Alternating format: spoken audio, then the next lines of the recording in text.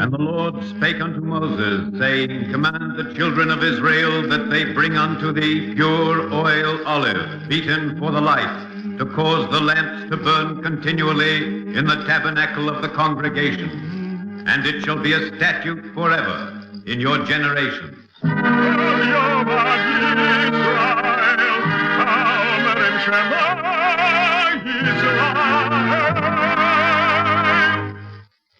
The Eternal Light.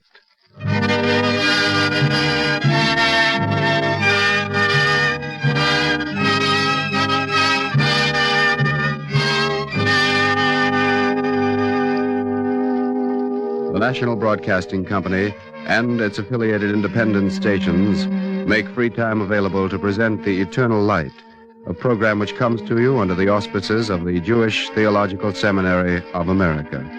Our drama today, A Place of Hiding, was written by Joseph Mindell.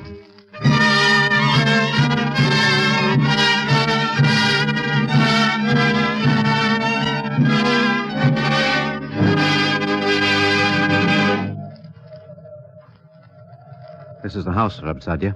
Ezra, let us go back. I belong in the city of Surah, not here in Baghdad. It's too late. You have no choice. I'll knock now. And Rab Sadia, let me do the talking. What do you want? We've come a long distance. Will you give us lodging in your house? The inn is only a little further down the road. We would like a less public place than the inn. If you like the comforts of home, you should not travel. Good night. No, wait. Don't close the door. Father, you will not deny travelers a night's lodging. Go back into the house, Rebecca. Thank you, Rebecca. Simeon, we'll pay you well. You know my name? Who are you? Where do you come from? We're from Surah. You were described to us as a good and honest man. Who described me? No. Don't tell me. I don't want to know. If you want food and a place to sleep, go to the inn. It's more than food and a place to sleep we seek. It's very late, Father. In the morning they can go to the inn. Thank you again, Rebecca, but I will not deceive you. We would like more than a night's lodging. Perhaps some weeks. Who are you to come with such demands? You're strangers. I owe you nothing. Father, they want to hide. I've said nothing of hiding. You have, Ezra. Please, Rab Sadia, let me talk. They have the right to know the truth. Simeon, this is my student, Ezra. And I am Sadia ben Joseph. The head of the academy at Surah, Your Excellency. I have no idea. Head of the academy. Simeon, will you let me hide in your house?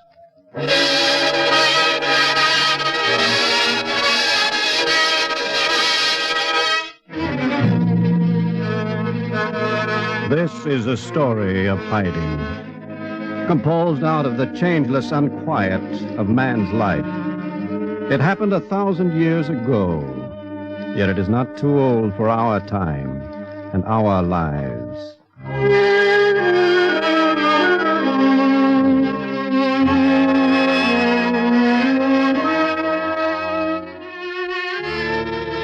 His name was Sadia ben Joseph al-Fayumi. When you say his name, say it in the same breath with Moses Maimonides. He had come out of the region of Fayum in Egypt into Babylonia, where even 1,000 years ago, the Jewish community was over 1,000 years old and living under the Mohammedan caliphs.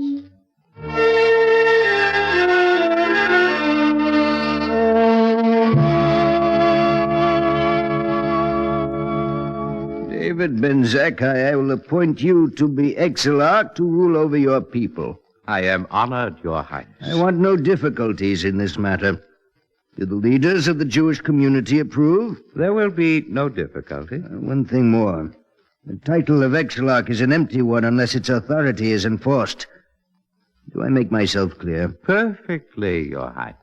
Good. Then go in peace.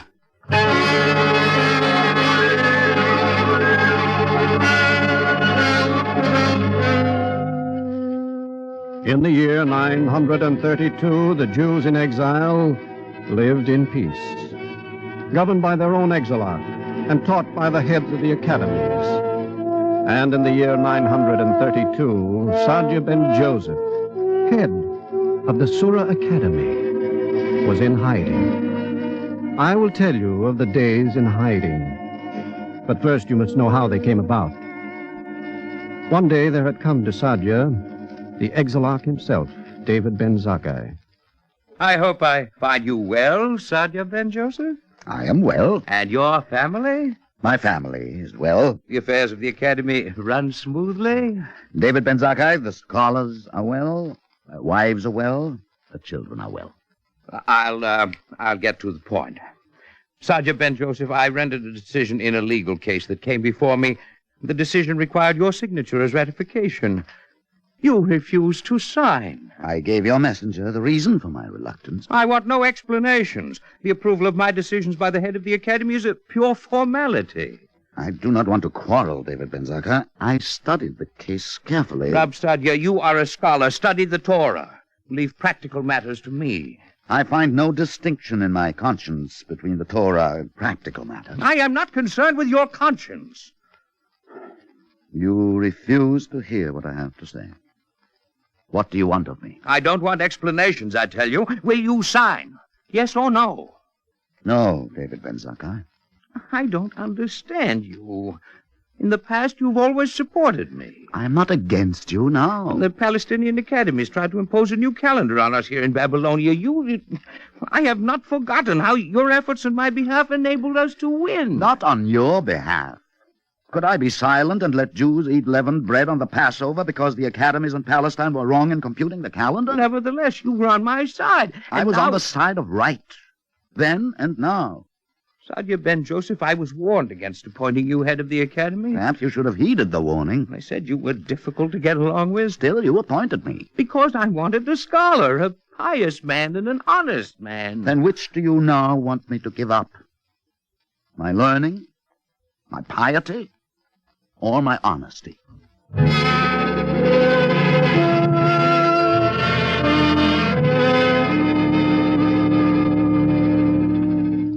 Rab Sadya, there need be no quarrel between the Exarch and the head of the Surah Academy. That is what I told your father, the Exarch. It is in your power to avoid a quarrel. Here's the paper with my father's decision. Oh, is this why your father sent you? Sign it and have done. Watch your tongue, even if you are the son of the Exarch. It's all right, Ezra. No, Rab Sadya, he will address you with respect. Ezra. How a small thing has grown large. Tell your father again that my signature is not necessary. No one will question the legality of his ruling. That's not important. There's no longer a question of legality. Then I don't understand. You have challenged the authority of the Exarch. I see. My son, in matters of law, one must show no respect to a person, no matter how exalted. Sadya Ben Joseph, don't be a fool. Sign the document. Get out. This does not concern you, Ezra. I warned you. Now get out. Leave him alone, Ezra. Take your hands off me!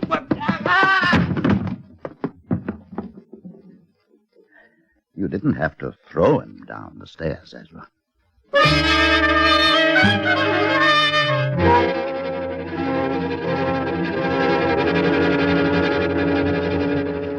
They will be back, Rab Sadya. I'm waiting, so that I may talk to David Ben Zakkai. Rab Sadya, the Exarch will not come alone. Perhaps he has calmed down by now and is willing to listen. You will not be able to reason with his police officers. You exaggerate, Ezra. The disagreement between the Exarch and me is a small The thing. disagreement has been forgotten. He remembers only that you refused to do as he said. I followed my conscience, as every man must. Yes. And therefore you must leave Surah. Ezra, my place is here at the academy. This is where I belong. You will not be permitted to remain. You'll see. I'll talk to the Exarch. Rab Sadya, you're my teacher, but some things I understand better than you. That is what David Ben Zakkai said. Leave practical matters to others. Don't put his words in my mouth. You said them. Ezra, if I am a scholar, then surely I must remain in the place of learning. Don't you see you have no choice? If you remain in Surah, it will not be at the academy, but in prison. Still, I will remain. Rab Sadya, if you leave Surah now, there's a chance that you may someday return to the academy. But what do you accomplish by going to prison? Tell me. It's not for yourself. You owe it to us, to your people, to keep yourself safe, Rab Sadya. All right, Ezra. We will look for a place of hiding.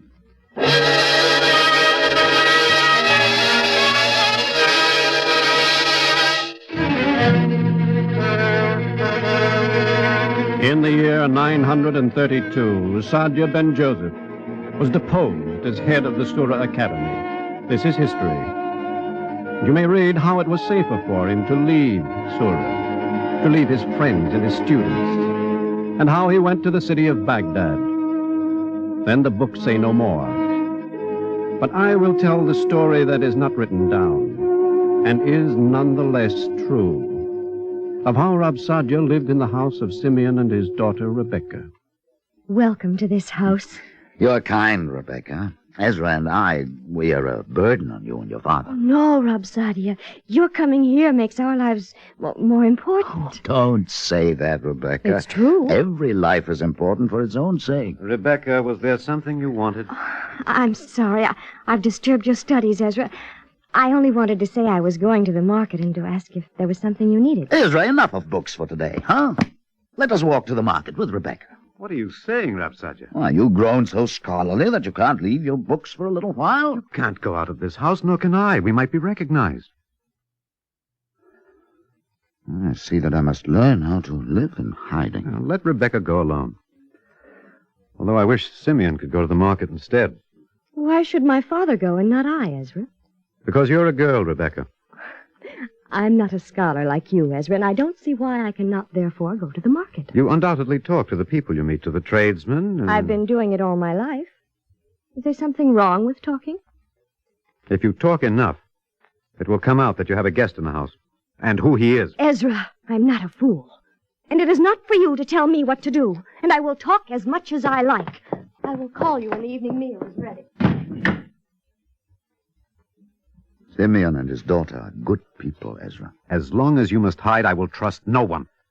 Ezra, I do not need so much protection.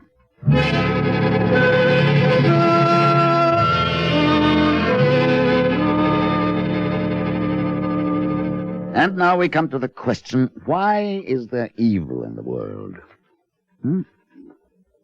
Ezra, you're not listening. I heard what you said. Then tell me what you think. Rabsadja, I think that you should plan how to return to Surah as head of the academy. Later, now we're discussing the problem of evil. It is not enough to discuss it. But, Rabsadja, you're a teacher. You can teach men how to avoid evil, but not if you're forced to hide. There will always be teachers. If not I, then another. Are you satisfied, then, to remain in this prison? A prison is only another place to live. You talk as if you like it. I have my friends, my books. I even have a student. Therefore, you will do nothing to get back your rightful place. There is something you want me to do, Ezra. Shall I say to David Ben-Zach, I am ready to approve your decision? You know that's not what I mean. Or shall I ingratiate myself with those who have influence at the caliph's court? Why not? It can do no harm. I am a scholar, not a courtier. Even a scholar must be practical to get what he wants. Ezra, what do you think I want? Rabsadja, I'm not sure anymore. I thought you wanted to be head of the academy. Yes, because at the academy I can live as a scholar and a teacher. But you will do nothing to hasten your return. I will not give over my days to currying favor, to intrigue, to the jealousies and fears of a king's court. Rabsadja, you're afraid to leave a safe hiding place. Of course I'm afraid. I'm afraid of becoming so practical that I will forget how I want to live.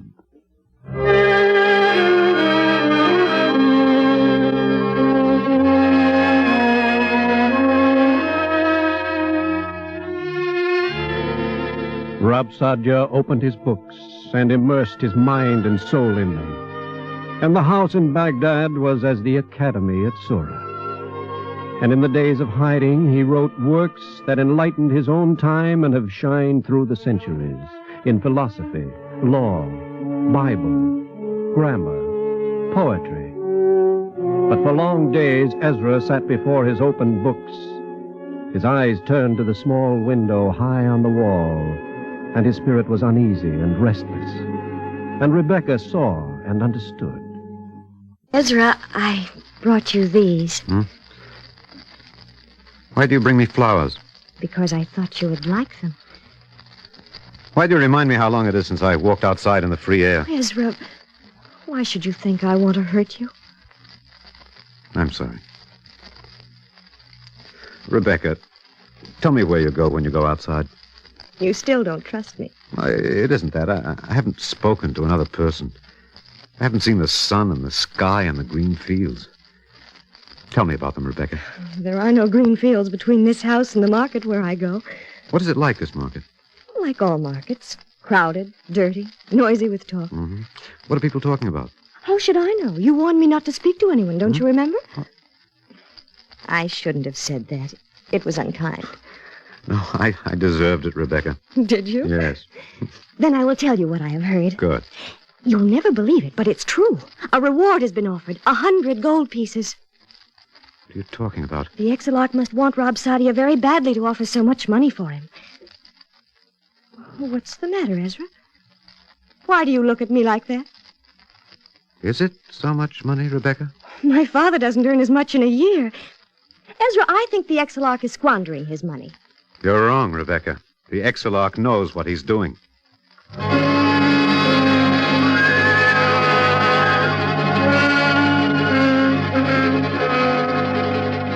You're over-anxious, Ezra. It's for your safety that I'm anxious. I'm safe enough. The reward, Rabsadia, don't you understand? I haven't been out of the house. No one knows where I am. 2 people know. I've told you before. Simeon and Rebecca are my friends. They're good people. The Exarch knows better. Even good people are tempted by money. But his reward will be too late. What is in your mind, Ezra? You'll see. Simeon, Rebecca, come in.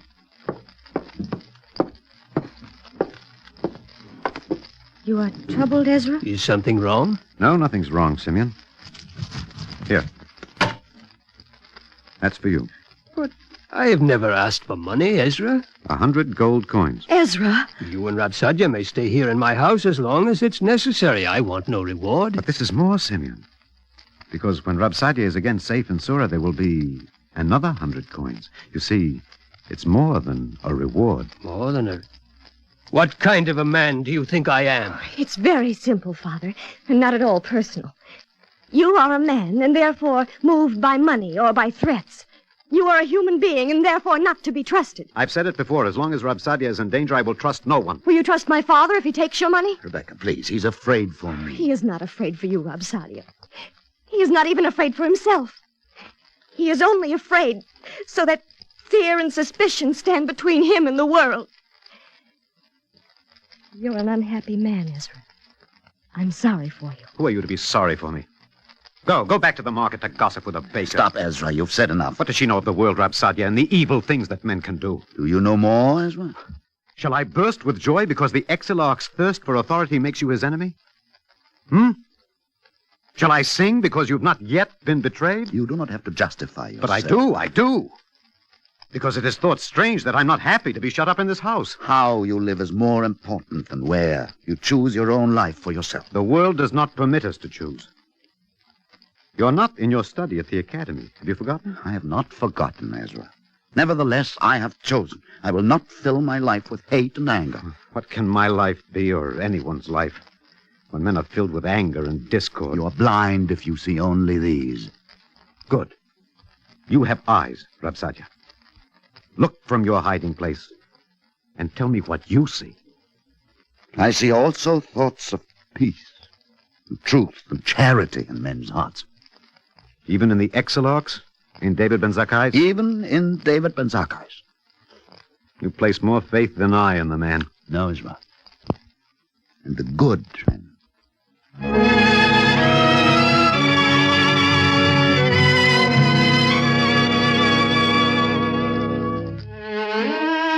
The world has many faces, and it may be that a man looks from his place of hiding through a high window and a closed door and sees his own reflection.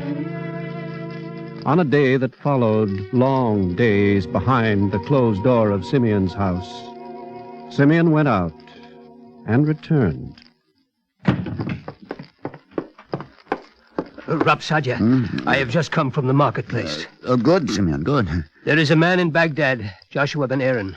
who has a dispute with another. I'm sure the court will settle their dispute. But they have not gone to court. Simeon, my mind is not free. I'm writing. Perhaps later. You must listen now, Rabsadja. Oh, then I will listen. You say they have not gone to court? No, they decided to have the dispute settled by 2 judges, one chosen by each. Joshua's opponent chose the Exarch. And Joshua? And Joshua? And Joshua? Whom did he choose? They were talking. He chose you, Rabsadja. Does he know where to find me, Simeon? I told them nothing. He didn't have to choose me. There are others. I thought you'd want to know. I'll go now. It's out of the question, isn't it? Well, isn't it? He will find another judge. But why me? What does he want of me? Rabsadja, maybe he wants more than justice. Maybe he also wants peace.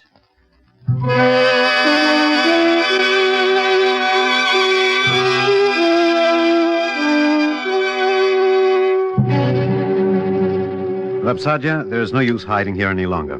You are right, Ezra. No, I was wrong. If you stay here, you'll soon be found out. You must leave Baghdad. You must leave Babylonia. You are still being practical, aren't you? Rabsadja, maybe my eyes are not like yours. Maybe they must be taught to see the good. Good, you will teach me. Later, when you're safe. You said there's no use in hiding. I see the world as it is. You cannot hide from your enemy, therefore you must go beyond his reach. Ezra, a man has asked for justice. You don't even know Joshua ben Aaron. I've learned much from my teachers, Ezra, and more from my students. But most, I think, from a man I know only by name. Ezra, will you come with me? David ben Zakkai will be glad to see you. Maybe if I had made a greater effort to talk with him, I could have persuaded him even then. But I will try now. Rabsadja, this once listen to me. Leave Baghdad. Go to a distant country. Go to Egypt. Egypt is a strange choice for a place of hiding, Ezra. Why? You have friends there. No man should willingly return to bondage in Egypt. This is no time for parables. It's not a parable. I am Sadia ben Joseph. Sadia, the descendant of that Joseph who was sold into slavery in Egypt. Ezra, in my youth, I came up out of Egypt, as our people came up into freedom. Shall I now, of my own will, return? You will be safe and free. Whoever must live in hiding is not free. To hide is to leave life. There is no place to hide, except in the grave. Ezra, perhaps I should not ask you to come with me. You don't have to ask, Rabsadja. I will go with you to meet David ben Zakkai's soldiers. How do you know there will be soldiers? I know David ben Zakkai. Well, maybe you're right. But it doesn't matter. A man has asked for justice, and he has reminded me of that which I should not have forgotten. Whatever may happen, the time of hiding is over. I will return to life.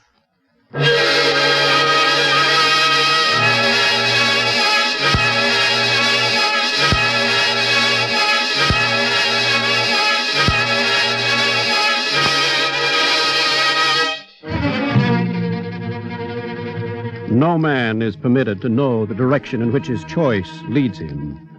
You may read how Rabsadja met David ben Zakkai and how they sat together to render justice. But that is not the meaning of the story. For 1,000 years ago, Sadia ben Joseph knew only the beginning and not the end. Nevertheless, he opened the door of Simeon's house and went out of the place of hiding.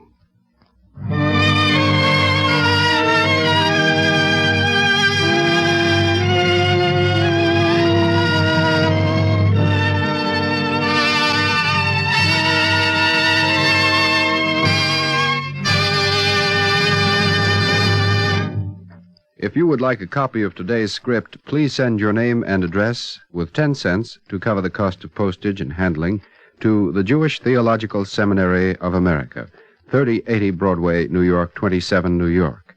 And now we take great pleasure in presenting Mr. Joseph Wohl, distinguished lawyer and member of the National Planning Committee of the Jewish Theological Seminary. Mr. Wohl. The writings of the philosopher Satya Gaon have had a great influence on the development of Western thought. Today's program demonstrates that the events of his life, as well as the fruits of his mind, can teach a lesson to mankind. The important thing is not whether he did finally convince the Exarch, nor even whether he was imprisoned. The important thing is that he decided to come out of hiding. Voluntarily, he risked his own safety based on the realization that even a self-sufficient scholar must be part of the stream of life. Satya Gaon realized what all people today, what you and I must understand. The world is a totality from which there is no escape. The evil in the world cannot be ignored by the good man, nor sadness by the happy man. We all live in a framework which is the total world, and no man can be happy by escaping into a corner and closing his eyes in order to avoid the realities and challenges of everyday life. This realization of the organic relationship of any small part of the world to its totality is the basic philosophy behind the United Nations, the ideal of one world and the concept of world brotherhood.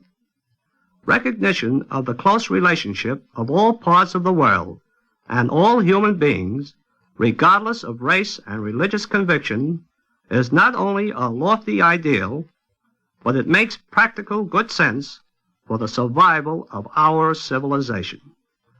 By facing the realities of the differences which exist between people and the motivations which guide human action, all people can learn to understand one another better and create a mood of fellowship and goodwill amongst all people. Thank you, Mr. Wool.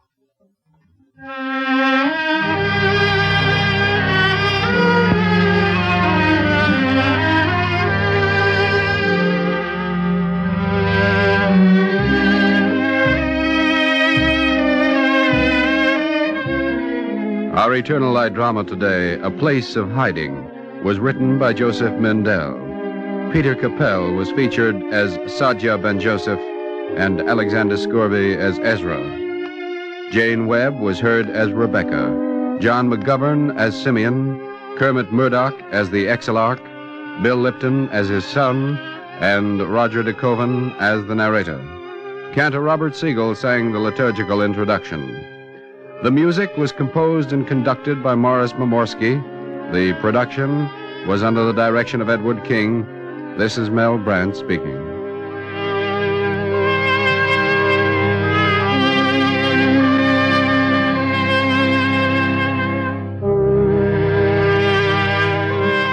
Free time to present the Eternal Light is made available by the National Broadcasting Company and its affiliated independent stations.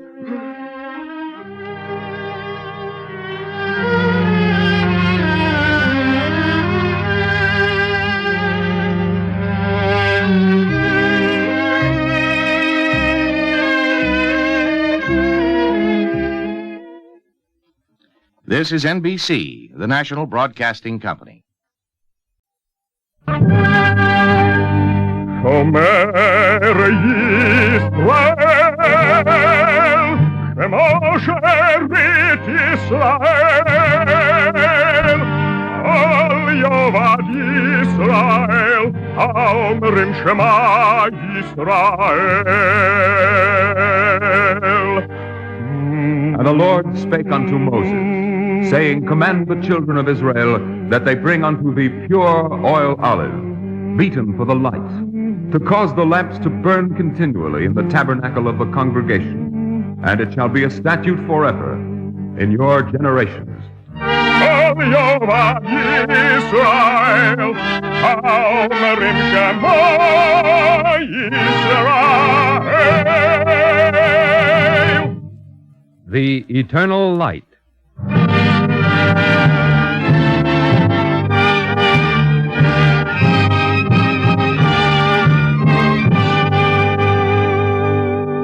The National Broadcasting Company and its affiliated independent stations make free time available to present The Eternal Light, a program which comes to you under the auspices of the Jewish Theological Seminary of America. Our radio drama today is The Breath of the Prophet Elijah by Sylvia Berger.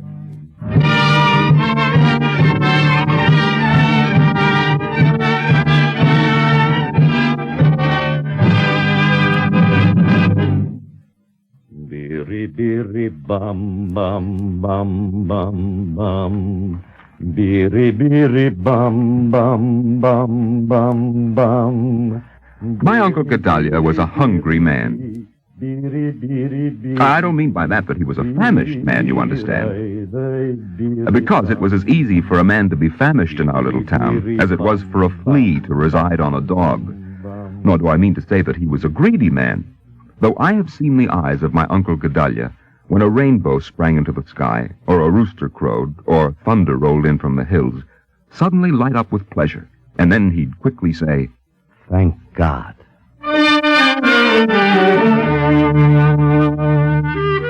Thank God for what? For a rooster crowing? For the sound of thunder? I used to think, I remember, that my Uncle Gedalia was an excessively thankful man. But then ours was an exceedingly thankful little village. When Abraham the hatmaker had been set upon by robbers, stripped of his hat, his coat, and his watch, and then given such a clout on the ear that he was deaf for 3 months thereafter, he said, "Thank God. They could also have taken my shirt." And Zalman, the bathhouse attendant, old and blind, he lived for his only son the way a tree on a craggy mountainside roots for the soil. Until death came in the big epidemic and took his son from him. And Zalman said, "Thank God. Should he have let my son live long enough to become old and blind like me and bury his only son?"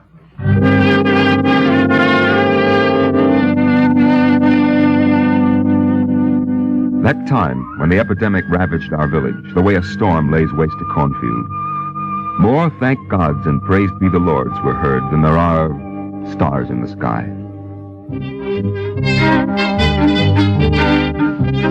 But about the hunger of my Uncle Gedalia, it was as persistent as an itch, as stubborn as a tickle in the throat. When my Uncle Gedalia was barred from studying engineering at the big university in the city, he started to study it by subcontract, so to speak. That is to say, he persuaded a student at the university to sell him a daily look at his lessons, until a compassionate member of the constabulary caught my Uncle Gedalia starving in the city without a city starving permit. And so he coaxed him, with the aid of a generous fine, into returning home to our village. And eager as we always were to give thanks, we had quite a celebration that time, with Abraham the hatmaker bimming and bombing and birra bimming, and my grandfather Eliezer handing around the little silver wine beakers. "Here, my son. Gam Zeletova. Drink." Yes, this too is for the best. And the divine spirit rests not upon the sad and the woe-begone, Gedalia. I don't remember reading anywhere, Father, that it is a sin to be sad. It is no sin to be sad, but no sin hardens the heart as much as sadness does. If only I could stop wanting, stop thinking, stop feeling. If only you were a horse, then you could eat hay and be happy, right, Eliezer? Very right, Abraham. Come on, Gedalia, be glad, give thanks. You're home. Isn't that something to be thankful for? Yes, it is, Abraham. So what if home does give you a squeezed-in feeling now and then like a tight little hat on a big fat head? At least you're home with your friends. Isn't that something? Something to be thankful for? It certainly is, friend. So what if your friends are Abram the hatmaker who has no hats, or Morchela the butcher who has no meat to butcher, or Mendele the miller who has no grain to mill? At least your friends are friends of influence. Isn't that something to be thankful for? It is, it is. So I'll tell you what I'll do for you, Gedalia. Seeing that they won't let you study engineering at their university, I, Abram the hatmaker, will personally teach you how to make a hat. When Moses, when he pleaded to be allowed to enter the promised land, begged to be let in even as a fish, as a bird, as a beast of the field. But His prayer was denied him. Moses, our leader, begging to be changed into a little fish with scales. Are you, Gedalia, going to measure your disappointment against the disappointment of Moses? How could I? That's very sensible of you, Gedalia. You can't. What was it Moses said, Eliezer, when he realized at last that he'd never get into the promised land? He thanked the Lord, and he praised him.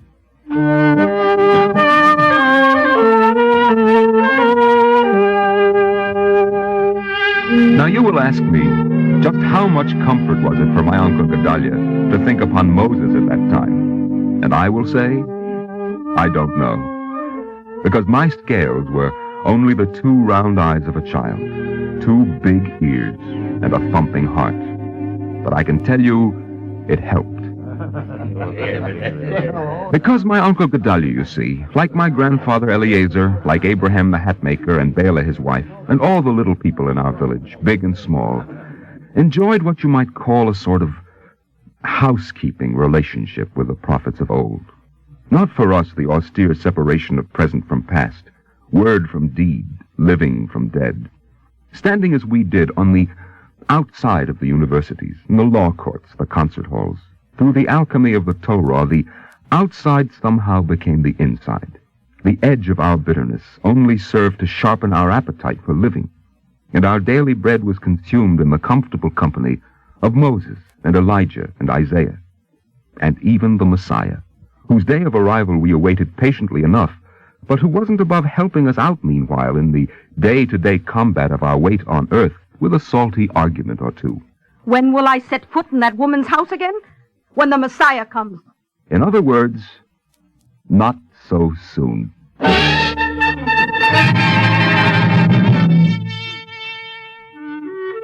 As a child, I remember how cozy it felt to be living on such familiar terms with the prophets and the angels. Did I say cozy?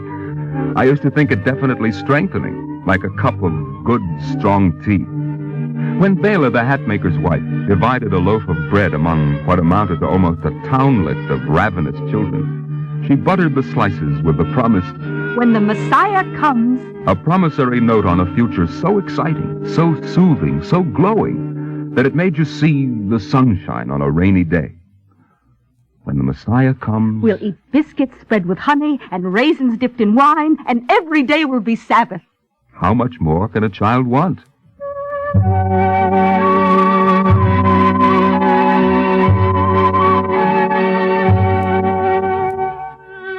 How much can a child want?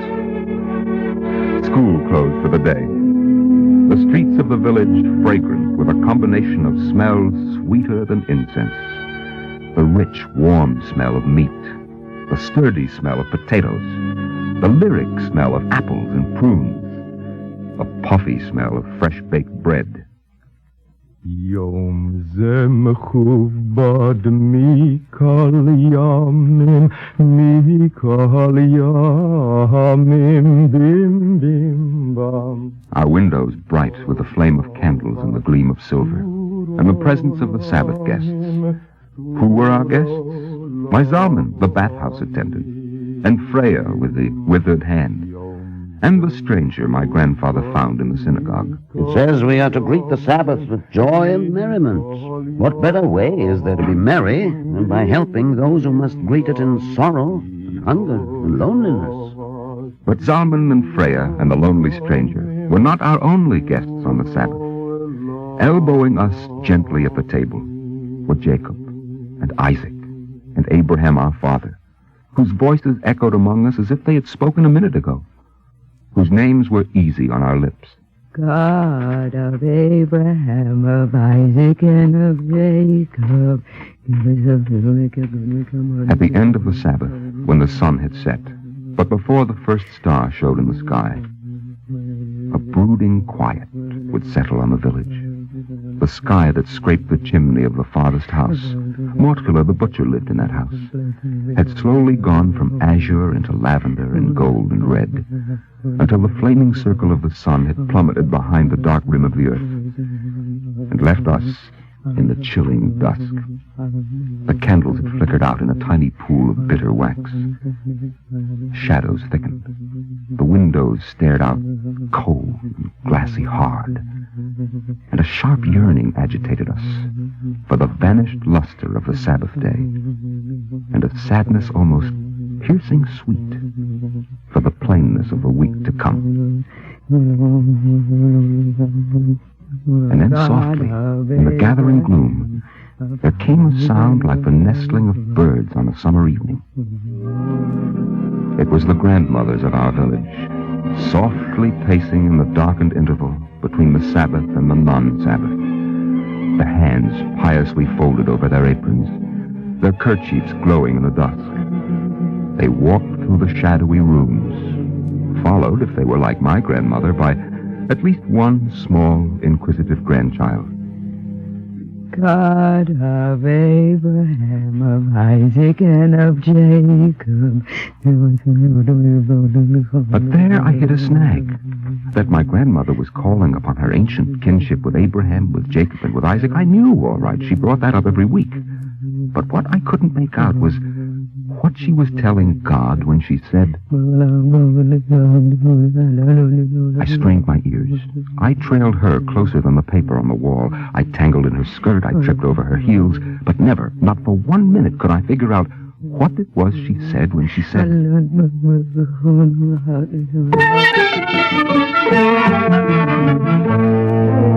But then one day, I don't remember how it came about anymore, I found myself pacing in back of Bela, the hatmaker's wife. God of Abraham, of Isaac, and of Jacob. I edged a little closer. God of Abraham, of Isaac, and of Jacob. Give us a good week, a full week, a peaceful week. Bless us with happiness as you blessed us with poverty. Forgive us our foolishness. And bring my little Fagala safely through her measles.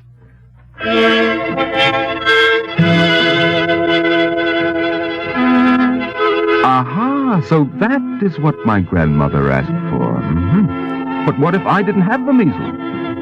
Well, as I pondered upon that, all at once in the cerulean sky, one small golden star was gleaming, then another, and a third, and suddenly every window in the village sprang into light.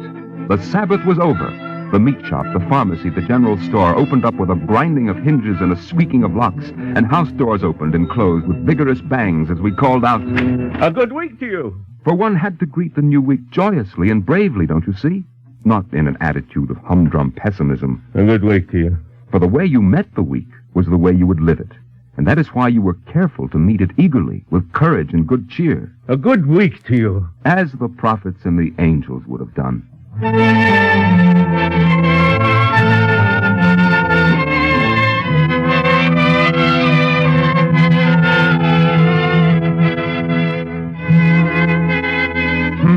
Talking of the prophet, it was the prophet Elijah who interfered in the match between Zipporah, the widowed sister of Bela the hatmaker's wife, and Chaimel the Luftmensch. Who called him a Luftmensch? Bela, who didn't like him.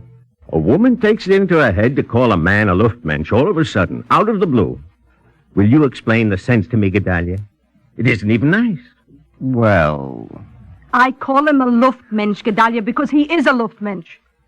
So, Bela, if you're so sure he's a Luftmensch, a fine, kind, solid businessman like Chaimel, will you be so kind as to tell me what you mean by Luftmensch, if you don't mind? I don't mind a bit.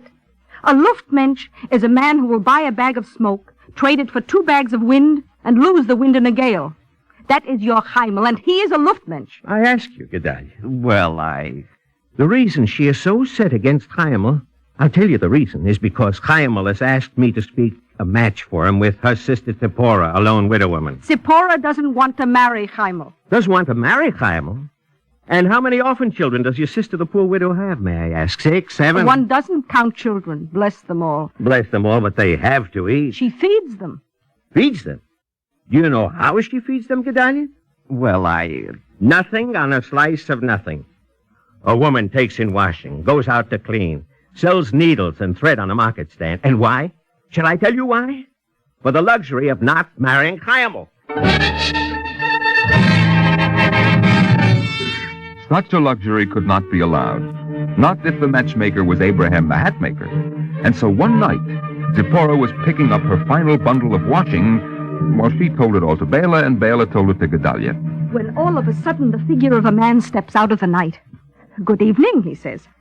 "Good evening," says Zipporah. And she thinks to herself, "And who may you be?" Listen, Gedalia, listen. And then, if you say Abram doesn't know the matchmaking game, then he doesn't.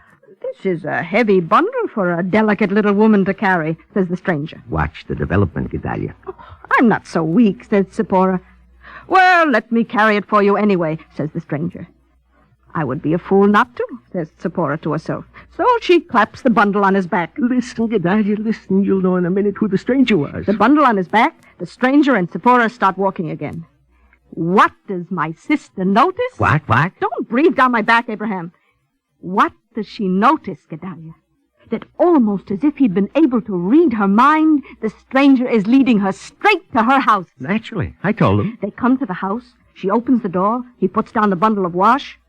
And all of a sudden, as if he'd vanished into thin air, the stranger is gone. Gone. Aha. And what's the aha for? Just aha. And while I have the floor, would you mind telling me how your sister liked having a good, strong man around to take the load of washing off her back? She said it was very pleasant. Very pleasant, huh? And does your sister, with her talk about Luftmenschen and her lack of common sense, have any idea at all as to who the good stranger was who helped out in a moment of need? Yes, she does. And who does she say it was? Will you tell me that? I don't mind at all telling you that. She says it was Elijah the prophet.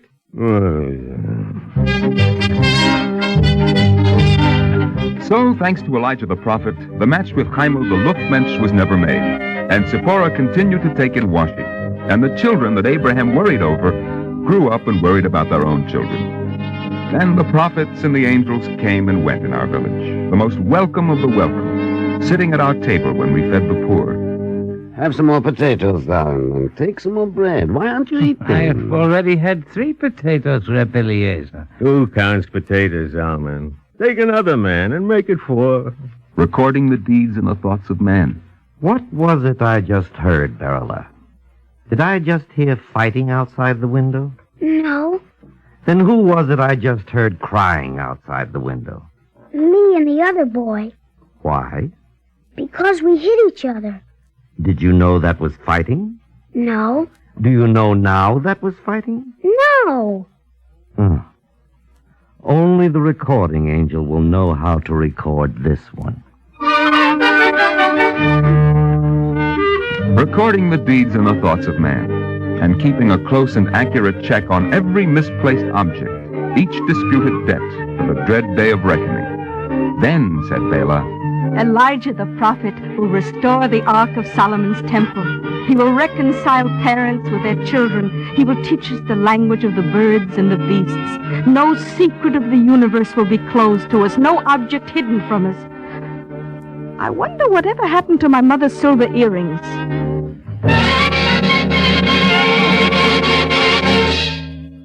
And then on Passover night, when we filled Elijah's wine glass and opened the door to his entry, it seemed to my childish ears that, faint over the rooftops, I heard the beating of his awesome wings.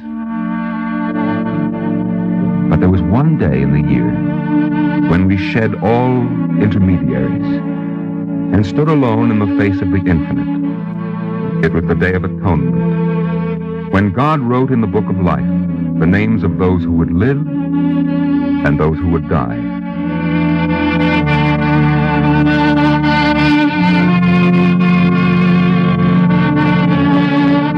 All the village was in the synagogue then, except maybe the tiniest infants. I remember how I had stood in dramatic secrecy behind the wall of our house and eaten a crisp, fresh pear, eaten in secrecy, but not because my mother considered it wrong for a 5-year-old child to eat on the Day of Atonement. Why don't I fast, Mother, like all the other people do? Because the Lord God is full of compassion and of good sense, and he would find the spectacle of a 5-year-old child fasting as offensive in his sight as a fainting invalid fasting. Then why must nobody see me when I eat my pear? Because it is bad taste to eat in view of people who are fasting. And so, having brushed away from my lips the last crisp taste of the pear, I would enter the solemn dusk of our tiny synagogue, spicy with the snuff that the older men dipped out of their tiny wooden snuff boxes, the air acrid with the dry, yellowing pages of the ancient prayer books they held in their hands. Except for those like Bela, the hatmaker's wife, who held no book, because her way around the printed word was not too sure, but whose heart was certain. Dear God in heaven, I am not one of those who can glide over a page of the book without effort. I read with my 5 fingers, so to speak. As well you know it, you who see everything and know everything. Listen, then, for the voice of Bela, the hatmaker's wife, when you listen to the others, dear Lord. And remember that I still have 4 daughters that have to be married off. What life is there for them in their mother's house when they get on in years? Every creature in the ark had a mate, and Eve had Adam, and Sarah had Abraham. Is there to be nobody for my 4 good and innocent daughters?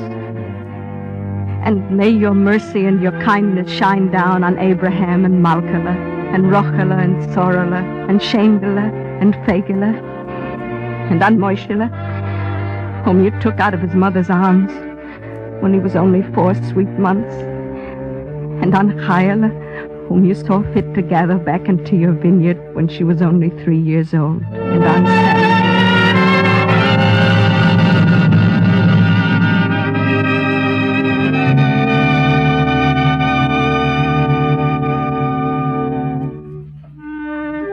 And so, I would pick my way past the women, mopping at their eyes with their work-worn hands, until suddenly, with a shock of joy, I would recognize my mother. Not weeping like the others, not arguing with God, not haranguing or upbraiding, but standing with quiet dignity, the prayer book open in her hand, a black cascade of lace hiding her hair.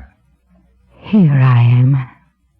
But then, as she reached out a gentle hand to encircle my waist, or rest it softly on my head, at that moment, I saw a tear, gleaming stark and crystalline, on my mother's cheek.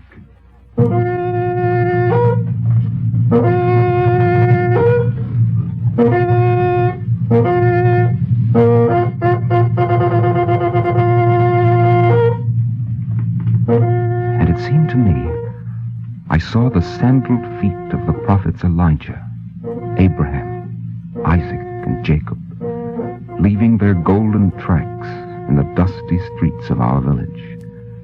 Then in every heart rang the cry, "Hear, O Israel! O Israel!"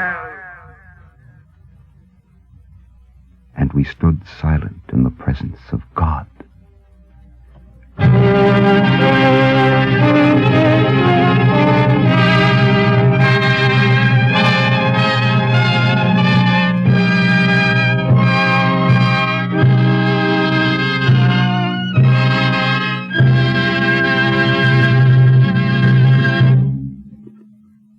If you would like a copy of today's script, please send your name and address and 10 cents to cover the cost of postage and handling to the Jewish Theological Seminary of America, 3080 Broadway, New York 27, New York.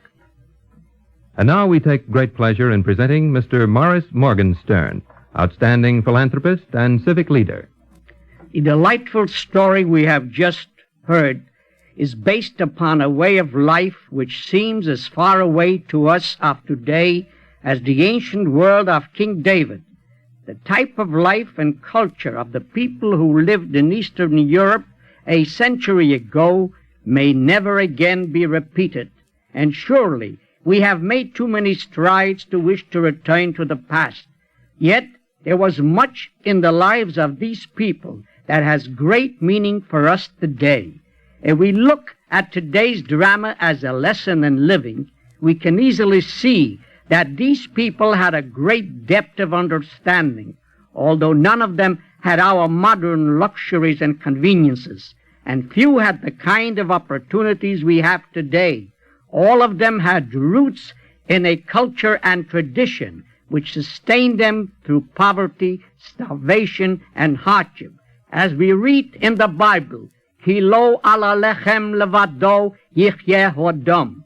These people were nourished not by bread alone, but also by a love for the Bible and its words, the prophets and their teaching. They lived by the book, and it gave great meaning to their own actions. In our modern world, we seem to have lost this art of living. Too many people are uprooted. Some of us live from day to day or week to week, worshiping material possession instead of spiritual wealth. Science has given us freedom to live more comfortably and to think without the chains of superstition and ignorance.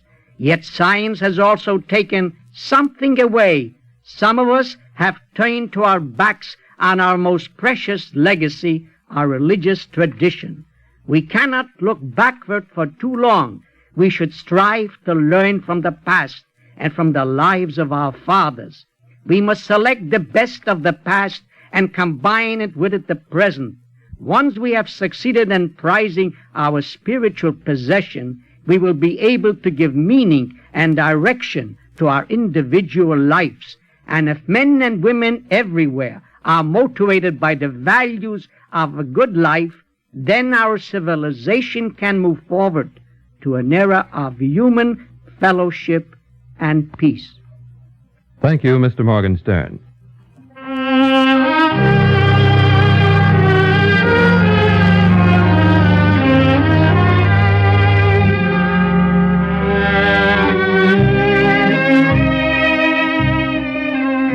Our Eternal Light drama today, The Breath of the Prophet Elijah, was written by Sylvia Berger.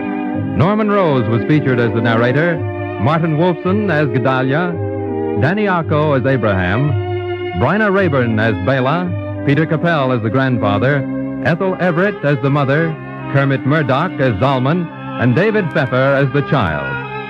Cantor Robert Siegel sang the liturgical selections.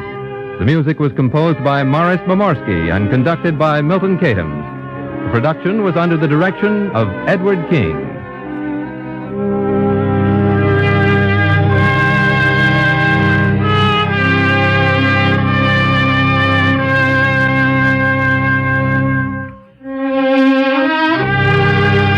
Free time to present The Eternal Light is made available by the National Broadcasting Company and its affiliated independent stations. This weekly program is presented under the auspices of the Jewish Theological Seminary of America.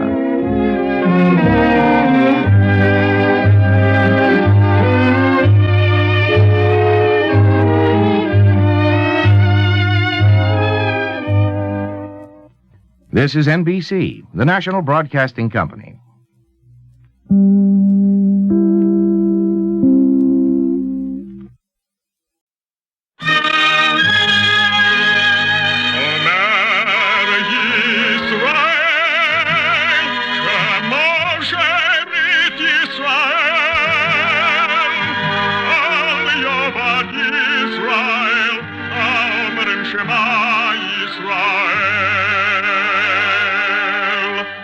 And the Lord spake unto Moses, saying, Command the children of Israel that they bring unto thee pure oil olive, beaten for the light, to cause the lamps to burn continually in the tabernacle of the congregation. And it shall be a statute forever in your generations.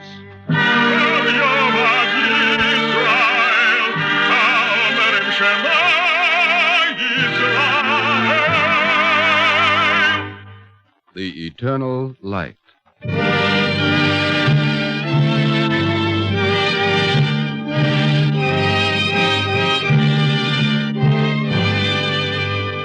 The National Broadcasting Company and its affiliated independent stations make free time available to present The Eternal Light, a program which comes to you under the auspices of the Jewish Theological Seminary of America. Our drama today, The Son of Amram, was written by Morton Wishengrad and is presented in the observance of the Passover holiday.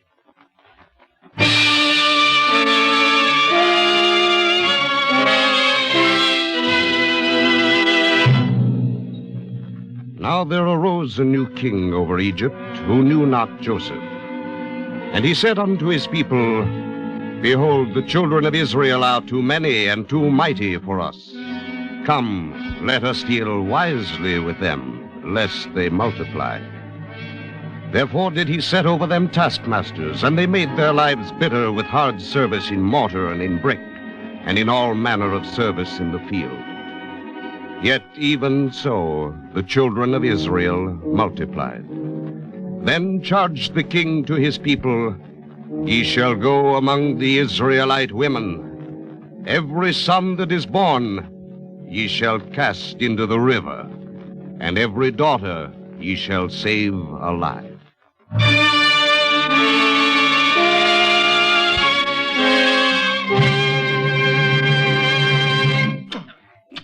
Do not raise your head, Caleb. Keep working, but listen to me. I listen, Amram. Before cocks crow tomorrow, we shall meet in the cave of Memphis. Keep your head down and pass the word. Dathan, we meet tomorrow. Where? Before cocks crow in the cave of Memphis. Pass the word. Keep your head down. You're Who being... was speaking? I said, who was speaking? Egyptian. I was speaking. You are not paid to speak Hebrew. You are paid to work. We work, only... You have a complaint? It is a lie that we are paid. It is no lie. Your name? Amram of the tribe of Levin. Here are your wages. Amram? Israelites, who else wishes to be paid? Show by your hands. I'm in a mood to give payment. No more talking, then back to your work.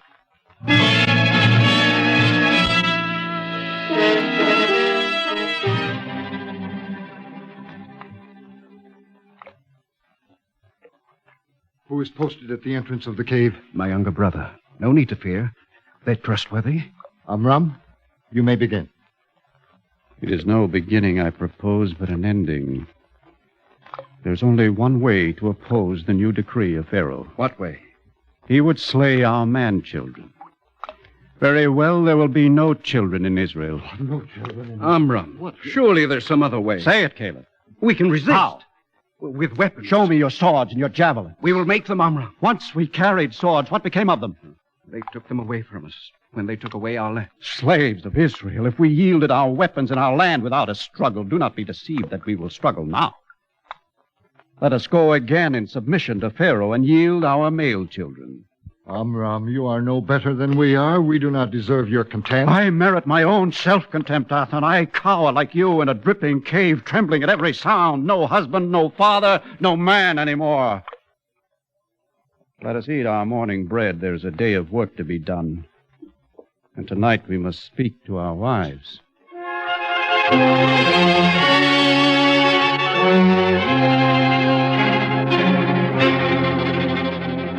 My mother is weeping. Then go and comfort her. She has sent me away. Then go to your bed and sleep. Your brother is sleeping. Yes, Father. Well, go. I have something to do. I will help you pack. You were listening. Yes. You're a presumptuous child. Yes. Put down the coat, Miriam. I do not require your assistance. My father scolds me because he is afraid. What do you know of it? You're only a child. I know that this night wives are weeping. The children were unable to play because of the loudness of their mother's crying. Father, what does the word mean? Which word? That word you said to her. Divorce. It means that after today, Jochebed is no more the wife of Amram of the tribe of Levi. But Jochebed is the mother of Miriam and Aaron. Yes, child, yes. And Amram is still the father of Miriam and Aaron. Have done. It is past your bedtime. Why do you go away from my mother? You will understand it when you're older. I wish to understand it now. Why are you going away from my mother? Miriam, I will not speak of it now. I am a presumptuous child. Speak of it, Father. When a man is a free man, he is capable only of doing. When a man is a slave, he is capable only of not doing. Pharaoh has ordered that every son born to an Israelite woman shall be put to death.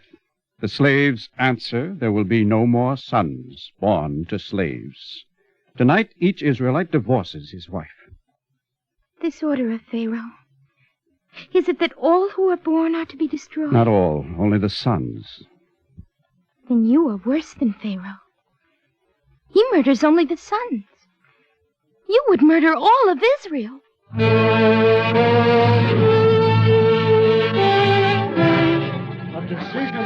Yes, Amram, we cannot... Hear me out. Hear me. The child said to me, if Pharaoh murders, let it be the hand of Pharaoh alone that murders. Let no Israelite be his accomplice. The child was right. We have this much hope. At least our daughters will survive. It is too late now. We have divorced our wives. Yes, Amram, and it was your counsel. You listened to me yesterday. Listen to me now. I propose that each Israelite in secret return to his wife and stand with her again under the marriage canopy and be remarried. No, Amram, not me. Dathan, I plead with you. You're destroying all of Israel. Israel is already destroyed. I live out my span and I die. It is an end. Dathan speaks for all. But not for me, Caleb. I remain with Jochebed. Yesterday I divorced her. Today I invite you all to my second marriage.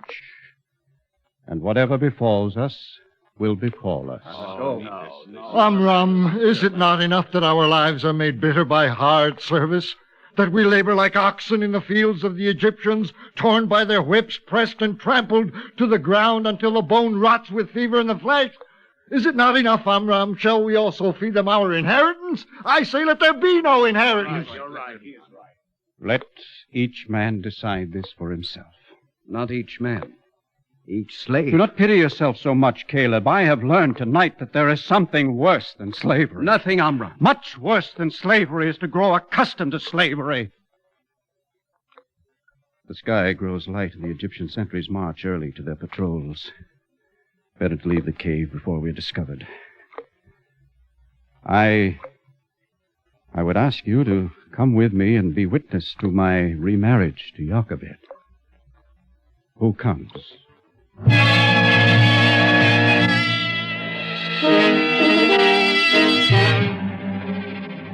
Look, Miriam, look again. There must be someone. No one, Mother. I have looked. Then put on your shawl and bring them from their house. Leave the girl, Jochebed. They're afraid. They do not approve. No one will come. To be married without priest or witness. Our children shall be witness. I am a Levite and can sanctify my own marriage. Miriam, take Aaron by the hand and stand here. Come, Aaron. Jochebed, be thou again my wife, and be thou the mother of thousands of myriads. God make thee as Sarah, Rebekah, Rachel, and Leah. Amen. May he who blessed Abraham, our ancestor, and Isaac and Jacob bless this marriage and prosper the ways we walk. May we deserve to build a praiseworthy house in Israel. Amen. Amen, Amram. Well, what else is there? You are my wife, I'm your husband. Is not? Yes, Amram. Jochebed, I must say this to you. It is difficult for me, but you are a woman, and for you it will be worse. I know. God keep you in the months before us. And you, Amram. God keep you also.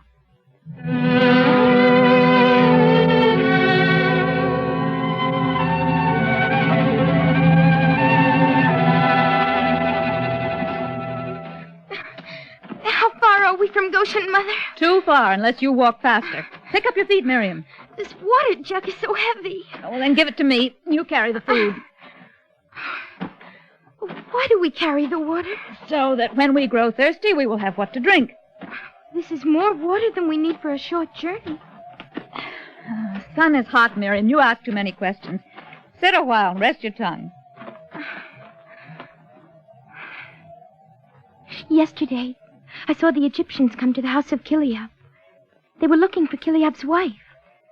They didn't find her. She has reached her time, hasn't she, Mother? You ask too many questions. Since last year, I have learned to ask less. In the fields of Goshen, a woman like Kileab's wife can lie down among the stones and give birth to a son if God wills a son, and no one will see. But I hope myself it will be a girl, and we shall bring her back to Memphis and not be afraid. You're a strange child. What are you looking at?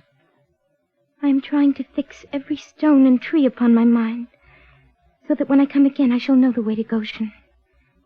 Even at night. Why do you think you will come again? Shall I not be coming to you, Mother? Carrying food and drink? I never mentioned it. I have eyes in my head. Better eyes than Amram, your father. Are you afraid? I have 6 months still to carry, and I try not to think of it. Come, Miriam. We spill time with talking, and the way to Goshen is long.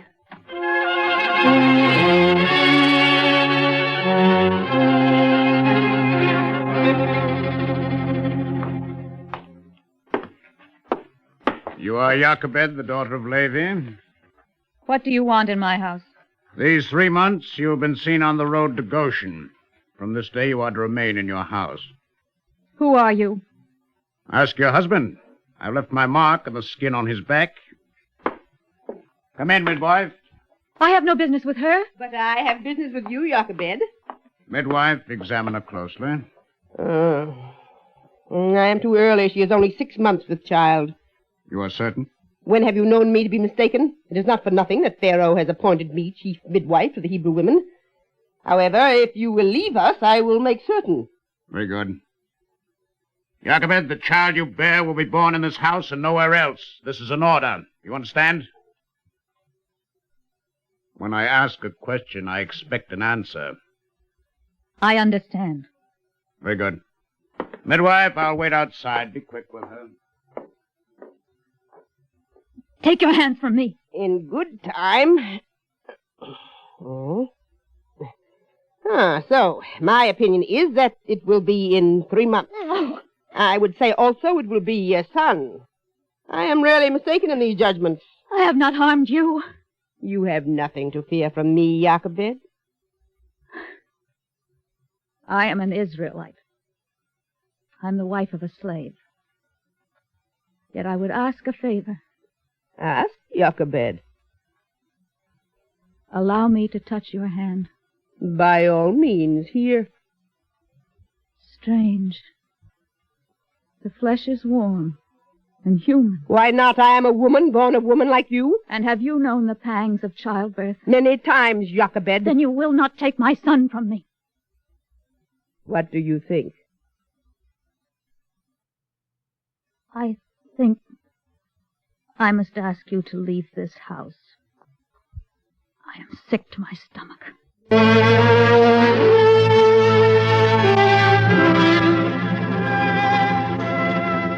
Jochebed, the pain will pass. It will not pass, Amram. Not until he is born. But it comes too early. I am glad. He will be born dead. Better that way. Better that I should draw up my knees and turn my face to the wall and also die. I'll call Dathan's wife to be with you. Waken Miriam. But she's a child. Do not plague me, Amram. Waken Miriam. I want to... Amram! I want my daughter. Quickly!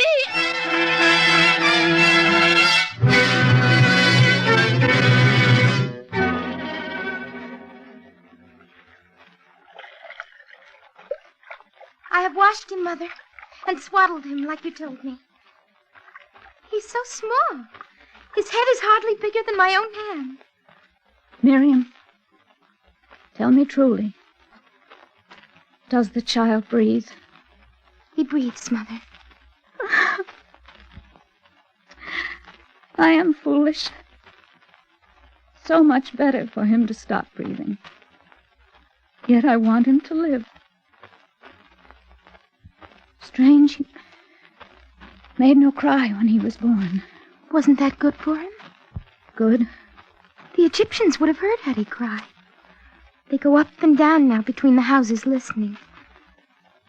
And for these next months, Mother, he is safe. Because God sent him before his time. Miriam, place stones in the fire. I've already done it. Who told you? Dathan's wife. She said that a child born before its time must be kept warm. As warm as though he was still within his mother. Soon I shall place his basket upon the stones. He will sleep well. Mother, what shall his name be? Your father wishes that he be called Heber, because it was for the child's sake that we were reunited. I would call him Yakuthiel, because I set my hope upon God, and he was given to me. Perhaps we should wait and give him no name. No more talking, daughter. I wish to rest.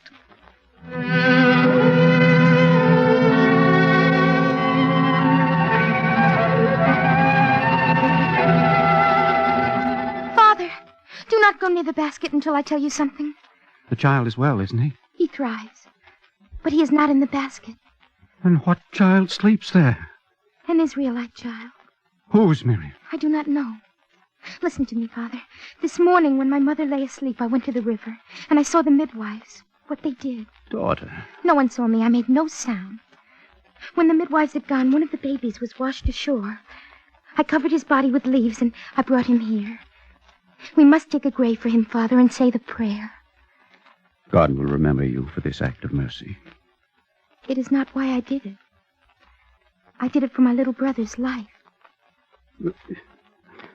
The sun has made me weary. I do not understand you. They will come here, the way they came before. They will say, Jochebed, the daughter of Levin and the wife of Amram, where is your newborn son that we may destroy him?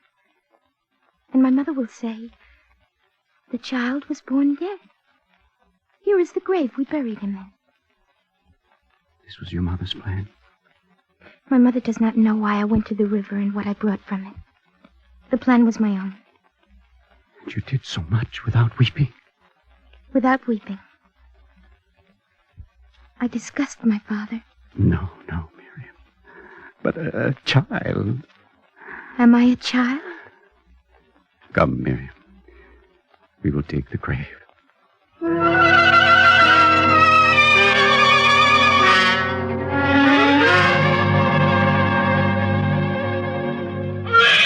In God's own name, Jochebed, quiet. Do not raise your voice. Stop trembling, Amram. He was hungry. Listen. Nothing. No one heard. Miriam, are you awake? I am awake, Mother. Go to the door and look out. I'm at the door already. There is no one in the street. There are no lights. I promise you, Amram, the boy will not cry again. Go back to sleep. Perhaps Pharaoh sleeps tonight, but I can't. Jochebed, when does the midwife come? I cannot tell you. She comes without warning. You know that she now comes carrying an Egyptian infant in her arms? It has been told to me. And that she searches every house, but with cunning. I know. You don't know all. If there is no sound in an Israelite house, she twists the finger of the infant in her arms until it cries out. And then if a Hebrew child is hidden somewhere, he makes a cry in answer. And then not only is the child taken, but the mother as well. I know even that, Amram. I will not endanger your life. You will not have to. Miriam, come in. Tell your father what you have told me. Not far from the palace of the king, there is a place on the river Nile where the Princess Thermutis goes each day with her maidens to bathe. What nonsense is this? Hear the girl out. Go on, Miriam. For almost a week now, I have stood hidden in the rushes that grow on the shore and watched the princess. Whenever her ladies brought their own children to play in the water, I saw in the face of the princess a great longing. She is the daughter of Pharaoh, but her ladies do not fear her. She is gentle with them. Jochebed, why does she tell me this? Miriam and I have woven a basket of straw, and we have smeared the basket with pitch so that it will float upon the water and not sink, even like the ark of our father Noah in the time of the flood. And you would place your own son in it? Nothing else is left. We must do it. Amram, by Pharaoh's decree, your son dies. Our only hope is that through the compassion of Pharaoh's daughter, your son may live.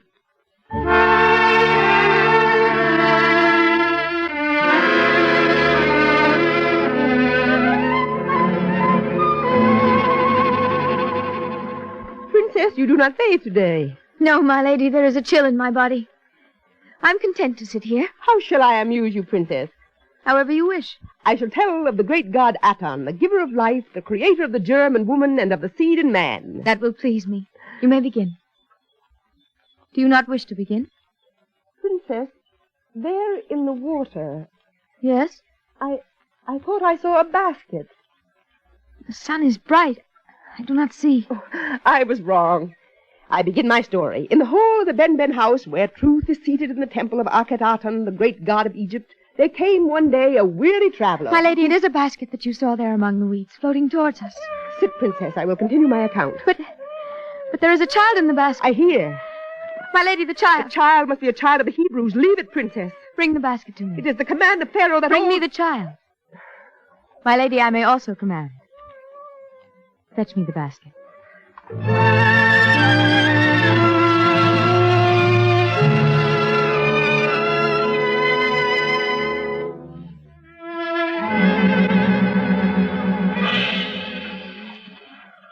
Hush, little one. Do you wish to rouse Pharaoh and his palace?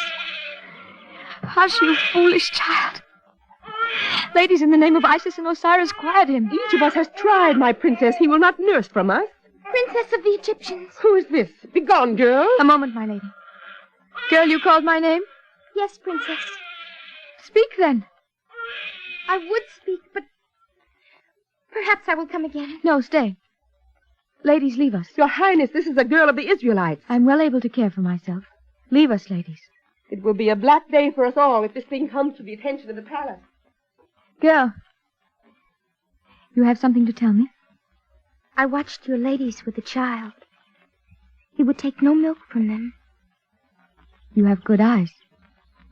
But you tell me nothing I do not already know. I know a woman of the Hebrews. There is abundance of milk in her. She could nurse this child. Girl, what is your name? Miriam, the daughter of Amram. And the name of this Hebrew woman? Jochebed. Jochebed, the wife of Amram, perhaps. Child, do not draw away from me. No harm will come to you, or to him. It is of your mother that you speak? Yes. I shall ask you nothing more.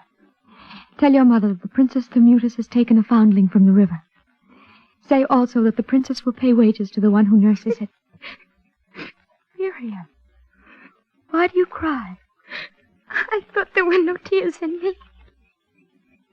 We are women, Miriam. There are tears in all of us. Go. Bring a nurse of the Hebrews and do not be long.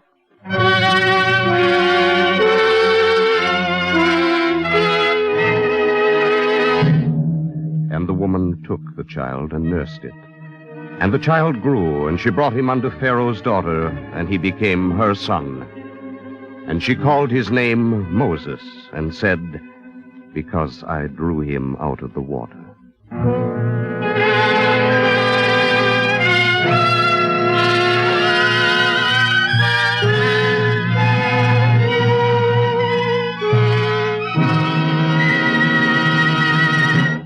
If you would like a copy of today's script, please send your name and address and 10 cents to cover the cost of postage and handling to the Jewish Theological Seminary of America, 3080 Broadway, New York 27, New York.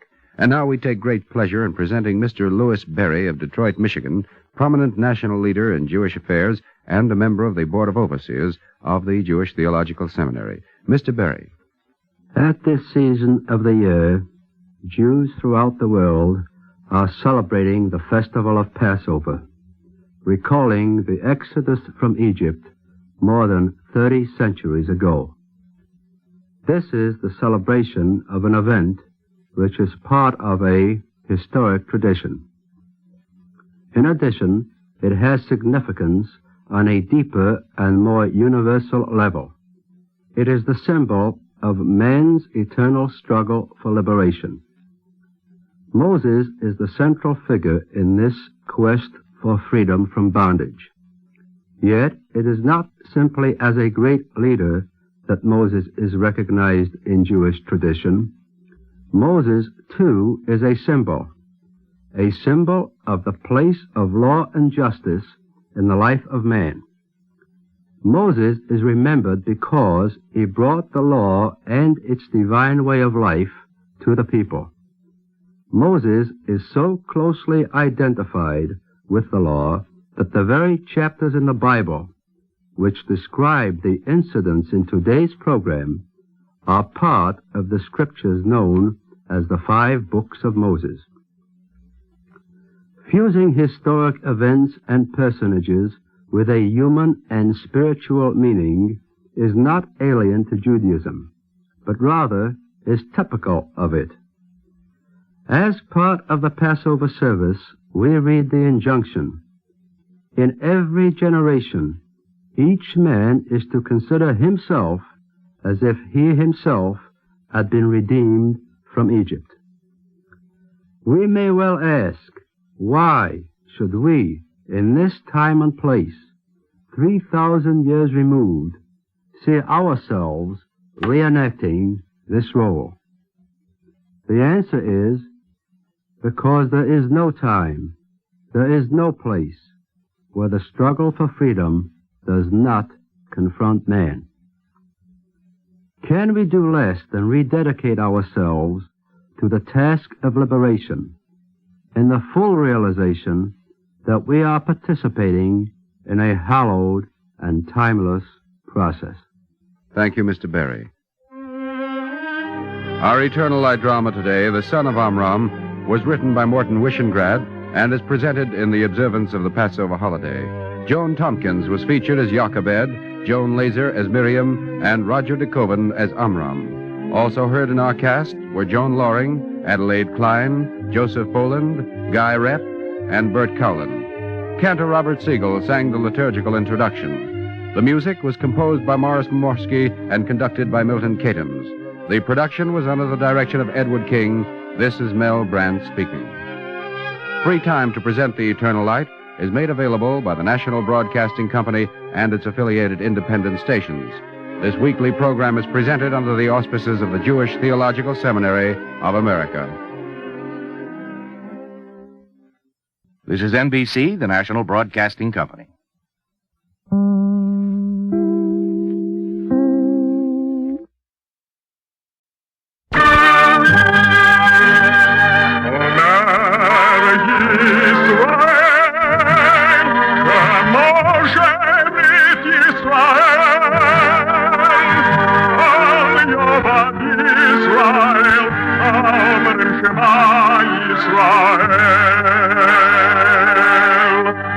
And the Lord spake unto Moses, saying, Command the children of Israel that they bring unto thee pure oil olive, beaten for the light, to cause the lamps to burn continually in the tabernacle of the congregation.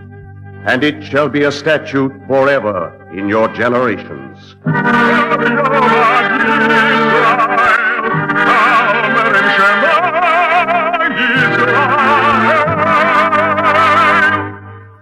The Eternal Light.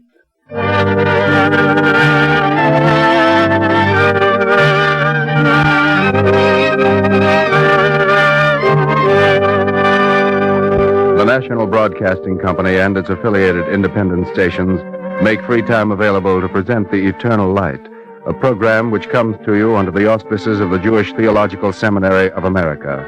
Our story today is Son of Thermutis, the second of 2 special Passover programs on the early life of Moses, written by Morton Wishengrad. Now, this script is based in part on the Legends of the Jews by Dr. Louis Ginsberg.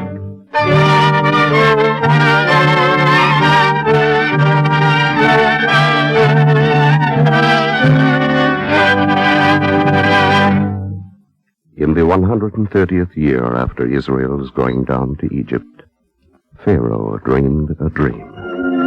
Behold, I saw an old man holding a balance in his hand, and in one scale of the balance he put all the great men of Egypt. And in the other scale of the balance he put a tender kid. And the kid bore down the scale in which it lay. Wise men of Egypt, interpret for me my dream. Pharaoh, shall I speak? Let my court be silent. Balaam, the son of Beor, speaks. Majesty, a great evil springs up against Egypt. A son will be born unto Israel who will destroy all our elders and nobles and warriors. He is the tender kid foretold in your dream. Death is before me this day, and I am wretched. Balaam, what shall be done? If it seemeth good to the king, let him order that all the male children born in Israel from this day shall be drowned in the river Nile. Balaam, you will be rewarded for this. Bailiffs, send your men into the houses of the Israelites to discover all their newborn children.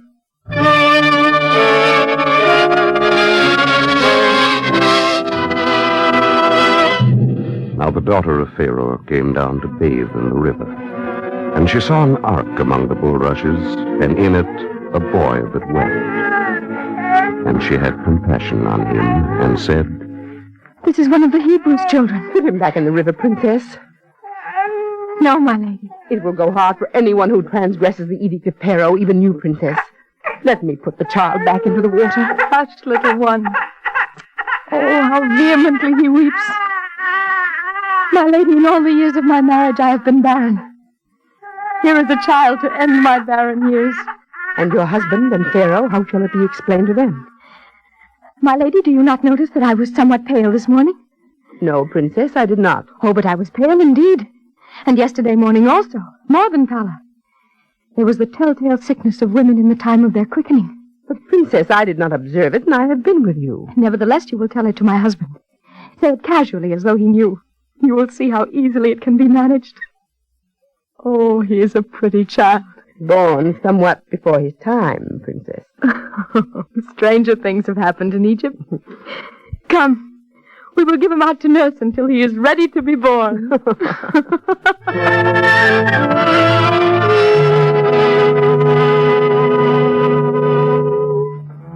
And in this way it came about that Jochebed, the daughter of Levi, was nurse to a son of Israel.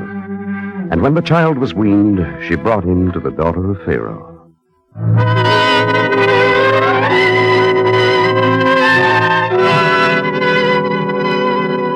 Now, when Moses was in his second year, the princess Thermutis took him, and they sat together with Pharaoh. Daughter, give the child to me. I would hold him a moment. And Moses sat in the lap of Pharaoh.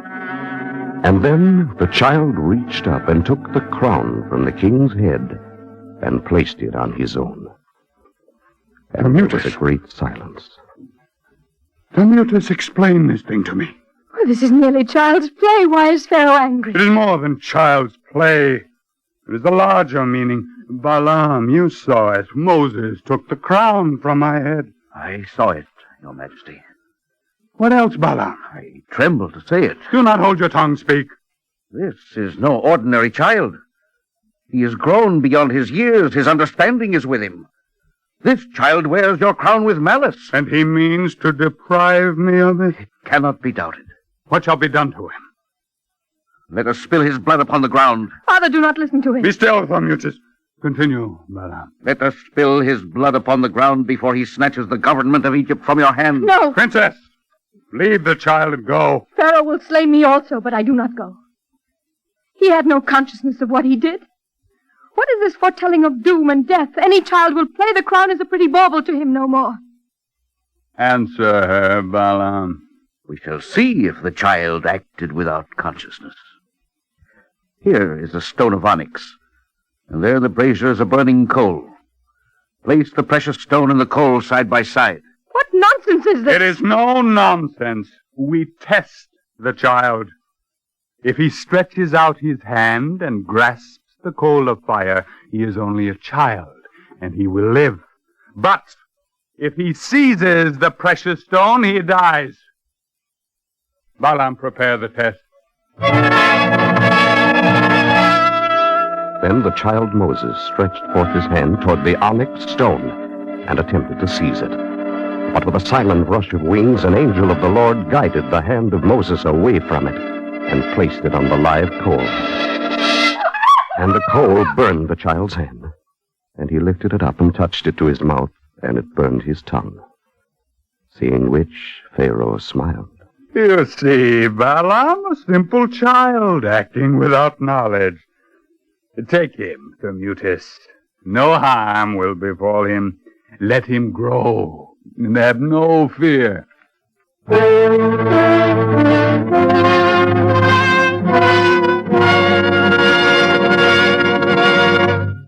Princess. Come outdoors. The wind is fragrant. Go yourself, my lady, and ask the boy to come to me. Are you nursemaid or princess? I wonder myself. Ah, these years have been good to him. Return with him, my lady, while I read to him. He reads by himself. You dote on him more than his own mother would. My lady, I am his mother. Oh, I meant only... I'm not concerned with what you meant. Moses is the son of Thermutis. Yes, Princess. My lady, I know your loyalty these 7 years. And if I rebuke you now, it is only because sometimes I am frightened for him. You were right to rebuke me. I prattle too much. I will fetch him for you. Stay a moment. I will tell you what I shall read to him today. O living Aton, born in the sky every day, millions of life are in thee. All flowers that live and what grows in the soil, they are drunken before thee. All cattle skip upon their feet. The birds in the marsh fly with joy, their wings that were folded are spread, uplifted in adoration to the living Aton, the Maker. I marvel. Will the boy Moses sit still while you read such things to him? He is not like any child I have ever seen. He sits. He listens. He remembers. There is none like Moses in all of Egypt. Now bring him, my lady.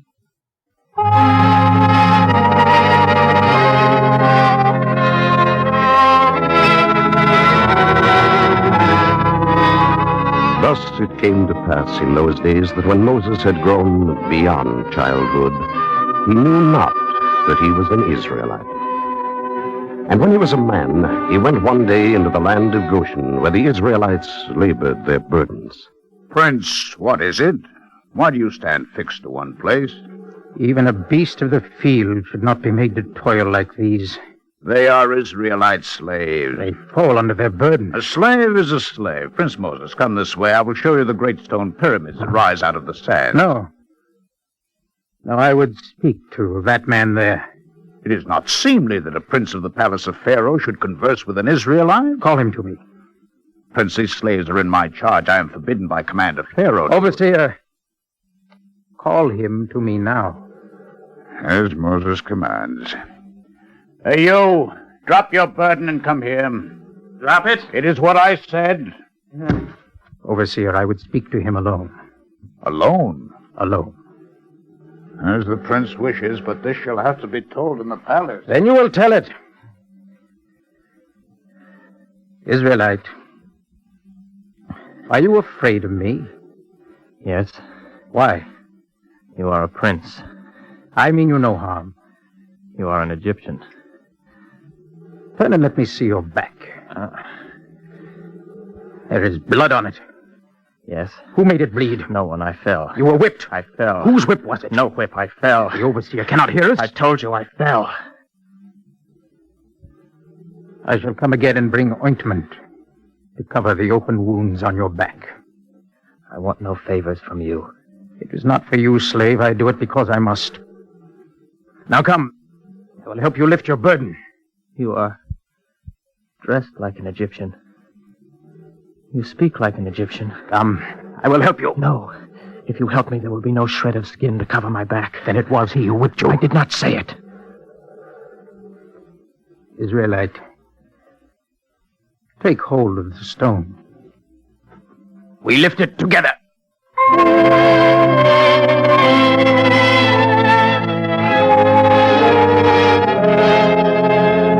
In the fields of Goshen that day, a prince of Egypt labored with the children of Israel.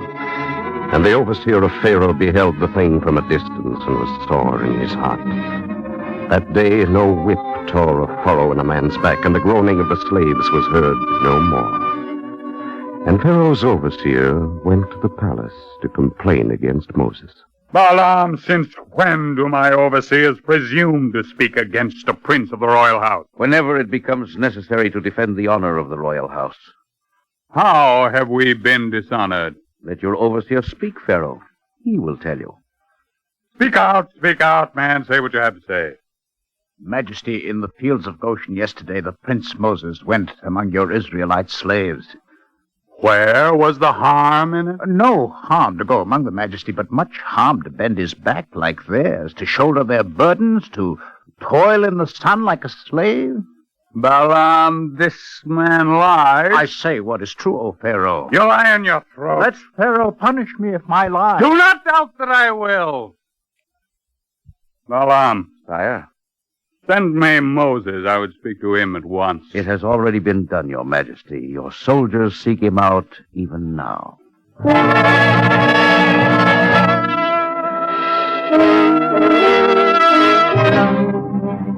I would ask my mother a question. After you have spoken to Pharaoh. I would ask it now, my mother. Later. The king has summoned you. Moses, why do you delay? Because I am troubled.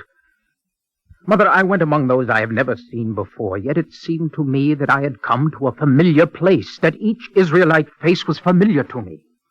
It is absurd, my son. I know. Yet, Mother, I have not slept because of it. Explain it to me. Pharaoh is waiting. We will talk of it later. Mother, I must talk of it now. Who am I to these Israelites and they to me that I have no sleep because of them? Moses is a grown man who asks a child's question. I have more such questions. Mother, I have lived here among my royal kinsmen, yet I have never seen my father, nor does my mother make mention of him except to say that he is dead.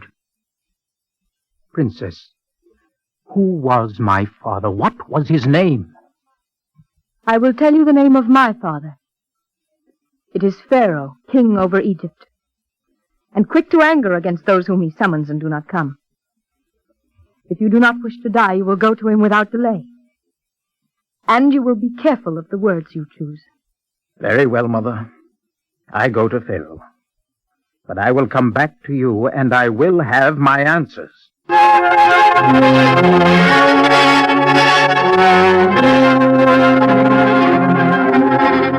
Moses, here is the man who accuses you. Tell him he speaks falsely and let me kill him for it. Pharaoh, he has told you the truth.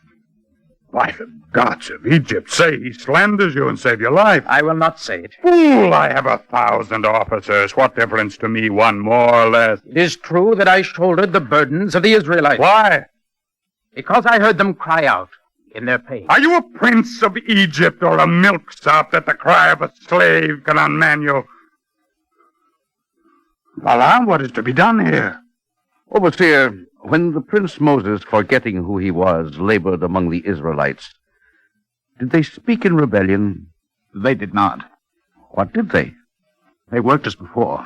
And did they cry out as before? Well? I did not think of it until now, but they did not cry out. You are certain? Yes, Pharaoh, I am certain. They ceased their cries.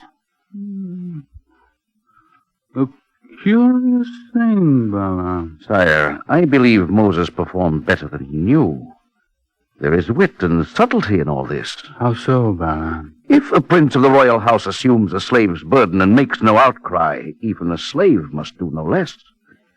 Because of what Moses has done, we shall get more work from them now, without complaint. Pharaoh, let Moses go as often as he pleases to Goshen. The work will advance for it. Well, Moses, what say you to Balaam? I will go again. This pleases us.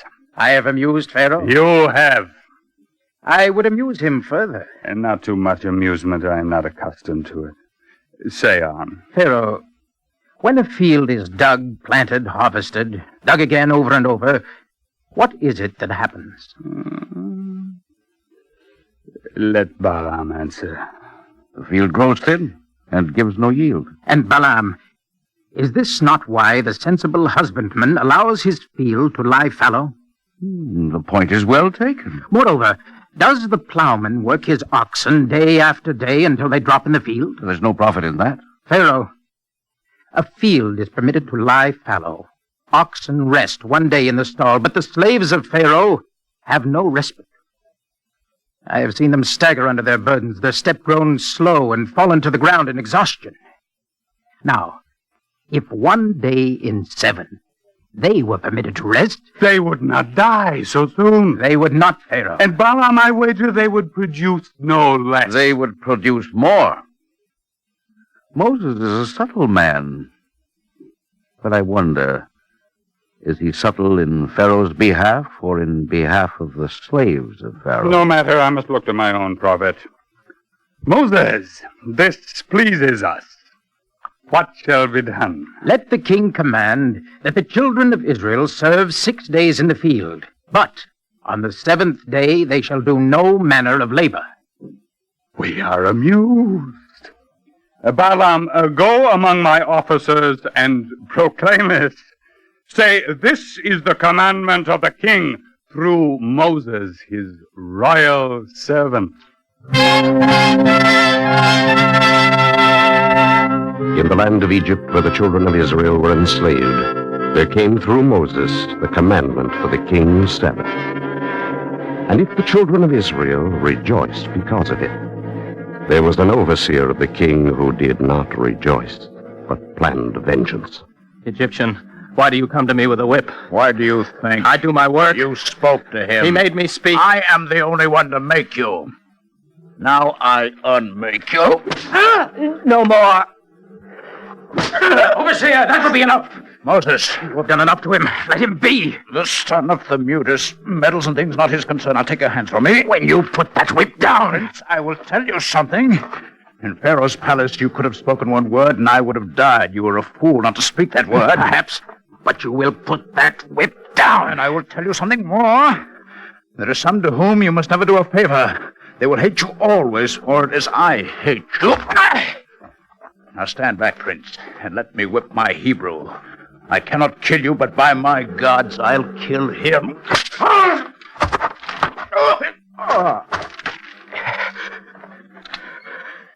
Israelite, I promise he will not whip you anymore. I believe you. Why do you stare at me? With what did you strike him? You saw. With my hand. Not your hand alone, Moses. God and your hand. The whipping has made you foolish. Help me pick him up. I will help you dig a grave for him. The Egyptian is dead. In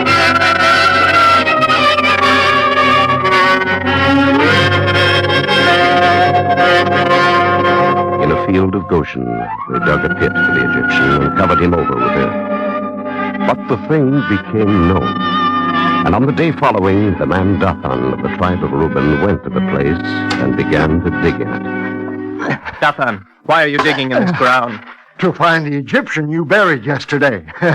You thought you were not seen. You were mistaken. Abiram saw and I saw. What do you mean to do? To uncover the body and bring it to Pharaoh. He will reward me. Here is your reward, Dathan. What is this? Hold your fists. What for? I will close this one's mouth forever as you both closed the mouth of the Egyptian yesterday. Who are you? He is the slave Dathan of the tribe of Reuben. Moses, he goes to Pharaoh to inform against us. Dathan, you will inform against no one. Who made you a ruler and a judge over the tribes of Israel that you are so sure? I say you will not go. Son of Jochebed, I will go. What did you call me? A man should be called by his true name. Those who call you the son of Thermutis are fools. Fools? You are Moses, the son of Jochebed, the daughter of Levi. Strike me down, Hebrew, because today I bring Pharaoh the body of a dead Egyptian, and I tell him who you are.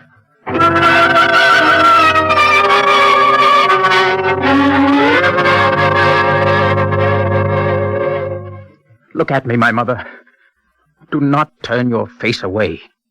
My son, my face has always been turned toward you. And your heart has ever been with mine in the house of hearts. Then the Israelite lied to me. You killed an Egyptian. Why did you stay your hand against the Israelite? Mother, say that he lied. If I say it, I will be damned. I shall eat no cakes of Osiris on the eastern side of the Lake of Flowers. Then I was never your son. Ever my son. And never my son. I cradled you among the lotus flowers and brought you myrrh to smell. But the Hebrew woman Jochebed brought the milk of her breasts for you. Jochebed.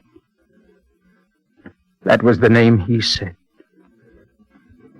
Where will I find her? She sleeps in her last chamber. Her head is wrapped up. Her nostrils stopped. And my father? Like Jochebed, dead many years. Better for them that they do not see you this way. Oh, Moses, my son, I can no longer help you. An Israelite bore you, an Egyptian saved you. And now an Israelite destroys you. Do not weep for me yet. Mother, tell me, have I brother or sister? There was a girl whose name was Miriam, and a boy she called Aaron. More than that I cannot tell you. I will find them. Not in Egypt, every hand is against you. Then I shall find them another time. Mother, tell me, where shall I go now? Beyond Egypt lies the land of Midian. You could be safe there. I would kiss you, my mother. Oh, Moses, my son. I shall never see you again.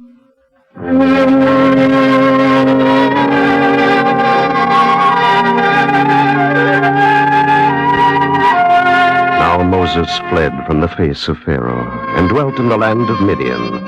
And he lived with Jethro and took Zipporah, the daughter of Jethro, for his wife. And it came to pass in the course of these many days that the king of Egypt died, and a new king rose in that land, and increased the bondage of the children of Israel. Then God remembered his covenant with Abraham, with Isaac, and with Jacob. And the angel of the Lord went to Mount Horeb, where Moses was keeping the flock of his father-in-law. And the angel of the Lord appeared unto Moses in a flame of fire out of the midst of a bush. And Moses looked, and beheld the bush burned with fire, and the bush was not consumed. And God called unto him out of the midst of the bush. And Moses answered, Here am I. And God said, Put off thy shoes from off thy feet, for the place whereon thou standest is holy ground. Who speaks to me? Who are you? And he said to Moses, I am the God of thy father, the God of Abraham, the God of Isaac, the God of Jacob. And Moses hid his face, for he was afraid. And the Lord said, I have surely seen the affliction of my people that are in Egypt, and I am come down to deliver them out of the hand of the Egyptians, and to bring them up into a good land, unto a land flowing with milk and honey. Come now, therefore, and I will send thee unto Pharaoh, that thou mayest bringeth forth my people, the children of Israel, out of Egypt. And Moses said unto God, Who am I, that I should go alone unto Pharaoh? And the Lord God of Israel said unto Moses, I will go with thee.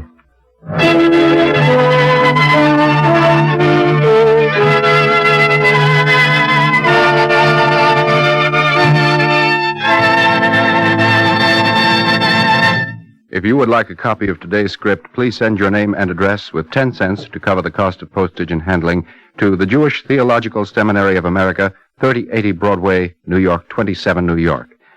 And now we take great pleasure in presenting Mr. Theodore Curtis, prominent Detroit business and civic leader. Mr. Curtis.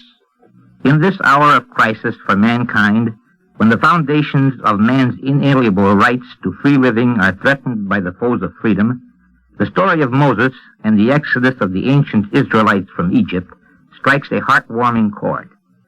The biblical account of the liberation of the children of Israel from bondage should inspire all of us with the recognition of the laws of a moral order which function with absolute definiteness.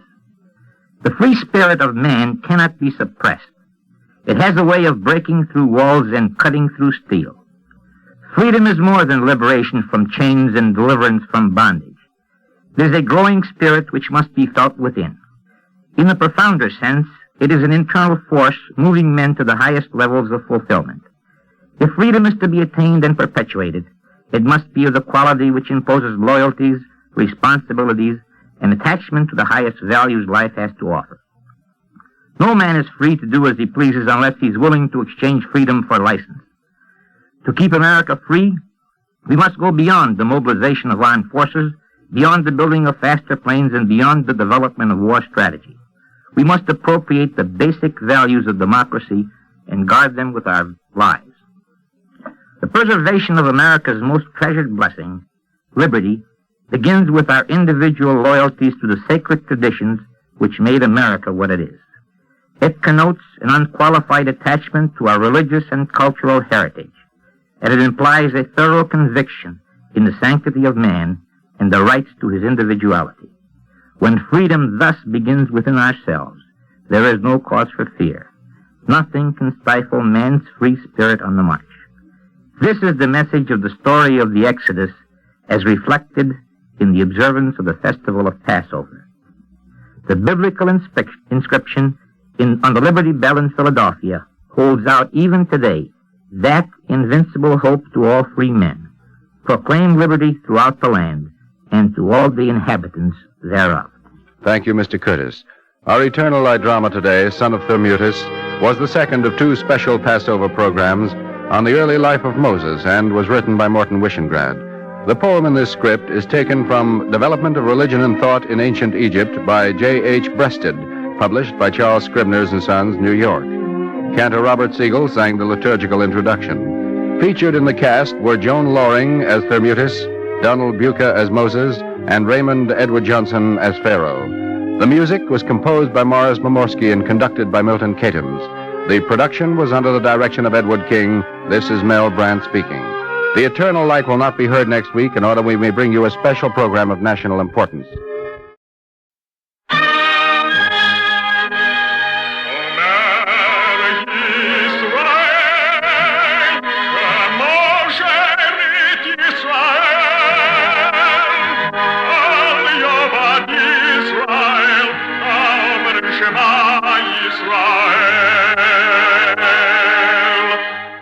And the Lord spake unto Moses, saying, Command the children of Israel that they bring unto thee pure oil olive, beaten for the light, to cause the lamps to burn continually in the tabernacle of the congregation.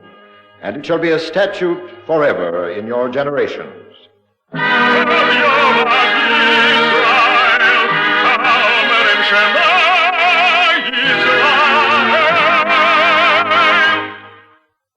The Eternal Light.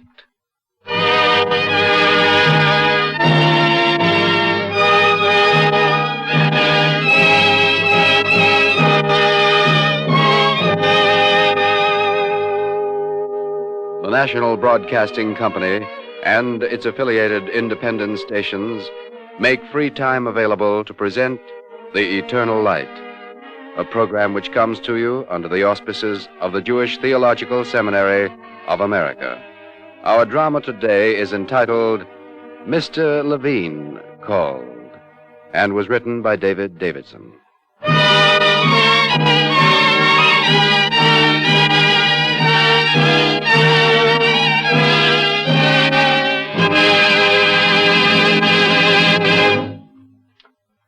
A fable, a legend, some people say.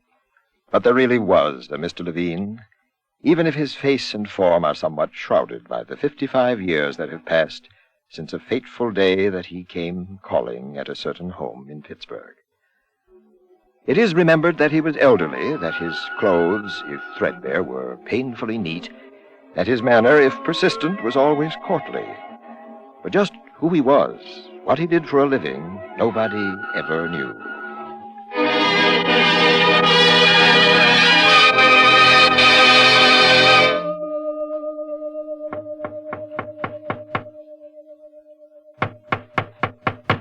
And he himself, as he knocked on that door one day in 1898, could hardly have guessed what a monument would rise from that simple action of his.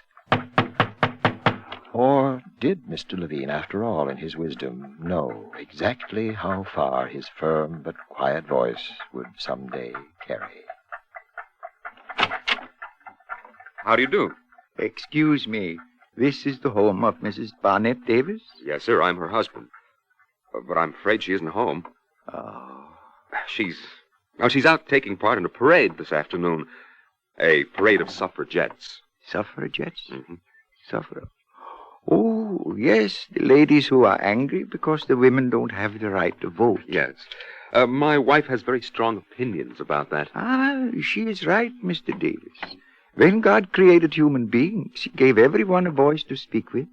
Men and women, white and black. And everybody has the same right to be heard. My wife would be glad that you agree.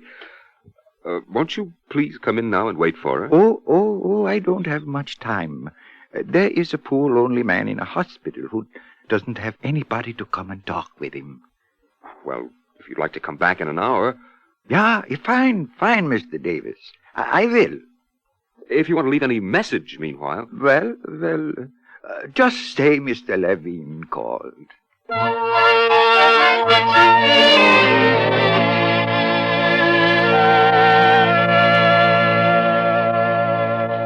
Well, Annie, home at last. Oh, Barnett, we must have marched over every inch of Pittsburgh today. Oh, I'm sorry I couldn't get to see it.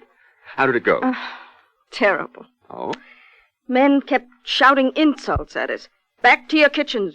Let the men wear the pants. Oh, the fools. No matter. Someday women are going to vote in this country just the same. And in my lifetime. Annie. With a spirit like that, I don't see how anybody can stop you. I think I'll just run up and spend a little time with the children before supper. Oh, before I forget, Annie. Yes? Mr. Levin came to see you. He should be back any minute now. Mr. Levin? Oh, from the synagogue? No, not that one. A much older man, with the most unusual eyes I ever saw. What did he want, Barney? He was very persistent, but he wouldn't say. Mr. Levin? I bet that's Mr. Levin right now. After that parade, I'm so tired. Annie, he may be tired, too. All right, Barney. Would you let him in? Oh, good evening, Mr. Levin. Good evening. The lady is home? Yes. Please come in, sir. Thank you. Mr. Levin, may I present my wife? Annie, this is Mr. Levin. Oh, how do you do, Mr. Levin? If we could talk together for just a few minutes, Mrs. Davis? Oh, certainly. Of course. I'll leave you two to yourself. Oh, here, please sit down, Mr. Levin. Thank you. Yes? I can see you are not in want, Mrs. Davis. God has been good to us, Mr. Levin. If you should get sick, you can call your own doctor. Get a fine private room in a hospital. I don't Just now, I was in the hospital to see another kind of person. Poor. Lonely. Nobody to talk to. Shameful. Oh, I see. You would like to arrange for people to visit him. In a public hospital, you know, they don't have the means to cook kosher food. So for days he has hardly eaten anything. Well, then, maybe I can fix it to send in specially cooked food for him. That is not enough, Mrs. Davis. But I don't... We need a new hospital. Right here in Pittsburgh, Mrs. Davis. And you must build it. I must? You. But, Mr. You Levin... are a woman with a warm heart and strong hands. You have gone to your synagogue every Sabbath with open ears. You know that the best way to serve God is by good works for mankind. Yes, but Mr. Levin... Yes, I have heard about you, Mrs. Davis. Always ready to help the poor, the orphaned, the homeless. Time for everybody, even though you have 6 children of your own to raise. Well, then you can see, Mr. Levin, how busy I am. To start to think now of building a new hospital... Mrs. Davis, who then is to build it? I? At my age? Believe me, I have tried. What? Everybody I know, I ask him to give a few cents for a new hospital. 5 cents here, 10 cents there. That way it takes too long. And I don't have many days left. But, Mr. Just Levin... think, Mrs. Davis. Caring for the sick. That is one of the greatest obligations in Judaism. Our rabbis tell us that it is our duty to take care of all the sick who are among us, Jews and people of all faiths, because that is the way of peace. And a sick man, he is sick, no matter in what way he prays to his God. True. So it must be done, Mrs. Davis, but by younger hands than mine. So that is why I am turning my building fund over to you. Building fund? Yeah, here. Take it. $1.70. $1? It is a start. The rest is up to you. Yes, but I'm only one person, Mr. Levin. I haven't the faintest idea of how to begin, where to go. Others will come to you, Mrs. Davis. It will grow. It will grow because behind every good deed stands God and all his angels. Your voice will not be lost. I am not worried, Mrs. Davis. Not at all. Mr. Levin, wait. 1 moment, Mr. Levin. Good night, Mrs. Davis.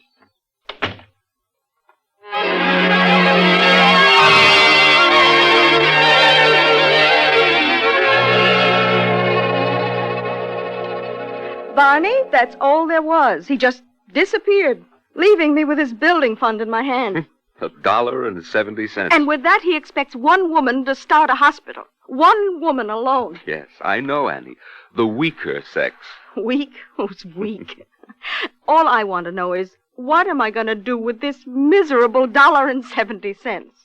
Well, why not do what Mr. Levin said?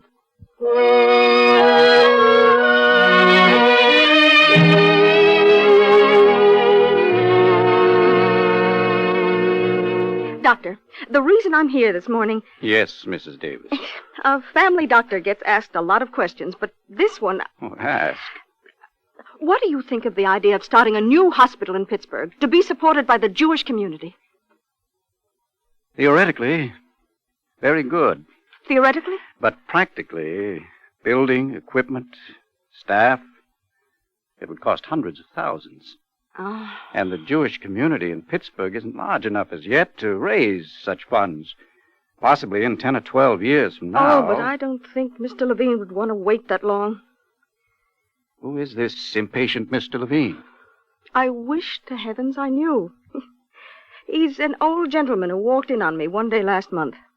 And he's destroyed my peace of mind ever since. Levin. Oh, it's no use, Doctor. My husband and I have asked everywhere. Sometimes we almost get to believe we only imagined him. Well, in any case, Mrs. Davis, the thing to do is to plan this project carefully over the years. And perhaps someday... But in the meantime, to have those sad old eyes staring at me so reproachfully. Doctor, what would you think of this as an idea in the meantime? An idea of what? Suppose we formed a women's group to visit the charity patients in the public hospitals and to do all we could do to make them more comfortable. Well, just how would you do that, Mrs. Davis? Well, by paying the hospitals for every Jewish charity patient they take care of. They have no family. We must be their family. We'll provide kosher food. We'll send visitors to comfort the lonely and give them all a feeling of belonging. Well, what do you think, Doctor? I think that your mysterious Mr. Levin would approve most heartily.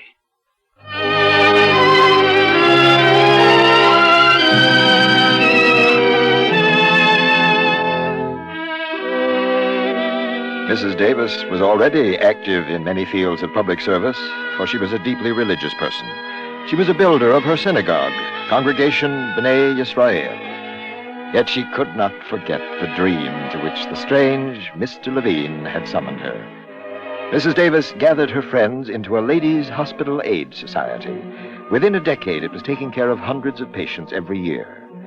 Meeting one day in 1907, the ladies heard a happy report.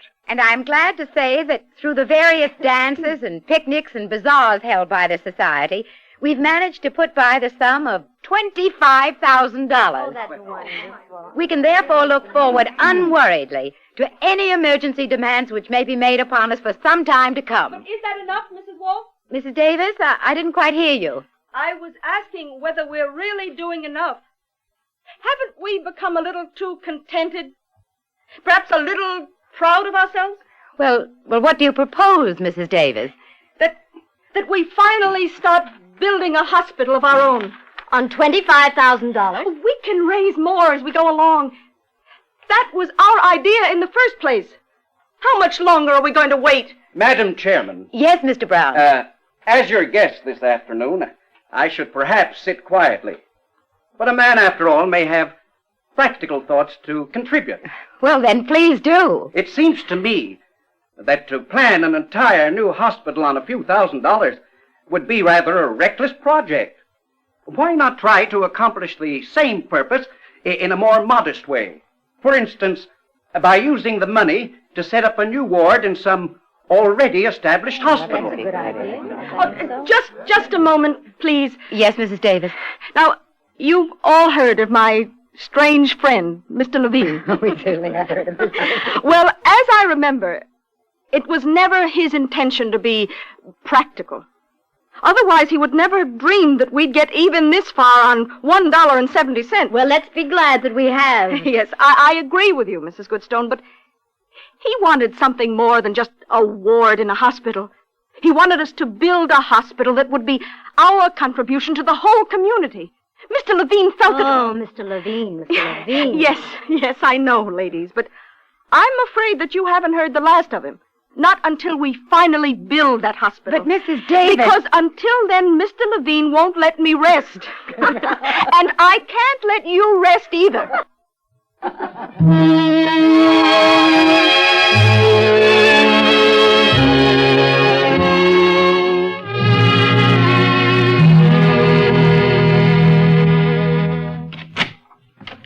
Yes, Mrs. Davis, what can I do for you? In all honesty, Dr. McFarlane, I didn't come here as a patient. Oh?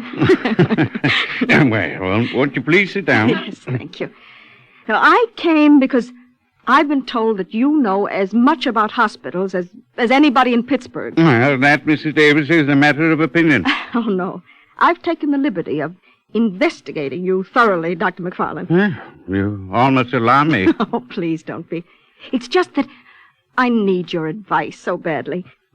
What I mean is, if you had managed to raise about $65,000 and you wanted to start a hospital, just how would you go about it? That's quite a question, Mrs. Davis. If you're really serious. I am. Well, rather than try to erect a whole new building, I'd look for some roomy old mansion. High site, free of the city smoke.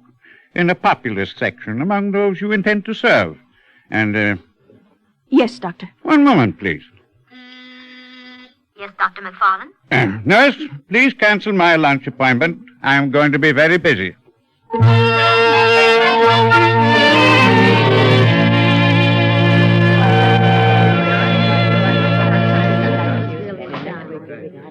Will the members of the hospital committee please come to order?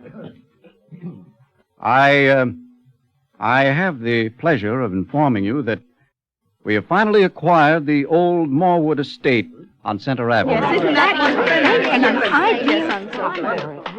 And that our building plans are going ahead to suit even that eternal conscience of our committee, Mrs. Davis. And Mr. Levin. And Mr. Levin. Thank you, Mr. Chairman. By name, it has been proposed to call the new institution the Montefiore Hospital in honor of the great Jew Sir Moses Montefiore, who has been an example to all of us. If this meets with your approval... Be it so moved. Good. Now then, as a matter of choosing our medical and surgical staff. Oh, Mr. Chairman. Yes, Mrs. Davis. Would you allow me to make one or two suggestions for the hospital staff? Certainly, Miss Davis. Whom do you have in mind? Dr. McFarlane, the surgeon. You see, as a certain old gentleman once made it clear to me, in a hospital, there is only one consideration: to cure the sick. If anybody wishes to make a motion inviting Dr. McFarlane to join our staff... Be it so moved. Oh, wonderful.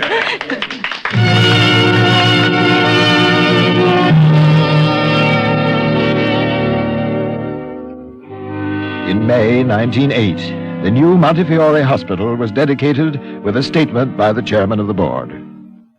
Charity is not practiced as a science, nor is it to be considered a sociological study. It is not even recommended among the fashionable attainments. It is the plain system of helping one another. But off to one side, The Jewish Mrs. Davis religion was has suddenly always being tugged at the sleeve by a young nurse. Mrs. Davis, in a moment, nurse. You'll want to hear this at once, Mrs. Davis. Yes? We have our first case. The patient was just rushed in. Oh, what kind of case? Obstetrical. Well, Oh, no complications, I hope. A few. That's why I think I'd better go right back. Nurse, if you don't mind. Yes? I'm going with you.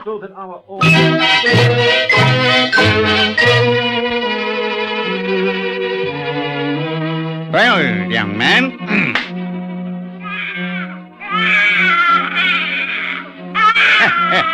Take it, nurse. Mother and child both doing fine. And our hospital, Doctor. Don't forget that.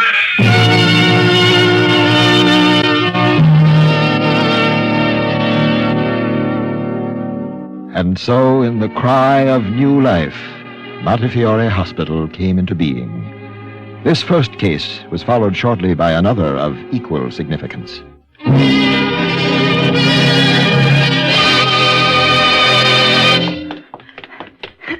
Say, lady. Yes, young man. Is that the new Jewish hospital? What's the trouble? Are you sick? Not me, but the priest at the Catholic church down the block. Yes, tell me. He's in terrible pain. The doctor says he needs an emergency operation and he can't be moved too far. He was wondering if you people... Nurse! Yes, Mrs. Davis? Would you order the ambulance to the church down the street at once? Right. And notify surgery to get ready for an emergency operation. Right away, Mrs. Davis. Oh, thank you, lady. I wasn't sure. This being a special kind of hospital. Young man, don't you know that there aren't any such things? Huh? There are only hospitals.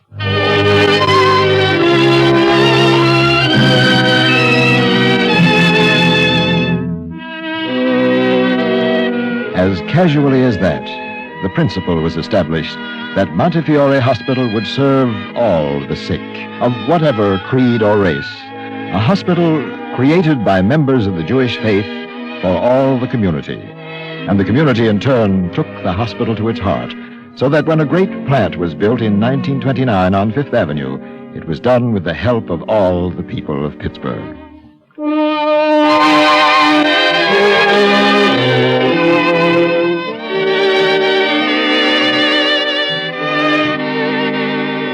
From Mr. Levin's $1.70 has grown a hospital, a great hospital. At Montefiore, over the years, 25,000 new lives have started, and hundreds of thousands of the sick have found their way back to health.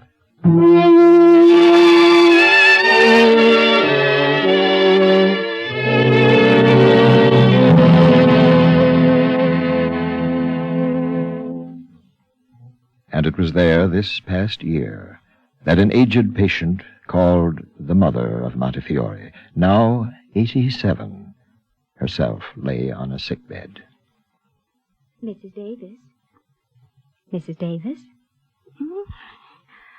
Oh, good evening, nurse. Time for your supper. I hope I didn't wake you. No, I wasn't sleeping, nurse. Just dreaming, awake. And seeing the face of a certain old gentleman I once knew. Mr. Levin, you mean?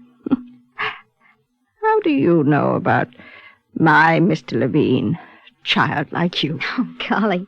I wasn't in the nursing school here a week before I heard that story. It is just a made-up story, isn't it? About him and his handful of nickels and dimes that he wanted to build his hospital with? No, my dear. It really happened. You know, we never saw Mr. Levin again.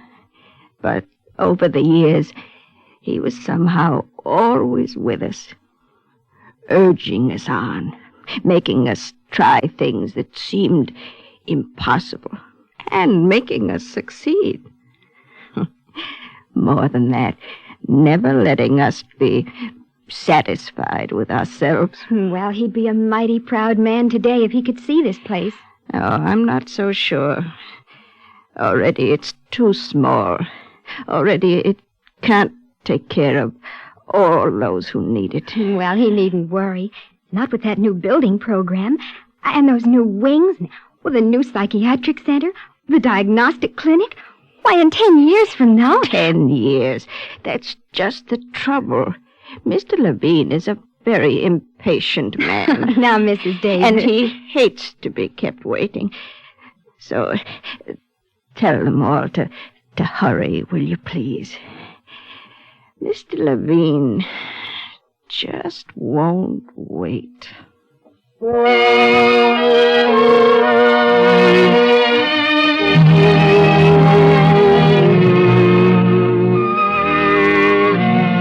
It was her last illness, the indomitable lady who took the dream of the legendary Mr. Levin and translated it into Pittsburgh's great Montefiore Hospital of today. No, Mr. Levin's voice was not lost.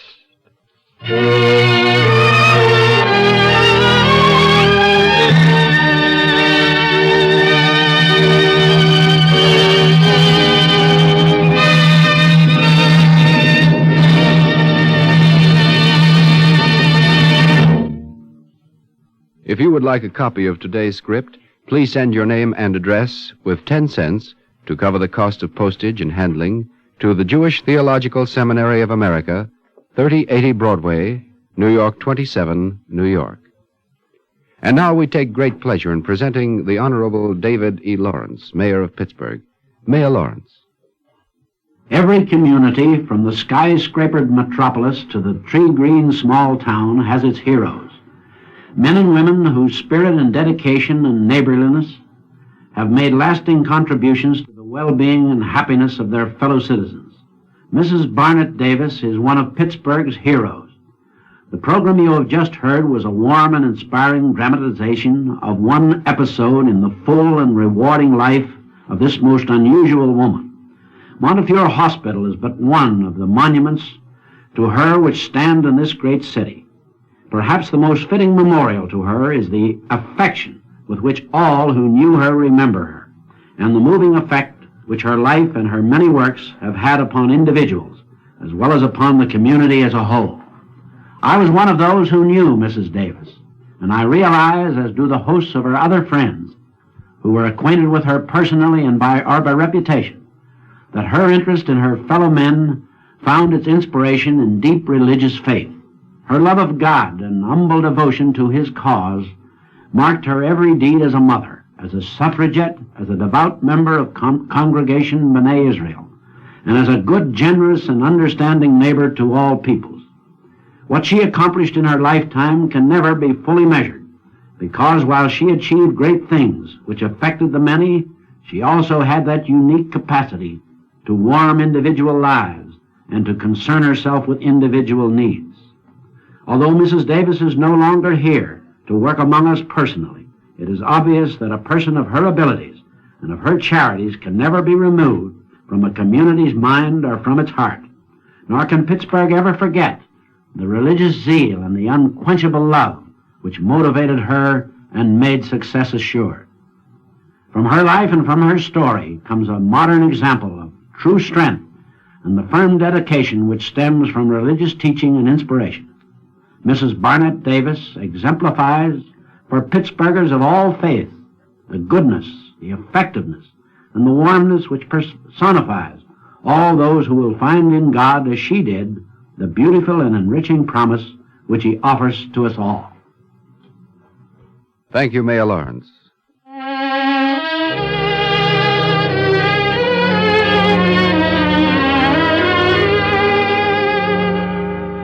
Our Eternal Light drama today, Mr. Levin Called, was based on an actual incident in the history of the Montefiore Hospital of Pittsburgh, suggested by Rabbi Seymour Cohen of Congregation B'nai Israel, and was written by David Davidson. Cantor Robert Siegel sang the liturgical introduction. Featured in the cast were Bryna Rayburn as the late Mrs. Barnett Davis, and Ed Jerome played Mr. Levin. Also featured in our cast were Norman Rose, Roger DeKoven, Ethel Everett, Sylvia Davis, Guy Rep, Stuart McIntosh, David Anderson, Bernard Lenrow, and Florine Sears. The production was under the direction of Edward King. This is Mel Brand speaking.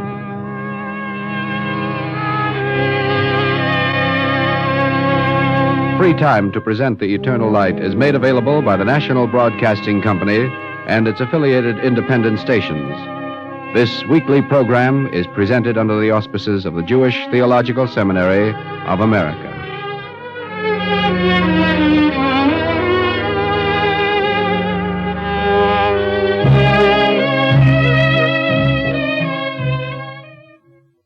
NBC is a national broadcasting company.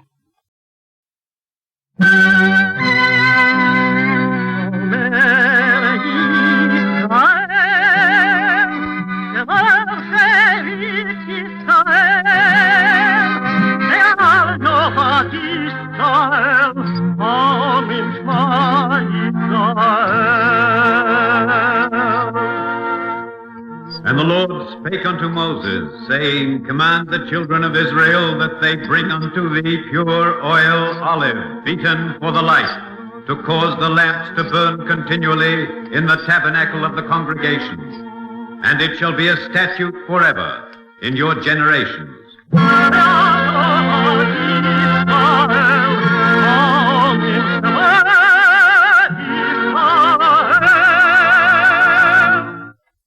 The Eternal Light.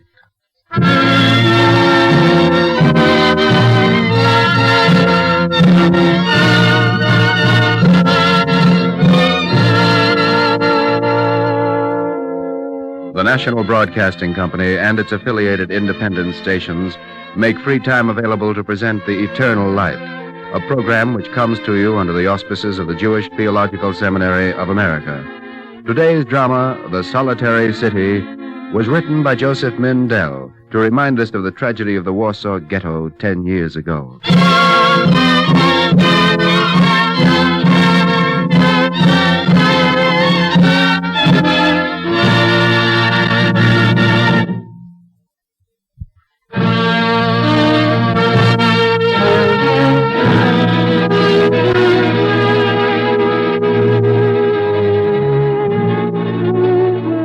In his 70th year, his hair and his long beard were silvery white, but his heavy eyebrows remained dark, shading deep-set, brooding eyes.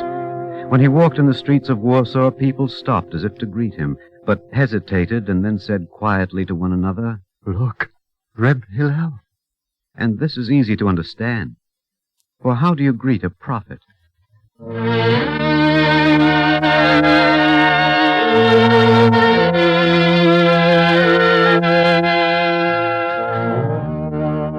His name was Hillel Zeitlin. There were times when he aroused the Jews of Poland to the depths with his writing. And when he spoke, he kindled hidden sparks in those who heard him. Yet he was a stranger and alone. He lived 40 years of his life in Warsaw, and there in the early autumn of 1942, he died. He did not die alone.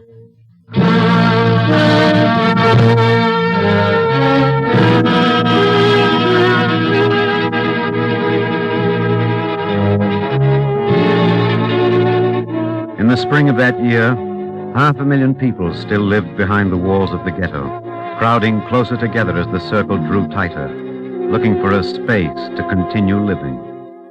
500,000. Among them, Hillel Zeitlin. They closed the street in which I lived. It's no news. It happens every day. I was told there was a little space here. What were you looking for? A room with bath? I don't need much.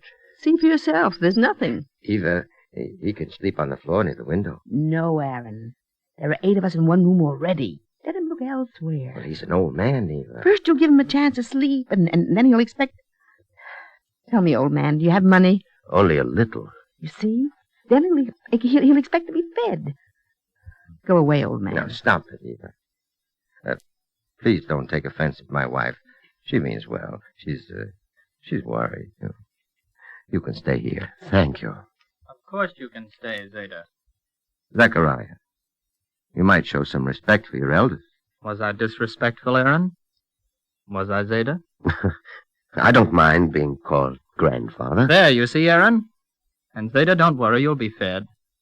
We have organization here, right under the nose of the Nazis. Everybody is fed. Too little, it's true, but enough. Enough to preserve you till the Nazis decide it's time to finish. Don't talk like that, Zechariah. It frightens you, doesn't it, Eva? The whole world is against the Germans. The war will soon be over. Maybe. But it'll be too late for us. No, if we're only careful, we'll be safe. This is how you survive, isn't it, Eva? A slice of bread a day. And hope. If it is so, Zechariah, would you take away her bread? I'm sorry, Aaron. Well, Zeta, why are you looking at me like that? You know the truth, don't you? It doesn't take much vision. Don't you know it, too? Yes, Zechariah. I know the truth, but it may not be the same as yours. You're trying to confuse me. For myself, I know. Then would you refrain from saying what you know because it is painful to hear? Zeta, it gives me no pleasure to destroy Eva's illusions. Who are you to talk like that? Keep your false hope, Eva. But don't insist that I share it. Can you see the future so clearly? How can you know what will happen, Zechariah? And how can you know, old man? I know. I know the truth. I won't listen. I had a dream long ago, 30 years ago. A ship crowded with Jews was sinking. And on the shore, a man stood and heard the benediction from the ship which never reached the shore. Blessed art thou, O Lord our God, who hast commanded us to sanctify thy name. And from his lips came the same benediction, like an echo and an answer. I don't understand. We must be ready. The ship is sinking, Eva. It may not reach the shore. But the man, Zeta, the man on the shore, who was he? And what was he saying?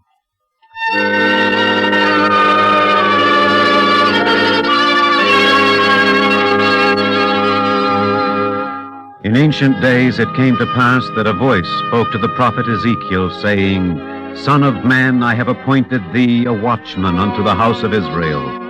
And when thou shalt hear a word by my mouth, thou shalt give them warning from me. But the people listened with a hard face and a stiff heart, and they knew him not. Hillel Zeitlin lived among his people, but they did not know him. Aaron, Eva, to whom do you think we have given shelter? Hillel Zeitlin. Reb Hillel? I had no idea. And how do you think I found it out? Mordecai Bloom told me, or rather he congratulated me on having a celebrity in the house. Welcome, Reb Hillel. Yesterday you called me Zeta. But yesterday you weren't Hillel Zeitlin. Zechariah, you should... I know, Aaron, I shouldn't talk so disrespectfully, but I'm not. You're angry with me, Zechariah. No, I'm only glad that I found out. Because yesterday, I almost believed what you said. And that troubled you? Reb Hillel, you're a famous writer, a philosopher, a poet. It's easy for you to be a prophet. I'm a man, Zechariah. I'm 70 years old and my bones ache. Don't enlarge my stature. Just listen to me. Why? Why should I? You deal in words. If they turn out to be wrong, you can always find new ones. And you? What do you deal in? My life, Reb Hillel. Then we're not so different, you and I. Mordecai Bloom sends you an invitation. Never mind, it can wait. It's very important. He reminded me 3 times to be sure to tell you. You're afraid to listen. He invites you to address his discussion group.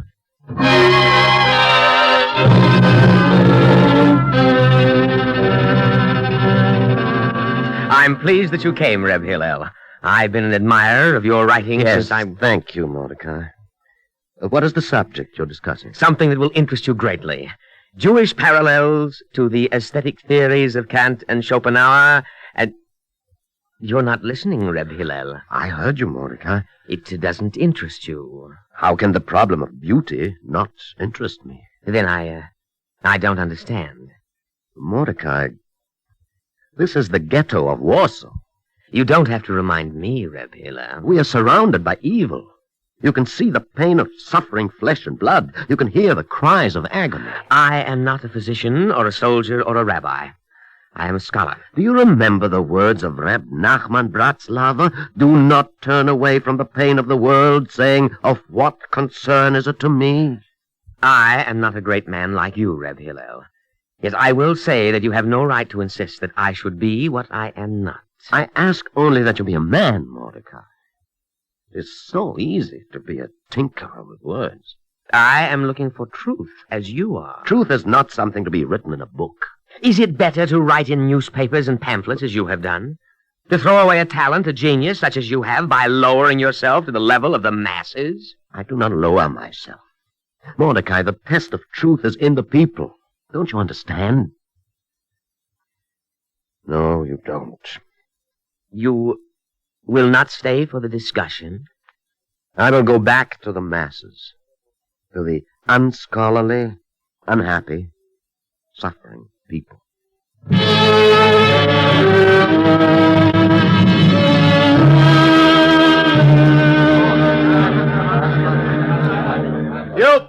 You come here. You mean me, Herr Offizier? Yes, you. Now move lively.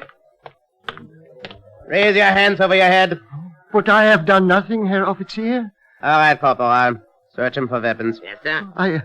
I do not have any weapons, not even a pocket knife. Quiet. Well, Corporal. No weapons, sir, but I found this. Ah? A watch. Gold, Corporal? Please, sir. It was given to me by my father.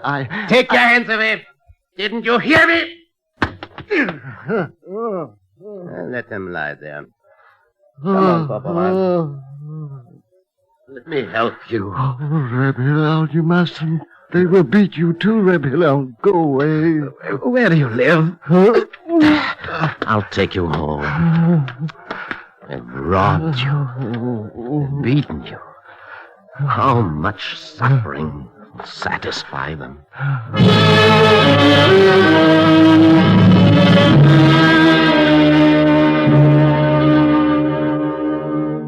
Suffering is nothing. All life is suffering. The problem is to stay alive. Cheer up, Eva. It won't be a problem for long. What are you talking about, Zachariah? The Germans are getting ready to liquidate the ghetto. It's not true. How do you know? Never mind how I know. They call it evacuation of volunteer workers to other cities. Well, the Germans do need workers, Zachariah. No, Aaron. They need victims for the murder camps. You're only saying it. It's only a rumor. All right, it's a rumor. We're not buried in a hole. The world knows about us. Reb Hillel, the world won't let it happen. Eva, the world has let evil things happen before. No, not this that Zachariah talks about. Perhaps even that. There's too much fear. You can smell it in streets, in the houses. We have reason to be afraid, Zachariah. Don't speak for me, Reb Hillel. I'm not afraid. A hero is sometimes a fool. I'm tired of being careful in order to remain alive when living means to be almost dead. Then be a hero for yourself. For myself, I'm learning how to hate and how to be angry. Oh, you angry ones. You push us all nearer to the end.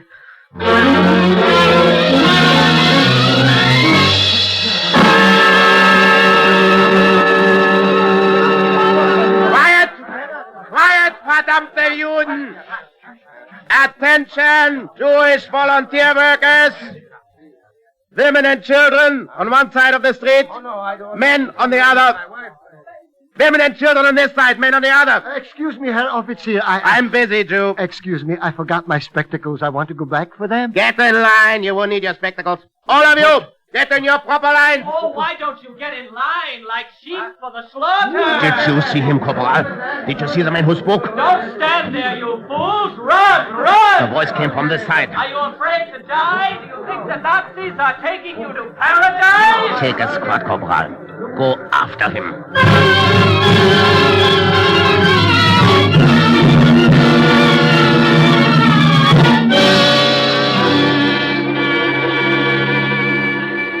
They didn't get many volunteers. There's a notice on the wall of the council building, a Gestapo notice. I've stopped reading them. Beginning next week, it said, any volunteer who registers for deportation will receive 7 pounds of bread. It's a lie. And 2 pounds of marmalade. It's a lie, I tell you. I saw the notice too, Zachariah. Of course there's a notice, Aaron, but you don't have to believe it. Well, maybe they really need workers.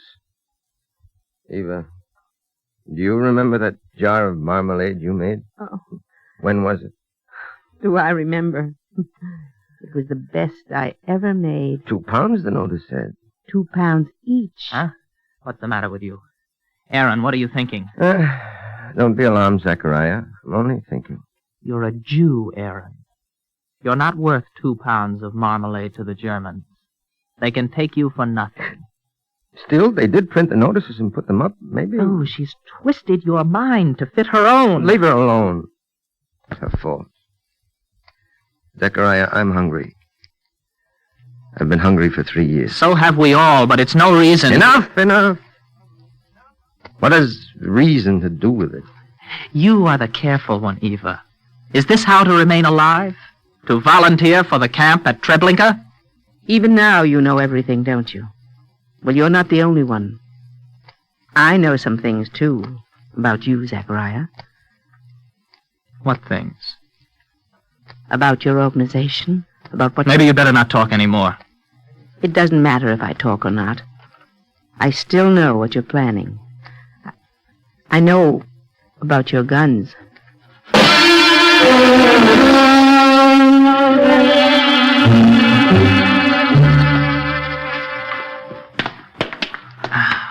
You'll have to bend your head, Reb Hillel. The ceiling is low. So this is your underground fortress. Our bunker. It has 2 exits and accommodates 30 people. Armament, 6 grenades, and 100 rounds of ammunition for the pistol. Here, let me show you. I've seen a gun before. Zachariah, what is your purpose? There are dozens of bunkers like this all over the ghetto. When the time comes... Then you will fight, I know. But for what purpose? What kind of a question is that? To defend our lives. You hope to escape from the ghetto with your life? At least this way there is a chance of escape. Is there? How many guns are in the ghetto? 100? 1,000? And the Nazis, how many do they have? And how many cannon, tanks, planes? We've counted the odds many times. Then you know there's no hope of escape. Maybe I know it, but a man hopes against his reason. I see. Eva is not the only one who has illusions. All right. There's no hope. Is that what you want me to say? There's no hope. Shall we throw away the guns? No, Zachariah. Keep your guns. Use them. As long as there is life, it is necessary to resist. Without hope? Without illusions. But resist, because a man should not die willingly and without dignity. Then will you fight with us? Will you take a gun? I will fight too, Zachariah, but that is not my way. What is your way? Don't you remember? I told you once. The sanctification of God's name. Ah, your dream. You were the man on the shore. No, I was on the ship, and I drowned beneath the waters with the others. Then your way, too, leads only to death. All living ends in death. But before the end, I want to depart from evil and know God with a clean soul. Reb Hillel, I do not understand what you are saying.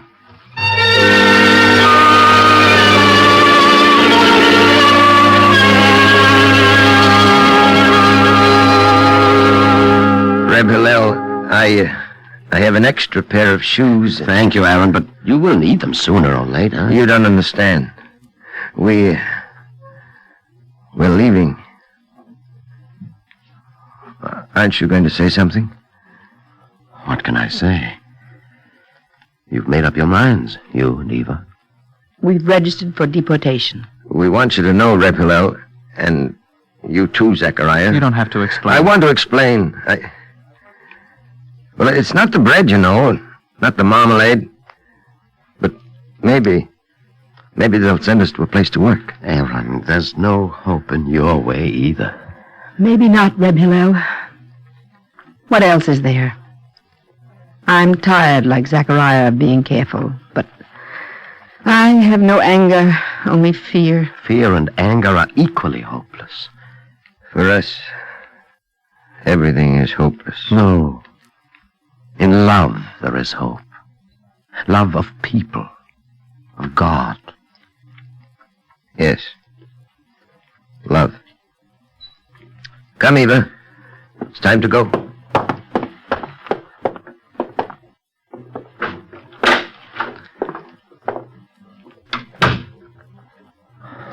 They didn't say goodbye. Only the living make farewells. Don't judge them, Zachariah. They did what they could. Reb Hillel, there's more space here now.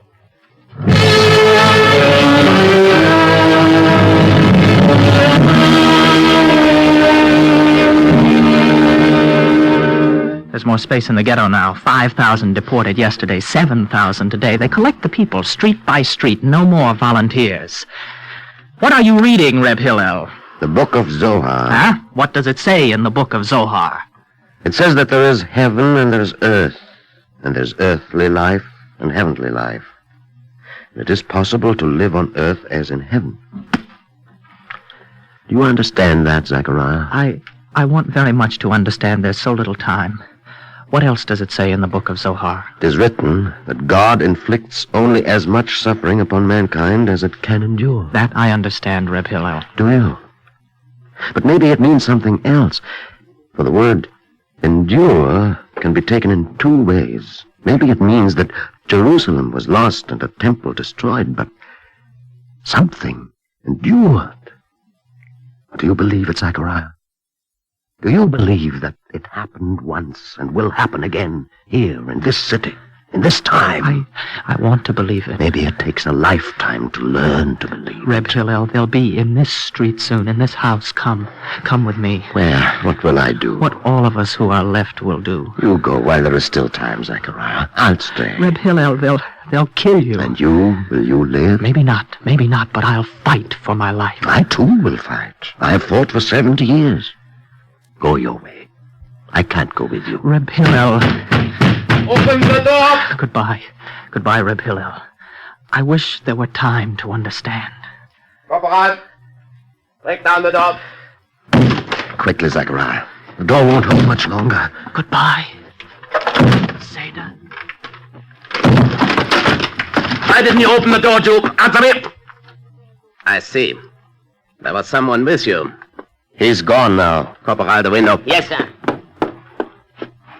It's too late. Doesn't matter. You'll get him tomorrow or the next day. Now get up, come along. In a minute. Du as you're told. I must put on my prayer shawl. That for your prayer shawl. Now move. Do you understand what you have done? You defiled the prayer shawl. I slapped your face. Now I am ready to go.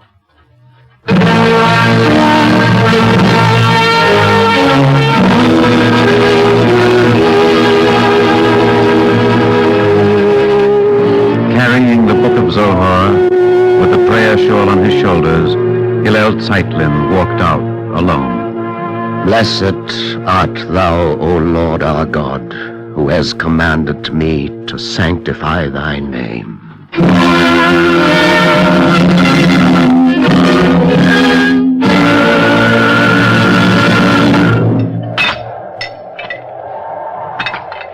The sound of footsteps is hard and dry on the rubble that once was a city, on the crumbled mortar and brick that was a house, a school, a synagogue. It was 10 years ago, and it may be that the rubble has been cleared, but the barren sound is not gone, nor the words of the Book of Lamentations.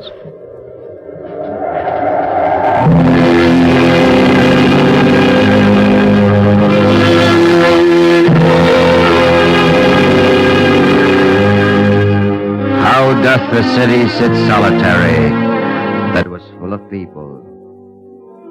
Behold and see if there be any pain like unto my pain, which was done unto me.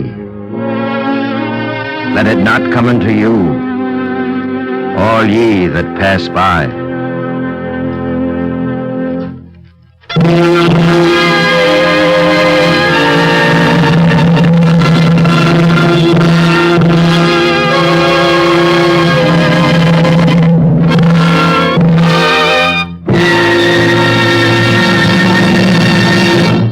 If you would like a copy of today's script, please send your name and address with 10 cents to cover the cost of postage and handling to the Jewish Theological Seminary of America, 3080 Broadway, New York 27, New York.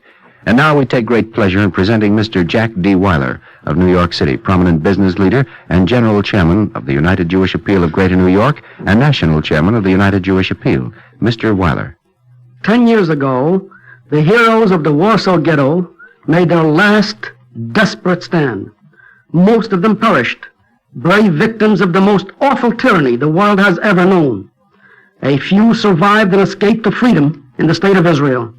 On this day, we salute those who died and remind ourselves that we must never forget their courage and their faith.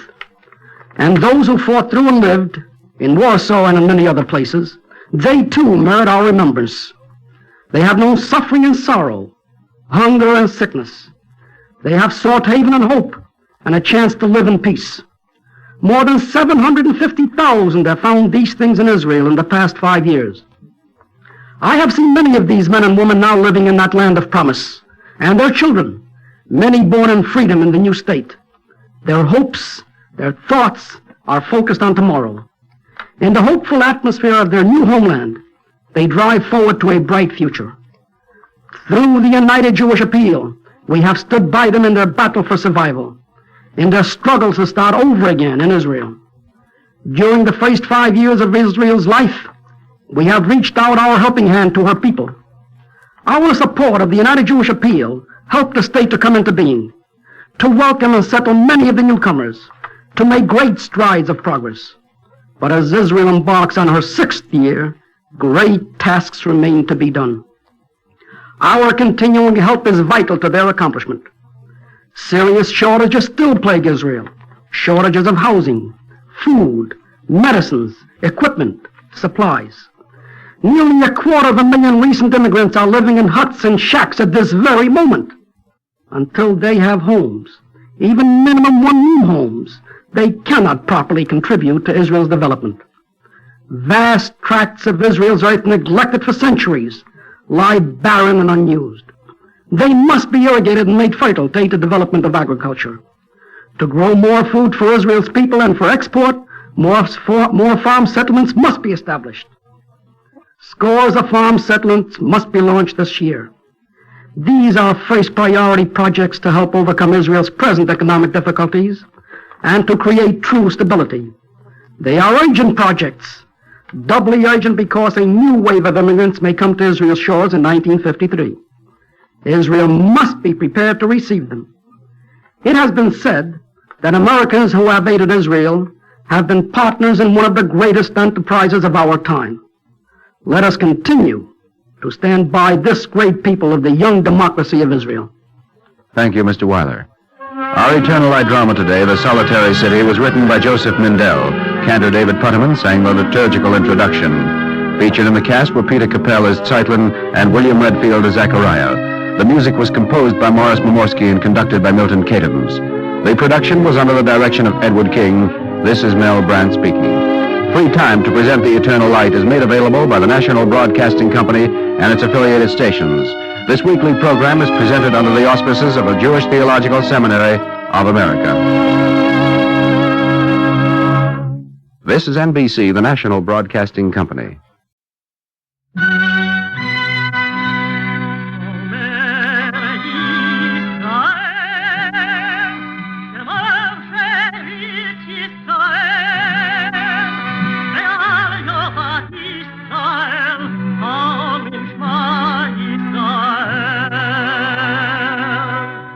And the Lord spake unto Moses, saying, Command the children of Israel that they bring unto thee pure oil olive, beaten for the light, to cause the lamps to burn continually in the tabernacle of the congregation. And it shall be a statute forever in your generations.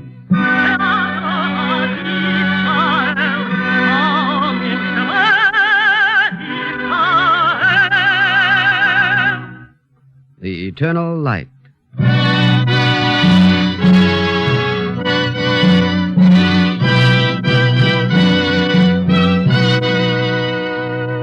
The National Broadcasting Company and its affiliated independent stations make free time available to present The Eternal Light, a program which comes to you under the auspices of the Jewish Theological Seminary of America. Our drama today, Quiet Street, was written by Mark Siegel and adapted from the novel of the same name by Zelda Popkin.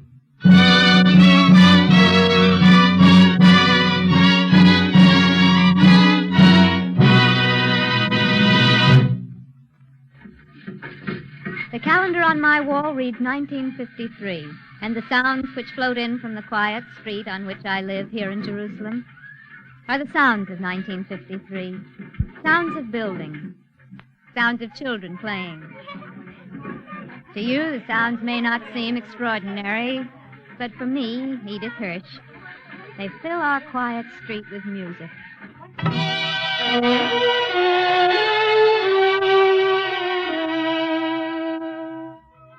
Sometimes I wonder why we call this a quiet street. Jacob, my husband, says it's because the sounds of living can't be considered noise. But I think there's an inner quiet here. Quietness of the spirit. Maybe it comes from knowing that we're part of something bigger than ourselves. You see, here on this quiet street and 1,000 other streets just like it, 5 years ago, Israel was born. Nothing, not even a nation, can be born without pain. That's what Jacob's always said, and he should know. He's an obstetrician. I think I realized he was right the first time, and the morning Dina left. It was in December, 1947. Mother, please don't look so upset. I'm not upset, Dina. Then why don't you say something to me? What is there to say? Dina, Yes, Father. you'll understand when you're older, when you have children of your own, and one morning one says, just like that, well, today's the day. I'm leaving for the Negev. But you've known I was going for so long. Of course. I'm sorry, darling. Come, it's time. I'll walk you to the corner. Dina, take care of yourself. Don't worry, Mother. I'll try not to, darling. Tell Teddy to be a good boy while I'm away. All right, Dina. I'll tell him when he wakes up. And the dog, Mother. Please take care of him. Dina, that's enough goodbyes. You'll be late. I'm coming, Father. Goodbye, darling. Goodbye, Mother. I stood in the doorway, listened to the birds in the tall pines, and watched my daughter and my husband walk down our quiet street. At the corner, Jacob stuffed a small package into a knapsack. In a moment, he was back. Come now, Edith. What else would you have her do? Nothing, Jacob. But she's still so young. She's 17. She's old enough to know the land needs But her. she's in the land right here. Why must she give up everything she's used to? The Negev needs farmers, Edith. Is she going as a farmer, Jacob? Of course. She's been training for a year. As a farmer, Jacob? Of course, as a farmer. Then what was the package you put into her knapsack? The package, going away gift, that's all. What kind of going-away gift? The best I could give her. Let's have some breakfast. Jacob, what was it? Edith, be sensible. I'd rather know. I can face things better if I know. All right, Edith, if you insist. I'll tell you what you know already. My gift to Dina was a gun.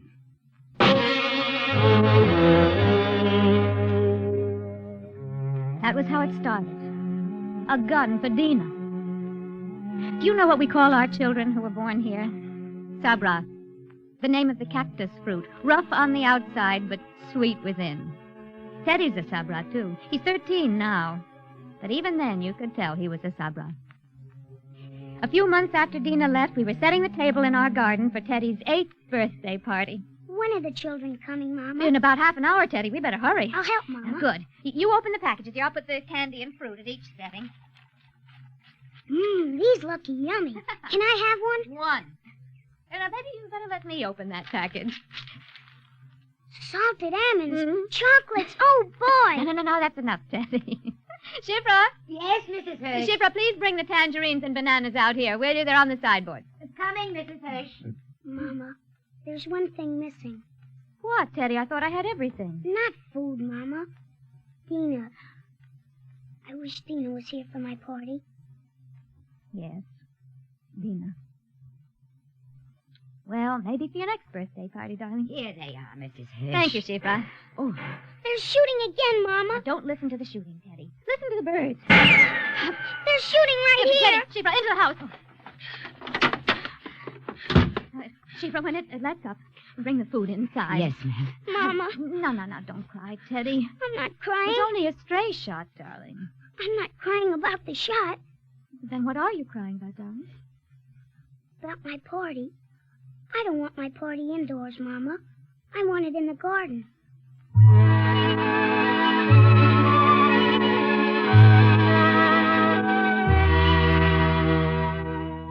days later, Nehemiah Mizrahi, the grocer's son, was killed in our quiet street.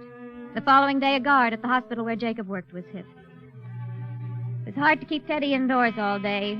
When a sniper lets go, his bullet isn't instructed to avoid children. We began to get used to the sound of rifle bursts.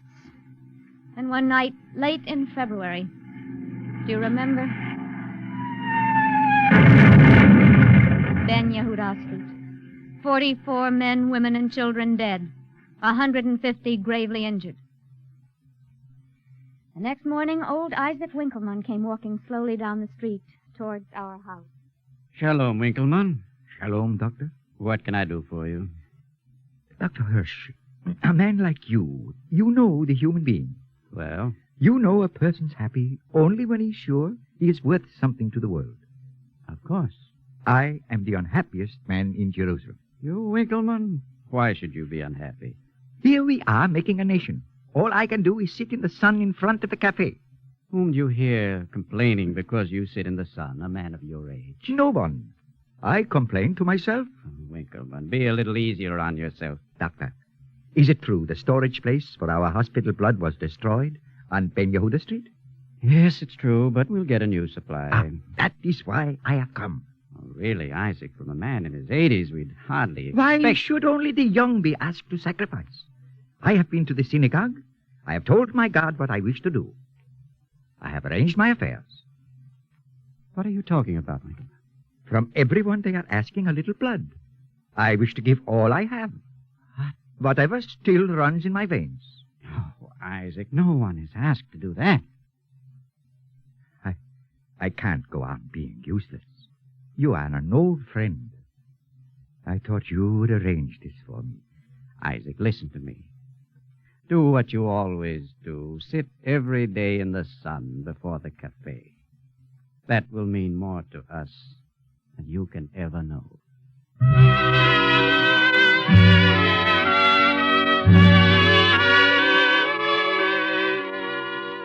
We tried to fool ourselves, to make believe that life was the same as it had always been.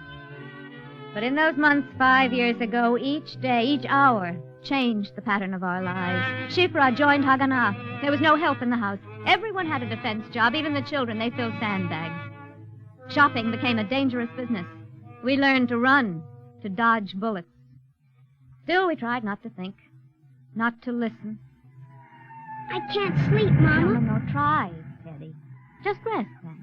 Was that last booth where Daddy is? No, darling, in another quarter entirely. And why isn't he home? He'll be home. He has a lot to do. When will he come? When he's finished, darling. Many people are sick. You don't mean sick, Mama. You mean wounded. Sometimes today, when the rations seem skimpy or the shopping's difficult, I think of how it was 5 years ago this month. That month of April, when even in our quiet street, there was no longer the possibility of deceiving ourselves. Jerusalem was under siege. It's yours, Mama. I won't eat it. Take it, Teddy. I'm not hungry. Mothers never are. That's what they say. Please, Teddy, eat it. You have to grow. All right. Mama, I hate the bakers. Why, darling? Isn't the bread good? It's very good. But why do they make it taste so good that you want more? When there is none, they should make it taste bad. A bullet strikes only one out of many, but hunger hits all alike. By the middle of that April, even Udi, Dina's dog, was weak and listless. When I couldn't stand looking at him any longer, I walked into Jacob's office. Jacob, I want some chloroform. Chloroform? Whom do you plan to kill, you or me? Udi, we can't feed the dog. He's suffering too much. Our drugs are too precious to use on a dog. Even Dina's dog. Then shoot him. Edith, bullets are precious, too. Udi will have to suffer, just like everyone else.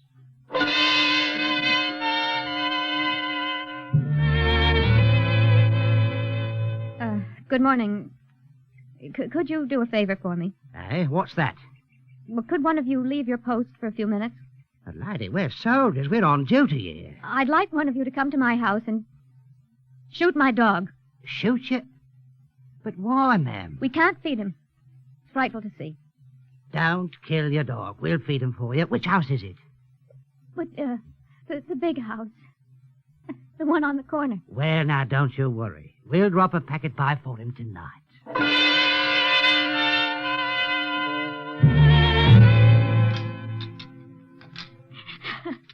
Are you a magician, Edith? Where'd you find a tin of sardines? The bean soup's yummy, Mama. It tastes like it had meat. Edith, answer me. Have we won the road that we have such good food? No, Jacob. I asked the British soldiers to shoot Udi. Instead, they brought some food for him. Interesting. We used to feed our dog. Now our dog feeds us.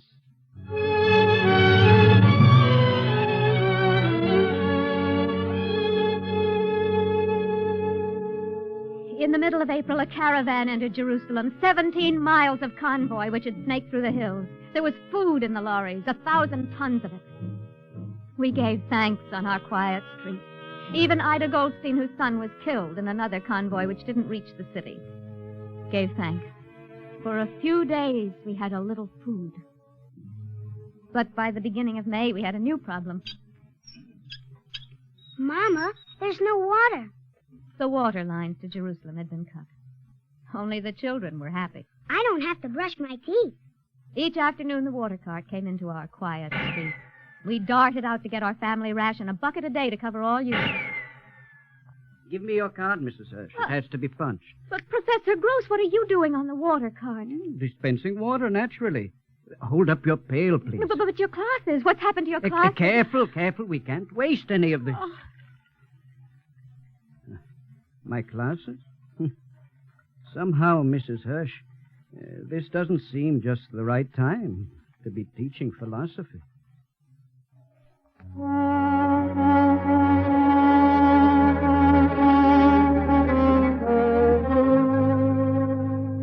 Until the 14th of May, we didn't know for sure whether the state would be proclaimed or not. There is time now to remember. But then there was time only to run, time only to try to cheat the guns that barked from behind the gray walls of the old city. At 4 o'clock that afternoon, May 14th, most of our neighbors gathered in our living room. We owned a battery radio, the only working radio left on our quiet street. Quiet, everyone. I think I have it. Pay attention, Teddy. This you must remember as long as you live. The land of Israel was the birthplace of the Jewish people. It's Ben Gurion. Here their spiritual, religious, and national identity was formed. Here they achieved independence. I listened to the simple words and and looked at my neighbors. Isaac Winkleman, who was willing to give his life's blood. Professor Gross, who doled out water on the shell-riddled street. Jacob, who operated day and night by the light of sputtering carbide lamps. Ida Goldstein, who had given her son. And I thought, these words, we have helped to write them, each one of us on this quiet street. We and Dina. Mama. What is it, Teddy? Mama, aren't you happy? Happy? Of course I'm happy. Then why are you crying?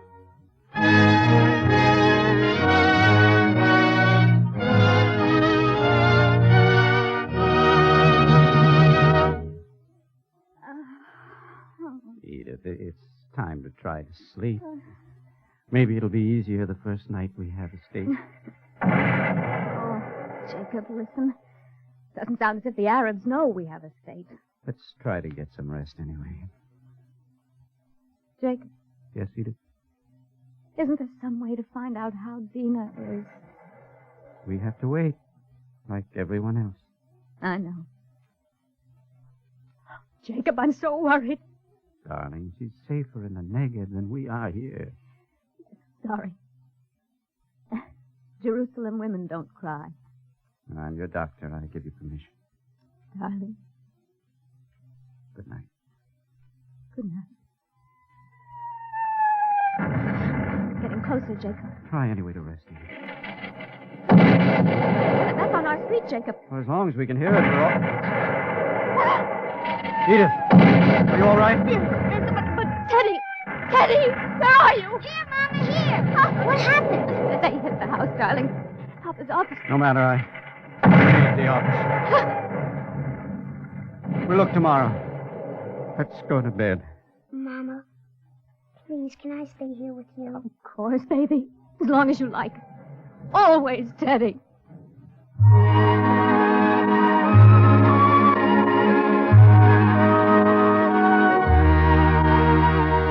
Does it seem unreal in 1953? It was unreal then. What began the week after our independence was proclaimed made what we'd been through already seem like nothing. In our street, this street, there were no people, only silhouettes racing through a fog of dust, a hail of metal. But the will to live is strong. And somehow we survived. And in that week came the first letter from Dina in 3 months. I am well, Mother, and I pray that you and Father and Teddy are. This letter is being flown to Jerusalem by Al Brody, an American volunteer. I hope you have the chance to meet him. I never knew anyone like him before. Well, take care of yourselves, and don't worry about me. We will hold on here. We will not give up what we have built.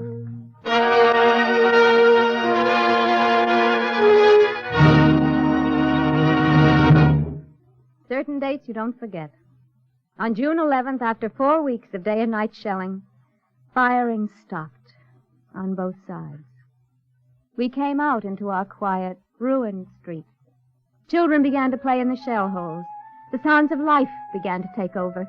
Across the street, Ida Goldstein stood looking at the sky.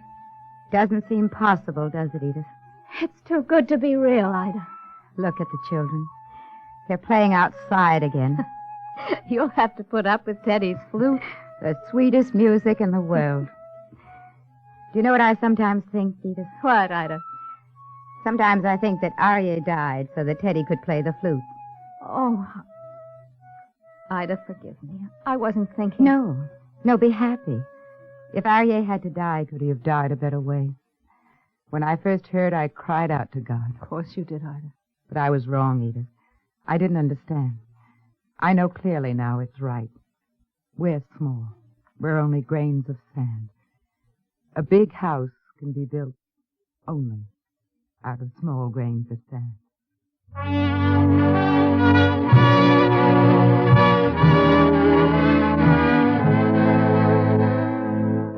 I heard her, but did I understand? No, not really. Later that day, I was trying to get our garden into shape. I saw Jacob come walking down the street. I thought it was the truce that had brought him home so early. Jacob, I'm back here. Jacob, what's wrong? You look white as a ghost. Jacob, what is it? Yeah. She's been wounded? She's... No!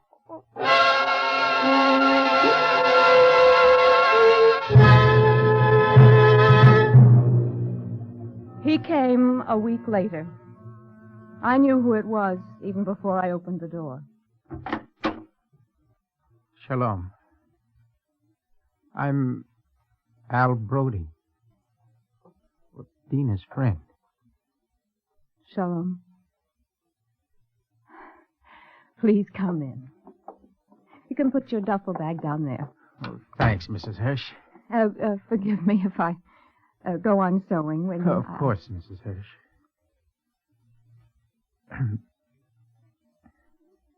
Well, that shirt you're mending, that must be Teddy's. Yes. She was very fond of Teddy. Yes. And of her whole family. Did you spend much time together? I only saw her twice, Mrs. Hirsch. Al. She was a wonderful girl. I never met anyone like her. Why are you smiling? That's what she wrote about you. It's what every young girl says when she's found her love. I'm glad. I'm glad at least for that. I loved your daughter very much, Mrs. Hirsch. Al, were you there? Yes. Yes, I was there. Will you tell me? Please, I'd rather not. It would help me to know, Al. Please, believe me, Well, she wasn't afraid. That's all I can tell you. Was she in pain? No, I'm sure she wasn't. Mrs. Hirsch, I can't talk about it. I think I'd better go. No, please stay. I can't, Mrs. Hirsch. I can't talk about it. Those are Dina's things in the duffel bag. I knew they were. Mrs. Hirsch. Mrs. Hirsch, before I go, I just want to say that I think I know better now where Dina got her courage. Perhaps it's the other way around. Perhaps we draw our courage from her. No, Mrs. Hirsch. I came walking down this street. I see what you've been through. You can take it. Then why are you afraid to tell me? All right. Maybe you deserve to know. Dina was in a Jeep on the road when a plane came over. Her last words were to the Jeep driver. Listen, Mrs. Hirsch. And listen carefully, because it's something to remember. It adds the whole business up. What did she say, Al? She said... Maybe she said it to all of us. Drive straight ahead. Keep going. Don't stop.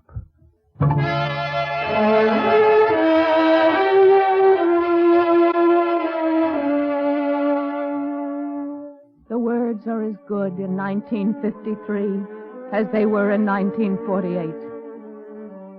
Sometimes even now we are tired. But we will drive straight ahead. We will keep going.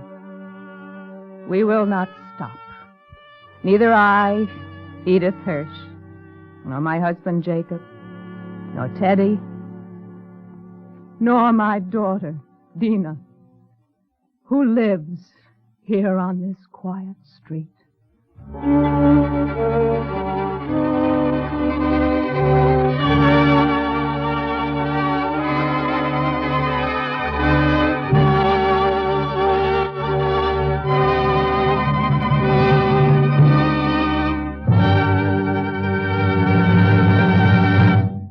If you would like a copy of today's script, please send your name and address and 10 cents to cover the cost of postage and handling to the Jewish Theological Seminary of America, 3080 Broadway, New York, 27, New York. And now we take great pleasure in presenting Mrs. Rose Halpern of New York City, acting chairman of the Jewish Agency. Mrs. Halpern.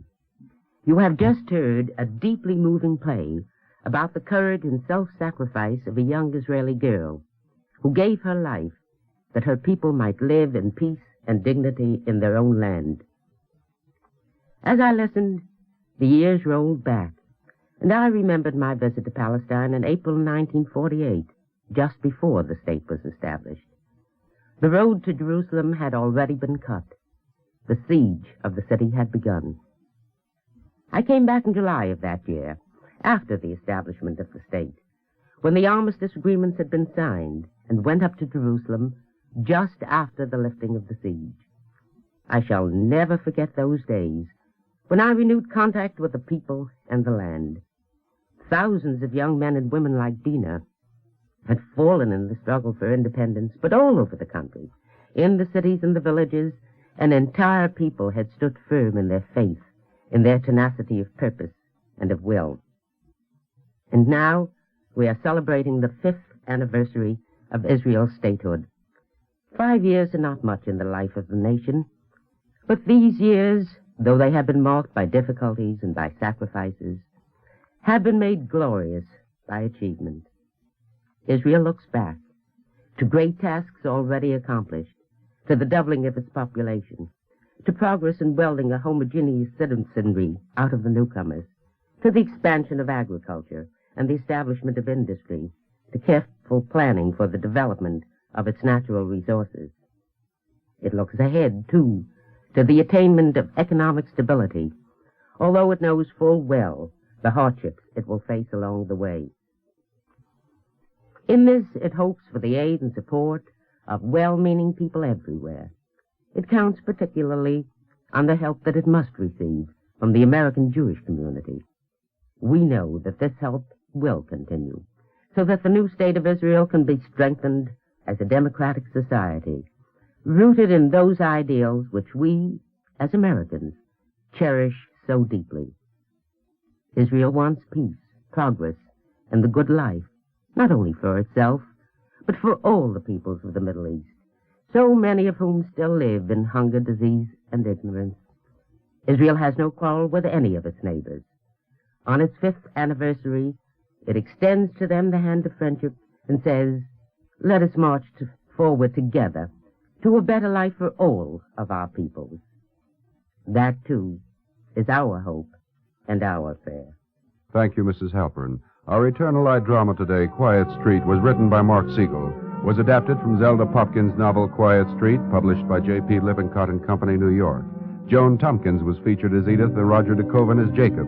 Cantor David Putterman sang the liturgical introduction. The music was composed by Morris Momorsky and conducted by Milton Catons. The production was under the direction of Edward King. This is Mel Brand speaking. This is NBC, the national broadcasting company.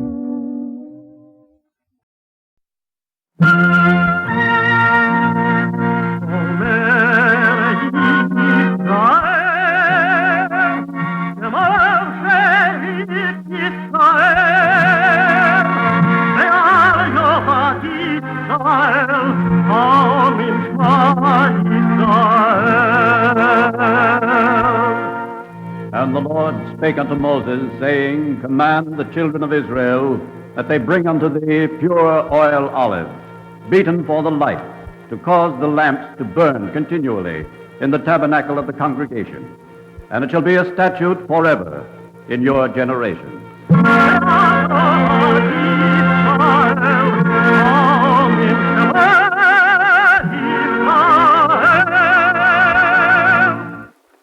The Eternal Light.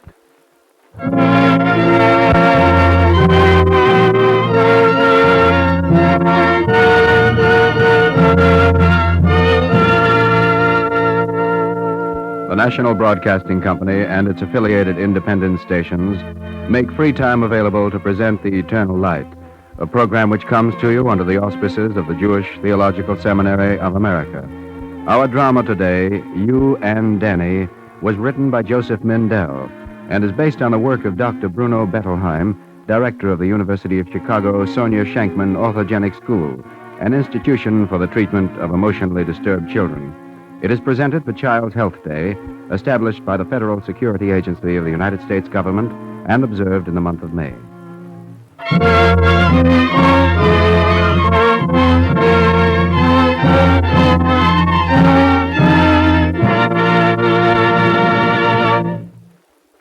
There is a prayer that is recited each morning, beginning with these words. O put it unto our hearts to understand and discern, to listen, to learn and to teach, to heed, to do and to fulfill in love. The words are in my heart, and I tell them to you.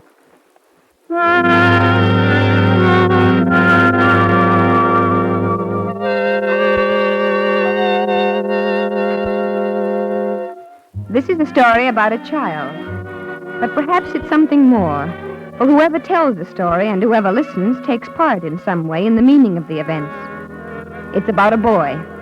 He was 7 years old when he came to us at the school, and his name was Danny. Who are you? My name's Ellen. I'm your counselor. You're going to live in my dormitory with 6 other boys. Those guys better leave me alone. I won't let anyone hurt you, Danny. Well, they better not try. This my bed? Yes, Danny. Who's this candy for on the bed?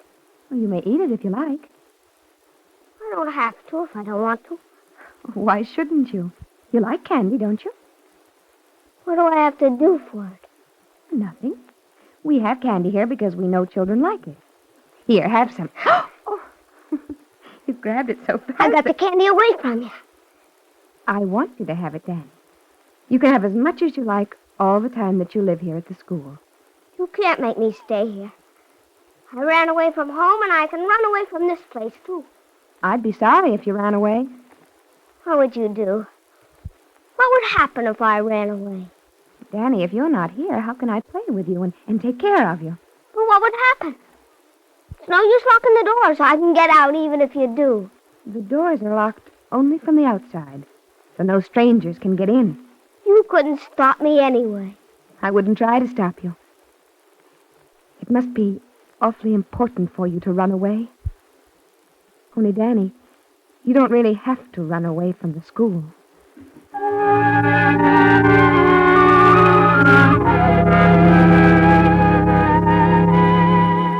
I wanted to touch him, to hold him, but he hugged his tight little body to himself, and his eyes were fixed on my outstretched hand as if to strike it down. I tried to understand what it meant to be Danny, age 7, who'd been running away from home since the time he was not quite 4, to stay out until early in the morning or all night. I searched for the feeling that made him scratch at Dave, a student who came from the university every day to observe at the school as part of his studies. Hey, cut it out, Danny. You want to scratch my eyes out? What do you want to wear it for? If you go around scratching people's faces... What's wrong, Danny? He's wearing a mask. A mask? An ugly, terrible mask. But I can't get it off. It's sewed on his face. Do other people wear them too, Danny? What about Dr. B? You mean the boss of this place? Does he have a mask too? Everybody's got a mask on his face. Me too? Yeah. You too. Yours is not so bad. He was so positive. About the mask, I mean. Why shouldn't he be? It's what he saw. Well, he scratched at me like a wild animal. He was afraid, Dave. Afraid? He was angry.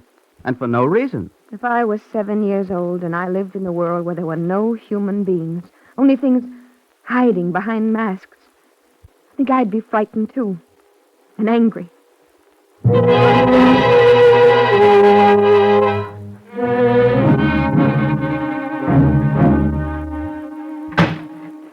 Hey, Danny, you break the truck that way. What do you want to break it for? Ellen, he's breaking the new truck you gave him. It's all right, Jerry. It's his. You oughtn't to let him do it, Ellen. I gave it to Danny to do what he likes with it. Well, I still have my truck. Of course, Jerry. What's he going to do when it's broken? Hey, Danny, what do you want to break it for? Harder, it's mine. Why don't you play with it instead of breaking it? Shut up. I'll take yours and break it, too. You will not. Hey, give me that back, Danny. Ellen, he took my truck. He's running around with it. Make him give it back. Here's your rotten truck. Here, take all the toys on the table. Nobody lets me have anything. I'll get you another truck, Danny. Jerry doesn't like you to take his. Stay away from me. Don't try to catch me. I just want to talk to you, Danny. If you come after me, I'll throw the chair. Danny! You'll never get me. I'm not afraid. I'm not afraid of anybody. I'll show you. Look out, Ellen. He's going to knock over the toy shelf. Look out. You ran out of the school, Ellen. What are you going to do? He'll come back. Would you like to help me straighten up our room? But what are you going to do? I'll wait, Jerry. I'll wait for Danny to come back.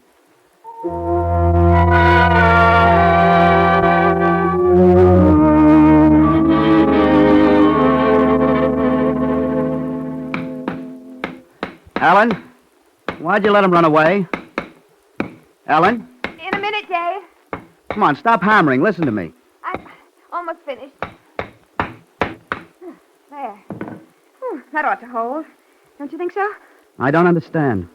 You go to the trouble of nailing down every piece of furniture in the room. So Danny can't throw it around. Yet you let him run out of the school without even trying to stop him. I can't keep him from running away. But you didn't even try. No, not even by locking him up as they did before he came here. Dave, he feels he has to run away. Well, because he smashed a 10-cent toy truck? And was it the truck he was really smashing? It certainly was. I saw him. So did you. Why did he do it? How do I know? Maybe he's afraid of his own anger. Maybe he feels guilty because of his own violence. Ellen, if it upsets you, I won't ask any more questions. Why, I'm sorry, Dave. It's not the questions. Maybe I'm worried about Danny. Will you put this on his bed, please? Another truck? He'll break this one, too. Let him.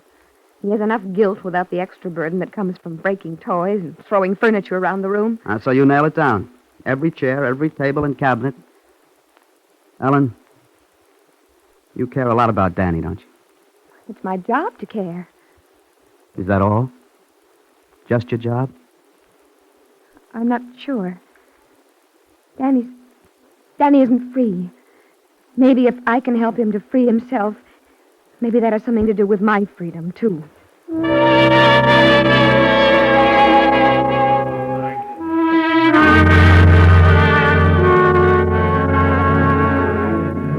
I'm hungry, mister. Come on, beat it, kid. There's bar no free lunch counter. Give the kid a couple of pretzels, boy. Come on now, beat it, kid. Get out of here. The lady's probably looking for you. I don't want no trouble. Hey, nobody wants no trouble. The kid's hungry, that's all. I can sing. There you see? He doesn't want charity. He can sing. Yeah. Hey, right off back on jukebox. A kid his age don't belong here at this time of night. Well, he's here, isn't he? Go on, kid, you sing. But the cop on the beat can look right through the window when he passes. Somebody ought to report you for cruelty to children. You go right ahead, kid. You sing. Down in the valley. Boy. Here. This is for the pretzels, kid. Thanks, mister. Hey, watch it, fellas. Watch it. Hey, don't look knocked, kid, but the law just walked in. Officer, I can explain everything. Don't you worry, kid. I'll take care of the cop. Hey, wait! You don't have to run away.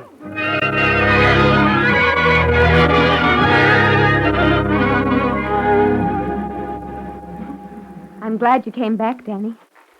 You're not sleeping. I waited for you. I made some sandwiches. I didn't ask you for anything. Well, I thought you'd be hungry. There's milk, too. I don't want any sandwiches. Maybe a piece of cake? I'm going to sleep. Oh, you're tired. Here, let me help you. Don't touch me. I'll sleep the way I am in my clothes. All right, Danny. Good night.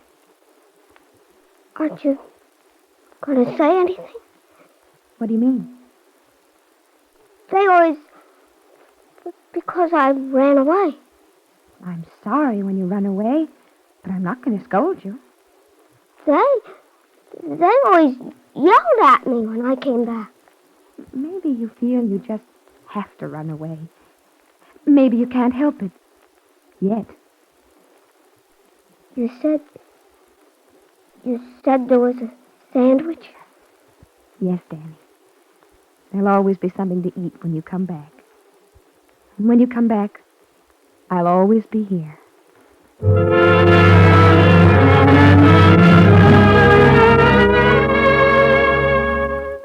Carefully, so carefully, he reached out for the food I offered, and then he shrank back from freedom into his web of loneliness and bondage. And yet, for an instant, his fingers had touched my outstretched hand, and I was glad.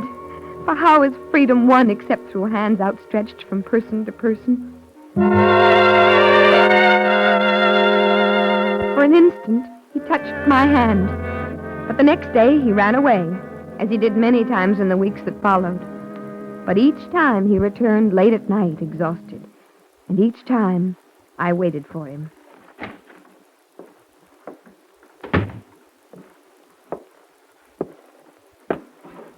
I'm hungry. I'll warm up the meat I saved for you. Would you like me to help you undress first? You always ask me that. Why do you keep asking? Oh, I don't know, because it's more comfortable to sleep in pajamas than in your clothes. It's more comfortable. Lie down, Danny. I'll take your shoes off. This shoelace is knotted. There. That's one. Ellen. And now the other shoe. Ellen, it's not on your face anymore. No, Danny? The mask is gone. I'm glad. I'm very glad. Ellen, you ought to beat me up. Well, you don't have to be punished. I do all kinds of bad things. I run away. Well, I'm sorry when you do. I'll never do it again, Ellen, I promise. I really do. No, Danny, I don't want you to make any promises to me. You don't? I want you to do what you want to do. No matter what? Oh, I'd like it if we could have fun together and if you were safe. You see, I can't take care of you if you're not here. Like that night last week when you got into trouble and the police called the school. I wasn't doing anything. He was a dope, that cop. Still, if you go away, I might not be able to help you. I can take care of myself. Suppose I say I'll come back by a certain time. You don't have to promise me I anything. mean, if a cop picks me up after 12 o'clock at night, then you don't have to come and get me. But I want to come for you, no matter what time. Do you want me to run away? Now, you know I don't. Well, then... All right, Danny, if this is the way you want it. Sure. But you'll see, Ellen. I won't run away again. Fine. Now, would you like some potatoes with your meat? And anyway, I'll be back before midnight.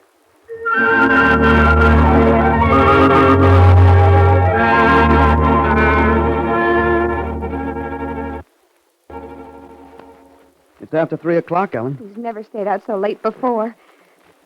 Oh, you don't have to wait, Dave. I'll stay. But there's nothing that... All right. I wish I could be with Danny when he runs away. You might as well be. You don't sleep anyway. It's no good. I tried it once. When I was there to protect him, he was even wilder. No. Impossible. While I was apologizing to the man he kicked in the shins, he ran down the street knocking over garbage cans. Well, I'd wallop him where it would do the most good. But, Dave, you're angry. No, I'm not. Well, maybe a little. It's only natural. Is it? Well, he breaks all the rules of civilized society. Why should that make you He angry? does whatever he feels like doing. He gets away with it. While we control ourselves, no matter how we feel. Of course, we're... Oh, what are you talking about? About why you're angry. Dave, what is Danny getting away with? Do you think he enjoys breaking things and throwing furniture and running away? Ellen... Oh. Hello? Yes. Oh, thank you. He's safe. They've got Danny at the police station. Oh. Yes, I heard. No, the school won't pick him up. I know, but... Yes, but... If you'll stop talking for a minute, I'll tell you what to do. Now, I've arranged with the matron of the children's detention home. Take him there overnight. I'll come for him in the morning. I'm sorry, not before the morning. Goodbye. You'll let him spend the night alone in a strange place? Danny will be all right. A few minutes ago, you were so worried and anxious. I know that he's safe now. I'm not talking about Danny. Would you be sitting here so calmly if you were really concerned about I him? want to run to him, all the way to where he is. But you won't. No. It's as easy to do wrong in the name of love as any other way. I want to do what's best for him. See, we had an agreement, Danny and I. He's only a child. Do you always keep agreements you make with children? Maybe that's what he wants to find out. Maybe Danny has to know if I always keep my promise.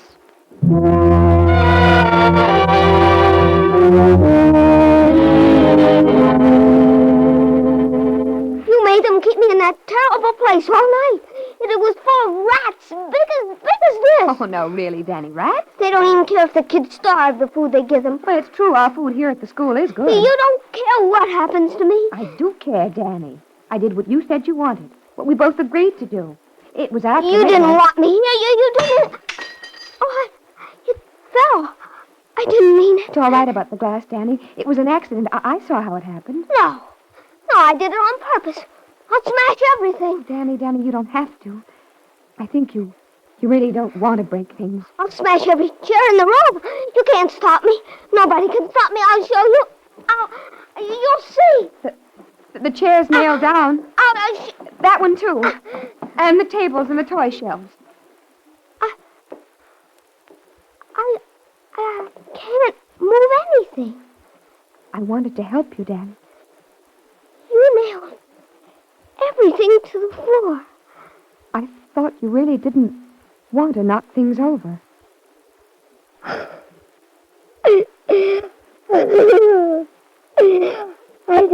didn't think anybody cared so much.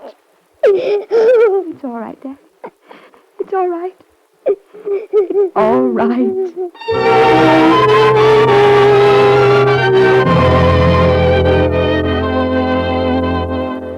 You talk to a child in many ways, and often the meaning is not in the words spoken.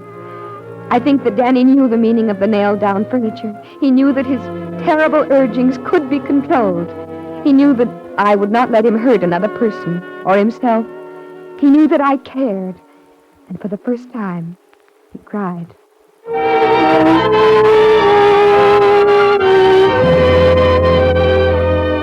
Danny cried. Oh, a small thing, but growth is measured in small things. I remembered other little signs. The mask disappearing from my face, the day he let me help him off with his clothes, the bargain made to come back before midnight, and his tears. But growth is slow, and there was also the day he played checkers with Dave. It's your move, Danny. Hey, careful, careful. You almost upset the checkerboard. I'm a dive bomber. Uh-huh. You're a dive bomber. I guess I can't play checkers with a dive bomber. I want to play checkers. All right. Still your move. I move this one. Oh, I guess you were too busy bombing to notice. Look, I can jump 2 checkers. Danny, you almost knocked over the board again. It's not a checkerboard, it's an aircraft carrier. Well, that box in the corner near the window would make a much better aircraft carrier. Did you hear me, Danny? I heard you. Might as well put the checkers away. No, I want to play. Only if you ground the dive bomber. Can't. It's going to smash into people. It's out of control. Oh, it is it? Well, I'll soon fix it. You don't know how to fix it. Oh, stop the silly noise. Come here to me. This is the fastest bomber in the whole world. Stop moving away. Don't move away. You can't catch it. Nobody in the whole world can catch it. Come here to me. I got you. Don't touch me. Take your hands away. Let go of me. Let go. Not until you get what's coming to you. I'll give you the worst. What are you going to do?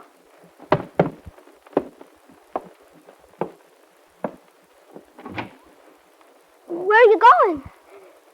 Dave? Dave, where are you going?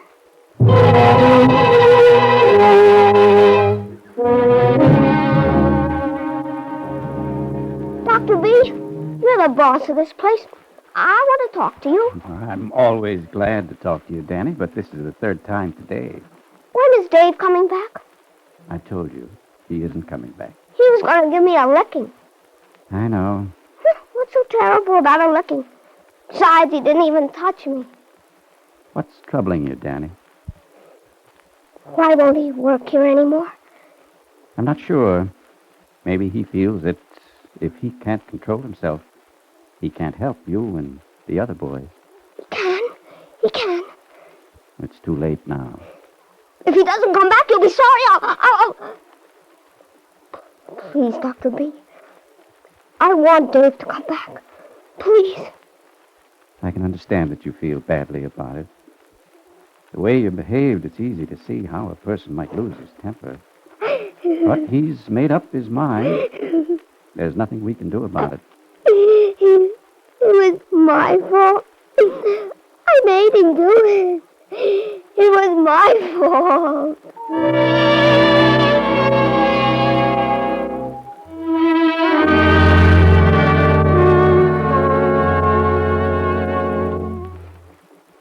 Will you hold your finger on the rope, Ellen, so I can tie a knot? Like this, Danny? Dave really wanted to work here, didn't he? Yes, he did. But he... Ellen, why do you keep working here? Because I like you and the other children. Couldn't you get another job someplace? Yes, I suppose I could. Then why do you work here? Well, as I told you, Danny. I guess I didn't really tell you, did I? Wiping up the floor after the kids wet it. Staying up all night when they run away. That's not much fun. It's hard to explain, Danny. But I get something, too. I learn. I learn all the time. From me? From the kids here?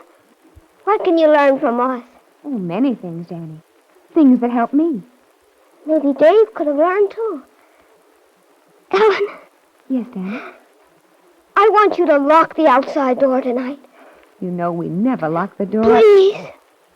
Besides, a locked door doesn't keep anybody from running away. I know. Will you hold the rope again? What? Why are you tying your teddy bear to the bed? He's bad, Ellen. He wants to run away. I don't want him to run away. Oh, Danny. Ellen, I don't want my teddy bear to run away.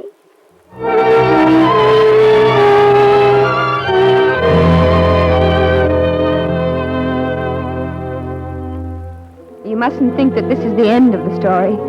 In a way, it's only the beginning, for Danny's still at the school. But once, long ago, Danny reached out for an instant to touch my hand. Now he's made a choice, and for another instant he's looked at freedom. And I'm glad for Danny and for myself. Understanding is not in the whirlwind, but in the small, still voice. That is the real beginning.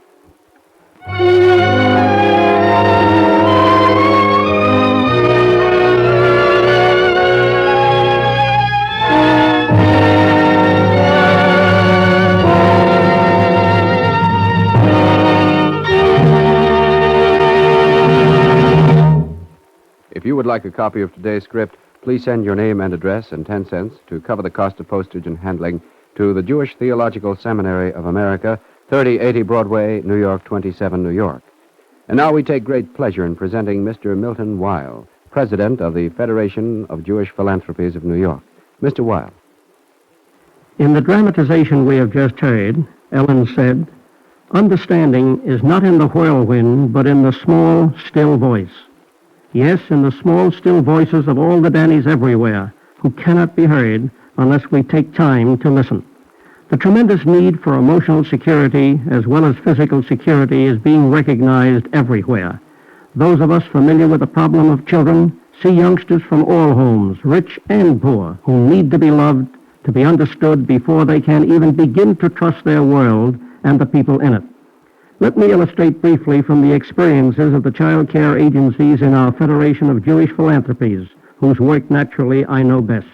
Every day, youngsters like Danny come to our child care agencies, boys and girls who are ill, not bad or incorrigible, but ill, and there is a vast difference. And each child is given the individual attention he needs. Gone are the large mass institutions. They are replaced by family foster homes or cottage schools. Danny, who in Chicago attended the Sonia Shankman Orthogenic School, in New York might go to Federation's Hawthorne Cedar Knolls or Pleasantville. There he would live with 6 or 7 children in a cottage home, constantly receiving warm affection and understanding guidance from his house mother and father, from his big sisters and brothers, from trained psychologists and psychiatrists. But not all unhappy children need such intensive care. That's why in Federation's child care agencies, services and techniques are as varied as the needs of children require. For one, it might be individual or group psychotherapy. For another, parent and child counseling. In accepting the responsibility to help children, we must also accept the responsibility to create a family atmosphere which will be an important protection against emotional illness. And so we at Federation, as do many other organizations in the nation, stress the work of our other community agencies as well as of child care agencies. We have seen and will continue to see all child care agencies, yours in your community, ours here in New York, working to create a kinder and better world for the Dannys everywhere, a brighter tomorrow for all children. Thank you, Mr. Weil.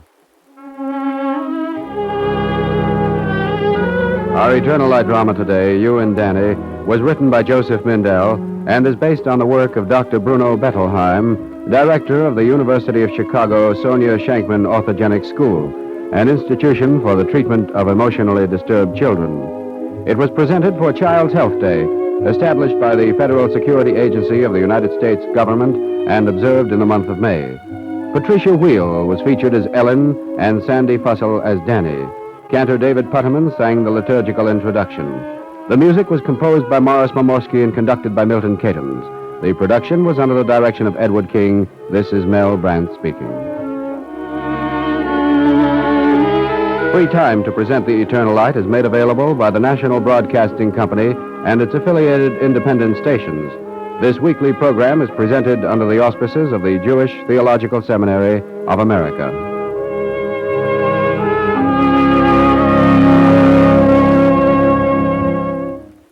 This is NBC, the National Broadcasting Company.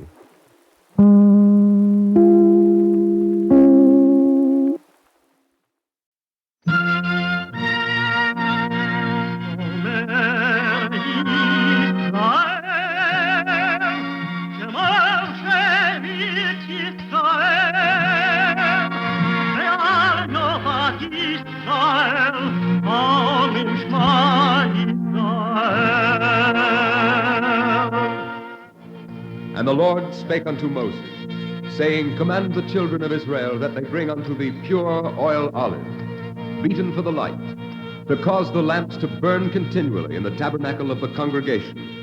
And it shall be a statute forever in your generations.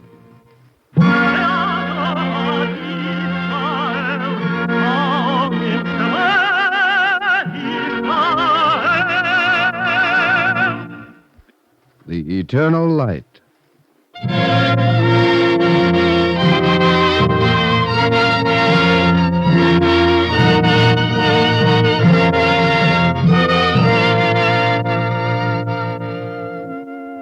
The National Broadcasting Company and its affiliated independent stations make free time available to present The Eternal Light, a program which comes to you under the auspices of the Jewish Theological Seminary of America.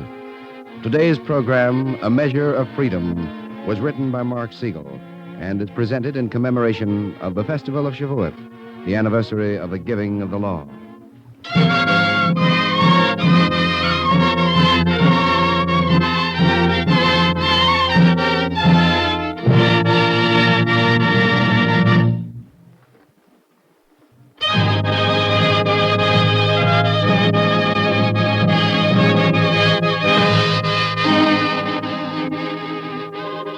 The gifts of God to man are many, and they are free. The wide seas and the broad lands, the endless firmament and the warm sun shining its benediction on us, all these and the delicate senses to encompass them are given freely. But for one gift, the precious gift of freedom, man must yield something in exchange. It is a curious price which must be paid for freedom. The price? A measure of freedom itself.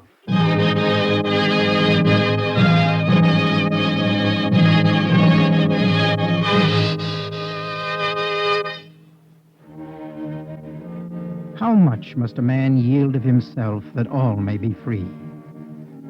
Does the question puzzle you in your time? In mine, more than 1,800 years ago, at the Academy of Yavne, where I was a young scholar, the elders of Judea studied and debated, searching always for the exact degree of authority which keeps men free. Rabbi Joshua, I disagree. It is your right to, Rabbi Eliezer. The law was handed down to us. It must be observed literally, in its original form. All laws are subject to interpretation, Rabbi Eliezer. There can be only one law, Joshua. Clear, uncompromising, unchanging. Eliezer, what is the purpose of law? Now, come, Joshua, I know your way of arguing. The question is too simple. Nonetheless, I ask it. Well, its purpose is order, that men may live together. Yes, but does it not have a more positive purpose, Eliezer ben Hyrcanus? Is not the law to bring men together? The law, in its original form, does just that, Joshua. Even when times change, when conditions change? Times may change, but the law is immutable. Only if it is flexible. A law is a law. No, Eliezer, no. The law is like a tree. It must be rooted firmly in justice. But it is the freedom of the tree which protects it. The only trees that break are those that do not bend.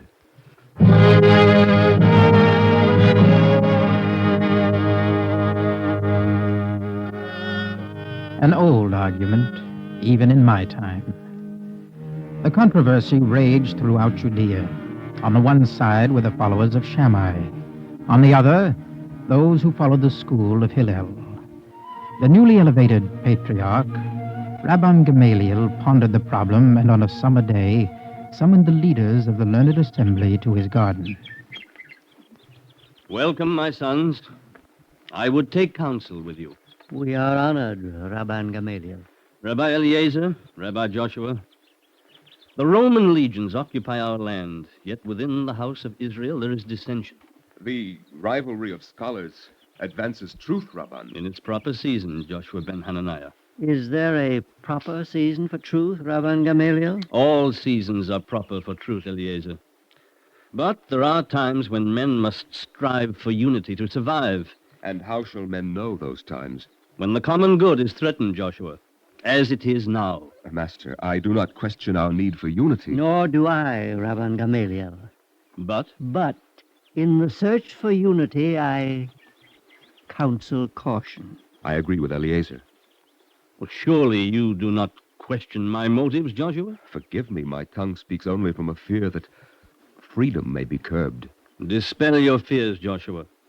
What I propose to do, I shall do not to limit freedom, but to enlarge it. What is it you propose, Rabban Gamaliel? To strengthen the power of the patriarch. To bring together the house of Israel with a strong hand, that it may be one. It is not your right. It is my responsibility, Eliezer. Our responsibility. I will oppose you, Rabban. Oh, I'm sorry, Eliezer. I had counted on your support in the assembly. On this question, Rabban, I cannot with good conscience give it. And you, Joshua? You shall have my support. Without limitations, Joshua? With one limitation, Rabban Gamaliel. The limitation shall be the welfare of our people.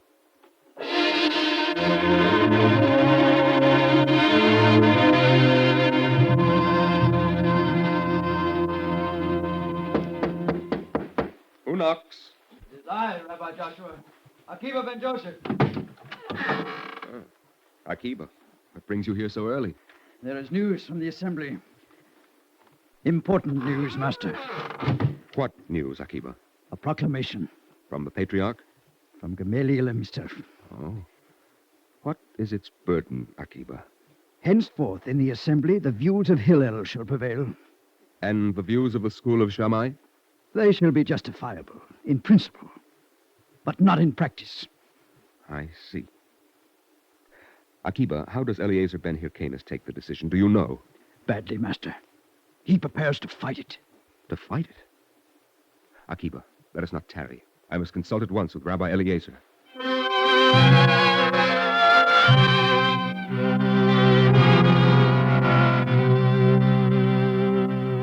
But, Joshua, can I not make it plain to you? He has taken this step without so much as one word to the elders. Eliezer, he made his course of action clear to us. He has overstepped his authority. Eliezer, I do not approve of his method, no more than you do. Then fight it. Together. But why? I know you well, Joshua. The decision to follow the views of Hillel favors you rather than me. Yet... Had he ruled in your favor, I would also counsel acceptance. Joshua, do you not see the danger? I see it, yet I will risk it for the sake of unity. Tyranny can hide behind the mask of unity. Tyranny? Surely you do not think that Rabban Gamaliel... You are more trusting, far more trusting than I am, Joshua. You distrust Gamaliel? Eliezer, he is your brother-in-law. Were he my brother on this matter, I would oppose him. He acts for the good of the community. At this moment, perhaps. Eventually, no. Rabbi, I beg you not to create further discord. The precedent is too dangerous to allow it to pass unchallenged. Eliezer, were it another man, perhaps I would agree, but Gamaliel has only good in his heart. Joshua, in all Israel, no scholar is your equal. But there is a truth which prevails in the affairs of men which your own goodness will not let you recognize. Power, unchecked, feeds upon itself. The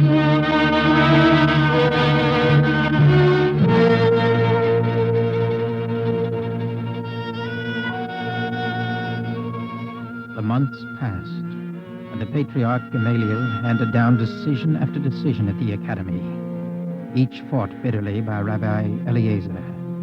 And once again, Akiba ben Joseph brought important news to Rabbi Joshua. Joshua, the Patriarch has expelled Eliezer from the assembly. Akiba, it is not possible. Master, he has placed him under a ban. None may converse nor study with him. I had hoped this would have been avoided, Akiba. It is an evil day, Joshua. Yet the assembly grows strong. Its rulings are now recognized by all Judea. Joshua, you defend this arbitrary action. I do not defend it, but I will not dispute it. Oh, Master, forgive me, but Let us be patient, Akiba. Patient? Until all of us are expelled from the assembly? How long shall we be patient? How long, Akiba? Though it be painful, as long as the Patriarch serves the greater good of our people.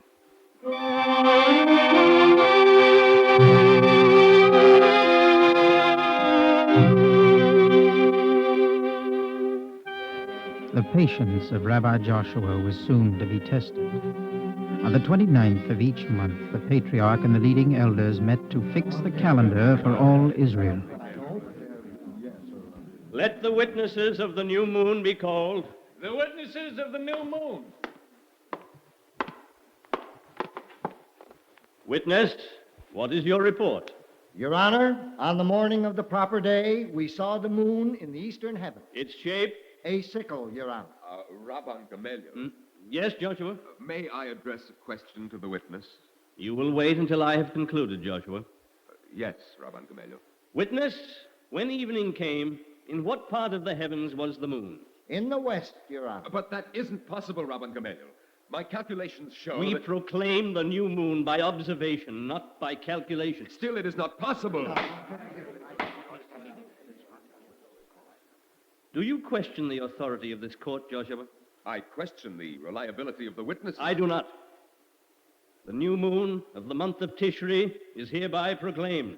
Rabban Gamaliel, with all due respect... Yes? I believe the court is in error. The court has spoken. My calculations show the new moon will not appear for another 2 days. The new moon has been proclaimed. Without full questioning of the witnesses... Enough, Joshua. There have been too many attacks on the integrity of this court already. But to proclaim the new moon on the wrong day... What would you have me do? Set the calendar differently for each opinion? I ask only that it be set correctly. Your comment borders on contempt. I did not mean it so.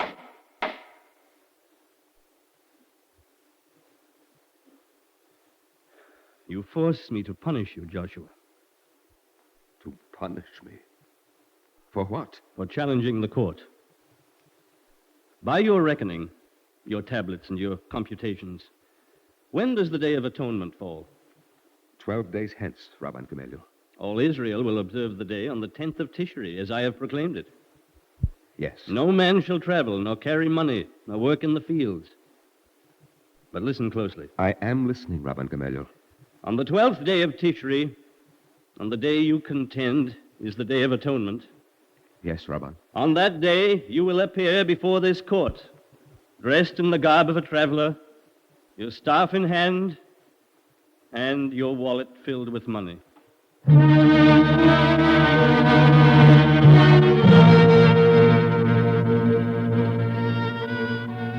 How much of himself must a man yield that all may be free? Rabbi Joshua struggled with his soul, torn between doubt and pride, and we of the academy waited tensely for the 12th day of Tishri. Rabban Gamaliel, I am here. The patriarch rose, stepped down from the seat of judgment. He walked to where Rabbi Joshua stood, dressed in the garb of the traveler, and he kissed Rabbi Joshua on the forehead. Enter in peace, Joshua. Peace be with you, Rabban Gamaliel. You have understood that I do not humble you as a man, but that it is for a principle. I have understood, Master. Do not call me Master Joshua, for you are my master, in learning and in greatness of spirit. It is not so. Were our positions reversed, would you not yield to me?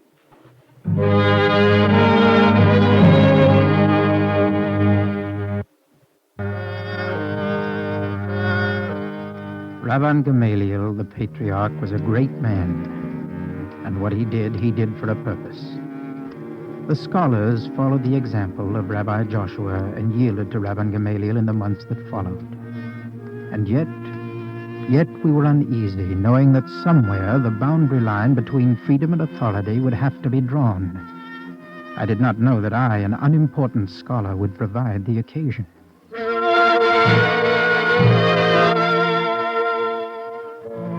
What is your question, Samuel? Joshua, it is customary to pray 3 times each day, in the morning, late afternoon, and evening. So it is, my son. There is a question of interpretation. Is the evening prayer obligatory or optional? I have considered the question before, Samuel. It is my opinion that the evening prayer is optional.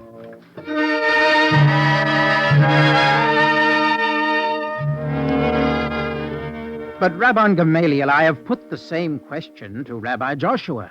And he has told you the evening prayer is optional? That is his opinion, Master.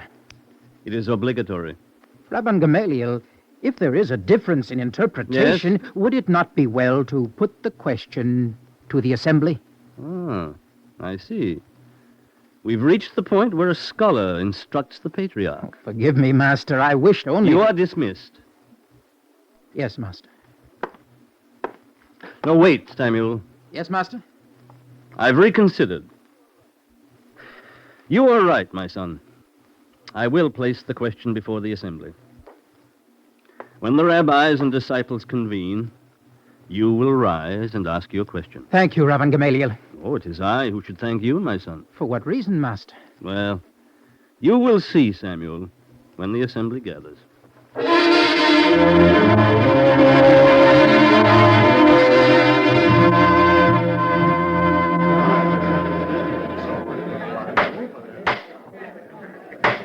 Elders and disciples of the Academy, let there be silence. The scholar Samuel wishes to be heard. I place a question before the Academy. Is the evening prayer obligatory or optional? As president of the Assembly, I rule that it is compulsory. Is there anyone who disputes this? Joshua, is this not the time to challenge him? Akiva, let us be patient. Rabbi Joshua! Yes, Master. Come forward, Rabbi Joshua. I am coming. Joshua ben Hananiah, do you dispute the ruling? I do not dispute it. Oh, I've had reports to the contrary. I disagree with the ruling, but I do not dispute your right to make it. I believe I that... do not ask what you believe, Joshua. Master. Rabbi Joshua, I ask you to stand in the box of the accused. Stand that testimony may be brought against you. I have committed no crime, Rabban Gamaliel. Do you deny saying to the scholar Samuel that the evening prayer is optional? I deny nothing. Then you admit your guilt. I did no more than express an opinion. Is an opinion a crime? When it undermines the authority of the Academy, yes. I have never opposed your authority. I have strengthened it. Yet a simple scholar questions the patriarch. He does not question Rabban Gamaliel. He inquires. It is the same. It is by no means the same. Rabban Gamaliel! Rabban Gamaliel! Yes, I hear you, Akiba ben Joseph. Master, I ask permission to address the Academy. On what matter, Akiba? On a matter of grave import to Israel. Is it to defend Rabbi Joshua that you wish to speak? That is my purpose. I deny the permission. In the name of justice, I ask to be heard. The request is not in order. Rabban Gamaliel, you draw your authority from the members of the Academy. The authority bestowed can be withdrawn. I will not be threatened, Akiba. The assembly is dismissed. Well, Akiba, be heard. So be it. So be it. Well, speak, Akiba. Elders of Israel, scholars of the Academy, the patriarch is placed at the head of the nation that he may serve the common will. I submit that Rabban Gamaliel no longer serves that will. I call for the impeachment of the patriarch. What I have done only that Israel may be strong. There is a place where strength becomes weakness, Rabban. Why have you humbled Rabbi Joshua? Elders of Israel, these times are troubled. There must be but one voice that speaks for our people. But it must speak with the consent of the people. Yes, right. What would you have me do? Step down, Rabban Gamaliel. Let another wear the cloak of the patriarch. Very well. If it is the will of the assembly, I shall step down. Let Rabbi Joshua be elevated to the presidency. Joshua, will you accept? No, Akiba. It is not seemly. But, Joshua, you are the superior of all in scholarship. Akiba, I am a party to this dispute, as are you. Scholars of Israel, let us place one of our number in the presidency who is wise, yet not dominant. Well, who shall be named, Eli? Let us appoint Eliezer ben Azariah. Eliezer ben Azariah? Why, he's the youngest member of the Academy. Let us appoint him even so. Well, Rabbi Joshua, Eliezer ben Azariah is only 18 years old. Yet, if the Academy wills it, an 18-year-old can be the patriarch. Members of the Academy, you have heard Rabbi Joshua. Shall Eliezer ben Azariah be elevated? Let him be elevated. Are we agreed? We're agreed. So be it. Eleazar shall preside. Rabban Gamaliel, will you accept the decision of the assembly? It is not easy, Joshua. Yet I will accept it. And I will not withdraw from the academy.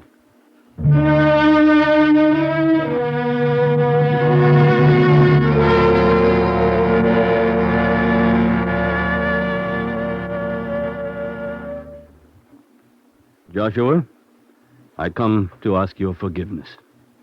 Who am I to forgive you, Rabban Gamaliel? I have sinned against you. No, not against me. Against our heritage of freedom. And I sought only to preserve that heritage, Joshua.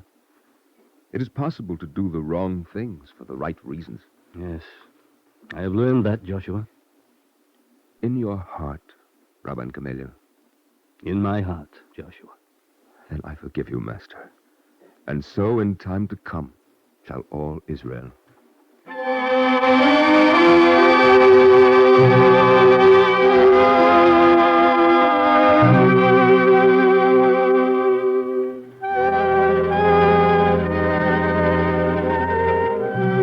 So it was that when the assembly convened again, Rabbi Joshua ben Hananiah, he who had been wronged and humiliated by Rabban Gamaliel, rose to speak in his favor. Rabbis and scholars, it is written that he who curbs his wrath merits forgiveness for his sins. The wrong has been righted. The principle has been sustained. Let Rabban Gamaliel once more wear the robe of the patriarch. Joshua, what shall prevent him from doing again what he has done before? Our vigilance, Akiba, and his goodness. Yet if we reinstate him, Joshua... Yes, Akiba? How shall it be known in generations to come that the right of the people has been upheld? The point is well taken. Let there then be a joint presidency. Let Gamaliel rule, that the people may know that there must be authority. And Eleazar ben Azariah? Let Eleazar ben Azariah, the youngest scholar, also rule, that the people may know it is also their common right and duty to limit the authority they bestow. And by this token, it shall be known that freedom is for those only who accept discipline. Freedom is for those only who resist oppression.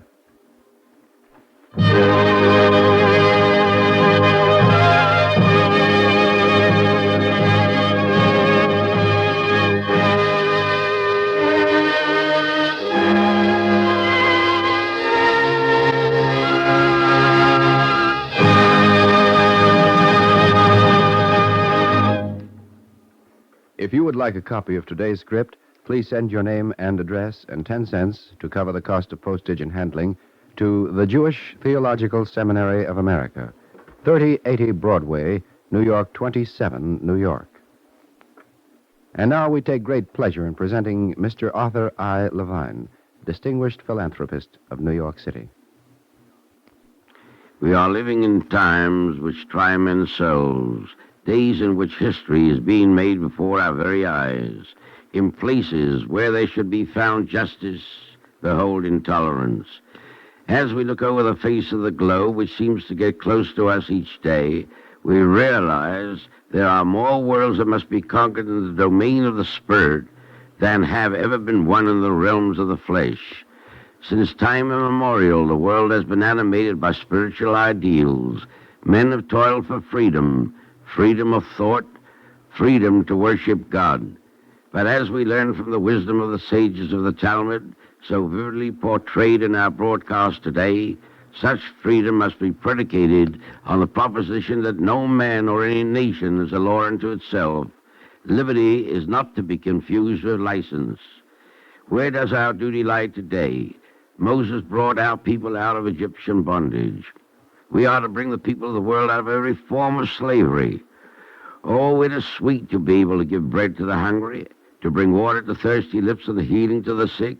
But before God, I believe that it is more nobler, infinitely nobler, to bring freedom to struggling humanity and freedom to the soul in bondage.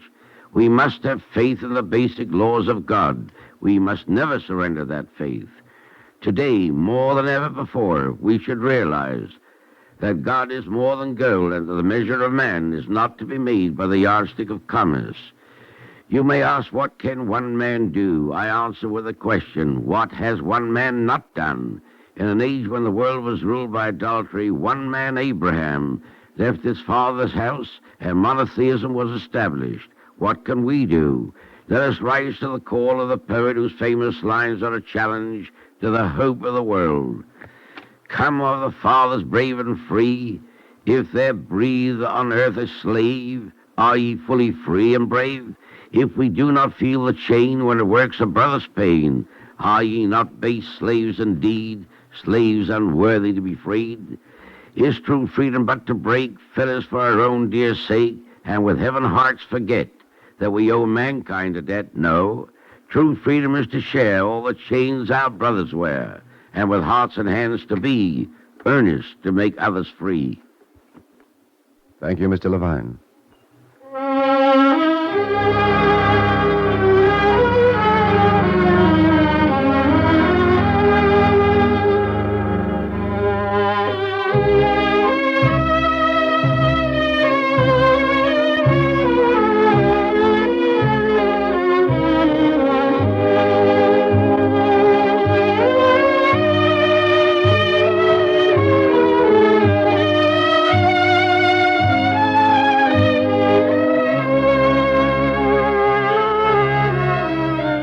Our Eternal Light drama today, A Measure of Freedom, was written by Mark Siegel and was presented in commemoration of the festival of Shavuot, the anniversary of the giving of the law. Philip Barneff was featured as Gamaliel and Norman Rose as Joshua. Edgar Staley was heard as Eliezer, Chester Stratton as Akiba, Joseph Boland as the witness, Delmar Nutzman as the attendant, and Donald Blake as Samuel the narrator.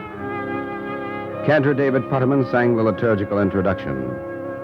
The music was composed by Morris Momorsky and conducted by Milton Cadens. The production was under the direction of Edward King. This is Mel Brandt speaking.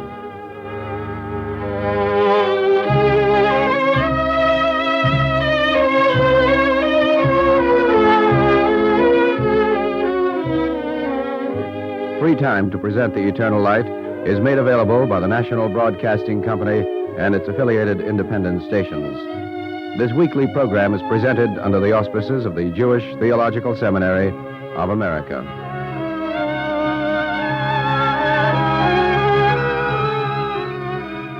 This is NBC, the National Broadcasting Company.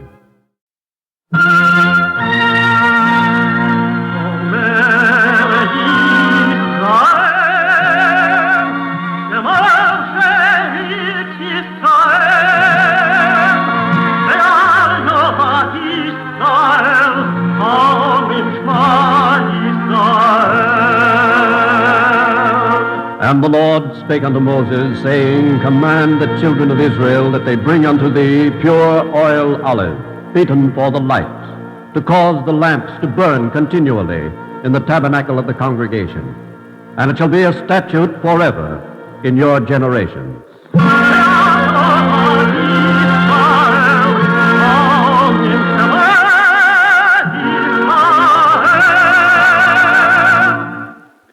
The Eternal Light.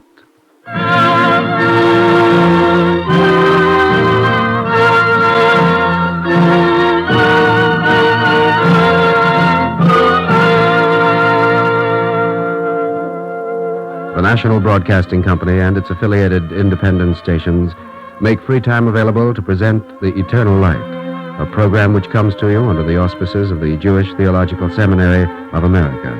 Our drama today, I Scale a Wall, is a special program for this, the week of Memorial Day, and was written by Irv Tunick.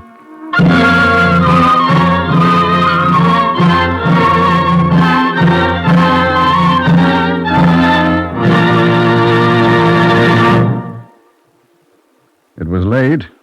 Time to go. I'd been with Joe Press all day, talking with him and getting his story. I was deeply impressed with him, deeply moved. And for want of a better way to put it, I said to him, You know something? You're quite a guy. Joe grinned up at me. Me? I'm just a guy named Joe. And how does it happen that just a guy named Joe manages to do all that you do? Well, my father is a very simple man, and yet in his way very wise. The first time he came to see me in the hospital, he left me a Bible with a passage marked. I remember it every day. Wake with it, and walk with it. For thou art my lamp, O Lord, and the Lord doth lighten my darkness. For by thee I run upon a troop. By my God do I scale a wall. As for God, his way is perfect.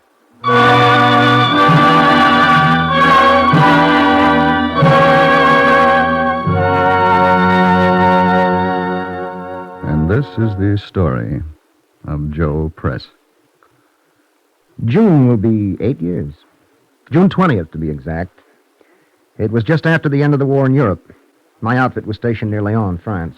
It was a hot day, so a gang of us made off for a little pond to take a dip. Hey, Joe, what's this one gonna be? This is a full gainer with an inverted triple twist, better known as the dive of the palpitating pretzel. Okay, let her go. I remember going under, my head hitting something, a rock, I guess. I was there, out of the water. I couldn't use my arms or legs. They just wouldn't move. I didn't get panicky, not a bit. I remembered how a drowning person is supposed to float to the surface 3 times before he takes the final bow, so I waited. But nothing happened. I wasn't going up 3 times, I knew that. Not even once. All at once I was aware that someone was swimming just over me. A hand brushed by, went past. I couldn't feel anything. I didn't know if it had touched me. I didn't know if the hand would come back.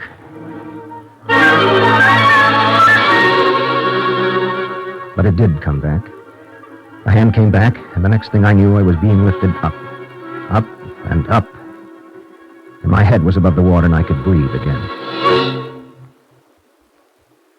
Did you know how badly you were injured at first, Joe? No, not really.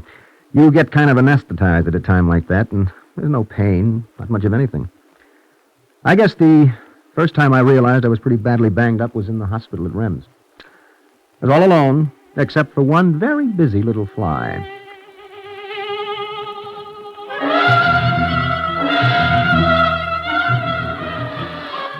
I was looking up at the ceiling, looking at some cracks in the plaster, and playing a game that it was a map of some jungle somewhere.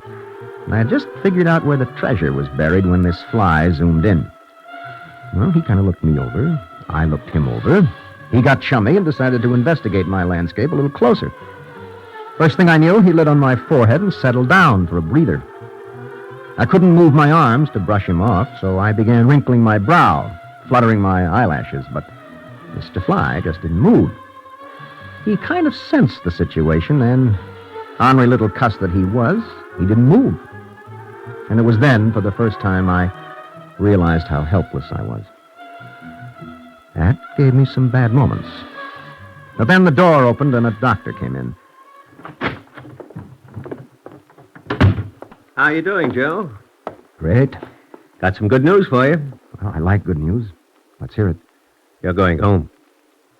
To the States? No place else. To a hospital near New Haven? Not so far away. Framingham, Massachusetts. Cushing Hospital. They're equipped to give you all the right kind of care. What's the verdict on my hands and feet? We can't say definitely about that now, Joe. We're just not equipped to make the proper tests. They'll do that at Cushing. Okay. Anything I can do for you? No. Yes. See that fly on the wall over there? Mm-hmm. Swat it.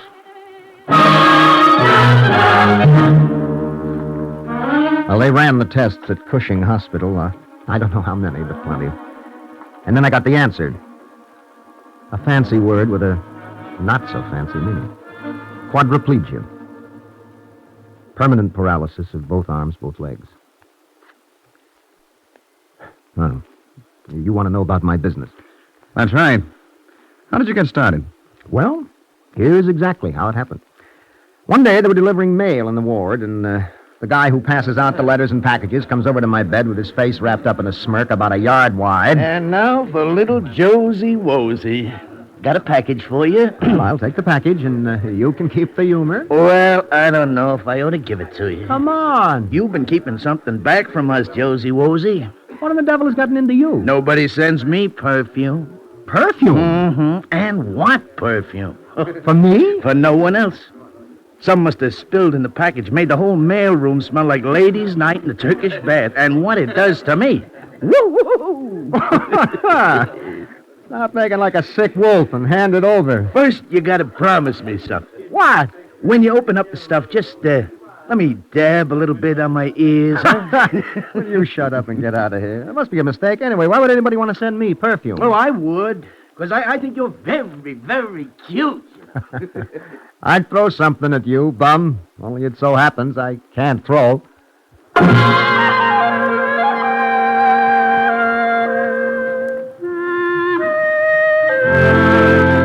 It was perfume, all right. All the way from France. Not from any girl, though. From a fellow I knew over there named Pierre Simon. This Pierre Simon and I had struck it off pretty well together, and I remembered that we'd always talk about how we'd get together after the war and go into some business. Well, naturally, I hadn't done anything about that, but Pierre hadn't forgotten, it seems. He had come across a French firm that was manufacturing this new perfume and were looking for someone in America to handle the distribution in this country. Pierre wrote me... You can take my word, Joe. There isn't a better perfume on the market.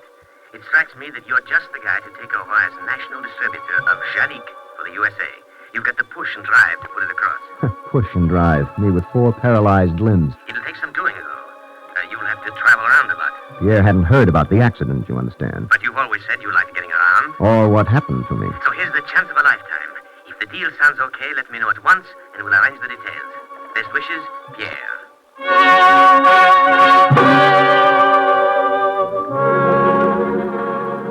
I sat looking at the letter and smelling the perfume from the busted package. I didn't know what to do. Laugh, cry, or just send it over to the Salvation Army. Joe, is that some of the perfume there on the table? Mm-hmm. Take a whiff. Ah. Hey, it's not bad. Not bad at all. That's just what our clinical director said when he first smelled it. He came into the ward, I guess it must have been the day after the package arrived. Well, hello, Joe. Hello, Doc. Hey, what's this? What's what? The smell. Oh, that's me. You? Yep. Oh, my perfume. Yeah, help yourself to a whiff. Thanks, but I can get it from here. Yeah, it's not bad. Not bad at all. Not bad. I will have you know, Doc, that if the angels in heaven use perfume, they use Jalique. And who's sending you perfume? A friend of mine in France. I suppose he didn't know what happened to me, and he sent on these samples figuring I must be interested in acting as national distributor for the line. Oh, he wants to sell them here in America. That's the idea. Look, Joe, I've got a friend who's a perfume buyer of a big store in Boston. I'd like to show him the samples if you think you'd like me to. You do that? Well, sure. You know, Doc, I've been thinking. Well, first off, when I got the letter, it almost made me laugh.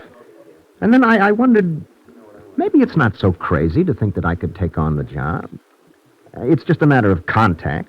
And you can meet people by mail and by phone just as easily as in person. Sure you can. Doc, let's talk some turkey. Yeah, let's. Plain facts. Plain facts, that's right. Now, this is not just another occupational therapy deal, Doc. This is not the same thing.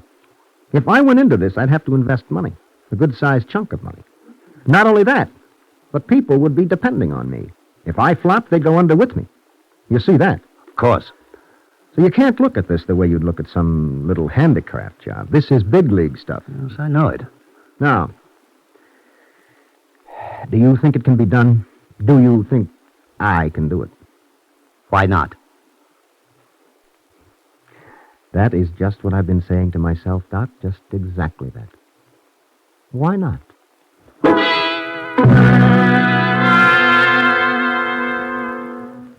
Well, right then I decided I'd get to be an expert on foreign trade. I subscribed to all the papers and magazines on the subject, got all the books I could find, and pretty soon the space around my bed, what with books, papers, magazines, and samples, looked like Fibber McGee's closet. And then all of a sudden, 4 nurses swooped down on me. Get all those books and magazines together. Hurry. And those books and samples. Oh, for Lord's sake. Here, what goes? What's up? Inspection. The hospital manager's making the rounds. If he gets a look at this mess, I don't know what'll happen. Oh, wait a minute. Where are you going to put all this stuff? The little room at the end of the ward. It used to be the treatment room. It's empty now. Everything in there. Everything? That's what I said. Everything. Including you. The nurses moved fast, but not quite fast enough to get all evidence out of the way before Dr. Bruckner, the hospital manager, came along. He saw what was up, asked a few questions, and then left. Now, I figured the jig was up when Dr. Bruckner came down to see me the next day. Well, I see you rate a private room, Joe. Yes, sir. I've been put in solitary. Like it? I do. I like it fine. What's this I hear about you going to business for yourself? It's true. You know, Joe, conducting a private business from a government hospital, it's a little unusual. I suppose it is, sir. Yesterday, after I heard about this, I went up to my office and looked up all the regulations. There's a pile of regulations on running a hospital like this, Joe. I can imagine. Heaps of them. And I went right through them, beginning to end. You know, Joe, I couldn't find a single thing in all those rules and regulations that says a patient is allowed to run a business from a veterans hospital. No, I guess you wouldn't.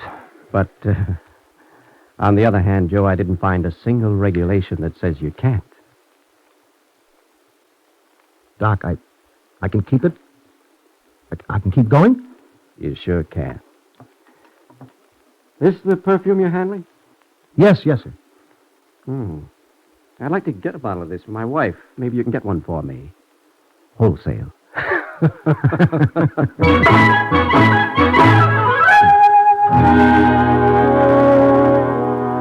Just that way. No one ever saying, you can't do it, it's against the rules. Sorry, Joe. It's been just the opposite. Everyone trying to help. Pitch in and help. Inside the hospital, outside, too. Are you a religious man? Well... Now, wait a minute. You're supposed to ask me the question. So you ask me if I'm a religious man. Are you? I wasn't so much before this happened. Now I am. I see a lot more now than I ever did before. But then, of course, I've had a lot of time for thinking. I've come to realize that we're not put here merely to be born, exist, and die. If we're made in the image of God, then we're made to live life to the fullest. To be active. To make the world just a little better for having lived in it. I'm sorry. You didn't come here to listen to a sermon, I know, but I believe this thing. I believe that the willingness to help is a basic human instinct. My own experience has proved it. Like the steel deal, I didn't tell you about that. No. I'd like to hear it, though. Well, once I got into this foreign trade business, I went whole hog. I began to look for other items besides the perfume. So I read up on trade regulations, currency restrictions, foreign trade reports, and I must have sent out, a couple of hundred letters before I got my first real bite. It came in a letter from Brazil. Brazil? Well, what did they want? Barbed wire. Barbed wire? Yeah, 200 tons of it. Now, there are a lot of things you can get in the hospital, but barbed wire isn't one of them. This was a toughie, believe me. I talked it over with Doug, one of my buddies here in the hospital. You mean you'll have to turn down the order? Well, it isn't even an order, Doug. They just say that if I can ship it, they'll buy it. Well, that sounds like an order to me. Oh, well, you don't understand. You see, this barbed wire stuff is on allocation. Well, ask around, maybe. No, there's not a chance in the world. Mills can't even deliver to their regular customers. They sure aren't going to deliver for me. It's a good order, though, isn't it? Oh, it's a peach. It's the biggest order I've ever had that I couldn't fill.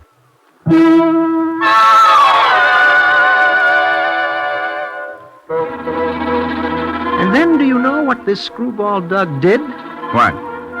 He sits himself down and writes a letter to Benjamin Fairless, the president of the United States Steel Company, no less. He writes, tells him the whole story, and so help me. A couple of weeks later, a guy walks into my room, a fellow I never saw in my life before, and he introduces himself. My name is Jim Phillips. He is from U.S. Steel, and he says to me, I've been sent down here to help you in every way that I can. Now, you've got your barbed wire. Is there anything else that you need?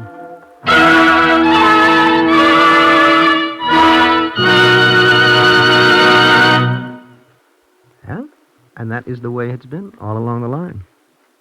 Listen, I want to... Oh, well, I want you to make sure you put this in your story. I'm not a self-made man. Make that strong as you can. I'm not a self-made man, and I'm darn proud of the fact. I have been helped by people, friends, by organizations, the Disabled American Veterans, Red Cross, Jewish Welfare Board, all of them. By all of them, I've been helped, and I'm better for being helped. That's the truth. Well, maybe that's true in your business, Joe, but, well, it isn't true in what you've done for yourself. Physically, I mean. That's one thing you can take credit for yourself. No, don't you believe it. Let me tell you about that, as long as you brought it up. One day I was in my chair dictating a letter to my secretary, Mrs. Schofield. Suddenly I got an idea. Wild, impossible, but something inside of me said, why not? So I got myself wheeled over to the gym. I got hold of Frank Glass, the instructive superintendent of corrective therapy. What can I do for you, Joe? I want you to work with me, Frank. Oh. Well, now, wait. Don't tell me it can't be done. Don't tell me that there has never been a quadriplegic that could get around by himself. Don't tell me, because I'm not interested. I want you to work with me, Frank. If you can't teach me to walk, then teach me to ambulate, whatever that means. Just so long as I move around by myself. Will you work with me, Frank? You betcha. Okay. How do we start? What do you want to do first? Sit up by myself.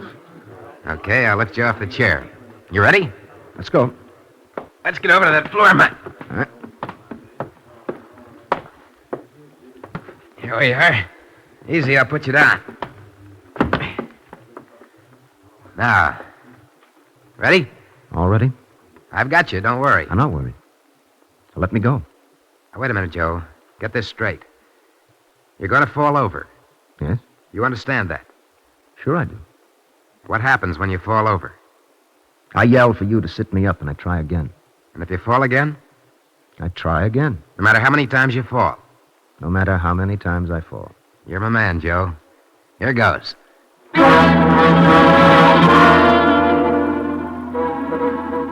And how did you do? I fell over. Sure, I fell over a couple of 100 times. But I found out something. I found that by shifting my head, I could balance myself.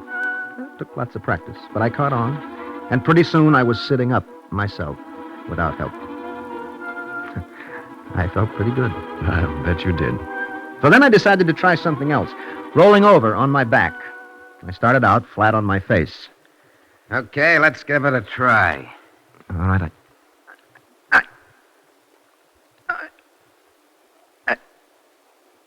Frank. What's the matter, Joe? Frank, just then when I tried to move. Frank, I felt the muscles in my chest move. Are you sure? I'm positive they moved. I felt them. Frank, I've got life in my chest.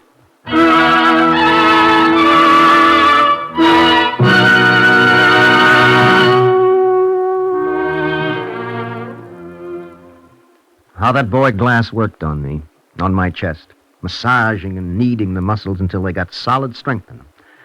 Once I had that my way, the rest came.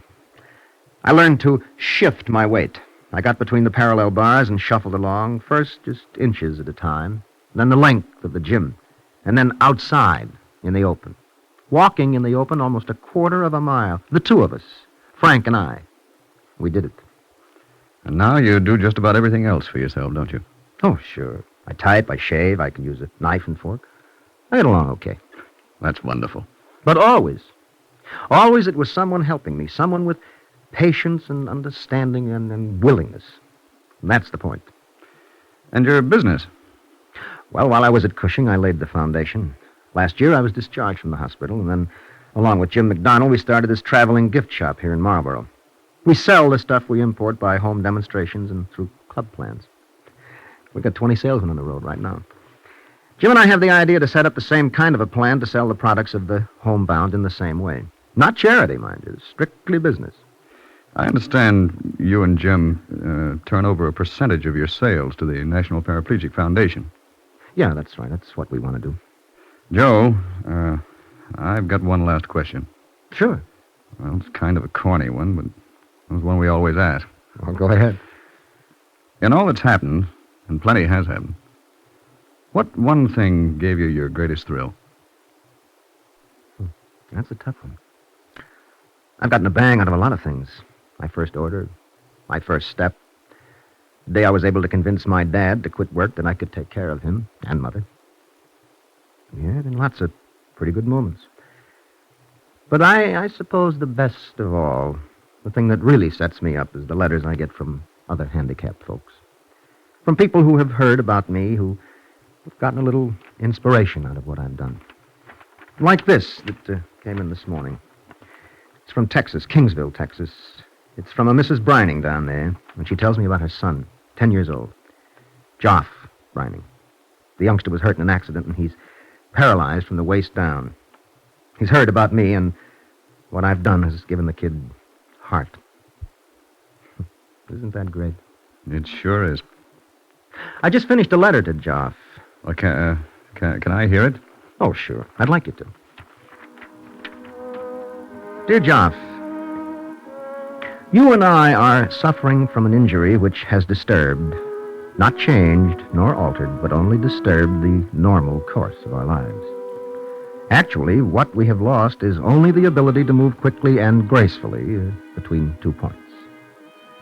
The most important thing is that we have not lost the power to think, nor the power of expression. But during the time you are handicapped in those fields which require physical skill, I suggest you develop your other skills. Put your efforts into mental and spiritual development. In the long run, it'll bring you more pleasure and greater rewards. For the courage you have shown up to now, I want you to have my unit citation ribbon. In actual value, it isn't very much. But it represents a victory brought about by determination, skill, and courage. I prize it highly because it was awarded to my outfit for outstanding performance against the enemy. You keep this ribbon, Joff, and make it a symbol for the determination and courage which will result, I know, in your eventual victory. Cordially, Joe Press. You're quite a guy. Me? I'm just a guy named Joe.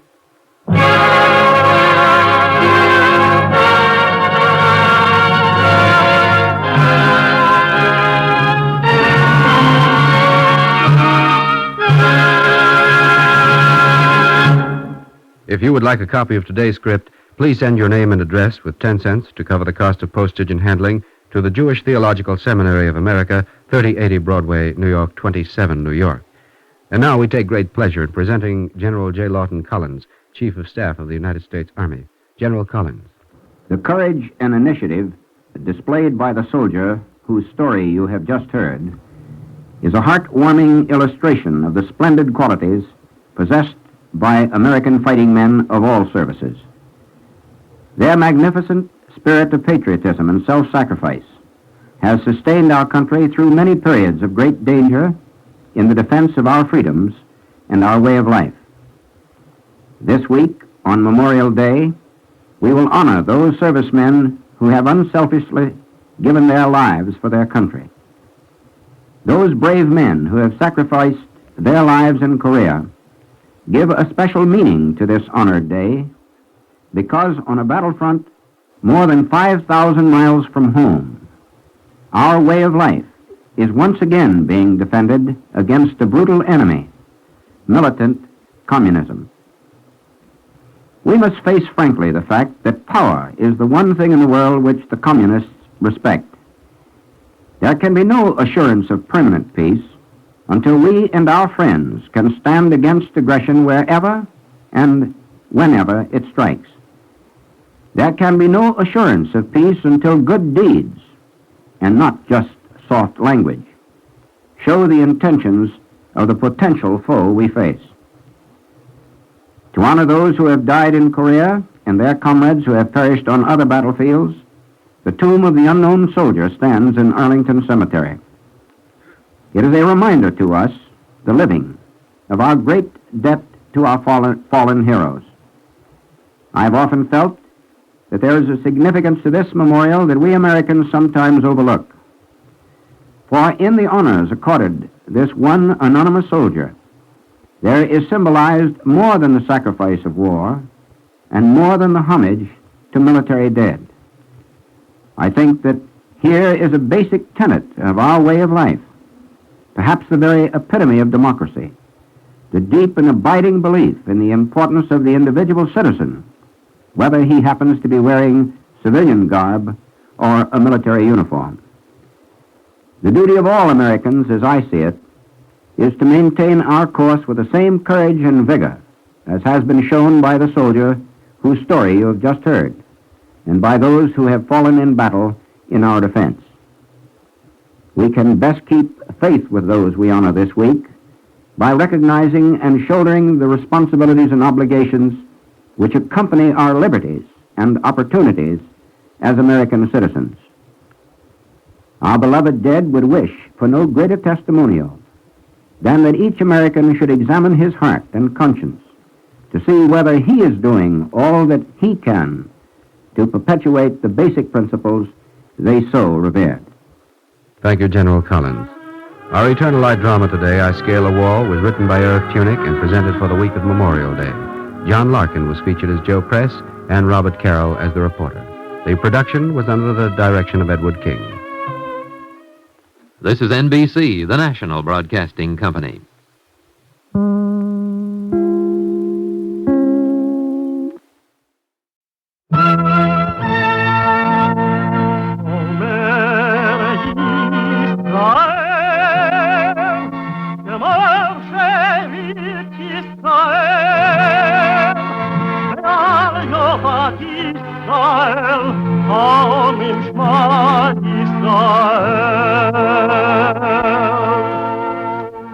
And the Lord spake unto Moses, saying, Command the children of Israel that they bring unto thee pure oil olive, beaten for the light, to cause the lamps to burn continually in the tabernacle of the congregation. And it shall be a statute forever in your generations.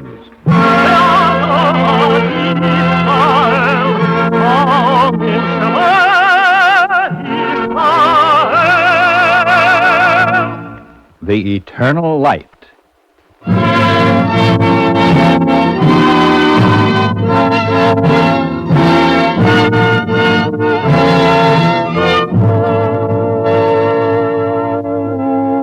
The National Broadcasting Company and its affiliated independent stations make free time available to present The Eternal Light, a program which comes to you under the auspices of the Jewish Theological Seminary of America.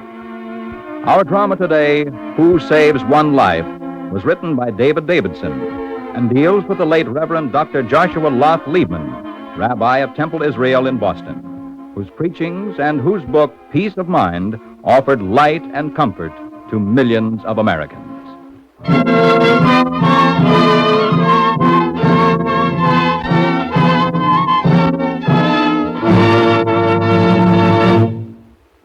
He who saves one life, says the Talmud, it is as though he had saved the world.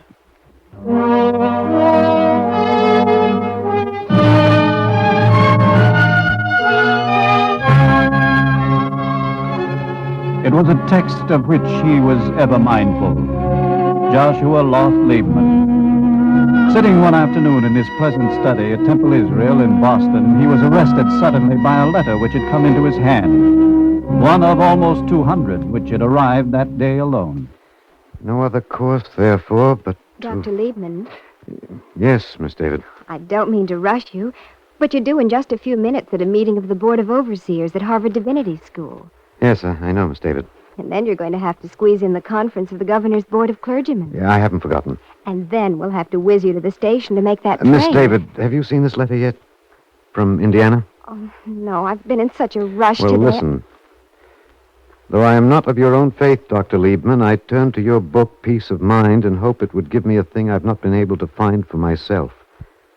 But unfortunately, my life still does not seem to be worth living. Oh, no. And there is no course, therefore, but to bring it to an end. I'll put in a phone call at once, Dr. Liebman. A phone call? To the police of his city. So they can stop him, if there's still time. No, Miss David, wait. I think you'd better phone him. You mean... The man who wrote this letter. And say I want to talk with him. But your meeting... I think I'd better hang on right here. Hurry, Miss David, please.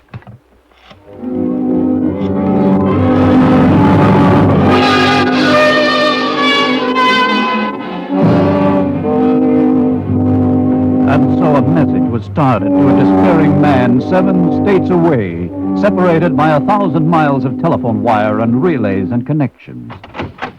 Dr. Liebman, nothing to do now but wait for the operator to call back. Yes, to wait. You know, one thing strikes me as being strange. What does, Miss David? Well, this Mr. Anderson who wrote the letter. Yes? He must know dozens of people intimately. But the one person he turns to is a stranger. A man he knows to be terribly busy. Preaching, writing, traveling back and forth over the country. With hardly a minute he can call his own. That isn't for me to consider, Miss David. Only that he did happen to turn this way. And that the sacred duty of every one of us... Yes, Dr. Liebman? I was just thinking about, well, something that was once said to me so very long ago. Yes, Joshua, that is what the Talmud tells us. He who destroys one life, it is as though he had destroyed the world. And he who saves one life, it is as though he had saved the world. Why, Grandpa? Why is it the same to save one life as a whole world? Because it shows, Joshua, where a man's heart lies. If he would do it for one, he would do it for all. And besides... Yes, Grandpa? To God, mankind is a precious thing. Any one part of it just as much as all of it together. Do you understand? I think I do. And the more that we ourselves love mankind, the nearer we are to being in the image of God himself. I see. Grandpa, will I ever save a life? Oh, I am sure you will. Saving a life is not only being the hero in a moment of danger. There are other ways. We save life day by day in the small acts we do. To help someone face life is to save life. Why, that's easy, Grandpa. We can all do that. Well, then, do it, Joshua. Always.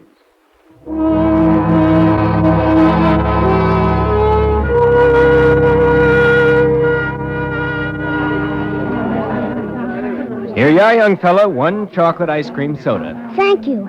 Oh, 2 more straws, please. What's wrong with the one I gave you? It wouldn't be sanitary that way. All 3 of us on 1 straw.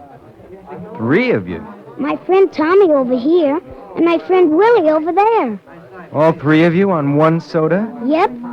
Why can't they buy their own sodas? No money.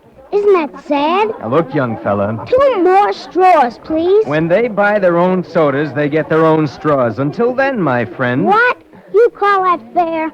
Me sitting and drinking a soda, and they just sitting and looking?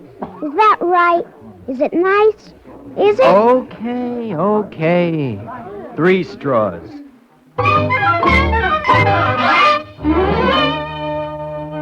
At 15, a prize scholar, he was graduated from the Walnut Hills High School in Cincinnati. But for 2 years, he had already been studying for the rabbinate at Hebrew Union College. At 18, as a senior at the University of Cincinnati, he was appointed to double as an instructor in philosophy. At 20, among his students, there was one who listened always even more closely than the rest, his own cousin, Fan Loft. And towards the end of the term... Fan, I don't know how to break this to you. Go on, Josh. I can face it. It's a serious problem in ethics. As I was making up the grades for the course, I found that, in all honesty... Oh, you have to flunk me? Oh, on the contrary, you rate an A. Oh, thank you, Josh. But just a moment, Fan. The terrible truth is that I'm too cowardly to give you an A. Cowardly? Yes. You? Well, if I do, everybody will say it's only because you're the teacher's favorite, so I'll have to give you a B. Well, now, idle gossip like that That's the trouble, Fan. It isn't idle gossip. It isn't?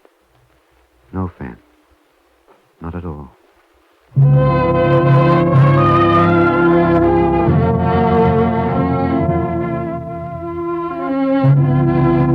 They were married soon after. After his ordination, the young rabbi's outstanding gifts as a preacher caused him to be called to the KAM Temple in Chicago, oldest synagogue in the Midwest. Thank you, Dr. Liebman. It was kind of you to give me so much of your time. I'd like to feel, Mr. Samuels, that I've been of some help. Well, certainly you have. You listen so marvelously well. Come in. Oh, hello, Fan. I didn't know you had a visitor. I'm terribly sorry. Oh, it's quite all right, Mrs. Liebman. I was just leaving. Well, good day, Dr. Liebman, and thank you again. Come back any time you wish. Goodbye, Mrs. Liebman. Goodbye, Mr. Samuels. Josh, he looks so very troubled. Oh, he has a world of sorrows, heaven knows. And all along I had the feeling that... Yes, Josh? I had the feeling that all I was offering him was words instead of true comfort. Everything I wanted to avoid as a rabbi. In the pulpit, I know all the answers, but here in my study where people come to me in their grief... Well, you haven't spared yourself, Joshua. You've called on everything you know. Oh, perhaps, but knowing Plato and Aristotle and Maimonides isn't enough. This is an age of trouble, Fan, of Hitler, war, exterminations. I know. It's a time altogether when a rabbi must preach to the text, comfort ye, my people. Fan, I must get to know more about people. Their sorrows, their fears. Joshua, always so concerned about people. Well, Fan, what else is there?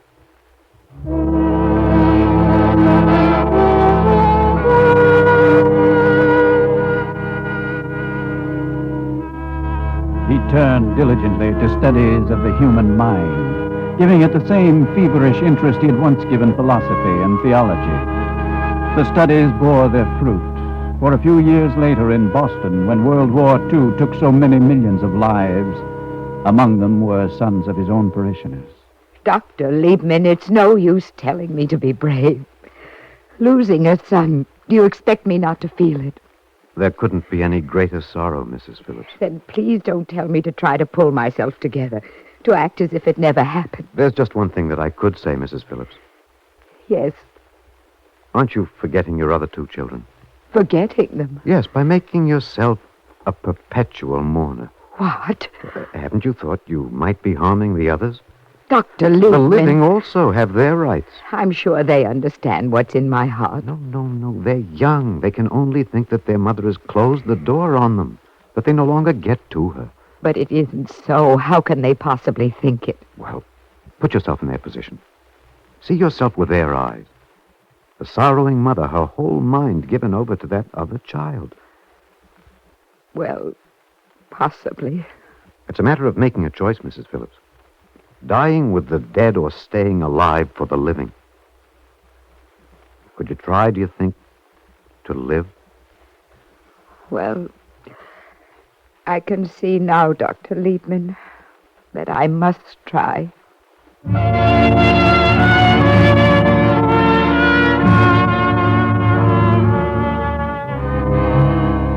That respect for life, that concern for others, it was a doctrine that soon after the war came to be tested in his own home. Joshua, this afternoon a social worker called me. Yes, Van? She told me about children from Europe, saved from the concentration camps, brought here for adoption. There was one in particular, a girl. Yes? Tell me, Van. Well, Leela is her name. Not yet 16, but she speaks half a dozen languages. Oh. Well, Fan, this home could do with a child. You know how we've longed for one. Oh, that's the trouble, Josh. The child is so loyal to the memory of her parents that she just won't hear of adoption. Ask her anyhow. Ask her as our guest.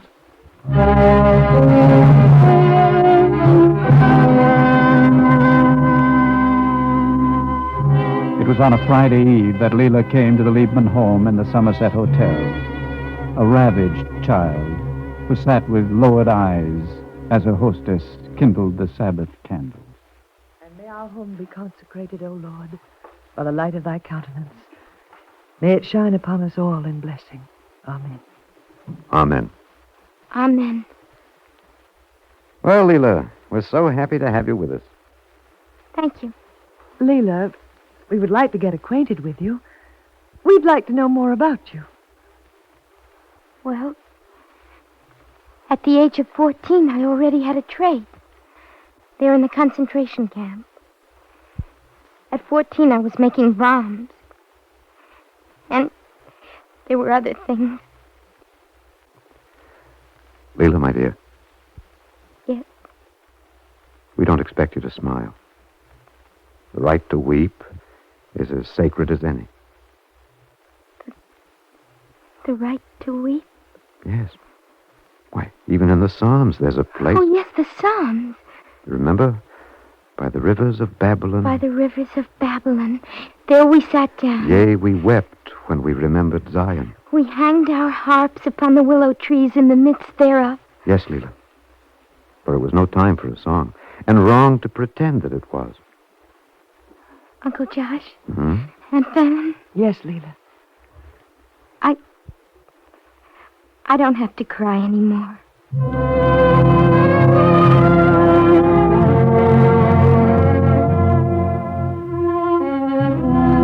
Leila stayed on, but always as a guest in the family for the first 10 months to Liebman's rarely mentioning the painful subject of adoption.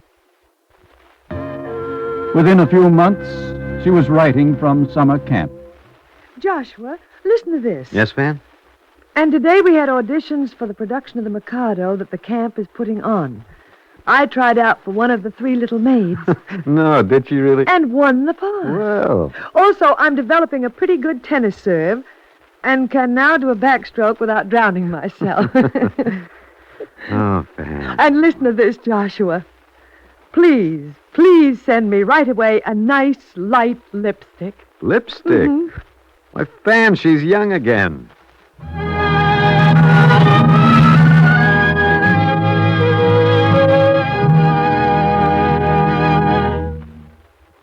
It was natural for Rabbi Liebman's thoughts to turn to Leila.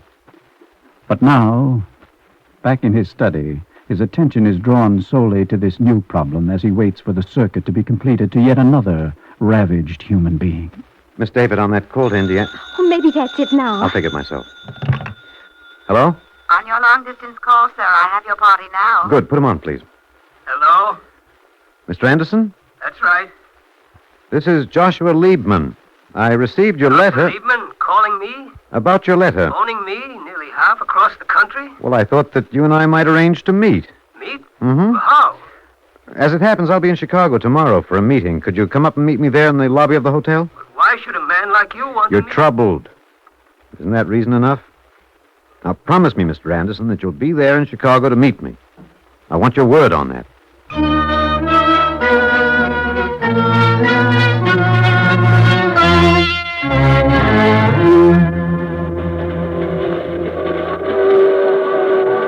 Conductor.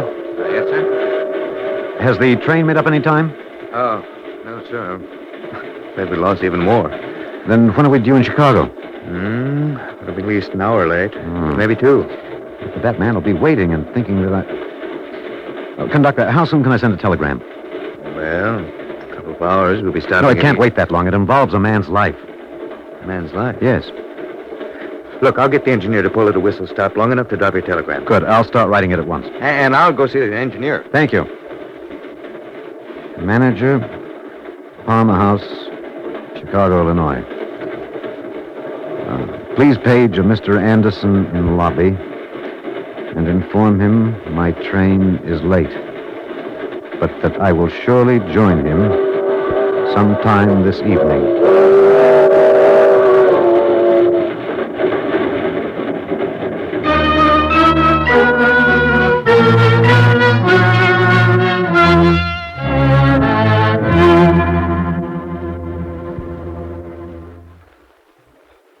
Yes, go on, Mr. Anderson. But you've been sitting here with me for hours already, Dr. Levin. What is there to add? I'm not sure we have the story yet, Mr. Anderson. I've told you. Here I was, trained to a profession, graduated with honors. Then in middle age, my wife died. My business collapsed. I have to move to another city, start again. A city of strangers. Yes. I can understand your terrible feeling of loneliness. And besides, the son who once looked up to me, Yes, Mr. Anderson? now he looks on me as a failure, as worthless to him and everybody else. How do you know that, Mr. I Anderson? can feel it, Dr. Liebman, and that's why I... Dr. Liebman, if I may interrupt. Oh, excuse me, Mr. Anderson. Yes, Rabbi Stein. The meeting is almost breaking up. If you'd like to come in for a moment or two. Well, Go ahead, Doctor. That's why you made this trip. Well, Dr. Liebman? please express my deepest regrets and explain that something even more urgent has come up. Would you please? Very well, I'll tell them. Dr. Liebman, why do you go on bothering when the whole thing is now so clear? What is clear, Mr. Anderson? That I could be of better service dead. Service? To whom? To my son. That way I could leave him enough money for my insurance policy to see him through medical school and take myself out of his way. Do you really think that money would be such a great gift to him? All I know... Together with the money, you would leave him also a burden of guilt. That it came to him at the cost of his father's life. I hadn't thought of that. You've talked also of taking yourself out of his way. Now, why is that necessary? Why? Mr. Anderson, it's my experience that sometimes people become as desperate as this over some one trivial thing they've magnified out of all proportion. But, Dr. Liebman, it's not a trivial thing. Oh? What's happened? Tell me. A few days ago, I gave a check. And? When it reaches my bank, there won't be funds to meet it. Oh. A large check? No, but that is not the point. It's a matter of going back on my word, failing to meet an obligation. For the first time in your whole life? One time is enough. No, you're much too harsh with yourself. Suppose you had time. Could you meet that check? In a week, 10 days? Oh, why haven't you explained that to the people involved? How can I? The thought of failing to meet an obligation... Well, how about the larger obligation? To yourself, to your son. The obligation to go on living. Instead of thinking of your life as worthless... Dr. Liebman, you came 1,000 miles to listen to me. Yes?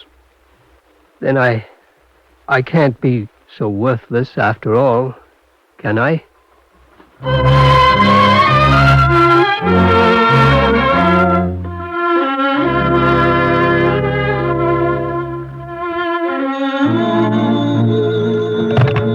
Hello? Hello, Ben. Josh! I hope I didn't wake you. No, I've been sitting here all the while wondering how you... Man will be all right. Oh, Josh, I'm so glad. Now, if I'm going to make the next train back, I better hang up. Well, why the rush? Why not... Tomorrow, Leela gets back from camp, and she should have a committee to welcome her, shouldn't she? Goodbye, Sam. Until tomorrow, then.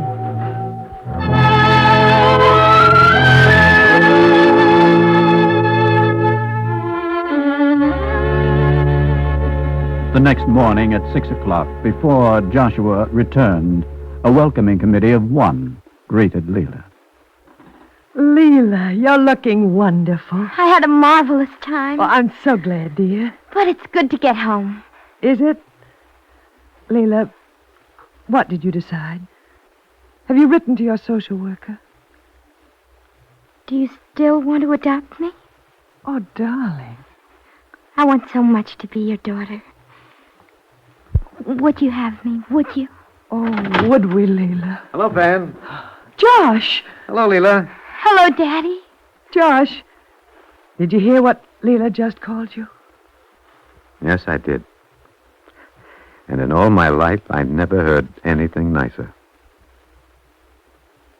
He who saves one life, says the Talmud, it is as though he had saved the world.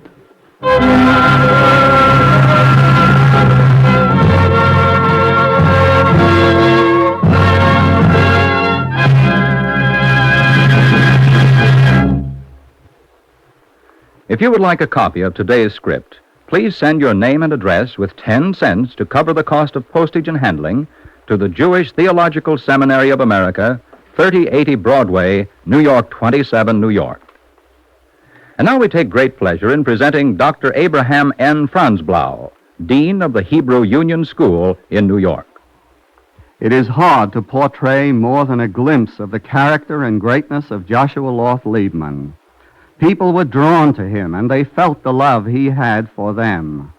It is not surprising that to this day his wife, his darling Fan, who is truly a biblical wife and helpmate, still receive scores of letters every month from people all over the world expressing gratitude for the help and comfort they got from Dr. Liebman's great book, Peace of Mind.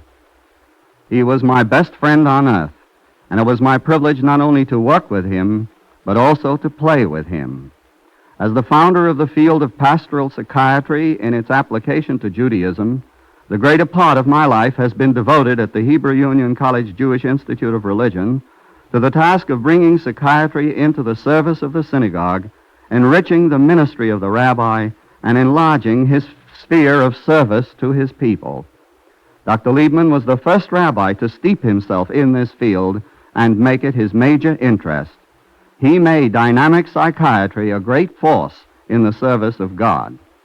For him, there was no conflict between religion and psychiatry, and his inner unity and integrity led him to wish to unify and integrate all those disciplines which could be applied to the study of man. Like our medieval philosophers, he devoted himself to many fields: philosophy, poetry, the social sciences, dynamic psychology, Hebrew language and literature, for which he had an amazing capacity to evaluate and absorb and then to apply. But only a few knew the rich warmth of his brilliant wit. His spontaneous humor, in which there was never a trace of hostility, delighted and, I may say, often convulsed us. I shall never forget how their beloved Joshi, as they called him, sat on the beach and told the story of Purim to my children in several versions, as the New York Times, the Tribune, the News, and the Mirror would write it if it happened today, or his hilarious imitations of his favorites of stage and screen, or his takeoff of the speeches of a half-dozen prominent Jewish leaders, one after the other, at an imaginary banquet. When the name of Joshua Loth Liebman comes to mind and heart, it evokes not memories in the ordinary sense of the term, but unforgettable realities which will endure forever with all of us who knew him and loved him. Thank you, Dr. Franz Blau.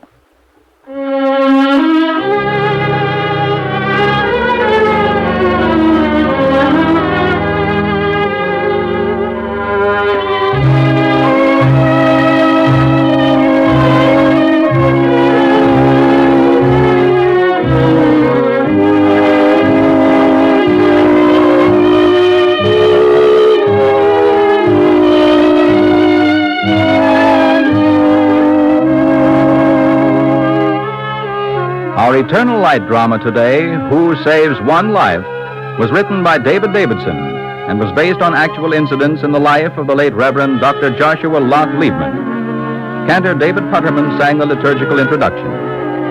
Featured in the cast was Alexander Scorby as Joshua Liebman and Ann Seymour as Fan. The music was written by Morris Mamorsky and conducted by Milton Catums. The production was under the direction of Edward King, and this is Bill McCord speaking.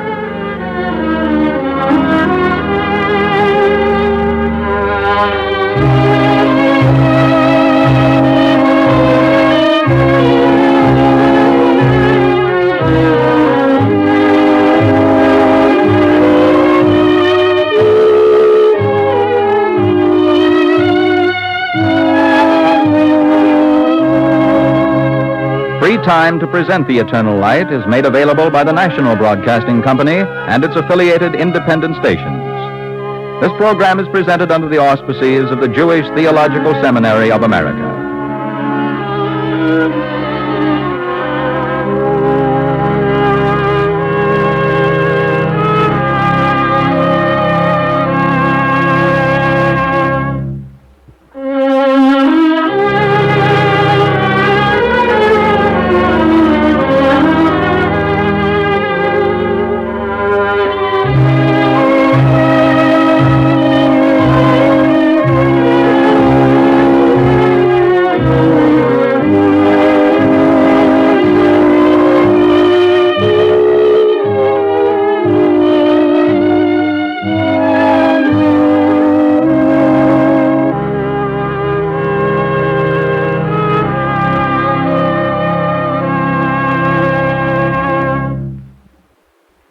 The preceding program was transcribed and came to you from Radio City, New York.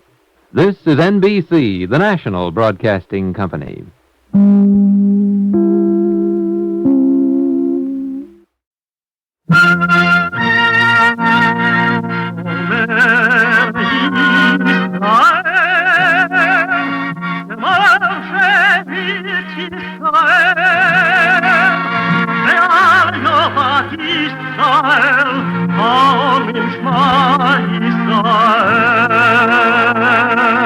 And the Lord spake unto Moses, saying, Command the children of Israel that they bring unto thee pure oil olive, beaten for the light, to cause the lamps to burn continually in the tabernacle of the congregation.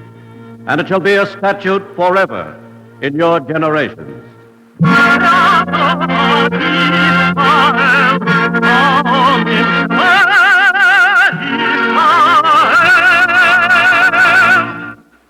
The eternal light.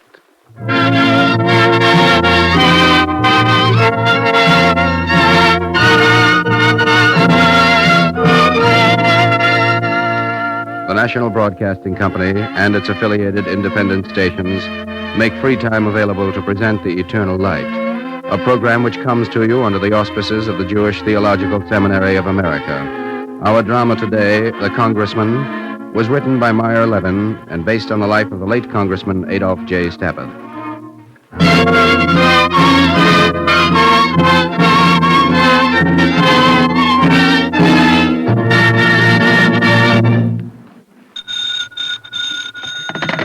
Nurse Enright. Election news?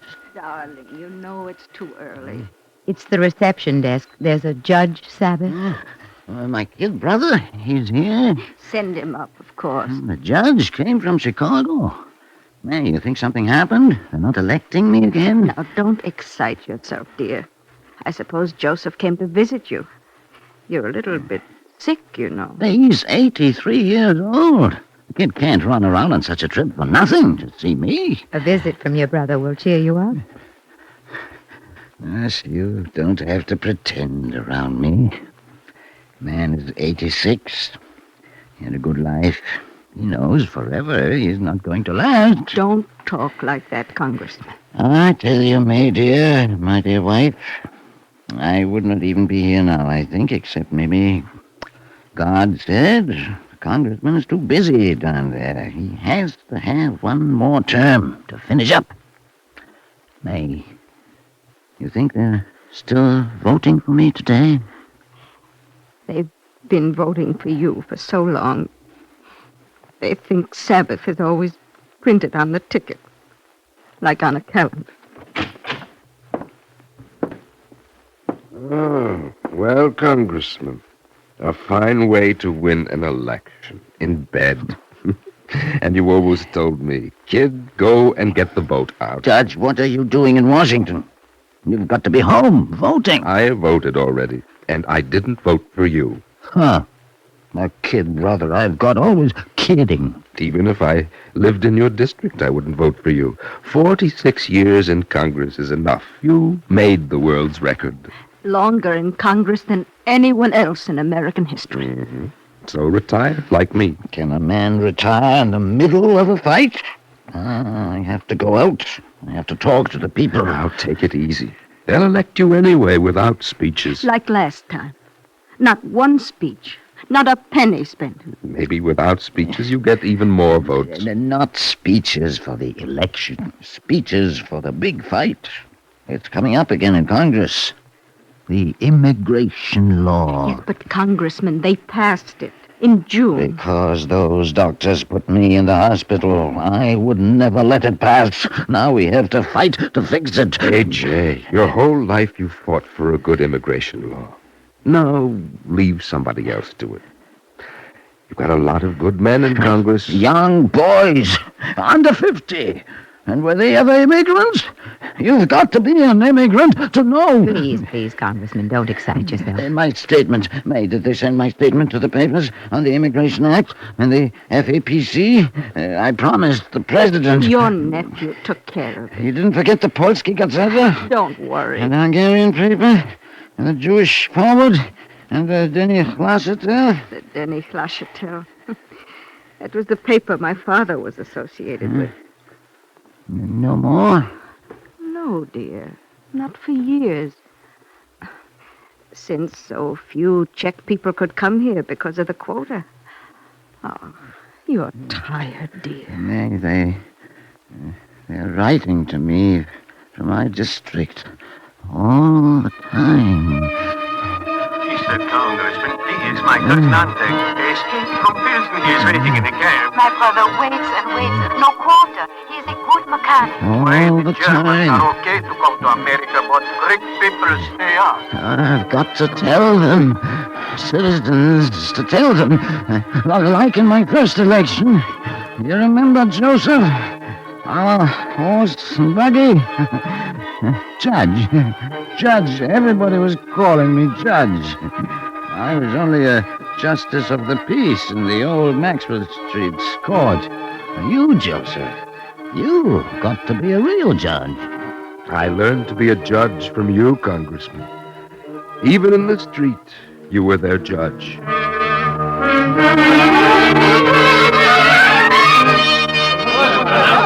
Please, Judge Sabbath, explain to him our sukkahs. Explain nothing. Get that shack off the property. Whoa. Take it easy. What's wrong, Mr. McGinnis? I'm going to arrest this greenhorn. If I state this is sukkahs. Yap. Will you talk English? I try. I explain you. Suppose you explain to me, Mr. McGinnis. Sure. This morning I found a shack that he put up on the railroad property near the track. Now, listen, Mr. McGinnis. Suppose I give him 8 days to clear it off. Okay? Today's Saturday, so have it down by next Sunday. Well, that's fair with me. Oh, thanks are wonderful, Judge. What's all the laughing for? 8 days. In 8 days, the Sukkah's holiday is over, and he knocks down the shack anyway, Mr. McGinnis. It is the Jewish Feast of the Tabernacles to eat outside in a little booth. Oh, a religious matter. Why didn't the man stay so? You see, Max, the whole trouble is understanding each other. Learn English. My children, they go to school and they talk good English. Me, I got no time for school. I got to work. Go to night school then, like I told you. And listen, everybody. We've got to have new laws in Congress. Sure, to keep out all the hunkies. Why don't they stay in the old country where they belong? You're wrong, my friend. Look, Mr. McGinnis, why did you come to this country? Me? Why shouldn't I? Ireland is poor and under foreign rule. I want a free country. Ah, well, Bohemia is poor and ruled by the Austro-Hungarian Empire, so I came here like you, a boy in steerage. My mother baked a big black bread for me, and I ate the last crust in the boxcar I rode to Chicago. On Maxwell Street, I sold shoes from a pushcart. I am an immigrant, too. And today, I am running for Congress. Listen, all of us need new laws in Congress. We've got to keep up the wages and keep down the hours. No man is a slave. He's got a right to Sunday off. So we've got to make a law. Minimum wages and hours must be guaranteed. Judge, my husband lost his leg on the railroad job and he cannot work. And we've got to have a law for the workman that gets hurt on the job. Workman's compensation. That's the ticket. You've got the right idea, Judge. Welcome the immigrant. Welcome the immigrant and protect labor. That's my platform for Congress. Thank you. Good, Adolf, good. Sabbath for Congress. Well, let's try the next corner, Joseph. Get up, Bitsy. Good Sabbath, Mr. Sabbath. Oh, Rabbi, excuse me. Oh. I was listening to your speech on the Sabbath. Excuse me, Rabbi, but in the new world, new ways, new ideas. New? For instance, your idea for a law that every man has a right to his day of rest. Minimum wages and hours. It's modern economics. Modern? Your name is Sabbath, yes? You know my name, Rabbi. And what was your father? A butcher in Fabry near Pilsen. We were the only Jewish family. Every week, my father slaughtered one cow and drove around selling the meat. Came home for the Sabbath. Perhaps your family adopted the name because they were proud of its meaning. What meaning? That we are Jews? Is that the whole meaning? What is Sabbath, Judge? Sabbath? By God's command, every slave, every beast of the field has a right to his Sabbath day of rest. A minimum labor law from the time of Moses. And wasn't that the beginning of equality before the law, of the whole idea of human equality? Rabbi, if I get elected, I better come to your synagogue for new ideas.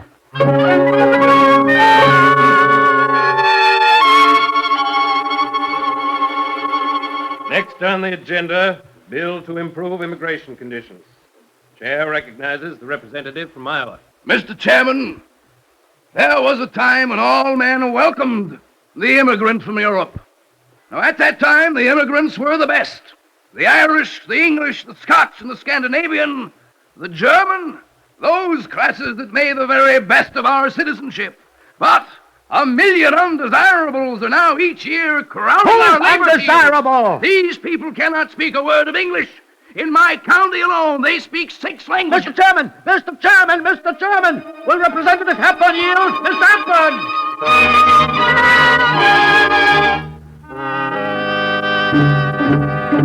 Mr. Hepburn! Mr. Hepburn! Hey, Jane. Shh. You're in the hospital. What? Oh, you must have been dreaming, dear. Hepburn, that was in your first Congress, 46 years ago. You think it is different today? Same fight. Racial ideas, quota laws.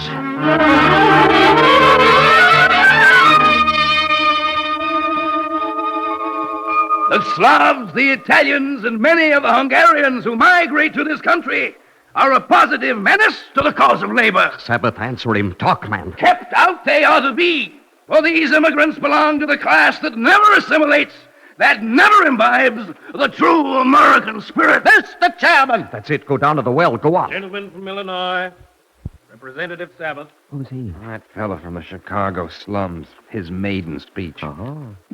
Mr. Chairman, for 27 years of my life, I have lived and worked in Chicago, one of the greatest, if not the greatest city in the world. But Chicago, without its foreign-born, would have no place among the cities of the earth. Mr. Chairman, what these foreigners have done for Chicago, they have done for the West and Northwest generally. Go out along the railroads, the arteries of our national life, and you will find them. Building the railroads, working the forests and the farms, the mines and factories, doing a large percentage of the work that is so hard and toilsome, the average American would not be content to do it. These are the so-called undesirable citizens. It has been said that the foreigners are forcing down wages in this country. Mr. Chairman, I would rather lose my power of speech than advocate a measure that would prove detrimental to labor. But we all know that statistics have proved that notwithstanding the great influx of immigrants during the past year, wages have increased 12 and 14%. In these years, 1905 and 6 and 7, immigration was heaviest, and yet the country was never as prosperous.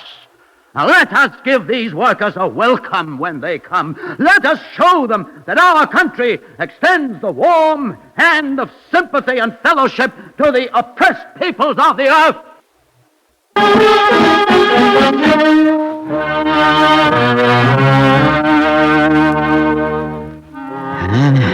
We won. 1907, 1 million came in. Were those people bad for America?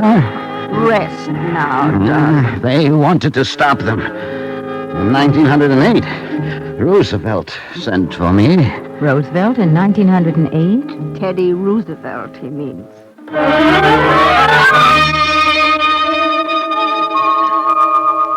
Congressman, what about this immigration bill? Laws to keep out good working people we don't need, Mr. President.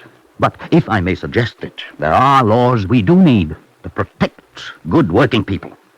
Chicago is a railroad city. We have lots of railroad workers. If a man loses a limb, there should be a federal compensation law. Sabbath, you propose such a law, and I'll support it. I've got more ideas. Minimum wage is an hour's law. An old age insurance. Whoa, you're way ahead of the parade. What about this immigration? Mr. President, don't take my word. Why not appoint a commission to find out the facts? The commission? Boy!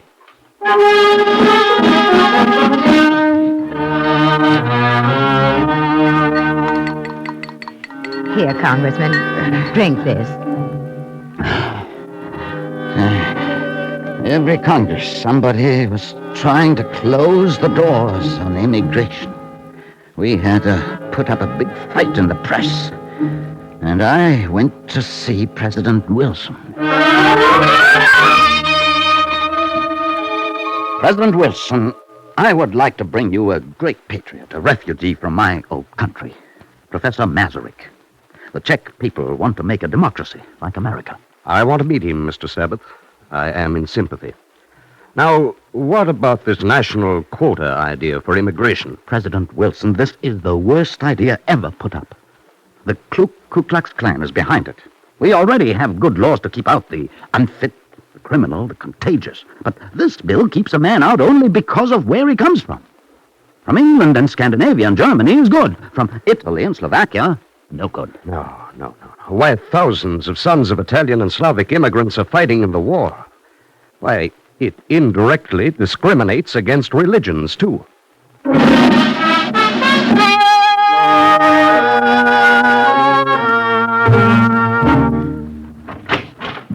Congressman. Rabbi, what are you doing in Washington? I came to persuade you to run again. No. I'm a failure. They don't want me here. They don't even want us in America. Who are they, Congressman? Sometimes one part of the public dominates for 10, 15 years.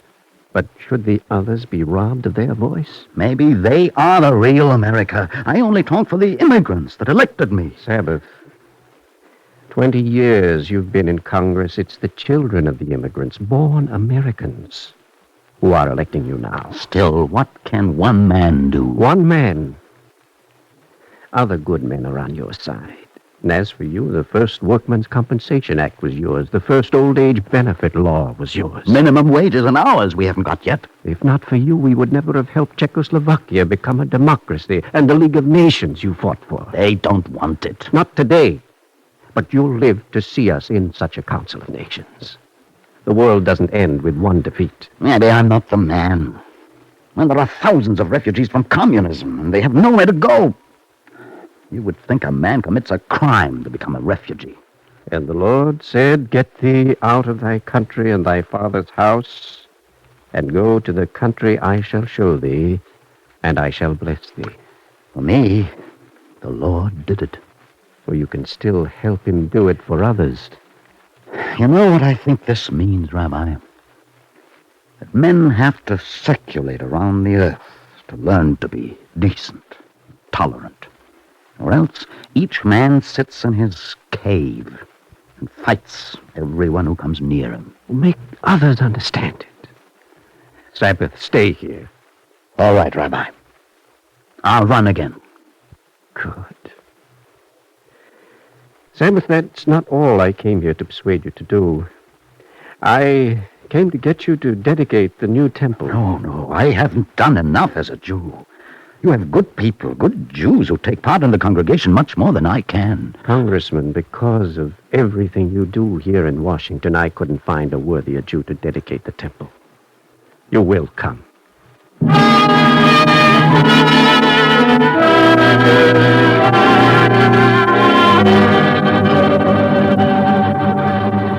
Congressman Sabbath, you've been here a long time. I'd like your advice about how Congress may feel. About a third term? Well, now you have said it. Well, if a congressman like me can run 17 times, why can't a president like you run 3 times? Oh, Sabbath. I'll tell you what pushes me most. Unfinished business, huh? There are going to be hundreds of thousands of war refugees. Quotas filled for 50 years ahead. We need a new immigration law. And I'd like to get a fair employment law through so a man can't be refused a job because he has a foreign accent or a certain color. Mr. President, I will fight it through the Rules Committee if I have to stay there the rest of my life.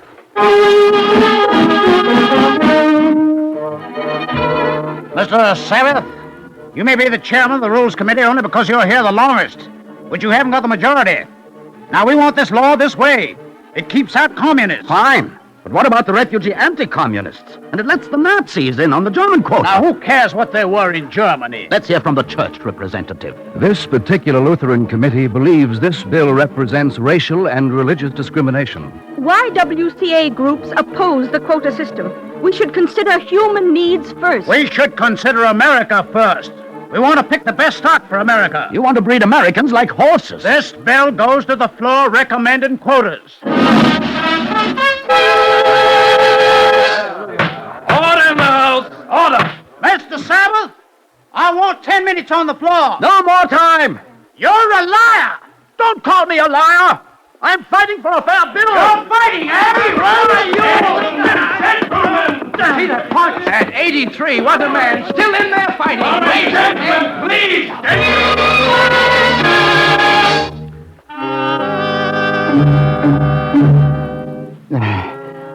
They beat us again. They beat us. Hush, dear. You did so much. You put through good things. They beat us again. A new quota bill. When I was in the hospital, they pushed it through. But the president vetoed it, don't you remember? That was President Taft's veto? No, dear. Truman. Oh, yes, Truman. Remember, he said, I have long urged that racial and national barriers to naturalization be abolished. Wilson? President Wilson said that? No, dear, Truman. Remember, he said, this bill denies the great humanitarian creed inscribed beneath the Statue of Liberty, proclaiming to all nations, give me your tired, your huddled masses yearning to breathe free. No quotas. Those who need come first. But they passed it again, over the president's veto. Never mind. The new Congress will repeal it. The new Congress, yes. The fight isn't finished. If I only have time. You will. You will. If they vote for me again, May, are they voting for me? I have to go to Congress. Mrs. Sabbath, this just came. Oh, report from Chicago. The congressman is running ahead. 2-1 they're voting. Congressman, do you hear? Do you hear, darling? They're electing you for another term. They're voting for you the 24th time. Congressman. Oh, my congressman. Doctor, quick. Let me... I'm afraid he... Poor dear man. He's smiling. I think he heard. Oh, surely he heard. He's being elected.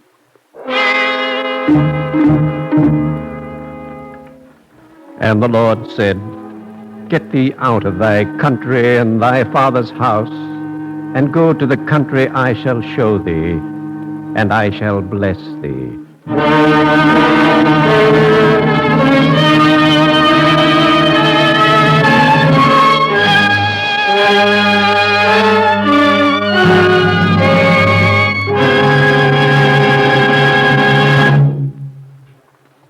If you would like a copy of today's script, please send your name and address and 10 cents to cover the cost of postage and handling to the Jewish Theological Seminary of America, 3080 Broadway, New York, 27, New York.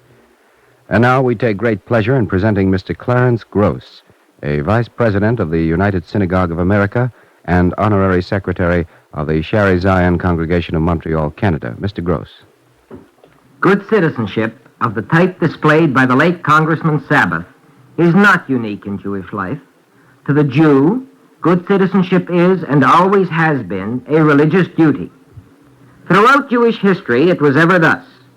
When the Jews were taken from Palestine to alien Babylonia, the prophet Jeremiah admonished them to work for the peace and welfare of the country, a country to which they were being transported as unwilling captives. There is a precept in the Talmud which tells us that the law of the land constitutes the law of the Jew. This principle is broad in its implications. It does not mean merely obeying existing laws. That goes without saying. It implies that no Jew can be a good religious Jew unless he does his full share in the strengthening and development of the laws of the land in which he lives. But the precept implies more even than that. It is one thing for Jews to obey the laws and work for their strength and development in the United States or Canada or Great Britain. Quite another to do the same thing in countries like erstwhile Nazi Germany or the lands now behind the Iron Curtain. There is, however, no problem here. To the Jew, it is good religion to work for and obey a good law. It is not religion at all to work for and obey a bad law. And if to a Jew like the late Congressman Sabbath, his life work was a religious compulsion and duty, then it could only be because his goals, like those of the vast majority of his fellow Americans, were consonant with the principles of freedom and democracy and social justice inherent in Judaism. One cannot but reflect how blessed we are, Jewish citizens of the Western democracies, and how blessed the lands in which we live. Fortunate that our lands can band together in a world organization whose objectives are not to make war or abrogate freedom, but to strive for and fulfill the prophetic vision of Isaiah. Fortunate that we are able, each in his own country, to work for better laws and at the same time observe the principles of freedom and justice and equality in our own religious life, because both goals draw their strength and inspiration from the same source. As we review the life and work of Adolf Sabbath, we pray that the lands in which we live shall never lose sight of those principles, to the end that the laws of the land may never do violence to the principles of our Jewish religion, the principles on which all the rights and freedoms of the Western democratic world are based. Thank you, Mr. Gross.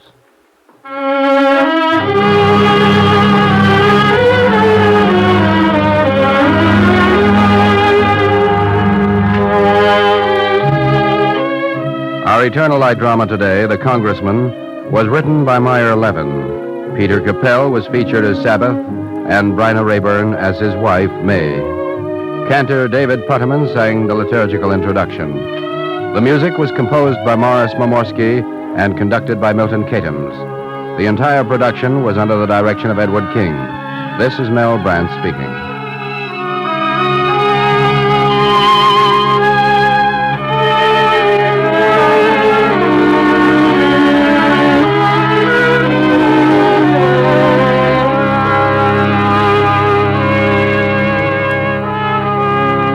Free time to present the Eternal Light is made available by the National Broadcasting Company and its affiliated independent stations. This weekly program is presented under the auspices of the Jewish Theological Seminary of America.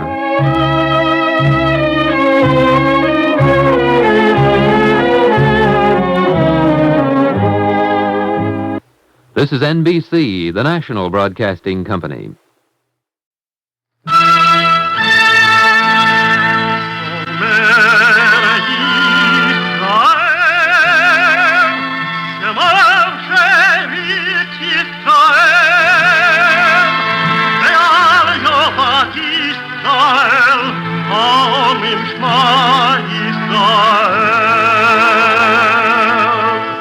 And the Lord spake unto Moses, saying, Command the children of Israel that they bring unto thee pure oil olive, beaten for the light, to cause the lamps to burn continually in the tabernacle of the congregation, and it shall be a statute forever in your generations.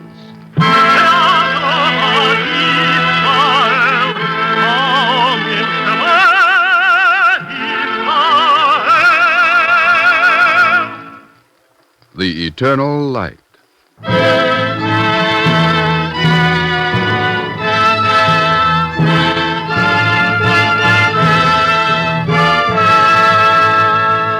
The National Broadcasting Company and its affiliated independent stations make free time available to present The Eternal Light, a program which comes to you under the auspices of the Jewish Theological Seminary of America. Today's program, I Never Saw a Summer, was written by Virginia Mazer and is presented as a tribute to the work of the New York Herald Tribune Fresh Air Fund.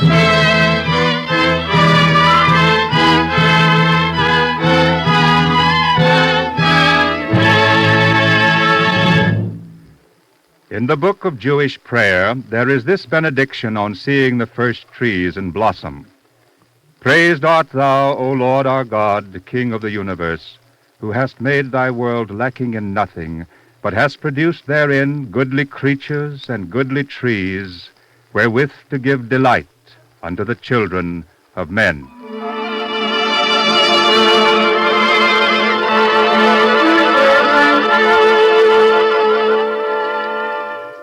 In New York City's tenement districts, you never see a tree. You never see summer. You can hear it, you can feel it, you can smell it, but you never see summer. Give me a nickel for ice cream, Ma. What's the matter with you? You had a nickel today. Oh, Ma, please, it's so hot. I told you no. Now get out of here, Larry, and stay out. I've got my washing to do. You know it's summer by the radios turned up full blast and the crying babies that can't sleep for the heat. You know it by the water hydrants turned on in the streets, by the smell of garbage in halls, by the blistering sidewalks and the sticky feel of melting asphalt. You smell it, you feel it, you hear it, but you never see summer. Hey, Johnny! What's the matter? Who got hurt? The Johnson kid. His ball went in front of a truck. Johnny got hit. Crazy kids. Get his mother, Why Johnny. don't they stay out of the street? Johnny! Larry! Where are you, Larry? You come inside and stay in. Somebody help me. That poor woman. Why don't they stay out of the street? Why don't they? Oh, I don't know just why. Why?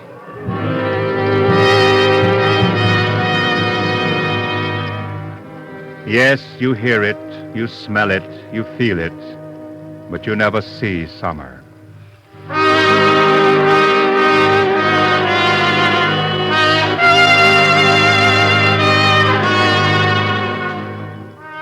"77 years ago this June, a minister in a little Pennsylvania hill town told his congregation what it was like to be a child in New York City in summer.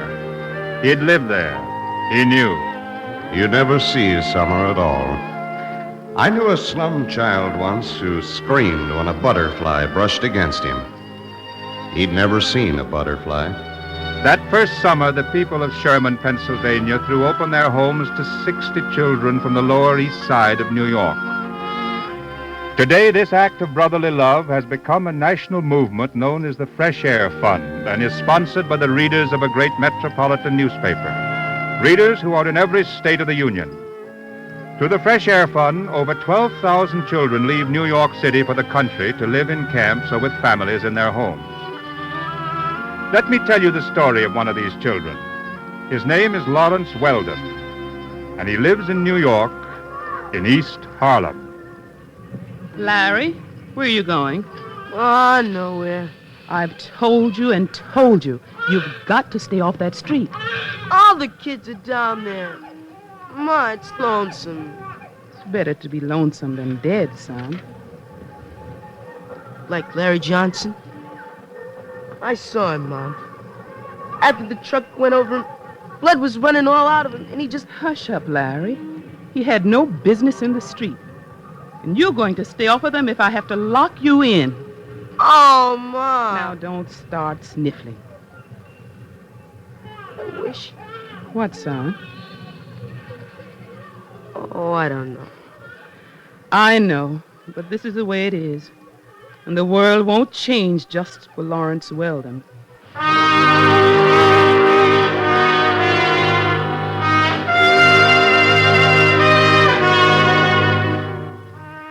But the world does change.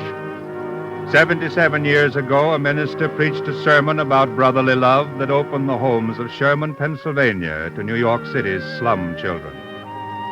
Since that time, there have been lots of changes in the world. We've had 4 wars, the airplane, skyscrapers 3,492 feet tall, Now we have the atom bomb. But the slums remain. Sometimes it seems the more things change, the more they stay the same. We still have our slums and children growing up in them. But thank God we still have people worrying about the children. We have people like Ruth Levinson, an ordinary housewife in an ordinary upstate New York town. They're back, Sam. Who's back? The red-winged blackbirds. I think they're nesting in the maple tree. Oh. Oh, Sam, sometimes I feel like holding my breath. It's too good. Yeah. Yesterday you were squawking because the washing machine broke down. So much trouble in the world. And here we are, you and me and Danny. Did you notice my delphiniums are in bloom? I thought that was larkspur. Yeah. Danny likes it out here. Fell asleep as soon as I rolled his carriage out. Oh, fine. He can keep us awake all night tonight. Oh. Let's don't ever take it for granted. What? Sleep? I never will. Now, don't kid me. You know what I mean. This isn't the whole world. This house we live in, this little country town. Just think, suppose our parents hadn't come to America. Suppose they'd stayed in Germany or Poland. Well, then you and I wouldn't be here. We might not be anywhere. Did you see the pictures of those children in the newspapers this morning? I don't remember it, but I was born in a tenement, Sam. Used to sleep in a dresser drawer. And in the summer, they'd put me out in the fire escape to get some air.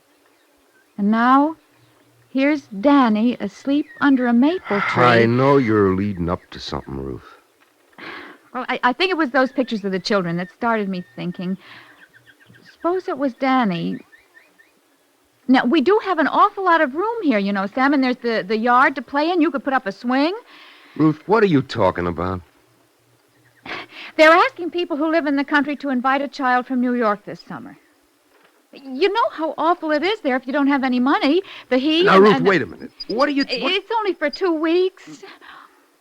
Sam, let me take a child. You're crazy. All right, I'm crazy. I hate the word conscience anyway. Sounds so grim. I'd rather call it crazy. Look, we got our hands full. A new baby Don't talk me out of it now. It's like the time you lent Joe that money. We couldn't afford it, but you had to do it. The world isn't just you and me and Danny. But you get all worn up. A washing machine will break down, and then you'll cry on my shoulder. I know it. I'm selfish. I like life to be safe and tidy. Most of the time I do. So when I do want to do something that's bigger than myself, don't stop me. If you do, Sam, the world will shrivel and shrivel. And we'll shrivel with it, all of us. Danny, too.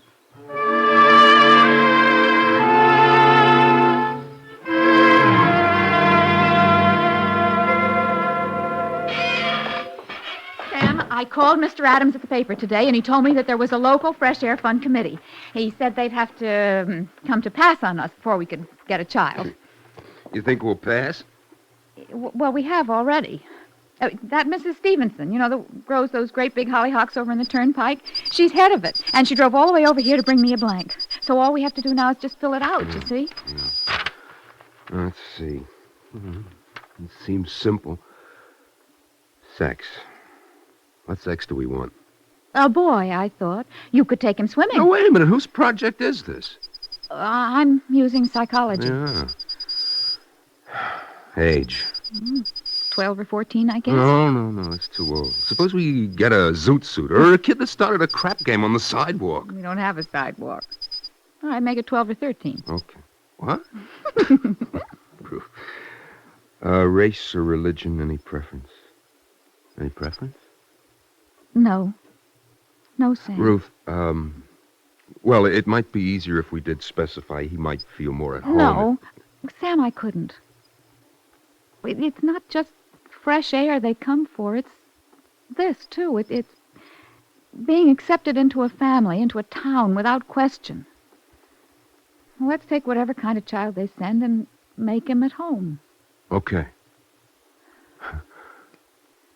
Gee, I wonder who it'll be.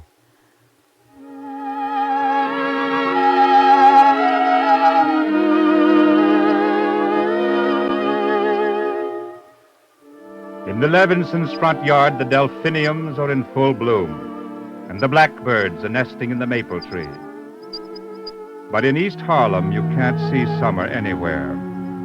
A woman, Lawrence Weldon's teacher, climbs the 6 flights of dark stairs past decaying garbage in the hallways to the tenement that Larry calls home. Good afternoon, Mrs. Weldon. Good afternoon. I came to see you about Lawrence. He's not in trouble, is he? Oh, no. Lawrence is a good boy. Too good, I think, sometimes. Oh, I've tried to raise him right. I know you have, Mrs. Weldon. Now, this is what I came to see you about. I heard one of the children say that you're afraid to let Lawrence play on the street, that after school he stays upstairs. Yes, it's the truth. Ever since the Johnson boy got killed, I'm scared to let him go out. I got 3 smaller than Lawrence to take care of, and we're on the back where I can't watch him out of the window. I know how it is, Mrs. Weldon, I know. But I'm worried about Lawrence. His health chart shows he hasn't gained any weight this year. Now, I was thinking a vacation in the country might do him a lot of good, if you'd be willing to let me... Willing? We're poor people, miss, and poor people don't take vacations. That's the way it is, and it's not going to change for no Lawrence Weldon. It might change, a little. Did you ever hear of the Fresh Air Fund?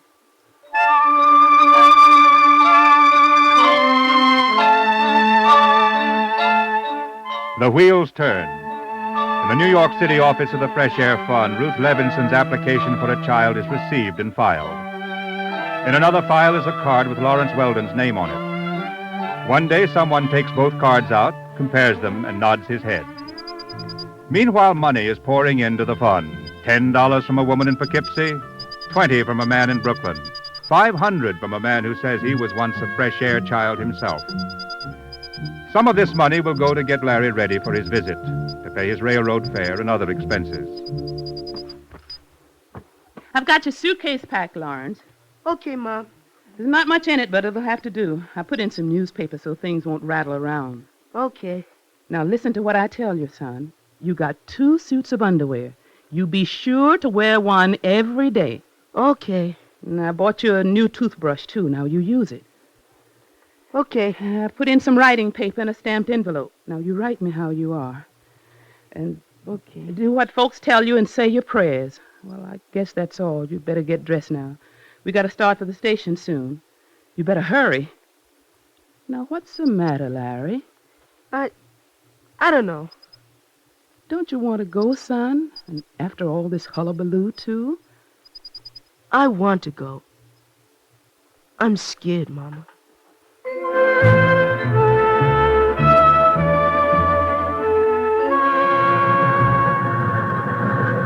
I'm scared, Sam. It's a fine time to get scared. The train's here. Suppose he's one of those dead-end kids. I wish I hadn't put up those ruffled curtains. Hey, come on. Looks like they're getting off the other end. Look, Sam, there they come. They're all girls. They are. Hey, do you suppose that he could have gotten lost on the way? No, look. There, Sam, there he is. The conductor's helping him off now. Come on. Sam, he's so little. That great big suitcase. Hi, fella. Hey, wait a minute. I'll give you a hand. Sam, do you think it'd be all right if I give him a hug?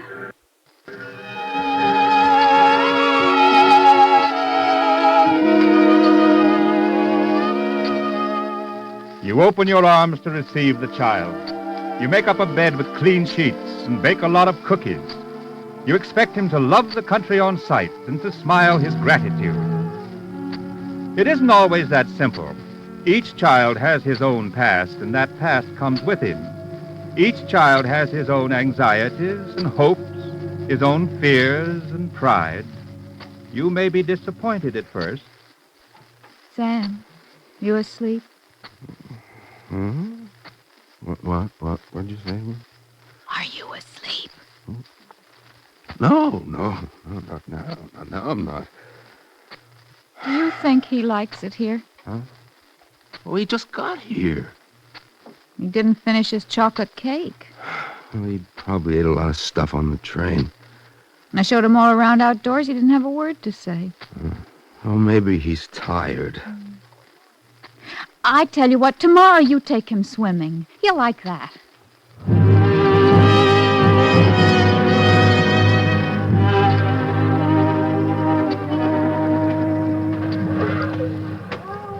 Duck under the barbed wire, Lawrence. Watch yourself, okay? Okay. The swimming hole's right down this hill. Kids around here have been using it for 50 or 100 years, maybe. Listen, you can hear them now. Yeah. Come on, Lawrence. Let's peel off. I'll watch. What do you mean, watch? I knocked off from work early to bring you down. Don't you like to swim, Lawrence? I like it all right, but I'd rather watch. Look, Lawrence, if you're afraid of the water, it's only about waist deep by the raft. I'll stay right with you. I'll just watch.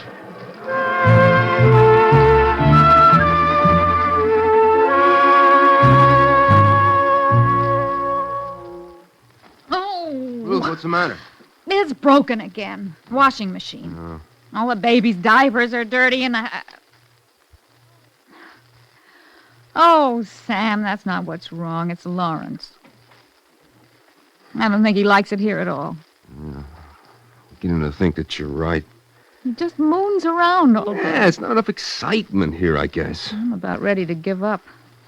Oh, it's only 4 days he's been here. He didn't even seem to care about the wiener roast. Gee, I wonder what else we could do. That handbook they gave me said, in a little town, a child can get a better idea of how America works. Maybe we ought to take him to the city hall or the post office or something. Hey, I got it. I'll take him down to the fire station. We'll give him a ride in the engine and let him ring the bell.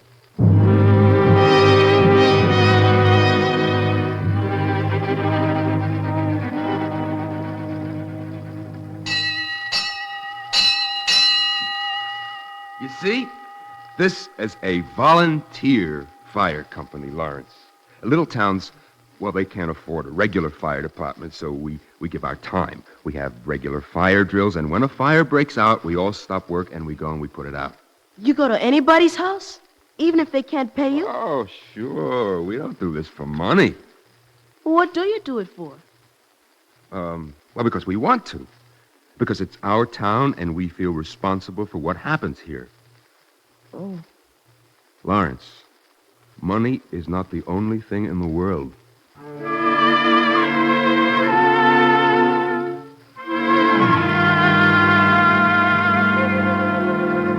Ruth, I don't know. I just give up. I took him all around town on the engine. Didn't mean a thing to him. I think he thinks we're a lot of jerks for doing something and not getting paid. Well, I guess city kids do get sort of mercenary. Everything has a price tag on it. What are you cooking? Lemon chiffon pie. I don't know why I'm bothering. He never even finishes his dessert. Oh, it's only for another week. I guess the poor kid will be glad to go back home. Sam, it wasn't such a good idea.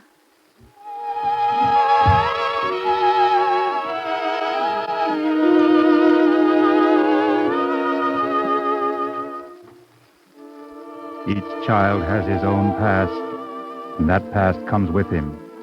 Each child has his own anxieties and hopes, his own fears and pride. You may be disappointed at first.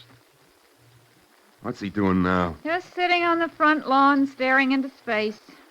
Oh, look, you go talk to him, will you, Sam, till supper's ready? Oh, he's beginning to get on my Oh, nerves. go on now. As long as he's here, we've got to keep on trying. Okay. Call us when supper's ready.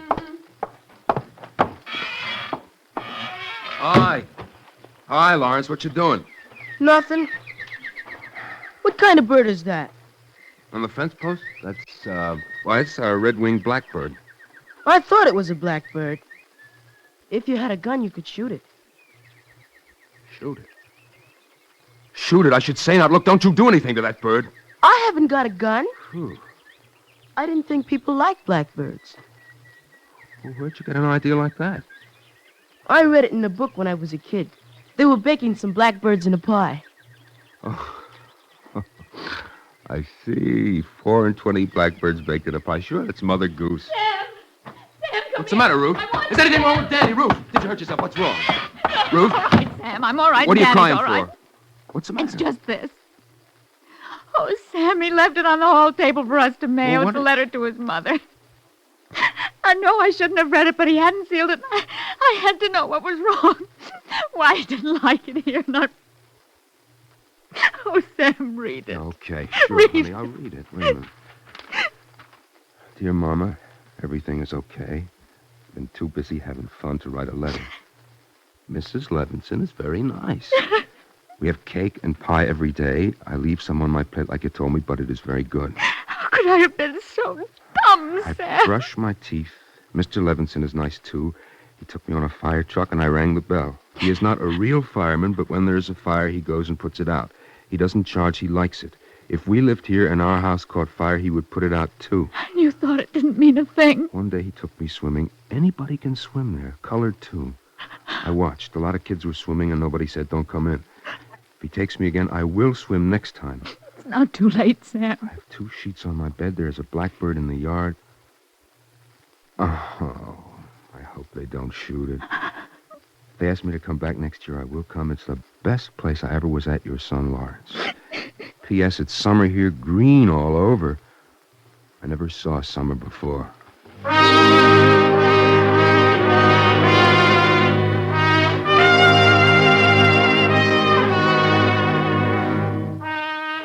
Each child has his own past, and that past goes with him. You may be disappointed at first, but remember this. He may not smile, he may not say thank you, but what you give to the child becomes a part of his past, too. He will carry it with him till the end of his days. He was sitting on the lawn where they had left him, the same little boy staring at the blackbird on the fence post. Lawrence, supper's ready, Lawrence. Okay. And after supper, I'd like you to help me. I want to build a birdhouse. What for? Our blackbirds, they come here every year. I think they deserve a home of their own. Hey, maybe you'd like to build a birdhouse to take home with you. There ain't no birds at home, just pigeons. But I could leave it here. That's right. You could leave it here till you come back next summer. Okay. Well, now, let's get washed now, Lawrence? Supper's ready. Okay. At home, people that know me call me Larry. Oh. Okay, Larry, let's go.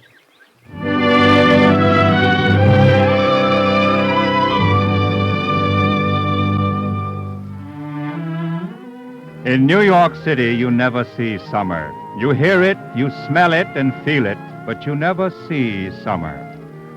Thanks to the Fresh Air Fund, over 12,000 boys and girls will leave New York this year to see summer for the first time in their lives. Because of those who care, some of these children will carry with them not only the scars of their past, but the memory of summer and someone's loving kindness. And they will carry it with them till the end of their days.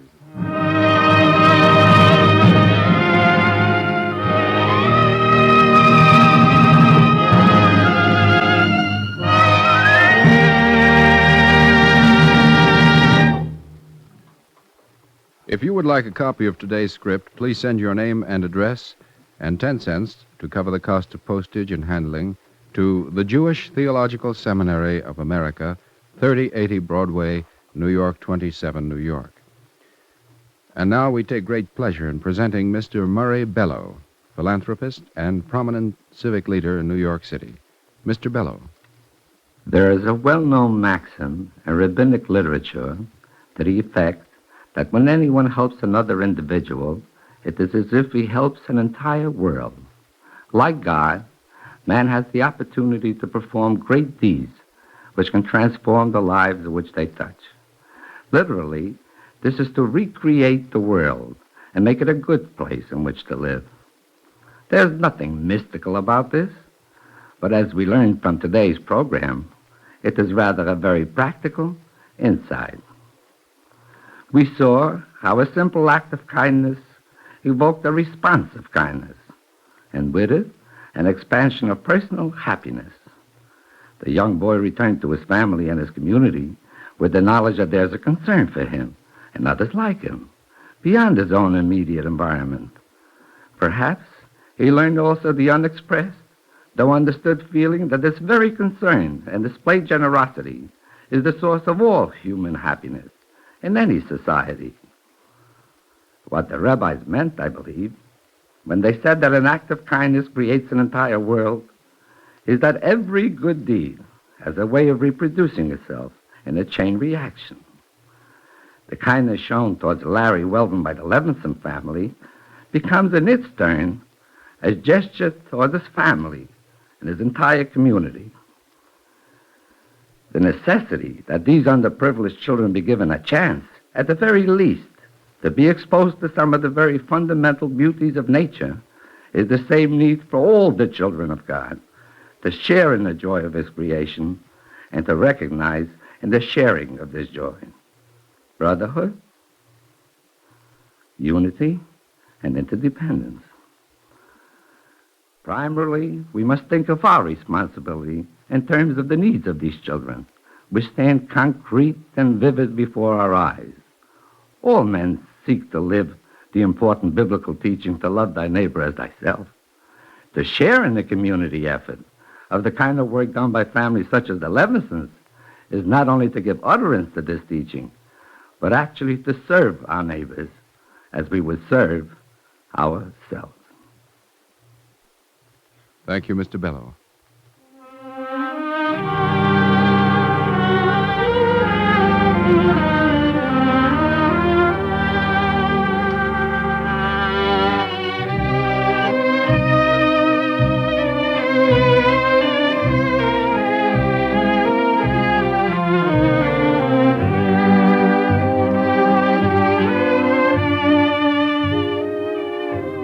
Our Eternal Light drama today, I Never Saw Summer, was written by Virginia Mesa.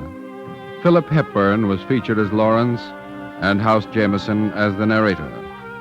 Joan Tompkins was featured as Ruth, Norman Rose as Sam, Freddie Marshall as Mrs. Weldon, Sylvia Davis as the teacher, and Bert Cowlin as the minister. Cantor David Putterman sang the liturgical introduction. The music was composed by Morris Momorsky and conducted by Milton Cadams. The production was under the direction of Ed King. This is Mel Brandt speaking.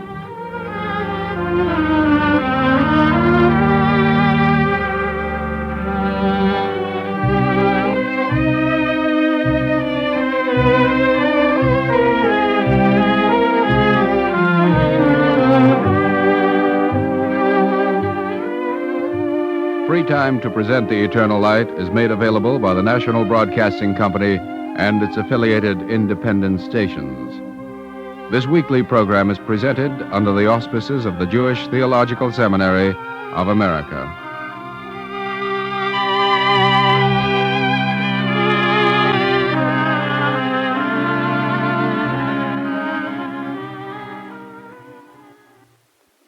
This is NBC, the National Broadcasting Company.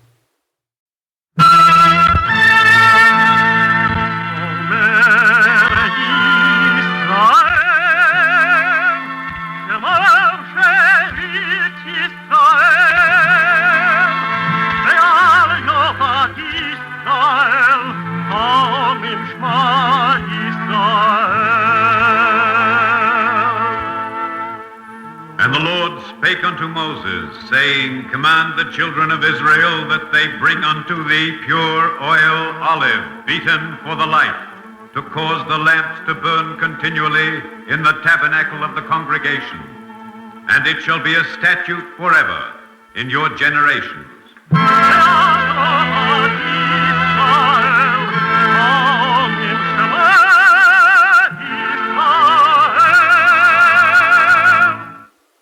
The Eternal Light. The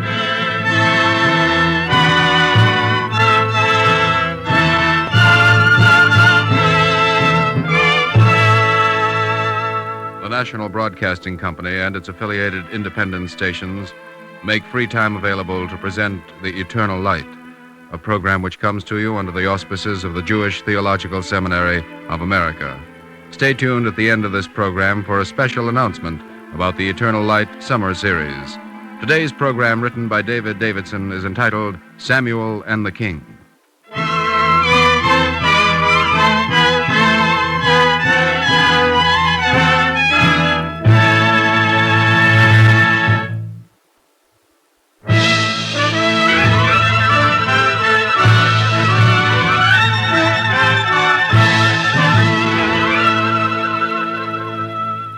And Samuel the prophet judged Israel all the days of his life.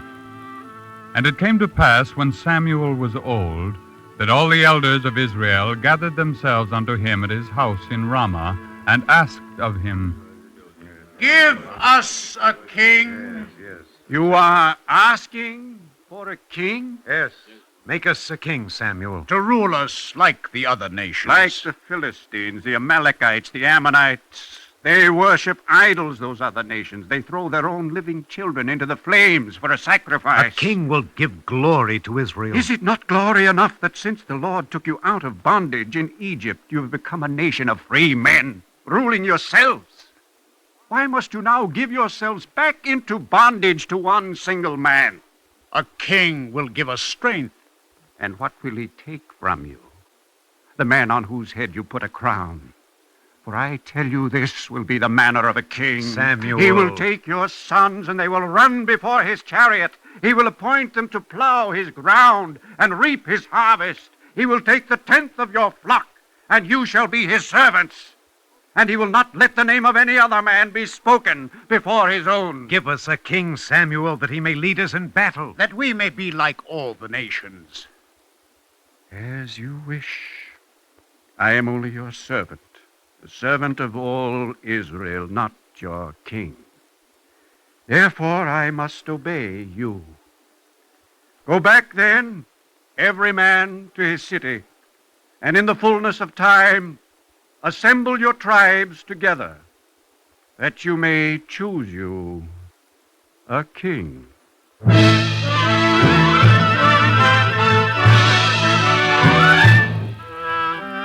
And as the time came near for the choosing of a king, Samuel sat in his house with his son Joel. Father, there is one name which is mentioned more and more above the rest in the marketplaces. And of whom is it, Joel, that they speak? Of a young man of the tribe of Benjamin, a son of the house of Kish. I know that house. Though they be not famous in the land, they're all good men. And this one their son. It is said of him that once, when the holy tablets of the law were stolen from us by the Philistines, he went and took them back with his own hands alone. His name? Saul he is called. From his shoulders and upwards, he stands higher than any of the people. Tall as a tree, Father. Saul.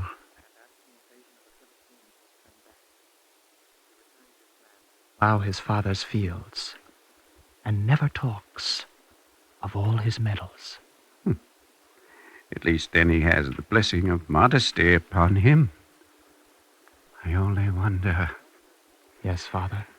I wonder what a crown and scepter will do to the modesty of any man.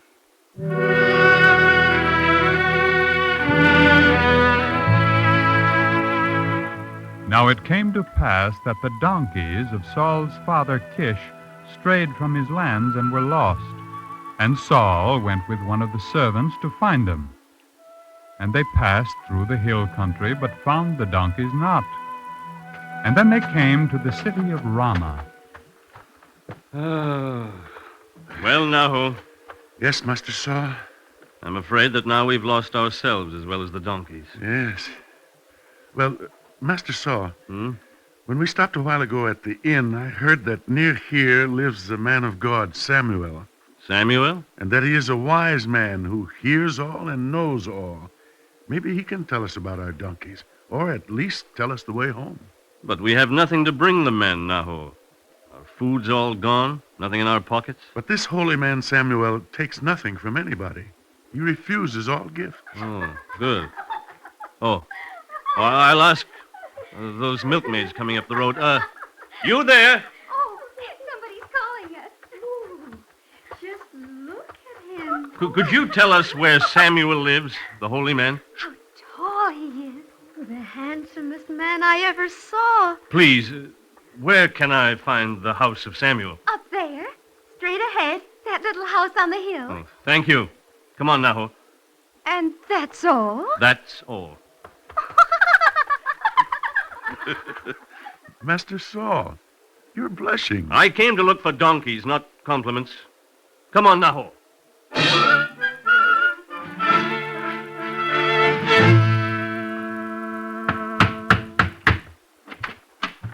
I pray you, is this the house of the holy man Samuel? I am Samuel. Oh, excuse me for not knowing you.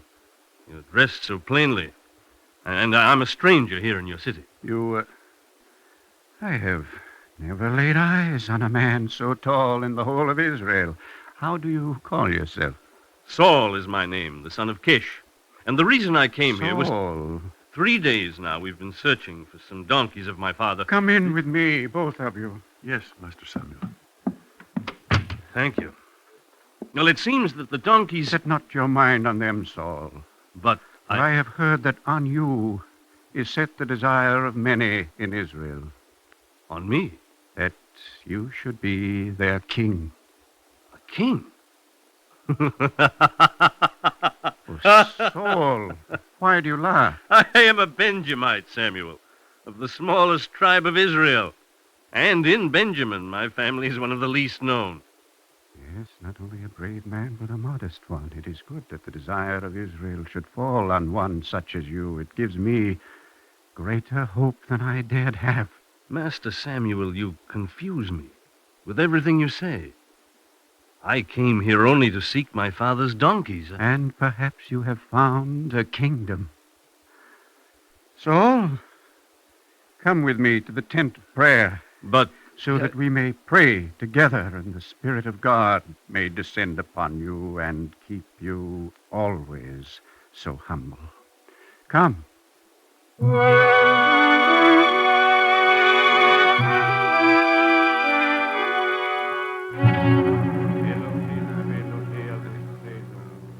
And in the crowd who came to take part in the prayer, 2 men said, Look you who stands there at the altar with Samuel. You mean... Yes, there is only one man in Israel that tall. Yes, Saul, the son of Kish. And he stands there praying together with Samuel. So, is Saul too among the prophets? This can only mean, Jerah, that he has won Samuel's favor. It is a sign.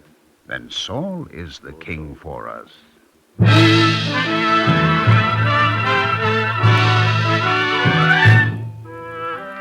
Long live the King of Israel! Master Saul, do you hear them? Yes, no. I don't believe it. But look, here they come for you. No, I won't go.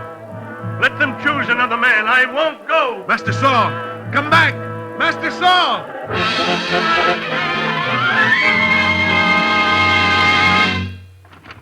Elam, Jerah, you of the elders. Yes, Master Samuel. Where is your king that you have chosen? Master Samuel, it is unbelievable. First he ran and hid himself behind all the baggage. Call him forward. But then he ran away altogether. Ran away? Yes, back to the farm of his father, he said. And he left his crown and his scepter behind him? Oh, what a mistake we've made. How can such a man lead us? This poor, timid rabbit. No, Elam, no, Jerah. I fear it not at all that this man should run away and hide his face from glory. This is good before the Lord. Good? I ask myself only, what if such glory be thrust at him a second time? And a third? Will he run again so fleetly? Or will he come in the fullness of time and of himself to love it and hunger for it even? We know not of other times, Master Samuel. What now? Now, I can only tell you, men of Israel, to pray. Yes, pray to that king who is above all kings and who will neither run away nor ever oppress you.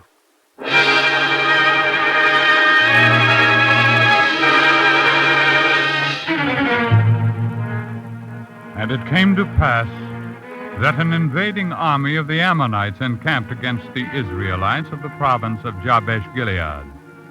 And the Israelites said, Let us make a covenant, and let us be at peace. But the Ammonites answered, On this condition, that we will put out the right eye of each man among you.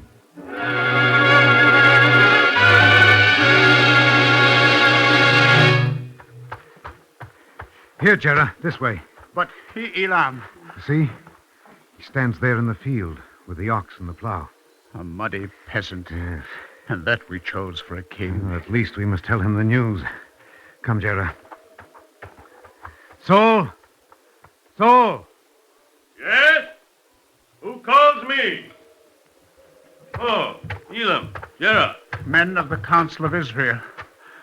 Saul, have you not heard? Well, what ails you two that you stand here and weep? It is the Ammonites again. They threaten war against our people in Jabesh Gilead. They offer peace only if our people will agree to let their right eye be put out, every man of them. What? This is what their king proposes. Yes, to ridicule our people, to hold them up to the contempt of nations. And how did our people answer? How can they answer without an army, without a captain to lead them in their own defense? They asked for a few days' delay. Delay? Give me your sword, one of you. Give me yours, Elam. Here, take it, Saul. But why do you... So that I may use it against my own ox here.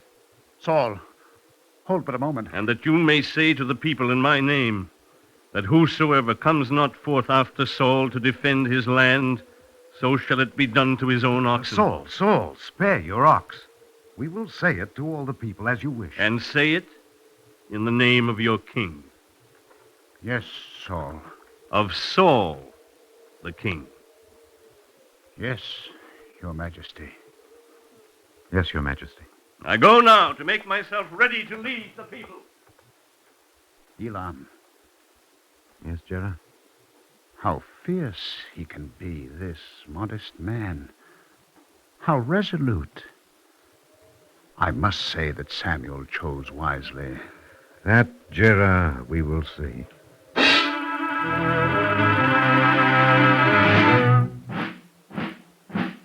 And the people came out behind King Saul as one man, and they smote the invaders, so that there were not two of them left together.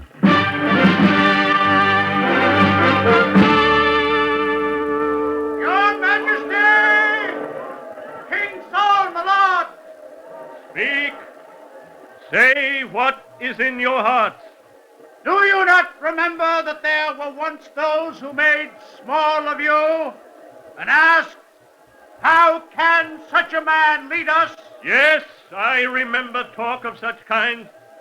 We will bring you those men, that they may be put to death. Yes, bring them to me at once. Saul! Speak, Saul! Speak not so hotly. Who is it that gives orders to the king? Who tells the king? Saul! Oh, Samuel. One victory, and you're so inflamed already that you would put to death any man who ever spoke a word against you. Was it for this that Israel chose a king? These were men And how will you be after a second victory and a third? Very well, Samuel. There shall be no man among us put to death this day. Do you hear? For today God has wrought deliverance. Yes, Saul. God, and not any man alone.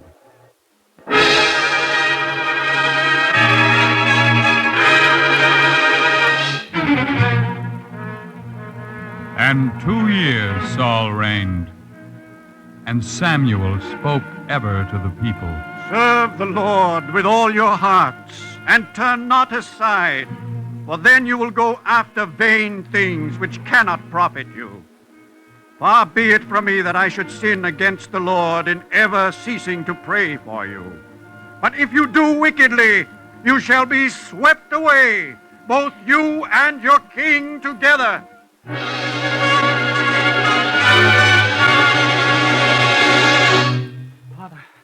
Father, if I may speak with you. Joel, my son. Terrible news, Father.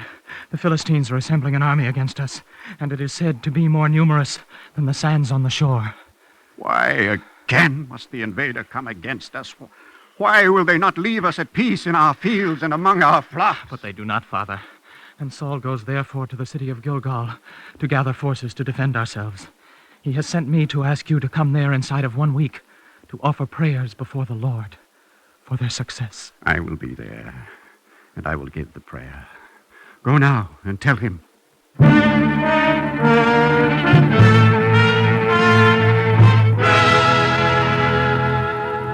King Saul, my lord. Yes, Elam? Our army is beginning to scatter. We can no longer hold them. Scatter? What then do they fear? The Philistines are getting ready to advance. And our men ask how they can win when we have offered no prayers yet, no sacrifice. Samuel is on the way. Tell them that. It is of no use, Your Majesty. The men will not stay. Fools. All right, then. Go out and find me a set of priestly vestments. What? I shall be their priest, Elam. King Saul, this is unheard of in our religion. You are hearing it now. As I am your king, so shall I be your priest. Get me the vestments and gather all the army before the altar at once.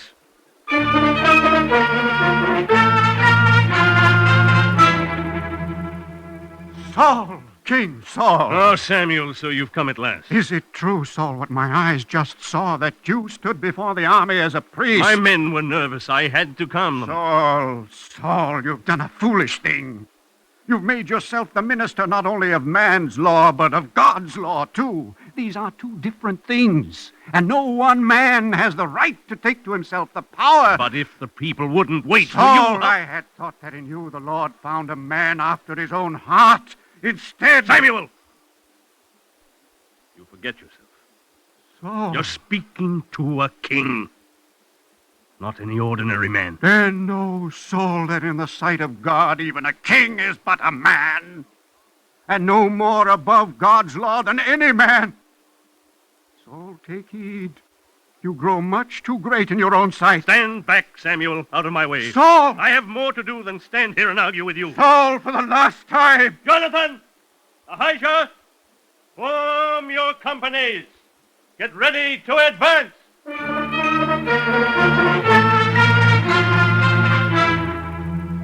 And Saul smote the Philistines that day. But Samuel arose and got him home to Ramah, and sorrowed ever after for what Saul had done. But, Father, it was, after all, such a small transgression. Small?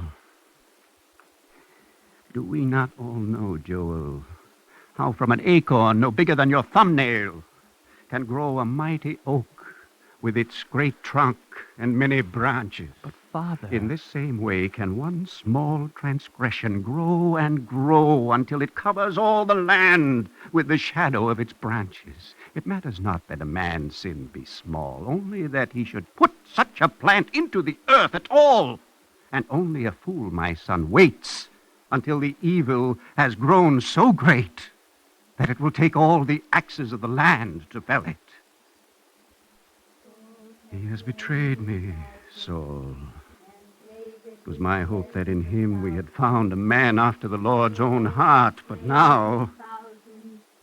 And David his tens of thousands. But now I fear that Israel will yet have to turn away to some other man for its salvation. Tens of thousands. Yes, even perhaps to that shepherd boy of whom all the land sings today. He who slew Goliath. David he is called. David, son of Jesse. He rises like a star over Israel, and the light of the Lord is upon him. And King Saul hearkens to his music and loves him like his own son. But I wonder only... Yes, Father. How long King Saul will be able to bear another light in the land beside his own.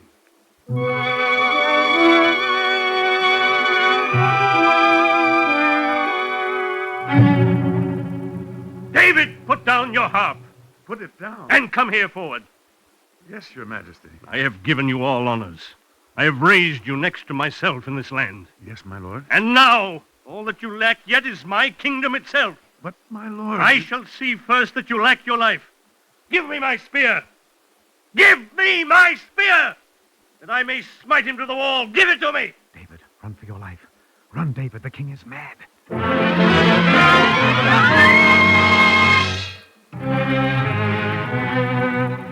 And Samuel, mourning all the days of his life for Saul, died in his house in Ramah. And all Israel gathered themselves together and buried him. But upon Saul lay an evil spirit, and he became ever more afraid and wandered in his thoughts, and knew not what passed in the land. And he said, Where is Samuel the prophet? I must speak with Samuel. But, my lord, the king... Bring him here to me that I may speak This with... we cannot do. Did you not hear your king command Does you? not the king know that Samuel is dead? Dead, you say? Dead? These many weeks. And buried at Ramah, where he dwelt. Dead. Oh, why then did I wait this long?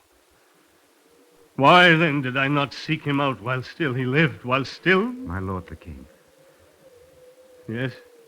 In the town of Endor, there is a cave where many go to seek the spirits of the dead and speak with them. Vanity, foolishness. I believe not in witchcraft. I've driven every witch out of the land, and I will not now, but...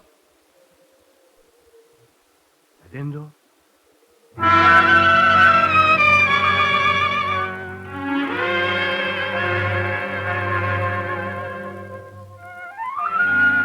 This darkness before my eyes. What is there in this darkness but darkness itself?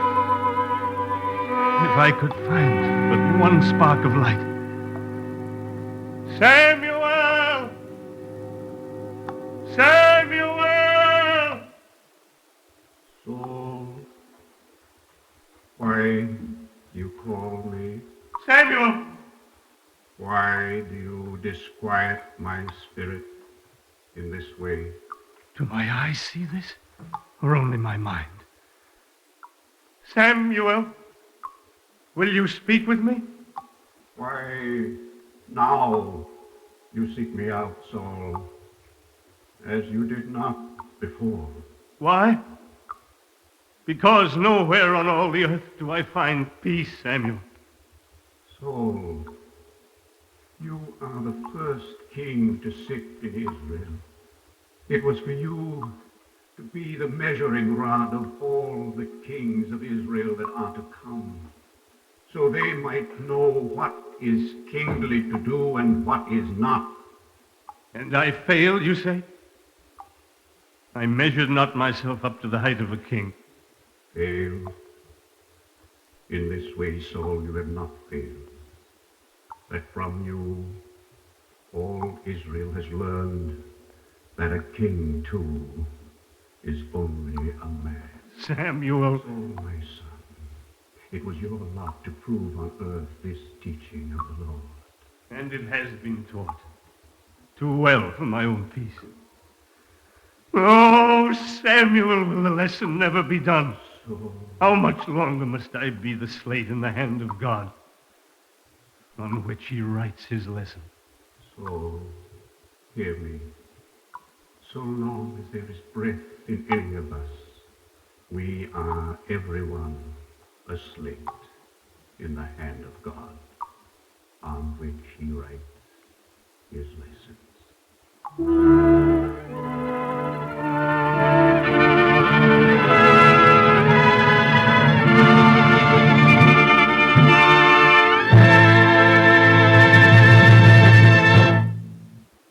If you would like a copy of today's script, please send your name and address with 10 cents to cover the cost of postage and handling to the Jewish Theological Seminary of America, 3080 Broadway, New York 27, New York. And now we take great pleasure in presenting Dr. Baruch Silverstein, Rabbi of Temple Emmanuel of Borough Park in Brooklyn and Chairman of the New York Council of the Rabbinical Assembly of America. Dr. Silverstein. Saul, Saul, you have done an arrogant thing. You have made yourself the minister not only of man's law, but of God's law, too. What a passion for freedom must have been throbbing in Samuel's heart, and what a deep hatred of oppression. What a courageous statement, and yet what an elementary truth it enunciates. As long as the king confined his leadership to the maintenance of order and security, he had the prophet's support. But as soon as arrogance reared its ugly head, and Saul tried to invade the domain of God's law as well, Samuel defied him publicly. That was his inescapable duty, and unmindful of the risks and difficulties involved, he pursued his mission with sublime patience and fearlessness. The Lord hath spoken. Who can desist from prophesying? 3,000 years have passed since that clash took place upon the hills of Judea, but the conflict remains unresolved. For while many generations have seen the appearance of a tyrant, Very few have been blessed with an opposing Samuel. While autocratic rulers have progressively increased their arrogance, men of God have often been guilty of timidity. The voice of tyranny has grown louder and louder, while the voice of prophecy seems to have become weaker and weaker. When love of peace will evoke as much fanaticism as love of war, then will lasting peace be in view. When the ideals of brotherhood will be as sincerely pursued as the idols of hatred, then will enduring freedom beckon at us. When the voice of prophecy will become as militant as the voice of tyranny, then will enslavement have suffered its greatest defeat. My dear friends, the sacred mantle of prophecy is now resting upon the strong shoulders of America. The protective staff of Prophet Samuel is now in the firm hands of the United States. May we pursue this mission like the Hebrew prophets of old, with humility and sincerity, with courage and determination, with a sense of dedication and divine guidance. Thank you, Dr. Silverstein. Our Eternal Light drama today, Samuel and the King, was written by David Davidson. Cantor David Putterman sang the liturgical introduction. Featured in the cast were Roger de Koven as Samuel, Philip Burnup as Saul, and Raymond Edward Johnson was the narrator. The music was composed and conducted by Morris Momorsky. The production was under the direction of Edward King. This is Mel Brandt speaking. For the next 10 weeks, the Eternal Light will present a special summer series, Words We Live By, dialogues between two of America's distinguished men of letters, Maurice Samuel and Mark Van Doren, based on Thomas Mann's classic, Joseph and His Brothers. Listen to this exciting experience in radio, which will touch on virtually every facet of the Joseph story in the Bible. Free time to present the Eternal Light is made available by the National Broadcasting Company and its affiliated independent stations. This weekly program is presented under the auspices of the Jewish Theological Seminary of America.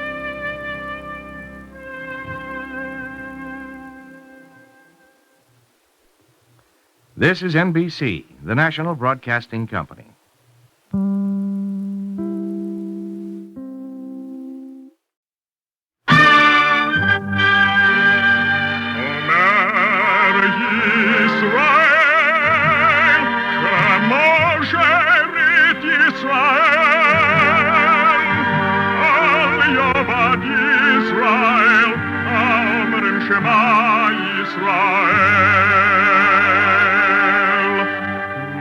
And the Lord spake unto Moses, saying, Command the children of Israel that they bring unto thee pure oil olive, beaten for the light, to cause the lamps to burn continually in the tabernacle of the congregation. And it shall be a statute forever in your generations.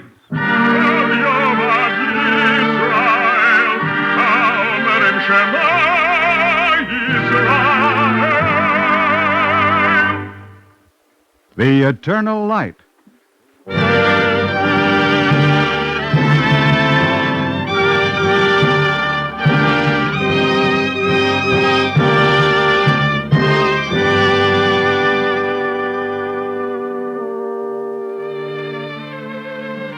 The National Broadcasting Company and its affiliated independent stations make free time available to present The Eternal Light, a program which comes to you under the auspices of the Jewish Theological Seminary of America. Today's program, written by Joseph Mindale, is entitled Throne of Mercy and is presented in observance of Yom Kippur, the Jewish Day of Atonement.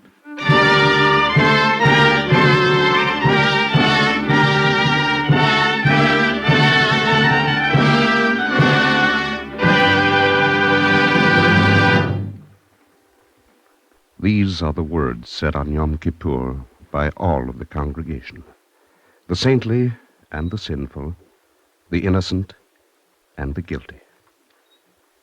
Let our prayers come before thee. Hide not thyself from our supplication, for we are not arrogant and stiff-necked, but we should say before thee, we are righteous and have not sinned.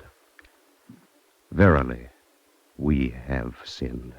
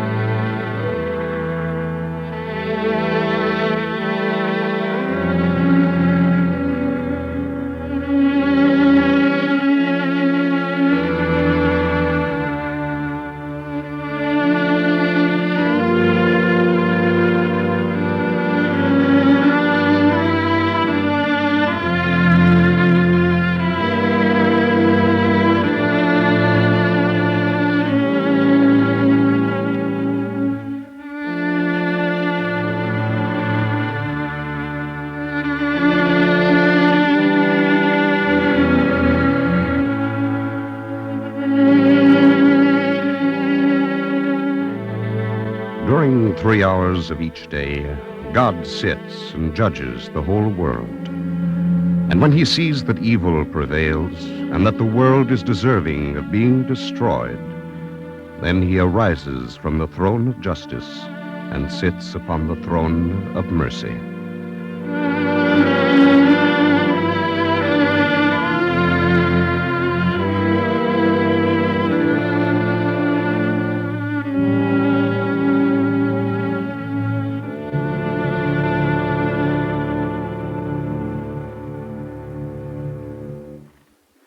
It may be that knowing evil, a man can believe in justice. But how can he accept the fact of forgiveness? And if he does not, how shall he live?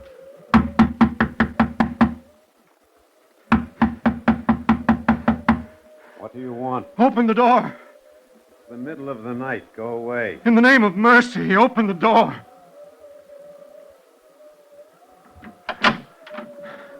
For mercy's sake, the door is open, but be careful. I have a stick. You don't have to be afraid. On this road, everyone is afraid. Please, let me in. On this road, you don't take in strangers. All I want is a night's shelter. But I don't know you. Why should I let you in?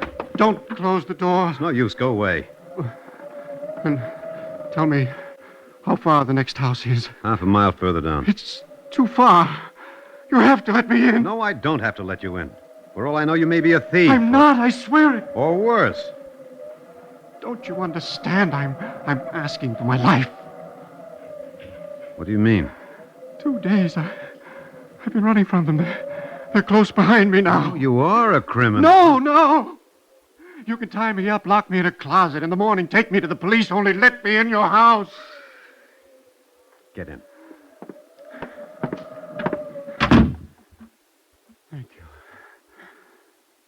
Thank you. I'm a fool.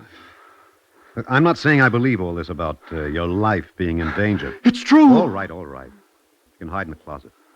But understand this. That's all I'm doing. Yes, I understand.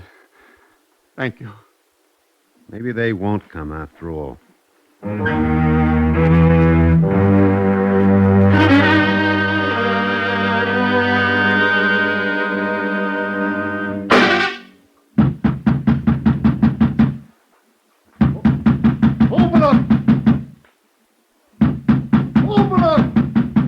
Out of the way. I'll break the door down. Wait. What do you want? Why don't you open the door when somebody knocks? Never mind that. Did a man pass this way, dark, medium height? But you can't break into a man's house like this. Answer his question. What do you want with him? Answer his question. I'll handle this. You look around. This man has done us an injury. A grave injury. Have you seen him? Well, have you? Well, I... He's seen him, all right. He's hiding. Take your hands off me! Oh, no, I've waited a long time to get my hands on you. Help me! They say that you did them an injury. It's a lie! How do I know that you're telling the truth? Let them take me to the police. This is not a police matter. Run, get help! Quickly, take him out. You won't help me! You won't help me!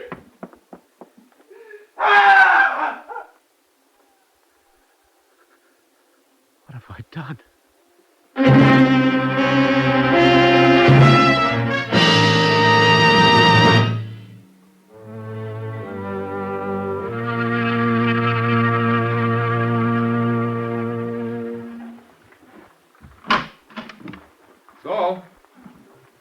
Saul, where are you? I'm here. You haven't been out of the house. You haven't moved since yesterday. Saul? No. You haven't eaten. No? What's the matter, Saul? Leave me alone. Oh, it's the man who was... You're still thinking about him. I keep hearing his voice. Well, it's no good brooding. He cried when they dragged him away. It's over. You must forget it. I can't forget how he cried. You have to get out of this house. Get to work again. The whole world cried in his voice. Stop it, Saul. You must stop it. But my eyes... Look. They're still dry.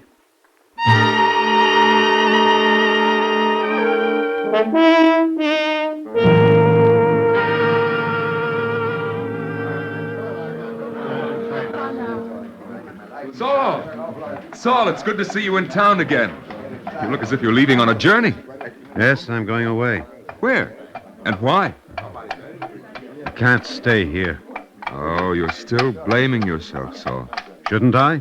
What could you do against two of them? There were also two of us. You would have risked your life without saving his. I could have run to get help. Would have been too late, Saul. Maybe it would. But I did nothing. And the man was likely not innocent. He'd done some wrong. Am I his judge? Should I take evidence calmly before deciding to save his life? I can't argue with you if you insist on carrying a burden of blame. Am I blameless, then? Tell me. You see? You must answer for yourself. Saul, will you tell me what you're going to do? I'm not sure why, but I want to find the man's family. But you don't know who he was. I'll find them. It's crazy, Saul. You don't even know where to look. Wherever I am, I'll look.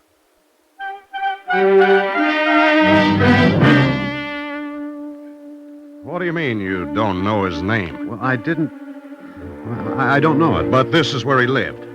I don't know. What are you trying to do, make a fool of me? I'm sorry. What are you after, anyway? I'm only looking for someone.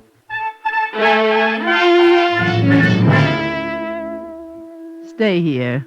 No, I can't. I have to. I know. You told me. But you'll never find them. Maybe not. Thanks. Good night. Wait. I can't run the farm alone. I need help. I'll pay you well.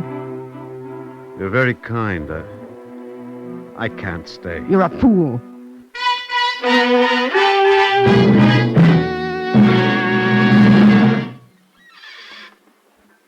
I could see from the porch that you were tired. Sit down, sit down. Yes, I'm tired. Maybe you would like a glass of water? Thank you. The road is dusty for walking. Mm-hmm. Oh, Ruth, will you bring a pitcher of water? Yes, Father.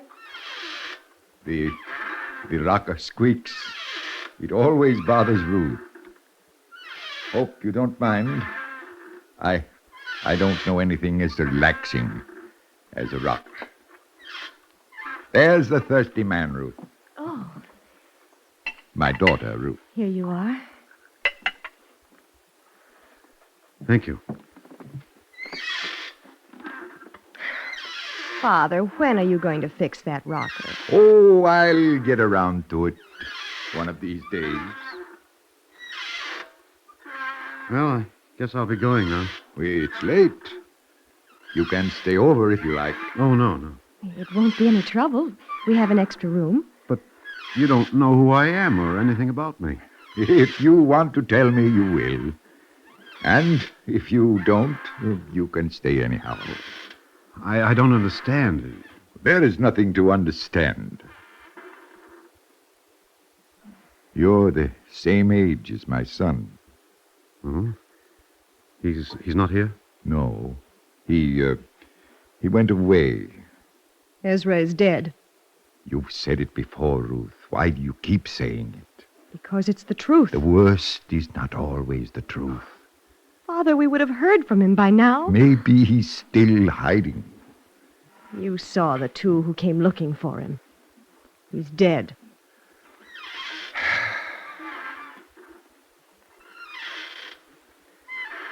He's dead. How do you know? Answer me. I killed your son.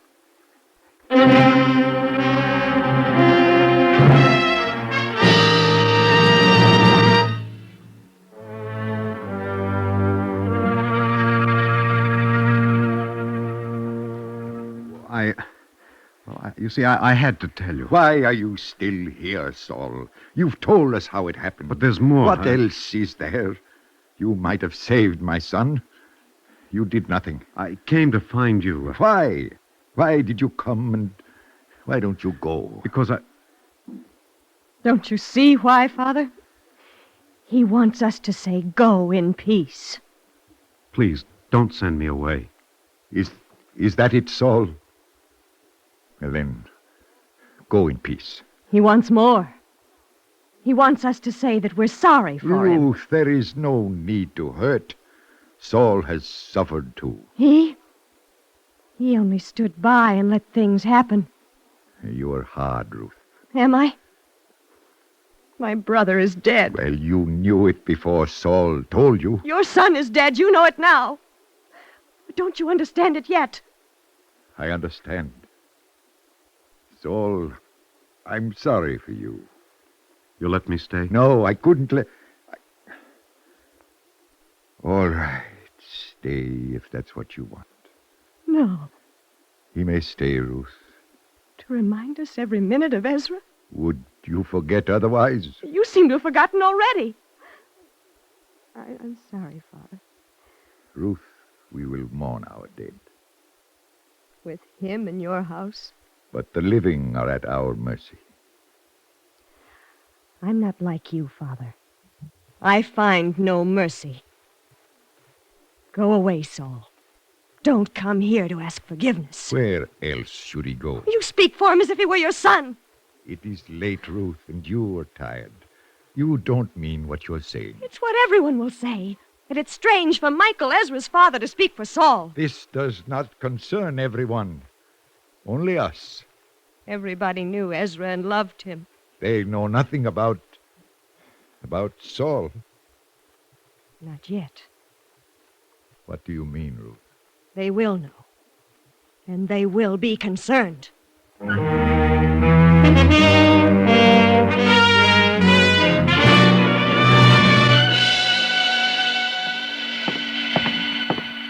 Ruth! Ruth! Ruth, where are you? She went out early this morning. In that direction. She wouldn't talk to me. Saul, you had better go. Look, Michael, I cut wood for the fire. You didn't have to do that. I want to stay with you, Michael. I'll work for you. I'll do anything you say. No, you don't owe me anything. There is no time to talk. Listen to me, Saul. Ruth has gone to tell them about Ezra. Yes, I think she has. Well, don't you understand? They'll be angry. Shouldn't they be angry? They may hurt you, Saul. I was afraid once. And a terrible thing happened. Oh, that is over. It's finished. No, not yet. Go now before it is too late. A second evil will not undo the first. You see? You called it evil. I am not blaming you, Saul. How can you not blame me? We're men, not angels. How can I say what I would have done in your place? Is that what you wanted to hear? I thought I wanted forgiveness. Then you can leave now. But Ruth was right, Michael. It's not enough. In heaven's name, what do you want? I can't eat or sleep or work. But there is nothing more I can do, Saul. There is. I've wronged you. I must be punished. Saul, I am not your judge. I've caused you suffering. I won't assess your acts and pass sentence. Go away, or you may cause us both more suffering. No, I must stay here. You want them to come. You want them to find you here. I owe a debt, Michael. I want to pay it. Haven't you done enough? Leave me in peace. It's too late. Too late. There he is! Ruth, what have you done? Well, did right, Michael. Don't interfere. What are you going to do with him, Simon?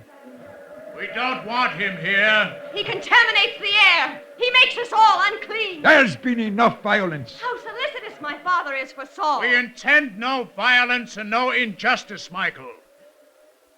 We'll talk to him first. There's no need to talk. I've told you everything. Still, we'll talk to him.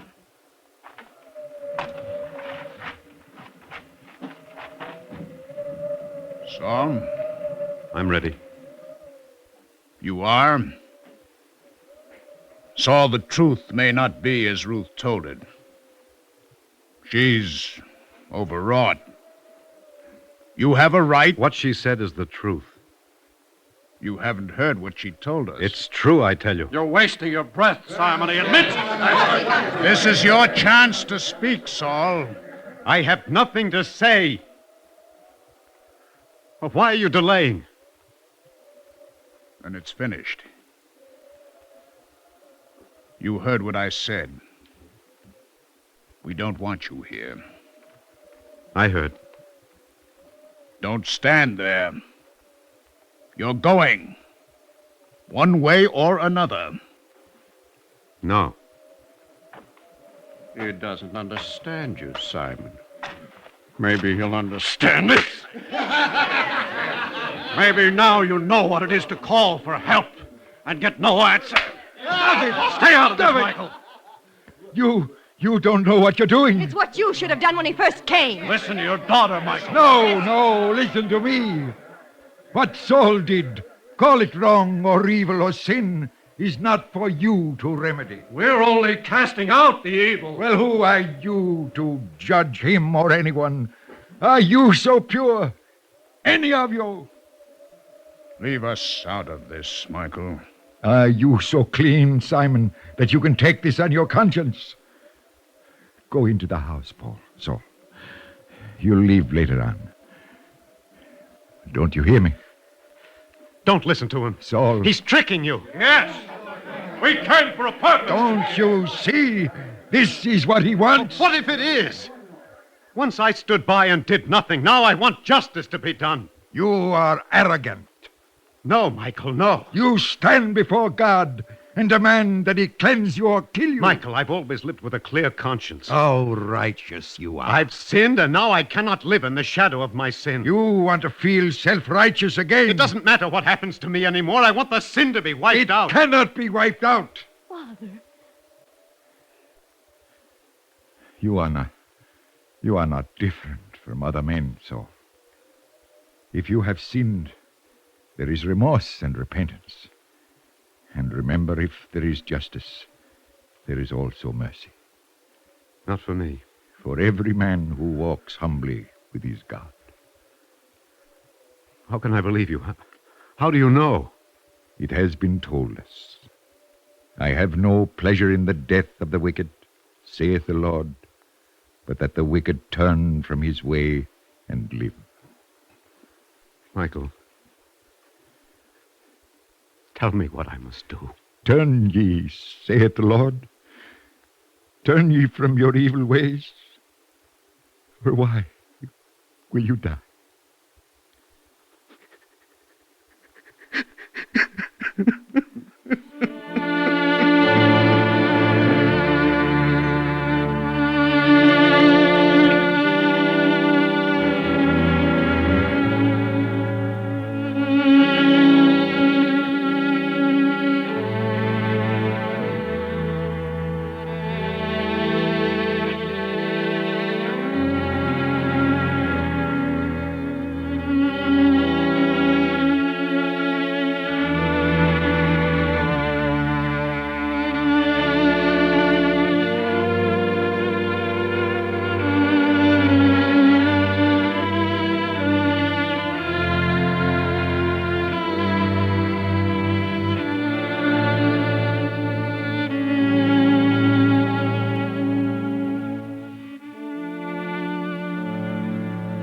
These are the words said on Yom Kippur by all of the congregation, the saintly and the sinful, the innocent and the guilty.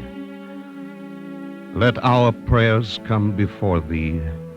Hide not thyself from our supplication, for we are not arrogant and stiff-necked that we should say before thee, we are righteous and have not sinned.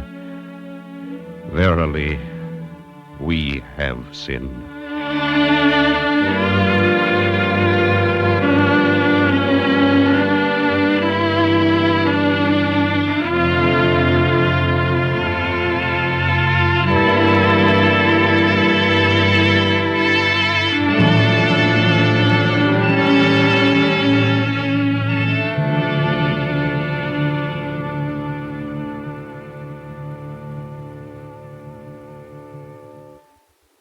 May he who maketh peace in his high places make peace for us and for all men.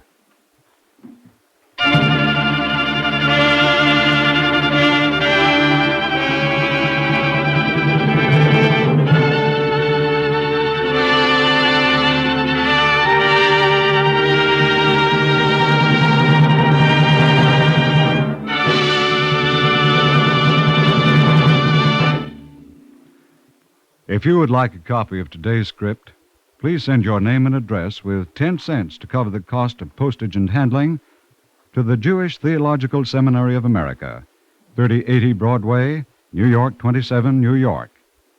And now, we take great pleasure in presenting Rabbi Wolf Kelman, Executive Secretary of the Rabbinical Assembly of America. Rabbi Kelman. During this high holy day season, it was appropriate indeed that this morning's script concern itself with the religious problem of forgiveness. One of the dominant themes in Jewish literature is a distinction between sins which are committed between man and those which are committed between man and God. Yom Kippur, the Day of Atonement, is the last of the 10 days of repentance, on which we beg for forgiveness from God for those sins which have been committed against Him. But before one can ask for this forgiveness, one must first obtain forgiveness from anyone against whom one has committed a wrong.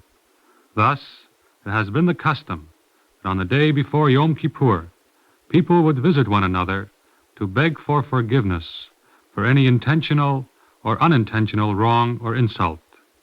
It is significant that in the High Holy Day liturgy, when we pray that God forgive us for our sins, we do not enumerate the good deeds that we have done during the preceding year, or the acts of charity, or a list of the fine characteristics that our personality has developed.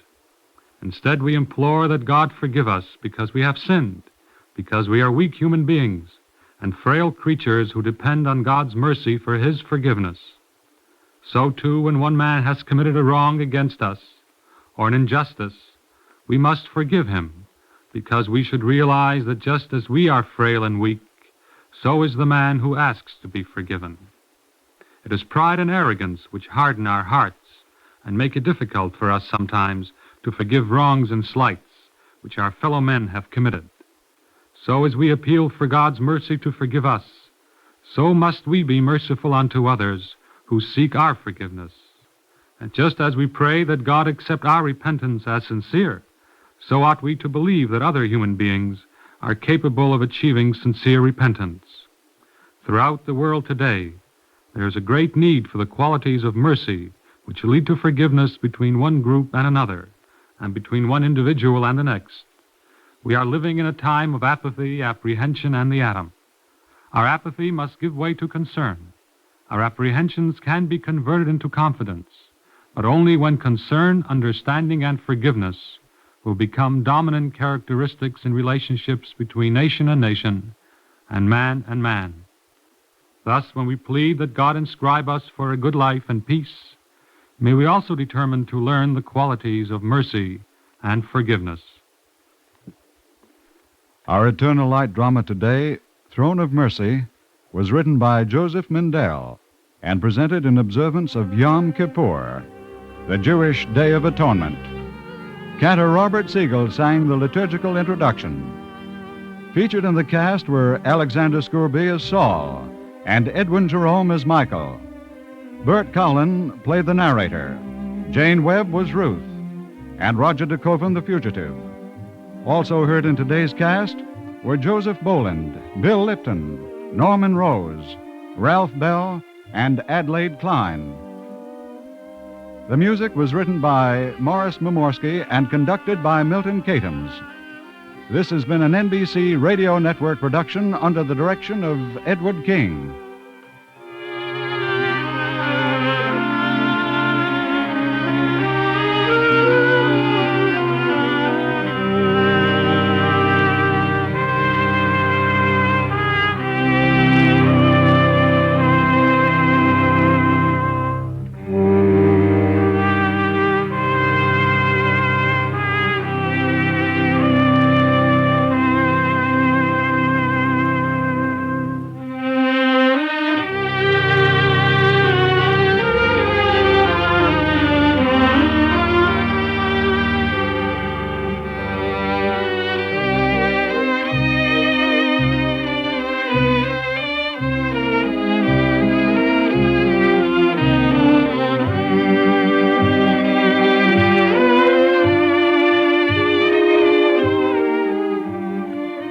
Free time to present the eternal light is made available by the National Broadcasting Company and its affiliated independent stations.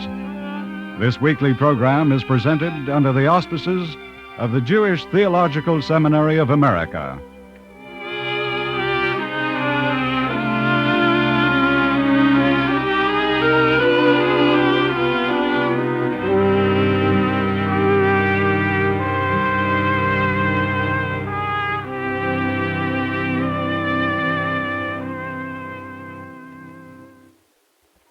This is NBC, the National Broadcasting Company.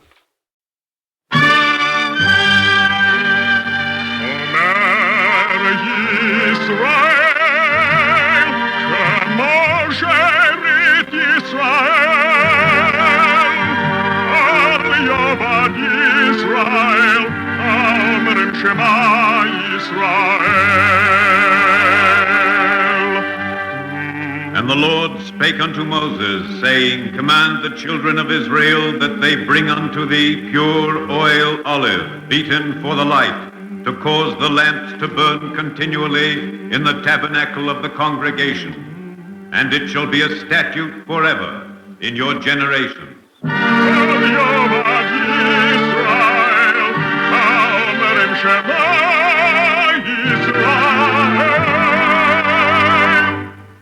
The Eternal Light.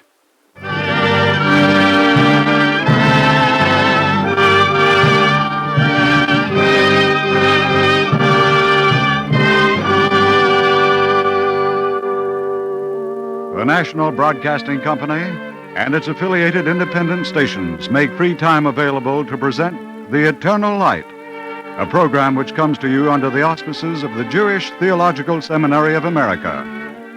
Today's program, written by Joseph Mindell, is entitled God Smiled on Adam and is presented in observance of Sukkot, the Jewish festival of tabernacles.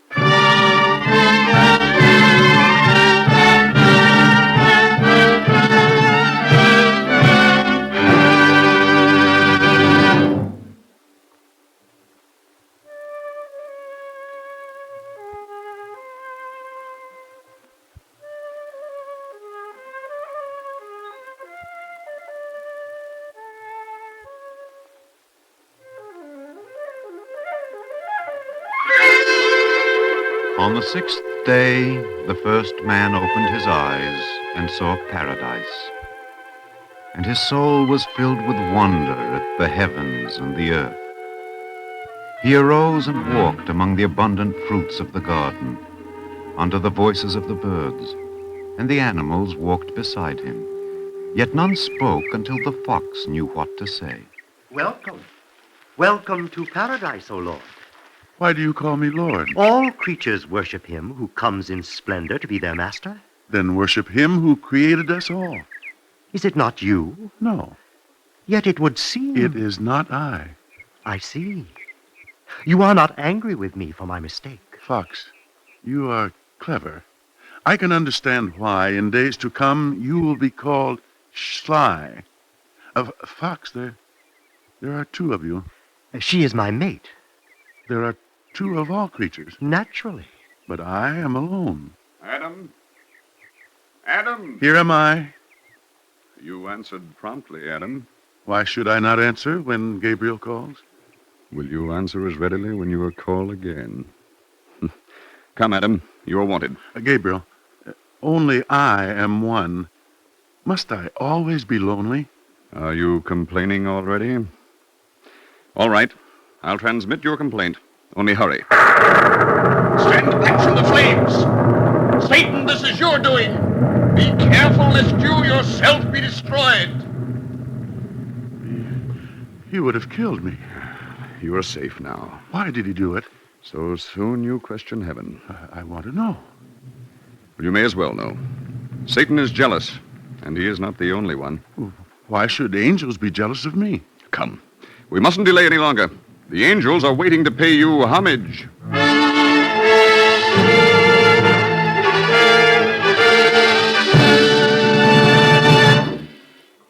So this is man.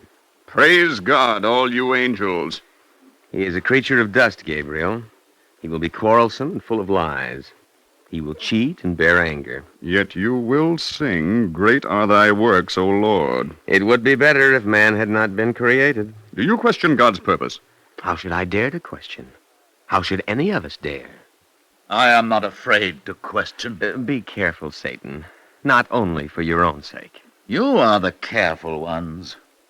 You see man's nature in Adam's face, and yet you will bow down. As you will too, Satan. And you are the cunning one, Gabriel, for you see more and say nothing. Yes, I see God's image. You know that man will be capable of love as well as hate, of seeking truth and doing justice. And this makes you angry? Yes, because man will have a choice, and angels do not.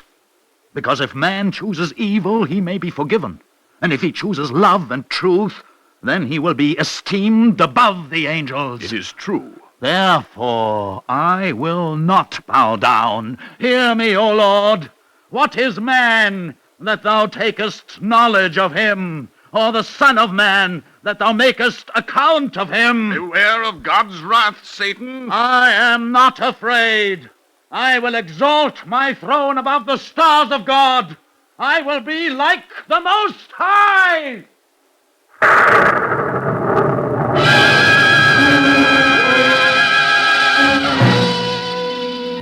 God flung Satan and his host out of heaven, down, down, down to the earth, from whence Satan's enmity for man burned fiercely.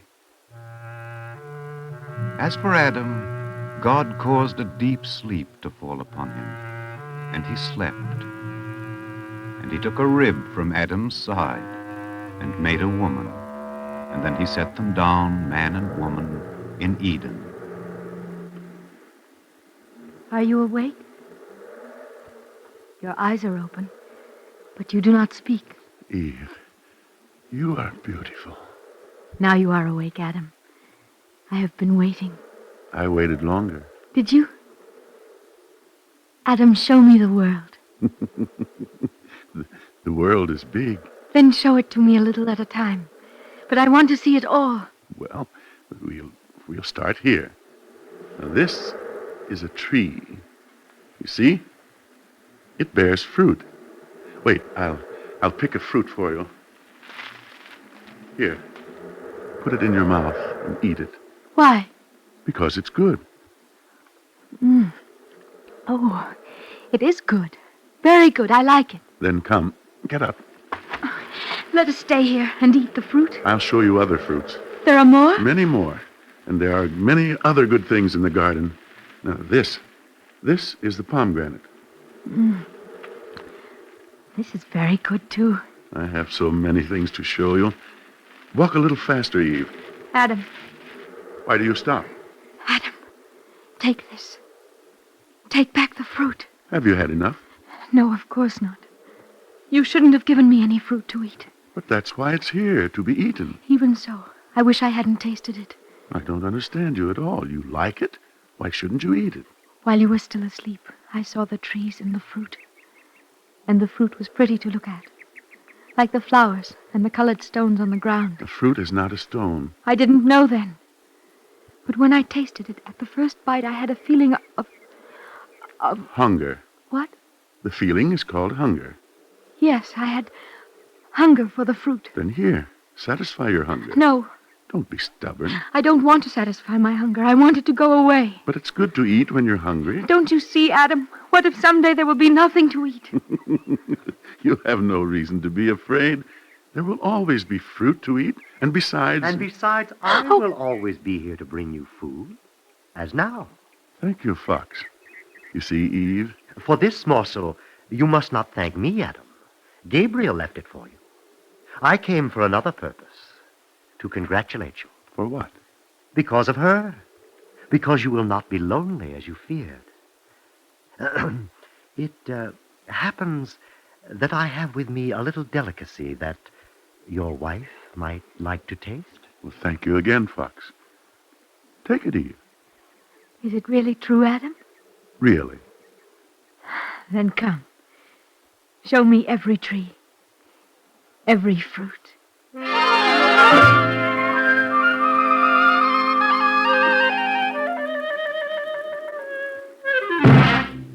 that one, Eve. Don't touch it. It is the prettiest in the whole garden. Then look at it, as if it were a colored stone. I'm sure it must taste of heaven. Eve, there's a place I'll show you where the trees grow up to the sky. I don't want to see it. You can look up between the branches and hear the angels sing. No. I've shown you 100 trees whose fruit you could eat. But now I've seen this one. You're being unreasonable. I was reasonable. But you persuaded me to change my mind. I? What are you talking about? I didn't want to encourage this hunger, but you urged me to eat. There is no lack of food. Now I have hunger for the fruit of this tree. Eve, it is forbidden. Only a little nibble? No, and we won't talk about it anymore. Do you hear? Yes, Adam. Only, if you really loved me... No. Why should you command me? Is it because you were created a few hours before me? Eve. It is a small authority, and I have as much right as you. Eve, it is God's command. Adam, it's such a beautiful fruit.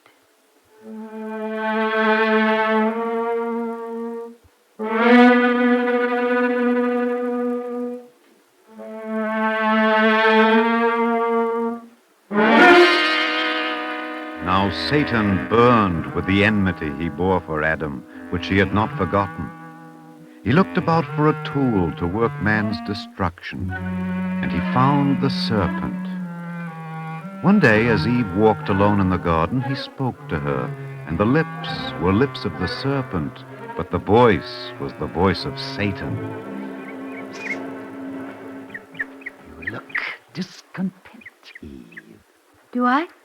Yet I can understand. How can you understand when it is not true? For has not God said, you shall not eat of every tree in the garden? Oh, there, you see how wrong you are. The animals bring us food, even the angels. And we may eat the fruit of all the trees. All? Except one. This one, with a beautiful fruit. There are other trees. Many others. I have watched you, Eve. Every day you come and walk beneath the branches. It is a cool and shady place. There are other cool places in the garden. Go away, serpent. I don't want to talk with you. I must do as you command. Wait. Do you know the name of this tree? It is called the tree of knowledge. On the day you eat the fruit... Shall I go now, Eve? Yes, go. Leave me alone. I must do as you command. Tell me, serpent. If I eat the fruit... On that day, your eyes will be opened, and you will be like God, knowing good and evil. Adam said if I touched the tree, I would surely die. Oh, you pushed me. I stumbled, Eve. I'm clumsy. Eve, you leaned against the tree. I did not die. Then why should you die if you eat the fruit? Yes, why? No, it is forbidden. I'll pluck the fruit. See? The skin glows. The juice all but bursts through. Give me the fruit. Oh, wait. I repent of my words. I should not give you the fruit of the forbidden tree. I command you. Then I must obey. Only you must swear an oath. I do. Listen, you must swear to give Adam of this fruit so that he may eat too. I swear it. I swear. Then take it, Eve, and eat. This is how I knew it would taste. And yet it is beyond any imagining. Serpent, the world looks different. You have eaten the fruit. You are ugly. And your eyes are open. Eve, you swore an oath. Save a portion of the fruit for Adam.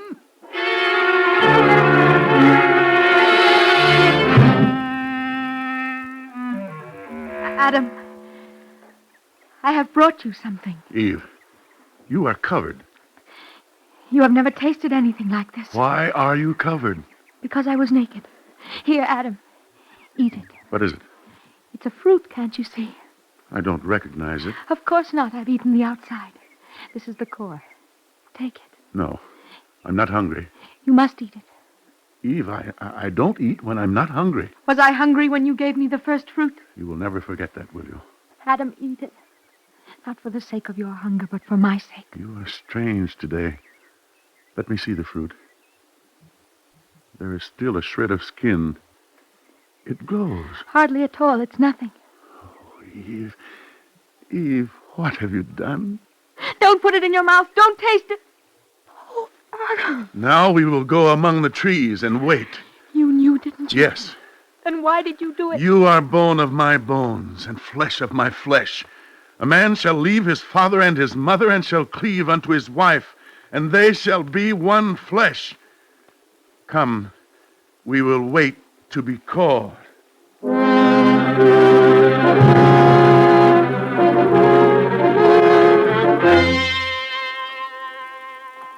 Adam, where are you? Why do you hide? Can a house conceal itself from the architect? Here am I, Gabriel.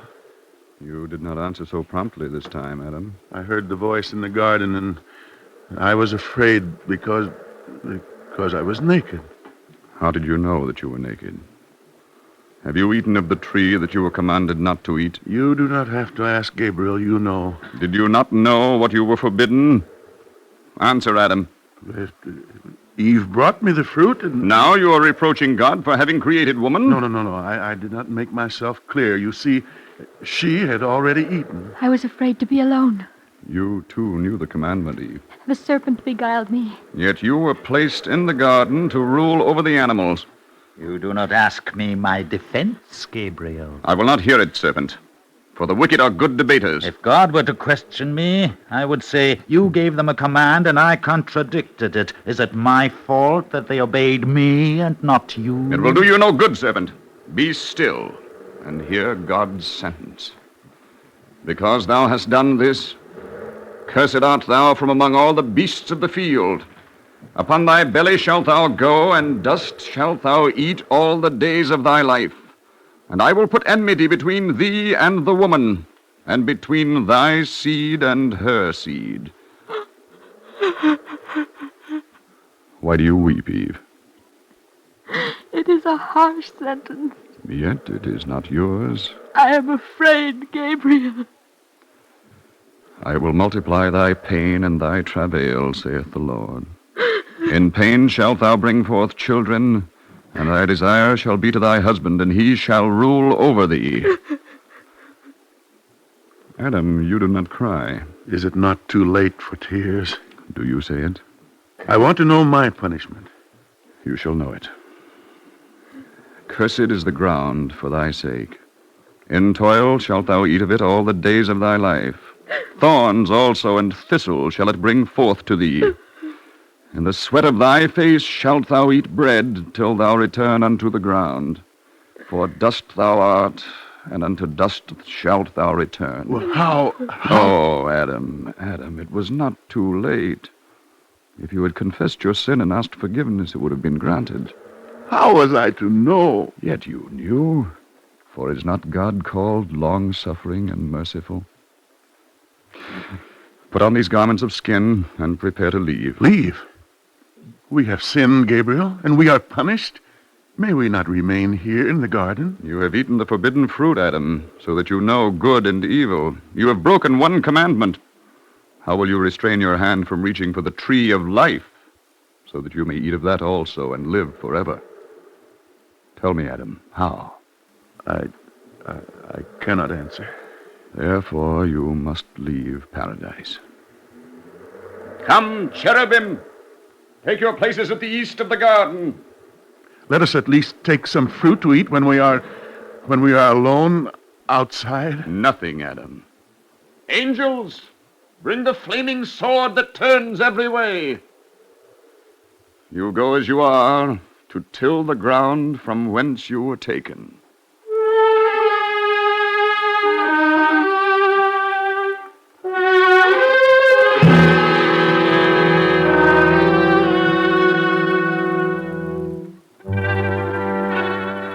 Satan rejoiced, and there was sorrow in heaven. Adam and Eve walked on the earth, not knowing which way they went. Thorns scratched their faces, and stones bruised their feet. They remembered the gentle winds that moved the leaves in the garden. But the wind that blew now was cold and biting.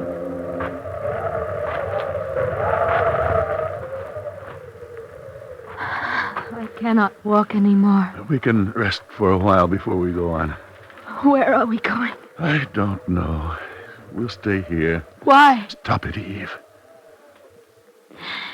Adam, it's on my account that you are here. We're both here. Then leave me and go back. Neither of us can return. Adam,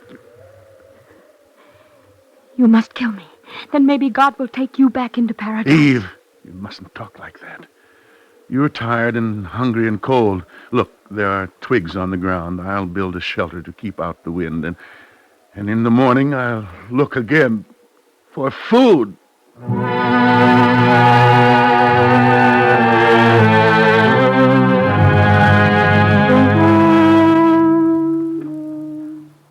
Nothing, Adam. There are no trees like those in the garden. Your hand is bleeding. Yeah, I saw a fox with some food. I asked him for it, but he didn't answer. When I tried to take it, he bit me and he ran away. Adam, how will we live? Well, I found these, Eve, the seeds of a grass. Eat them.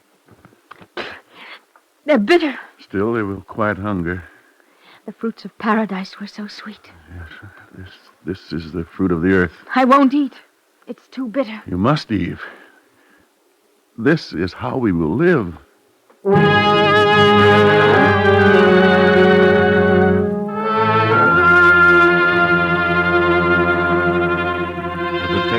Paradise still on their lips, they ate the bitter seeds and lived. Adam learned to cultivate the soil so that the wild wheat grew richer and sweeter, and Eve discovered how to thresh the grain and grind it and make bread. From the stones, from thistle and thorn, they took sustenance and lived. Adam, your eyes are open, but I think you're asleep. No, I'm awake. Then let us go to sleep. You're tired. I was thinking.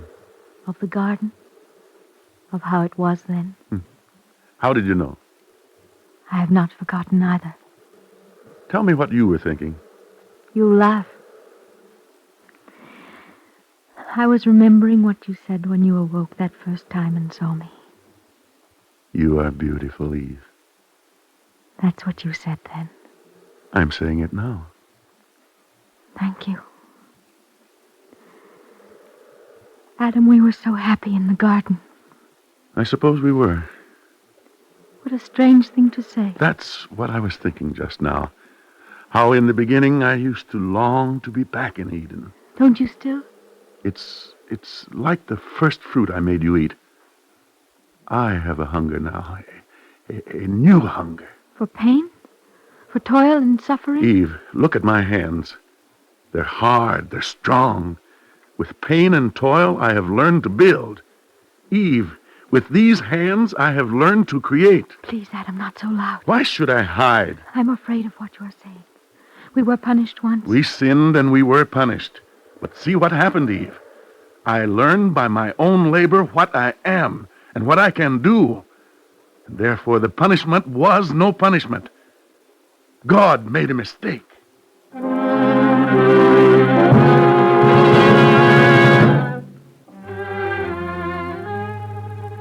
Adam stood on the earth, and his words flew up to heaven. The angels heard, and being only angels, they were shocked. But God heard, and he smiled.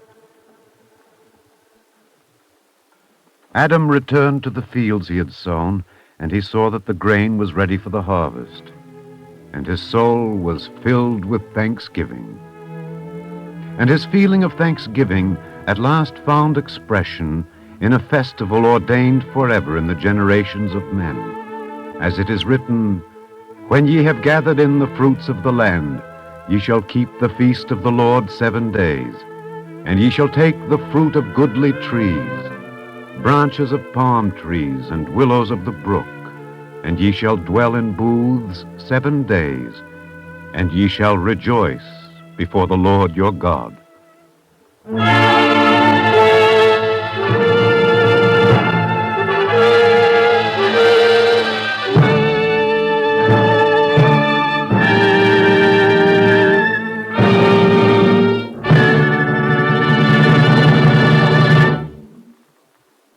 If you would like a copy of today's script, please send your name and address with 10 cents to cover the cost of postage and handling to the Jewish Theological Seminary of America, 3080 Broadway, New York 27, New York. And now we take great pleasure in presenting Rabbi Elias Cherry of the Germantown Jewish Center of Philadelphia, Pennsylvania. Rabbi Cherry. And God smiled, for man had vindicated himself. Adam had come through as God had expected. Man had risen to the potential greatness inherent in the divine image in which he had been created. And God was pleased with his handiwork. The Jewish world is in the midst of the holy day season, when joyous Sukkot, the harvest festival, comes close upon the heels of the days of awe which began with Rosh Hashanah, New Year's, and ended 10 days later with the great white fast, Yom Kippur, the Day of Atonement. And it is symbolically fitting that harvest joy should follow so closely upon solemn soul-searching and repentance. In taking spiritual inventory of the year that has passed, in reviewing the difficulties that beset us, the errors we made, the sins of commission and omission, it should dawn on us, as it finally did on Adam, that a ready-made paradise is but a vain dream belonging to mythology. But it should likewise be obvious that there can indeed be a real paradise here below, which each of us can help to create. As Jewish tradition so bluntly affirms, we are partners with the Holy One, blessed be He, in the never-ending adventure of creating a better world, and in that effort toil and suffering must be recognized as a challenge, as a necessary concomitant to creation. To build there must be toil, to create there must be suffering, to move there must be friction. The curse laid upon man, by the sweat of thy brow shalt thou eat bread, is a curse only if man is so naive, so childish as to expect a paradise ready-made and for the asking. For then any effort is too burdensome, any obstacle becomes a willful prank played by malicious fate on unsuspecting man. Satan is then delighted, for man, God's creature, has admitted defeat.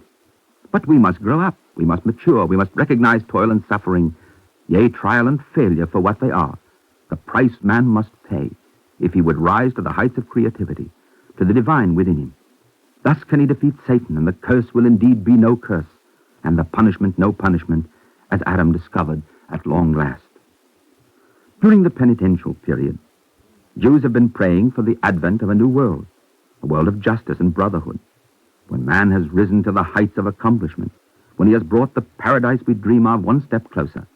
Then he will understand that that very achievement is the joyous harvest that was promised, the Sukkos that inevitably follows upon Yom Kippur. Thank you, Rabbi Cherry.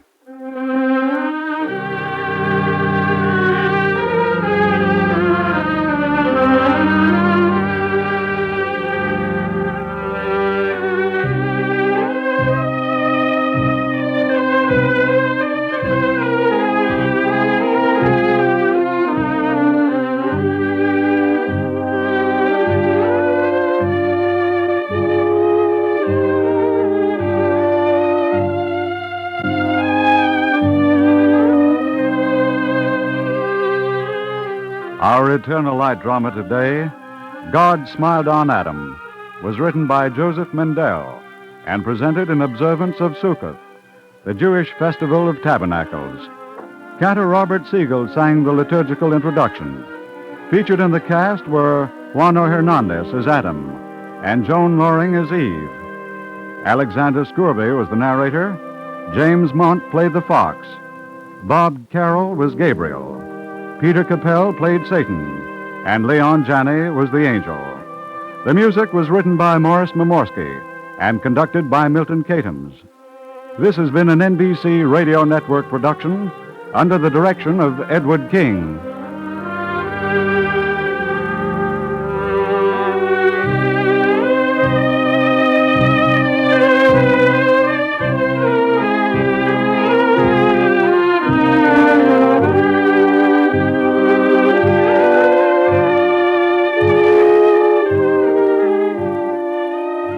Free time to present the Eternal Light is made available by the National Broadcasting Company and its affiliated independent stations. This weekly program is presented under the auspices of the Jewish Theological Seminary of America.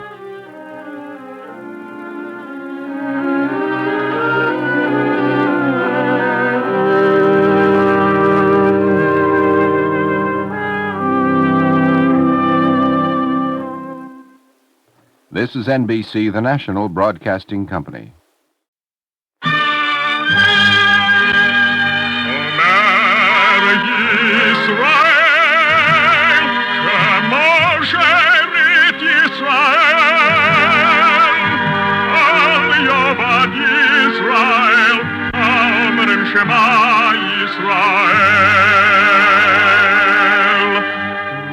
And the Lord spake unto Moses, saying, Command the children of Israel that they bring unto thee pure oil olive, beaten for the light, to cause the lamps to burn continually in the tabernacle of the congregation.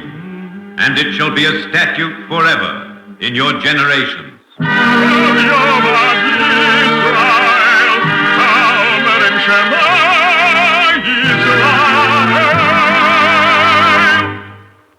The Eternal Light.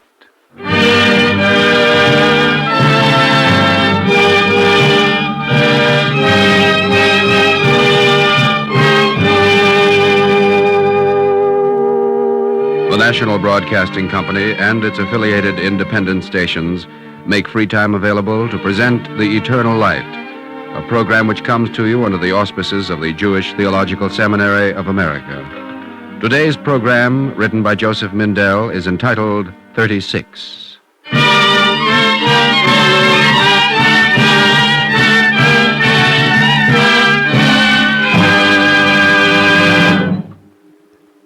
Suppose an old man came to you, a very old man with a wise look.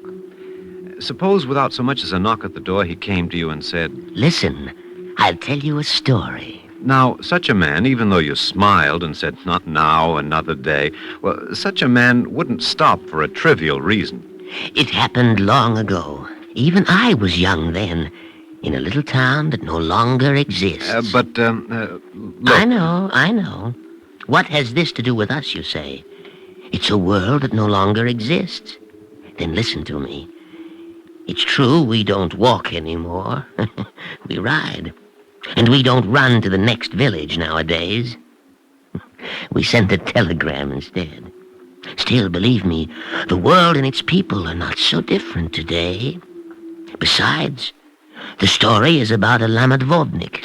Oh, excuse me. Lamadvov means 36. And there's a legend that in every generation there are 36 secret tzaddikim, hidden saints. Simple men with no marks of distinction whom you'd never notice. But on their piety and their virtue rest the very foundations of the world. And if you finished, yeah? I'll tell you how it was in this little town. You don't have to believe that it happened. But it's true, so why shouldn't you?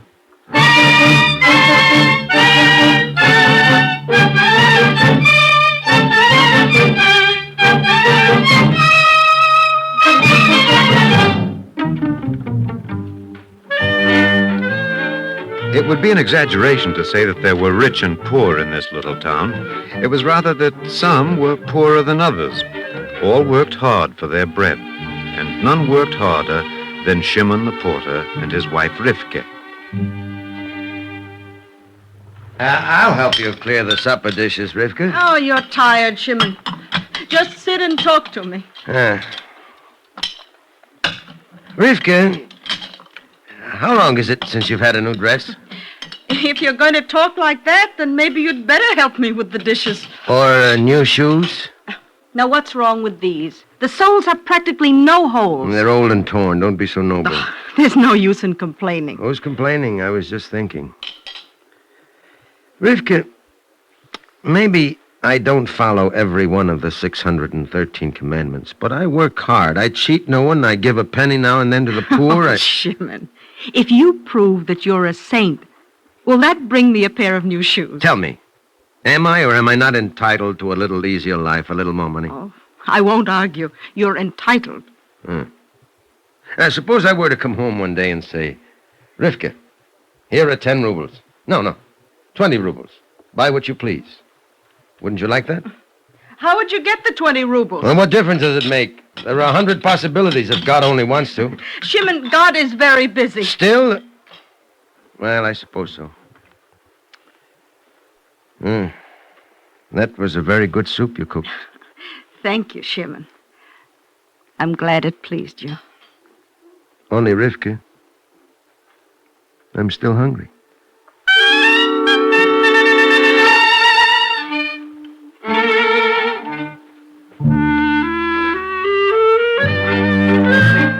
How easy it is for a poor man to depend on God. What else has he to depend on?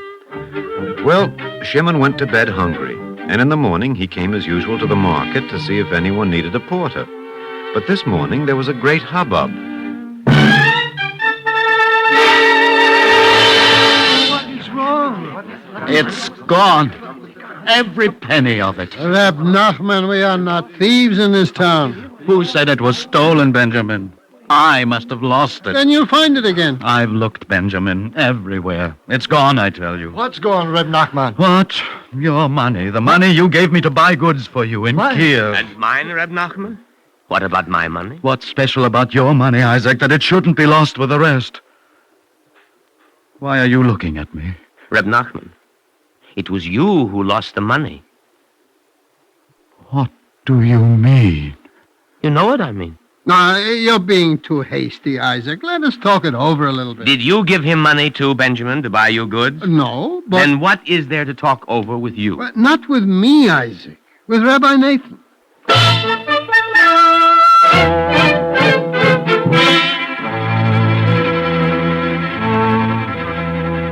Calm yourself, Reb Nachman. Rabbi, you know me. Every month I come to this town from Kiev to take orders for goods and collect the money. Everybody knows me. Ask anyone if I'm an honest man. Of course you're an honest man, Reb Nachman. Well, there, you see, Rabbi. You heard what Benjamin said. Excuse me, Rabbi. Now, I don't know why Benjamin brought us to you. I didn't say that Reb Nachman was dishonest. But the money is gone. How will I get Levin to make shoes this month? What about my needles, my thread? If you give me more money, I'll send you what you ordered. We paid you once. You know, your money is gone.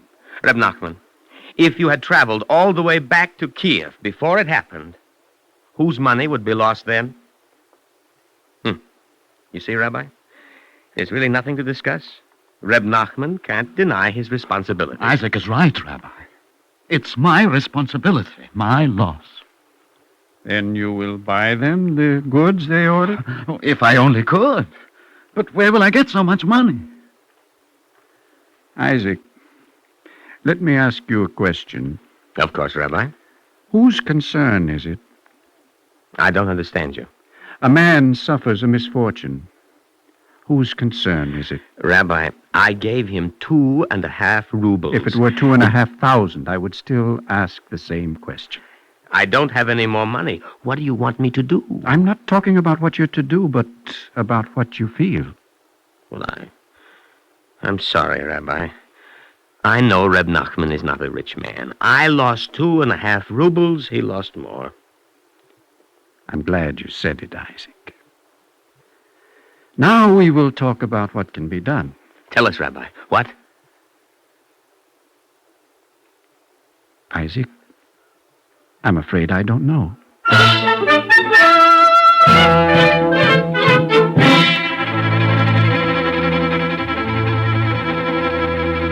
Rivka, I have a plan. I'm listening, Shimon. This is Wednesday. On Friday night for the Sabbath, you'll make your wonderful soup. I make it every Friday night. Ah, but this week, we'll also have a piece of meat. We will? With what will I buy it? Tomorrow I carry a package to Leipnik. It's a long trip, worth at least half a ruble. Half a ruble? For half a ruble, I can buy potatoes for a month. Oh, Rivka, this once. In celebration. All right, Shimon. Only tell me what we're celebrating. Well, just think, Rivka. If I dealt in shoes like Isaac or in cotton goods... Then maybe we might have meat every week. But then I, too, might have lost 2.5 rubles. Or maybe, God forbid, even more. We'll celebrate how lucky we are. You're joking, aren't you, Shimon? Only a little, Rivka. It's better than complaining. Still, Imagine what a person could do with so much money. What money? The money that Reb Nachman lost, of course. How much do you think it was, Rivka? Oh, at least $1 million. No, seriously. Maybe 30 rubles? Maybe 40. With that, a man could open a little shop and sit at his ease all day. Don't, Shimon. Now you're too serious. Instead of carrying burdens on his back like a horse and falling away almost every night from weariness. Why, with a little money, a man could... Stop it, Shimon. Well, a man can dream, Rivka. It's not even your money you're dreaming about. I'm sorry, Shimon. You work hard. You're tired. I'll tell you what it is. I'm tired of being so poor. All right. I've finished dreaming, Rivka. Now I'll go to sleep.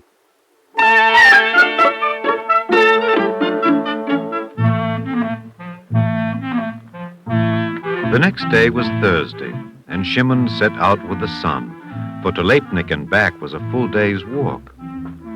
What he was thinking, I cannot tell you, or whether he even noticed as he went past the quiet houses that the marketplace was still empty. Oh, my shoulders. The buck's is heavier than I thought. Certainly he didn't notice the little pile of straw at the end of the street. To carry such a load all the way to Leipnik, it's worth more than half a ruble. So, unseeing, he walked into the straw, and his foot struck an obstacle. What's this? Ah, see. Careful. Careful, don't drop the box. What is it? A handkerchief. But it makes a sound like... But what can it be? Oh, my shoulders. This cursed box. Whatever it is, I'll look at it on the way back from Leipnik. What is so important that it can't wait?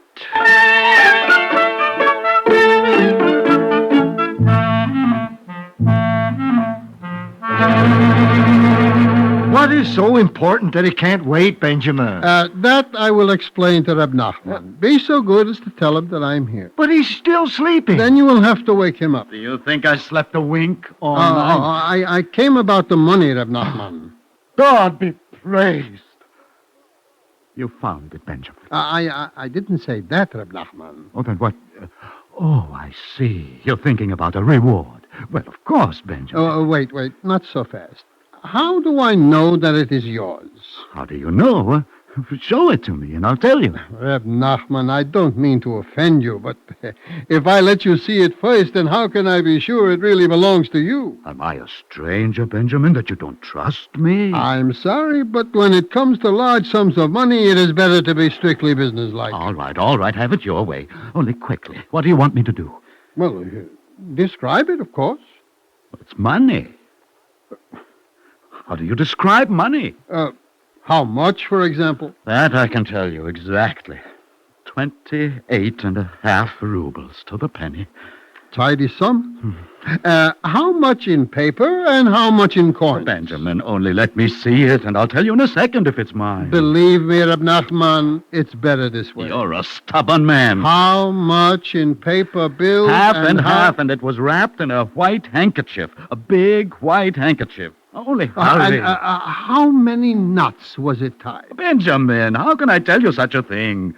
2 knots, maybe 3. Oh, I will come back later, Reb Nachman. What do you mean you'll come back later? To tell you if it's your money, of course. You're crazy. I'll go with you now. No, it's not ready. I mean, it takes time. I want to examine it carefully. Benjamin, you can't do this. Reb Nachman, if it's your money, surely you can wait a little while. And if it's not, then why should you care?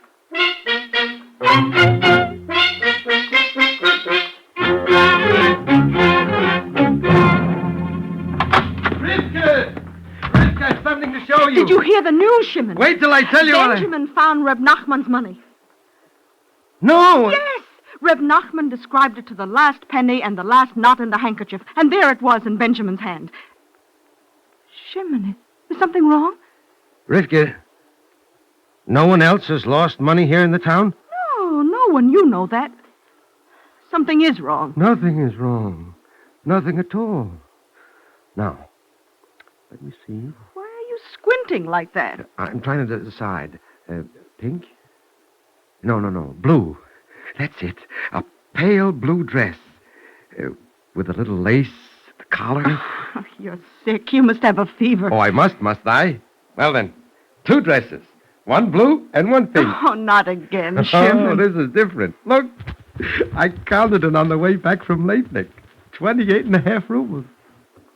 Reb Nachman lost 28.5 rubles. Well, so he did, but this can't be his. Well? Can it? I don't know. You told me yourself that his money was found. Then whose money is this? Well, it's mine now.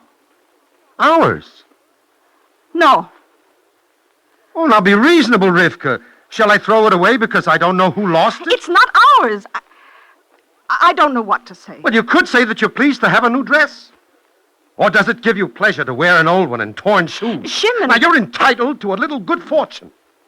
Even Rivka, the wife of Shimon the porter, is entitled to feel that good things can happen too.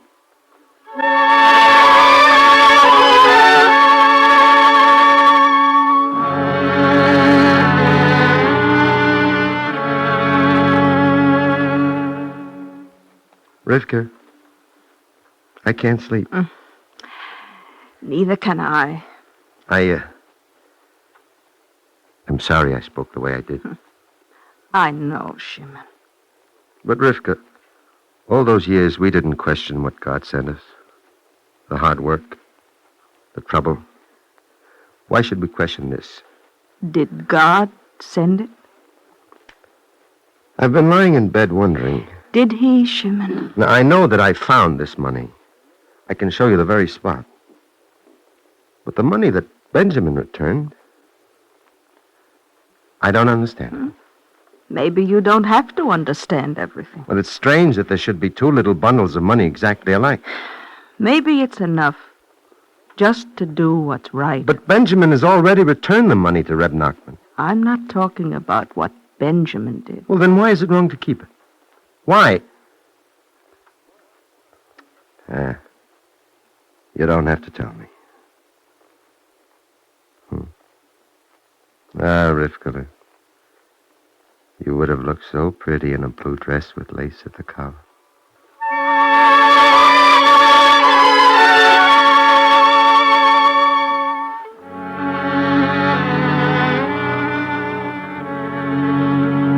Here it is, Reb Nachman. Here's your money. What are you talking about, Shimon? Haven't you heard that Benjamin returned it yesterday? I heard 28.5 rubles. Now, will you count it?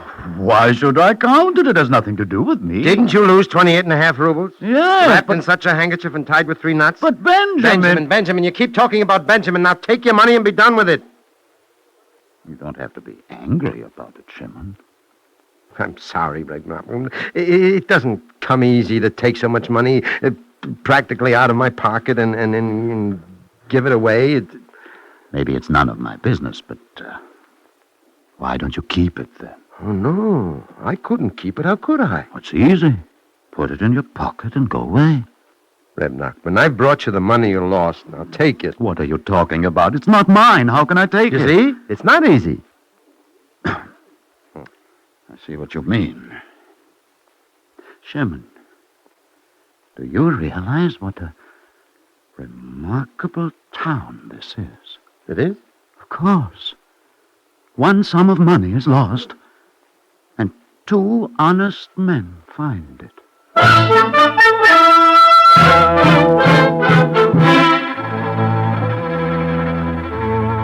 What kind of a question is that, Reb Nachman? A simple question, Benjamin. Where did you find the money?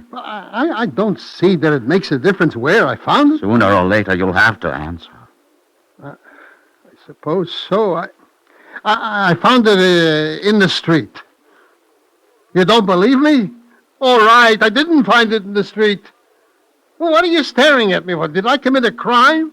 Say something. Here, Benjamin. Take the money. Oh. You found me out, Shimon. It was your own money you gave Reb Nachman. Now take it back. No, Shimon. can't take it back. But you don't understand. I really found Reb Nachman's money, so you don't have to pretend any longer. Why don't you go away and leave me alone? First, take what belongs to you. A man wants to perform a mitzvah, a good deed, and you wouldn't let him. Benjamin, I'm not an educated man, and maybe I don't know the words to say it. But no one can take away the good you've already done. They're good words, Shimon. Thank you. But the money is something else now. It's no longer needed. Don't you see? You have explained it yourself. I already received credit for it in heaven. Now you want me to have the money as well? No, it's out of the question. Let's come over, everybody. Reb Nachman, you must take the money. I'm sorry, Shimon. I'd like to help you, but I can't. 28.5 rubles and nobody wants it?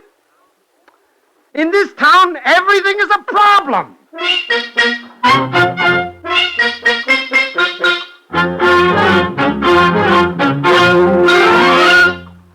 I don't see that there's a problem. But, Rabbi, no one wants to take the money. No, Shimon?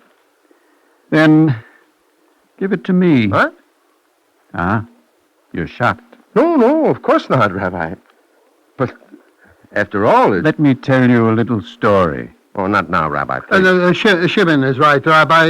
There is a time, but what I mean is that this is not a good occasion for a story. You're wrong, Benjamin. It's the best time. This is a story about a man who was pious with a fur coat. What? Just listen. He was a good and pious man, see? The winter coming, he bought a fur coat to keep him warm. Well, what's wrong with that? I didn't say it was wrong. Now, it happened that there was another man who prepared for the cold. He bought firewood. Well, I'm afraid I don't see the point, Rabbi. Don't you, Benjamin? The first one was keeping himself warm, but the second thought of how to keep others warm as well. Benjamin, from that time on, we say of someone, he is being pious with a fur coat. Excuse me, Rabbi. What does it have to do with us? Shimon, what do you think I want with the money? Well, I suppose... I'll tell you. Isaac's daughter is getting married. He can use a few rubles. Chaim is sick in bed. His children are hungry. Rabbi... As for you, all three of you, you were so busy storing up good deeds in heaven that you forgot to look around here on earth. You were being pious with a fur coat. Rabbi, you'll take the money. Yes, I'll take it. Why are you smiling, Shimon? Because I feel better already. And because I was thinking. Yes? Maybe this is how it was meant to be.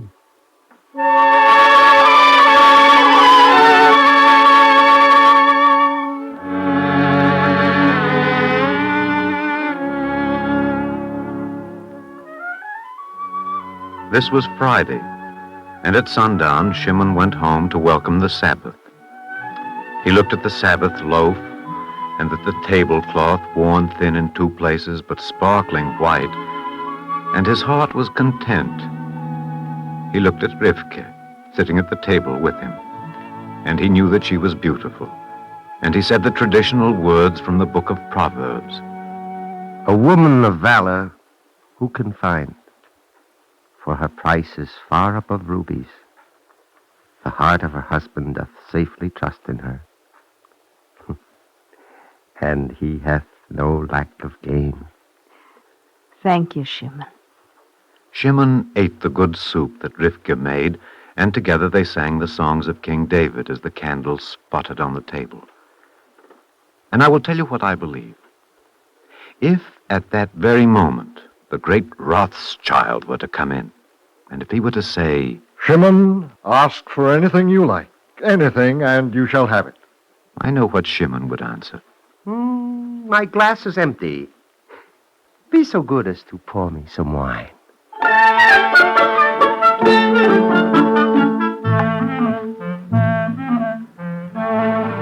And this is the story the old man told me. The old man who came uninvited. I'll go the same way. But first, tell me something. The story I said was about a Lamadvovnik, one of the 36 hidden saints. Mm-hmm, that's what you said. Then tell me, which one was the saint? The rabbi, of course. Well, at least it seems to me that... What about Benjamin? Or maybe Shimon? Well, who was the Lamadvovnik? Can it be that there are more than 36?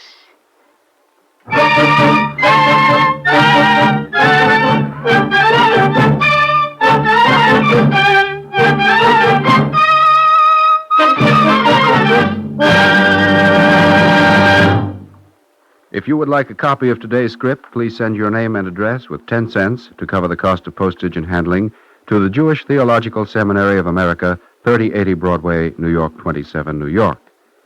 And now we take great pleasure in presenting Rabbi Joseph Miller of Congregation Sha'arei Torah of Flatbush in Brooklyn, New York. Rabbi Miller. Can it be that there are more than 36? Of course it can be, and it is. There are the thousands unknown, unpraised, unsung, who deny themselves the little they have in order to make life a little bit better for others. It is in this sense that the sages of old insisted that even a poor man who himself lives on charity is in duty bound to perform acts of kindness to others, not as a gesture of charity or goodwill, but as a matter of tzedakah, of doing the right thing by himself and by his fellow man. These poor, to us helpless and forlorn men and women, were not as unhappy and as miserable as we may think. They considered themselves rich and their lives contentful. They would not change even with Rothschild. They would declare, who is rich? He who is satisfied with his lot, with his position in life, and does not cast an envious eye upon those who have more. They would not question the wisdom of God. Rather did they insist upon sharing the little they had with the widow, the orphan, and the poverty-stricken. The world of Shimon and Rivka, in which one lived for all and all for one, may no longer exist. But that such a world is desirable, there can be no question. By honesty and sincerity, by acts of goodness and kindness, by love and understanding, mankind can and will emerge from its present chaos and confusion, misery and tragedy. This is the universal message of the High Holy Days just concluded. This is also the message of the Sukkah, in which the Jew is enjoined to dwell during the Festival of Tabernacles, which we are now celebrating. Go out of your palatial home with all its comforts. Forget, if only for a while, the luxuries you enjoy. Enter the Sukkah, the shaky hut, which is so insecure and so uncomfortable, and there rejoice before the Lord your God. There you will learn the meaning of life. There you will learn to understand the less fortunate. There you will learn to serve your God by making life warm and cozy, not only for yourself, but for your fellow man as well. There in the Sukkah, you may perhaps come to the conclusion that you too can become, if you will, one of the 36 saints upon whose merit the entire world rests. Thank you, Rabbi Miller. Our Eternal Light drama today, 36, was written by Joseph Mendel. Cantor Robert Siegel sang the liturgical introduction. Featured in the cast were Joe DeSantis as Shimon, Bryna Rayburn as Rivka, Peter Capell as Reb Nachman, Leon Janney as Isaac, Louis Soren as Benjamin, Roger DeKoven as the Rabbi, Joseph Boland, and Alexander Scorby as the narrator. The music, written by Morris Momorsky, conducted by Milton Cadams. This has been an NBC Radio Network production under the direction of Ed King. Free time to present The Eternal Light is made available by the National Broadcasting Company and its affiliated independent stations. This is NBC, the National Broadcasting Company.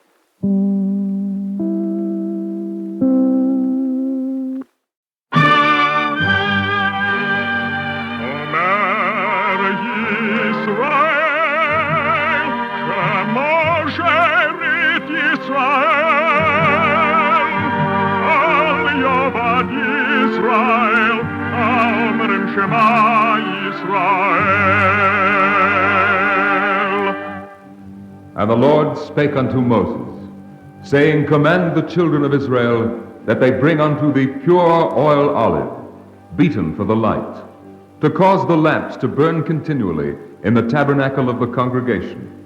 and it shall be a statute forever in your generations.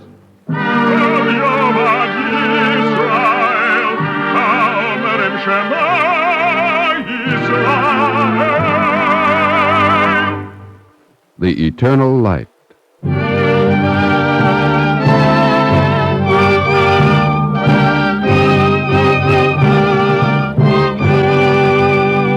The National Broadcasting Company and its affiliated independent stations make free time available to present The Eternal Light, a program which comes to you under the auspices of the Jewish Theological Seminary of America.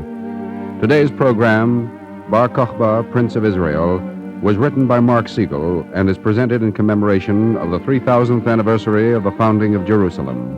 It is based on episodes from Elias Gilner's recent novel, Prince of Israel, published by the Exposition Press.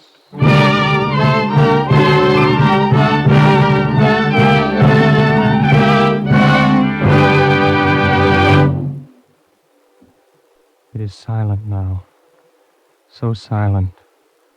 The wounded cry no longer, and nothing moves but the thick black smoke, rising straight into the air above the ruins of Betar, our fortress. At my foot there is a freshly dug grave, and in it what is left of our commander. Yet I must not weep. That is what I learned while serving under him. Bar Kochba, our leader.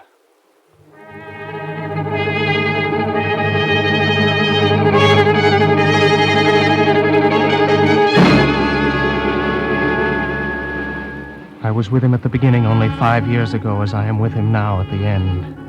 It was in the year 130 that I sought him out in the Sumerian hills. The mountain path I climbed was already well marked by the feet of those who would no longer bear the yoke of Rome. Halt! Who goes there? I am called Obadiah. Who sent you to this pass? No one. I come of my own will. I seek your leader. For what purpose? To join him. You? A lad of your size? The mouse has its place, friend, as well as the lion. Ah, that's well said, lad. But we're in need of lions, not of mice. Let me pass, please. I beg of you. Turn back, Obadiah. Do not force me to teach you a lesson. No! You try my patience, boy. No! Yes. Let the boy pass. Yes. Come here, son. So you wish to join us? Why? Why? Yesterday in Caesarea, the Roman soldiers came to the Jewish quarter. They beat people. They broke into homes. What did the Romans seek, boy? A big man, they said. A Hercules, they called him. Do they know what he looks like, Obadiah? Oh, yes. He has a shorn, round, red beard, they said. And eyes which glow like copper. Coppery hair, too. They said he stole the Romans' horses. 100 of them. And did they find him, Obadiah, the big man? You know well. They did not, Shimon. You have a nimble tongue, boy. Let me put it to your service. No, Obadiah. The life here is too hard. It is for men, not boys. Hard times make men of boys, Shimon. Perhaps. Still, you'd do best to return to your home. I have no home. The Romans put the torch to it. Then go where your parents are. My parents! My parents are... I see. Itamar. I am here, Shimon. Itamar, we have a new recruit. Take him to the camp. Shimon, I do not understand you. Since when, Itamar? Since this moment. Yesterday you turned away 2 mighty men. Men who could tear a sapling from the ground by the roots. I did. But today... today you let this stripling stay with us. Itamar, we have need of mighty men. But the volunteers who came here yesterday sought plunder. They were not pure in heart. Purity does not win battles. Without it, battles will not be won. We're the colonel, we few, of Israel's fighting hosts. If we are to be victorious, we must find favor both in the eyes of men and in the eyes of God.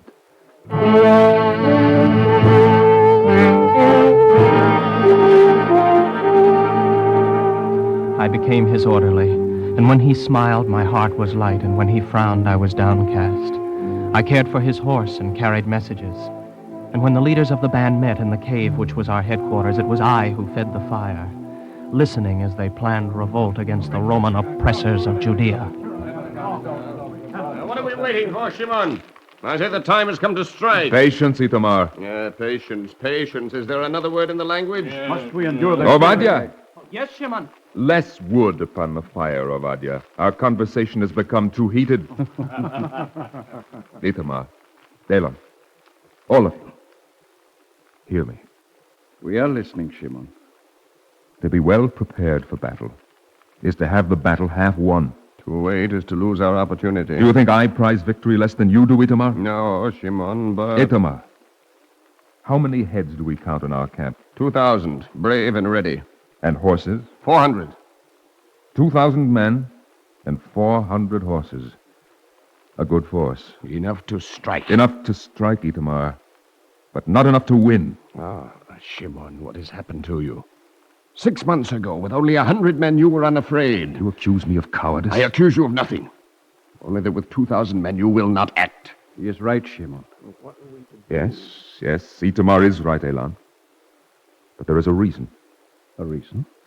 Our objective is not the same as it was 6 months ago. What are you saying, Shimon? Did we not come together to strike a blow for freedom? I am no longer satisfied with striking a blow for freedom. I will settle for nothing but freedom itself. There will be no peace in Israel until the last Roman is driven from the land. But it is hopeless, Shimon. Tinius Rufus commands 50,000 soldiers. Do you think I am unfamiliar with the figure? You set the goal too high, Shimon. The goal of liberation cannot be set too high. Shimon, for the first time, you are impractical. Great dreams always seem impractical, Itamar. Yet dreams are not often realized. You are right. To cast off the shackles of our bondage, 2,000 men are not enough. The whole people would have to rise. They will not rise, Itamar. If we must wait for that, it would be better if we stop right now. Better to disband. No, do not say it, Elon. Be silent, Obadiah. Let the boy speak, Itamar. Oh, fine. Now the boy who tends the fire shall advise the council. Shimon, the people begin to know you, but they do not know you well enough. That much we know, Obadiah. But there is one man. Let him say the word, and the people will rise as a giant and cast the Romans out. Akiba? Yes, Akiba. Akiba is a rabbi, Obadiah. He is not a warrior. What is a rabbi, Shimon, if not a warrior in the service of the Lord? The boy speaks with wisdom. Akiba will not even converse with you, Shimon. Yet it is worth the chance, Itamar. Obadiah, prepare the horses. We ride to see Akiba in the morning.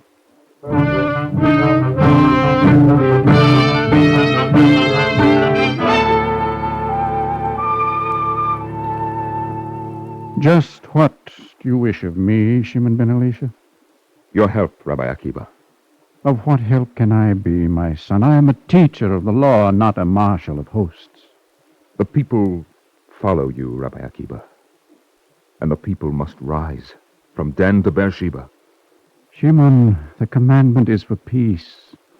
War brings havoc, death, destruction. What has Roman tyranny brought us, if not havoc, death, and destruction? Misery blankets the land, Rabbi. Yes, Shimon, it is so. The Romans seek to supplant the worship of the God of Abraham with the idolatry of the heathens. There are limits, Rabbi. Shimon, let me ask you a question. Ask it, Rabbi. If the scholars, too, are drawn into the war, who will teach the Torah? Who will warn the people of the enemy within? What enemy within, Rabbi? Their moral corruption, Shimon. Their moral corruption which will make them unfit for freedom. Rabbi, the Romans enforce corruption as a way of life. The Torah cannot be studied. It surely cannot be lived except in freedom. It is so, Shimon, and yet... You are young, my son, and I am bent with age. Before I would plunge all Israel into bloodshed, I would be sure no other path is open. What path remains? Already it is forbidden to circumcise our sons, to observe our festivals and holy days. And now Tinius Rufus threatens to forbid even the study of our holy Torah. I will go to the palace of Tinius Rufus again, Shimon. He does not understand words, Rabbi. He will understand us if we strike back. You may be right, Shimon, but In good conscience, I must try again. Try again, and may you bring good news. But meanwhile, we must prepare. What is your need, Shimon? Men, horses, arms, a fleet, supplies. And I can help you get these. Say the word that you bless our endeavors, Rabbi. It will rally the people to our cause. I give you my blessing, Shimon. Rabbi, there is new fire in my heart. May it be his will, Shimon, that you get your men and your supplies. And may it be his will that you shall never need to use them.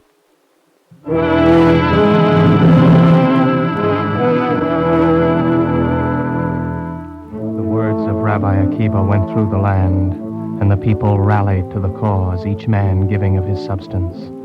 Wood and iron came up the mountainsides upon the backs of mules and men, and the gorges echoed with the sound of fortifications being built. What do they build on that peak, Shimon? The curious structure. Oh, a trap, Ovadia. A trap for what, Shimon? Romans. And down below in the valley? Catapults. Shimon does not waste his words today. I'm sorry, Ovadia. I'm lost in thought. Of what, Shimon? I was thinking, Ovadia. Our men work with vigor and with strength. With this will, the will that fashions these machines of war. Yes, Shimon?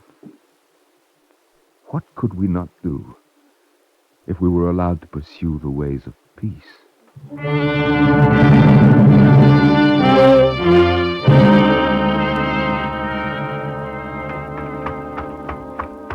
Shimon! Shimon! I'm here, Ovadia. A carrier pigeon from B'nai Brak. Take the message from its foot, Ovadia. Read it to me. The Emperor Hadrian has promised that the temple in Jerusalem will be rebuilt. Praise be to God. I've not finished, Shimon. He will rebuild it as a pagan temple. It cannot be. It will not be. Some of the leaders of Adia. This is the sign of which Akiva spoke.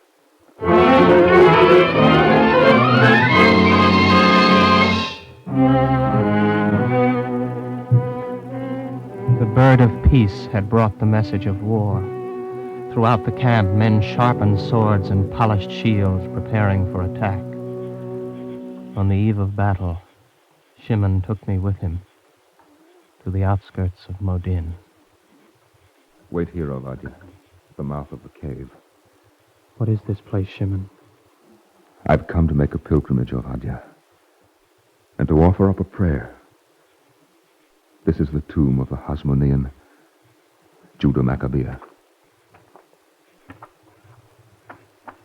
Lord of the universe, I stood at the make mouth me of the worthy vault, of giving my people and from the depths of the cavern, I beseech thee, I heard his words. help me drive the enemy from our land and wash away the shame of his oppression.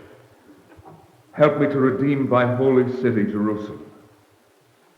Strengthen my hands, that peace and happiness may be restored to my people, and dignity to thy name. The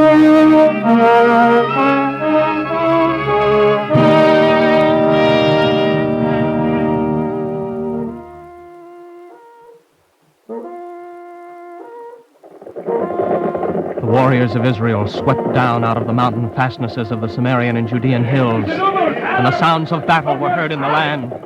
By night we ambushed the Romans, and by day we fell upon their legions. Town by town, city by city, the strongholds fell. The ranks of our armies swelled, until 400,000 men in arms followed the standard of Shimon ben Elisha.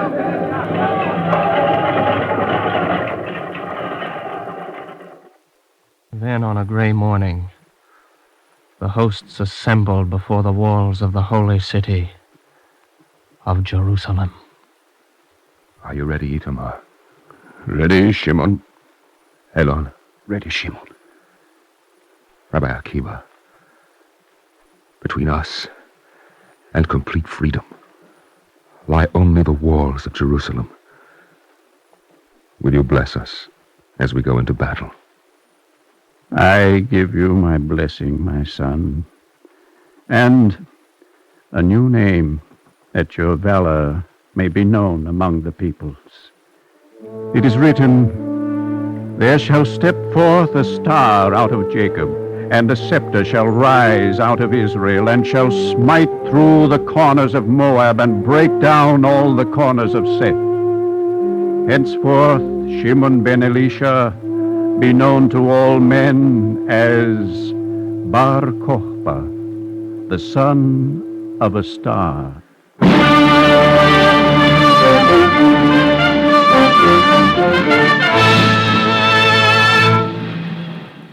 Jerusalem fell, and Bar Kochba's dream was realized. The last Roman soldier was driven from the land.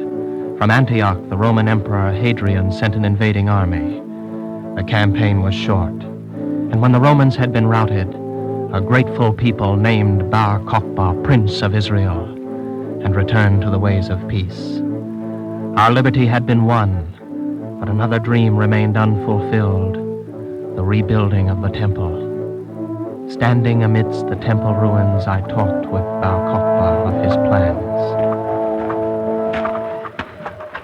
We will rebuild the temple, Ovadia, but in God's own time. Why not now, Bar Kochba?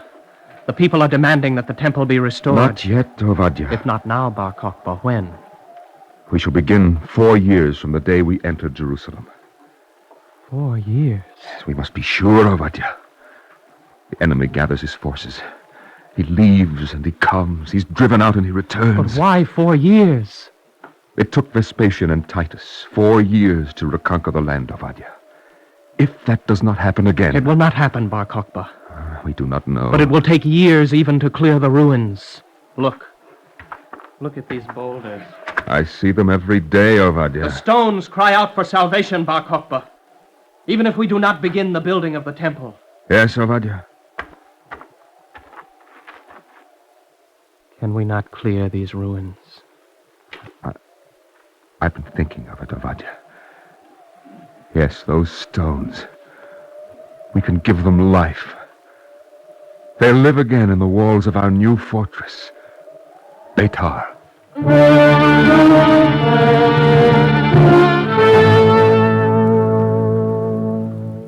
The stones were carried here to Beitar, 7 miles from Jerusalem, and the citadel was built high on the mountain peak against the day it might be needed. Still, at that time, no one of us believed that Israel would fall again before the might of Rome. Not until the day Elan came, bearing ill tidings. Kochba, the Romans prepare to strike again. We will turn them back again, Elan, as we have before. If it be God's will, Bar Kochba. Rabbi Akiba. Yes, Bar Kochba. If God will only refrain from giving assistance to the enemy, then our armies will be victorious. Bar Kochba. Forgive me, Rabbi. I meant no evil. It is not I who can forgive you, my son. The words sprang to my lips, Rabbi Akiba. I spoke without thought. The words that come from a man's mouth are unimportant in themselves, Bar Kochba, yet they express what lies within his soul. Your pride dismays me, for even at the moment of victory... Yes, Rabbi Akiba. Even at the moment of victory, a man may make himself unworthy of victory.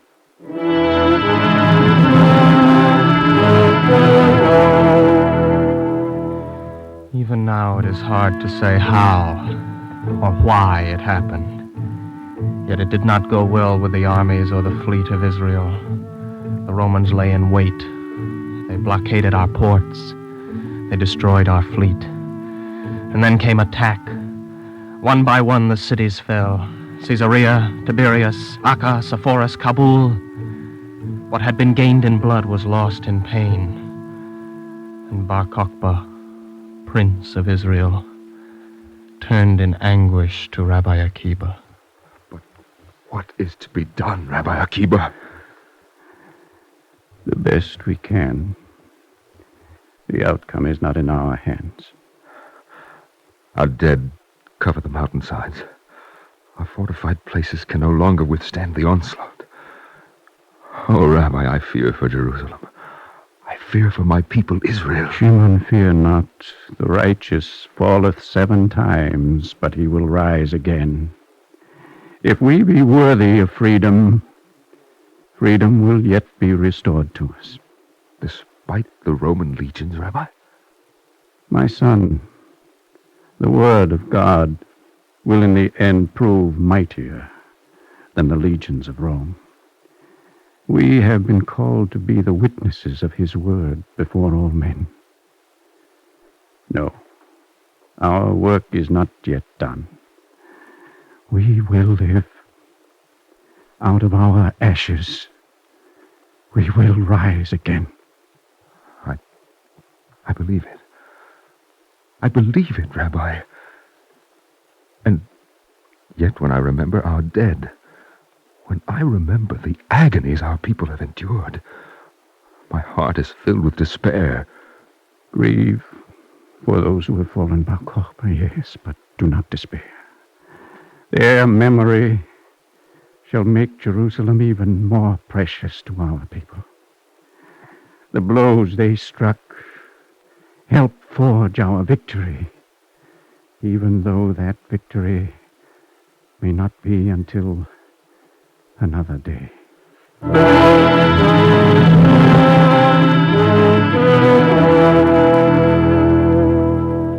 On a summer day almost a year ago, we evacuated Jerusalem, climbing the dusty road to our fortress Betar. The army of Israel streamed towards the last stronghold in Judea, and at its head was our leader, our Kochba. This is our last retreat, Ovadia. I promise you. I believe you, Bar Kochba. I know you do, Ovadia. And the others, Bar Kochba, those who are left, Elah and Itamar, they are still with you. All of us, we will fight to the end. We do not go to Betar to die, Ovadia. It is to begin again. I pray you are right, Bar Kochba. But if the Romans besiege Betar, as surely they must. There are food supplies for a year, Ovadia, and hidden wells for water. And yet, Ovadia, even if we perish, we will win. I do not understand. How can we perish yet win? Ovadia, it has taken me many defeats to learn that victory alone is not enough. To fight for freedom, a man must know one thing. What, Bar Kochba? That men may die in battle, Ovadia. But their ideals and aspirations are not killed with them. Ovadia, nothing is ever lost if it is not lost in one's mind.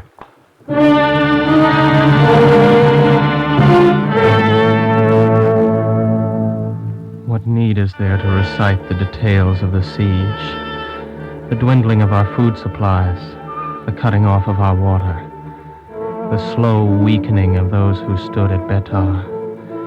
It is enough to say we were 100,000 and then we were 10. We were 10,000 and then we were 5. We were 5,000 and then we were 500. And this morning, this very morning on the 9th day of the month of Ab, Bar Kochba stood upon the ramparts of Betar and called for the last time. Who is with God? With me!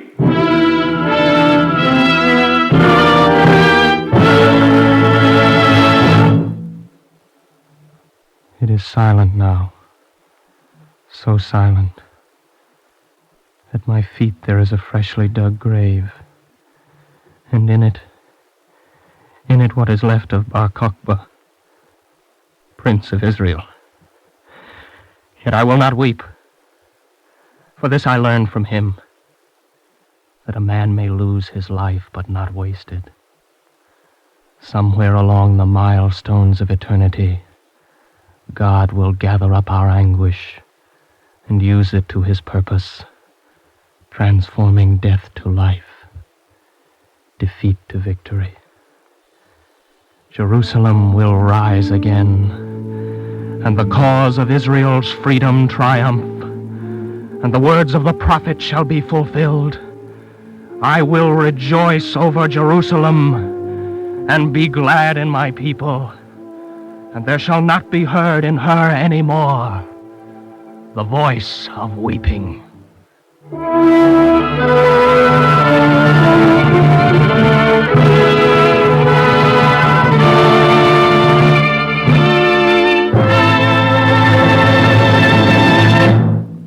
If If you would like a copy of today's script, please send your name and address with 10 cents to cover the cost of postage and handling to the Jewish Theological Seminary of America, 3080 Broadway, New York 27, New York. And now we take great pleasure in presenting Dr. Israel Goldstein, Rabbi of Congregation B'nai Jeshurun in New York City and Chairman of the Jerusalem 3000th Anniversary Celebration. Rabbi Goldstein. Jerusalem will rise again and the cause of Israel's freedom triumph. How fortunate is our generation that in our day Akiba's prayer and Bar Kochba's hope have been crowned with fulfillment. They had to wait 18 long and tragic centuries, but they did not wait in vain. And when at last the Haganah, Israel's young defenders, 5 years ago, broke the siege of Jerusalem and turned back the Arab attackers from the newly proclaimed state of Israel, it was the sword of Bar Kochba and the blessing of Akiba leading them on to victory. It is 3,000 years since David took the citadel of Zion and established Jerusalem as the capital of Judea. In these 3,000 years, Jerusalem has experienced 3 destructions and 3 restorations. We hope to God that the third Jewish commonwealth established in our time is here to stay. It is our fervent prayer that Medinat Israel, small in size, may be great in spirit, a light to the nations, as once it was. Thus, Jerusalem's 3000th anniversary, which is to be celebrated in New York October 20th, is a milestone of spiritual moment for all mankind. With our prayers, however, must be joined our labors. The state of Israel today needs the moral support and the material support of the Jewish people the world over. Just as much, the Jewish people in the world need the inspiration which can emanate from the city of David and the land of Israel. The mandate of 30 centuries is upon us. We must try to deserve the dispensation that history has smiled upon us in choosing us to be the generation of the third restoration, and we can be deserving only if we share in the rebuilding of the New Jerusalem and the reconstruction of the New Judea. God grant that Jerusalem may soon become what its name connotes, City of Peace, and that once again, as of yore, out of Zion may go forth the law and the word of the Lord out of Jerusalem. Thank you, Rabbi Goldstein. Our Eternal Light drama today, Bar Kochba, Prince of Israel, was written by Mark Siegel and based on episodes from Elias Gilner's recent novel, Prince of Israel, published by the Exposition Press. Cantor Robert Siegel sang the liturgical introduction. Featured in the cast were Norman Rose as Shemon, William Redfield as Ovadia, Roger de Koven as Akiba. Itmar was Bob Carroll, Elon was Guy Rep. The music was written by Morris Momorsky and conducted by Milton Catums. This has been an NBC Radio Network production under the direction of Edward King. This is Mel Brandt speaking. Free time to present the Eternal Light is made available by the National Broadcasting Company and its affiliated independent stations. This weekly program is presented under the auspices of the Jewish Theological Seminary of America.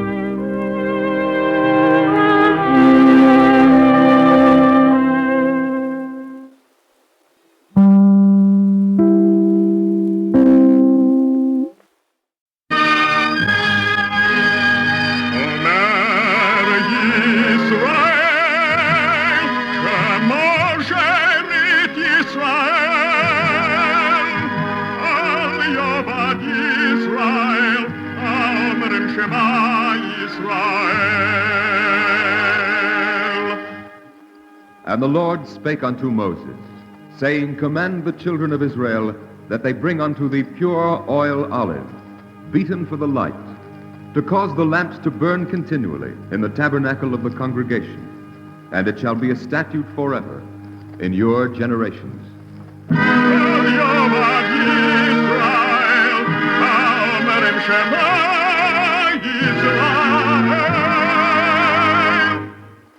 The Eternal Light.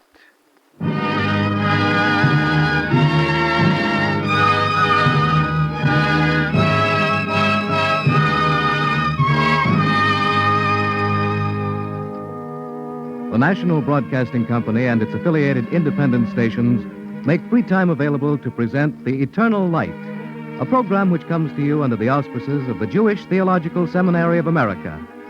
Our script today, Watchman, What of Night, was written by Joseph Mindell and is the last in a series of 4 outstanding programs originally presented on The Eternal Light. This series marks The Eternal Light's 10th year of broadcasting.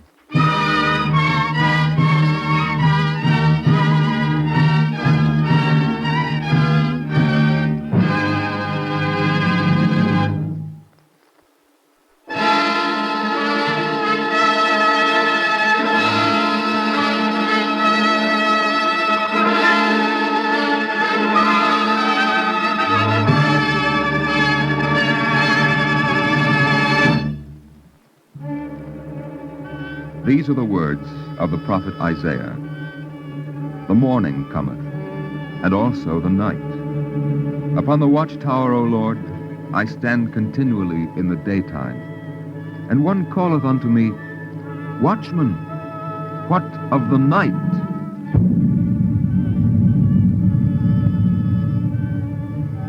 The poet is a prophet, and a poem contains in itself all it would convey, which is infinity. If the words are few and the poem is brief, it may nevertheless encompass a life.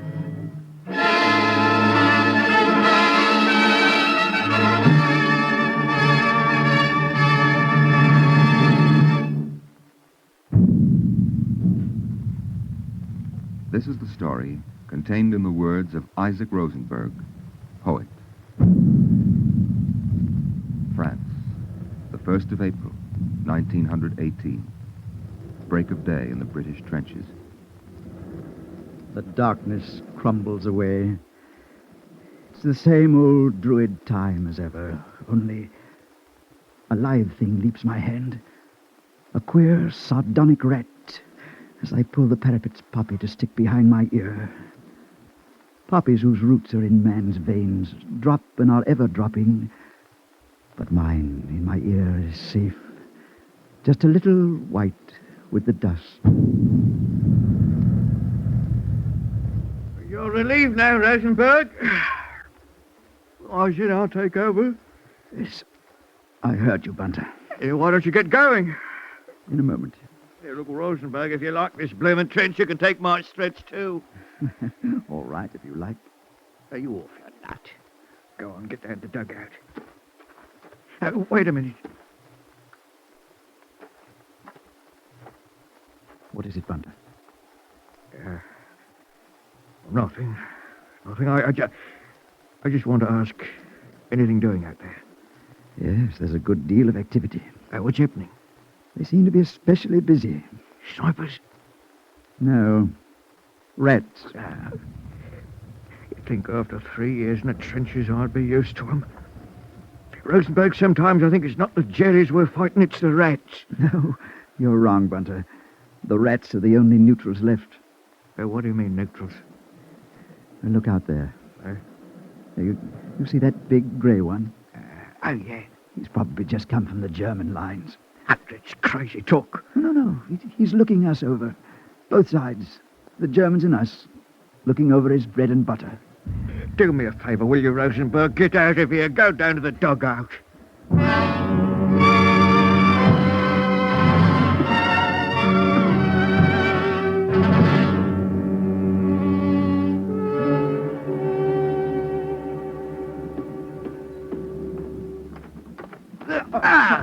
Hey, that's my foot you stepped on, Rosenberg. Oh, I'm sorry, Hodgkins. It's dark down here. That's how it is at night. Dark. It's always night in the dugout. Outside, it's morning. Already? Another day. Hodgkins, how can you tell? What's that? How do you know? Maybe it's the same day. Maybe it's all one long day. How do I know? Why, you told me yourself. Hey, Morty, are you up? Let's have a tune in honor of the new day. Here, come on now.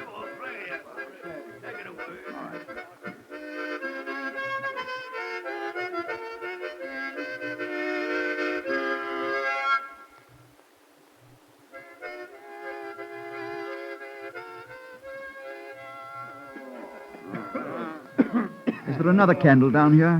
What for, Rosenberg? You want to write a letter again?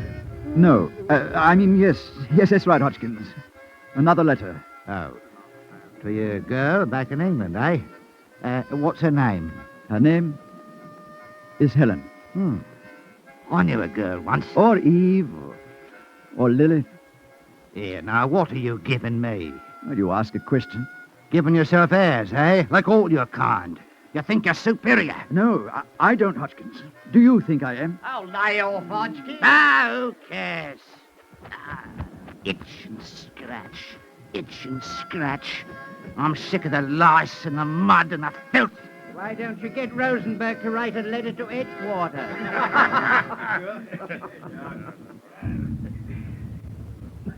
Give me that candle.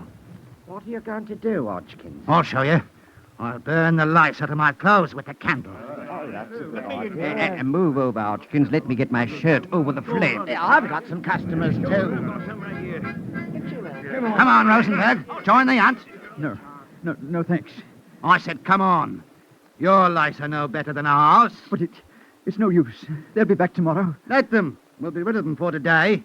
Get to work, Rosenberg. Every man in the dugout. Get to work. Come on now. Get up there. Dig them out with your nails, boys. Pot them like seaweed pot. There's one who'll never get another drop of my blood.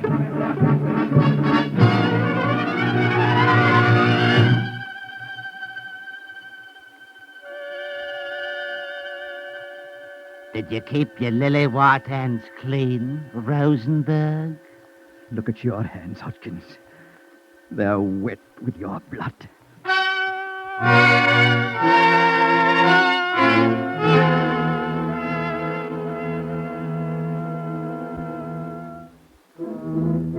The fiery hooves of day have trampled the night to dust.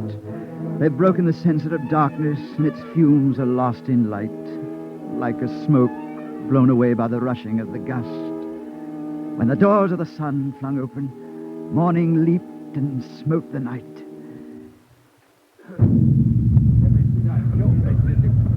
Grotesquely and queerly huddled contortionists to twist the sleepy soul to a sleep. We lie all sorts of ways and cannot sleep. You're still awake, Rosenberg? Oh, I'm all right, Bunter. Maybe if you put the candle out. No, I didn't want to sleep. I had a dream. Do you dream a lot? Sometimes. I was frightened. I knew it was a dream and I wanted to wake up. Yes, Bunter. Well, I couldn't. Rosenberg, I couldn't wake up. Does that ever happen to you? It happens. Bunter, we always wake up. Rosenberg, put out that candle. Shut up, Hodgkins. No, it's all right. I'm finished now, Hodgkins. Writing again, aren't you? I said I was finished. What's the matter? Can't you sleep without the biting of the lice? All right. Here now, where are you going? To the officers' dugout. Rosenberg. Yes? Remember, you're clean. Don't catch any lice from the officers.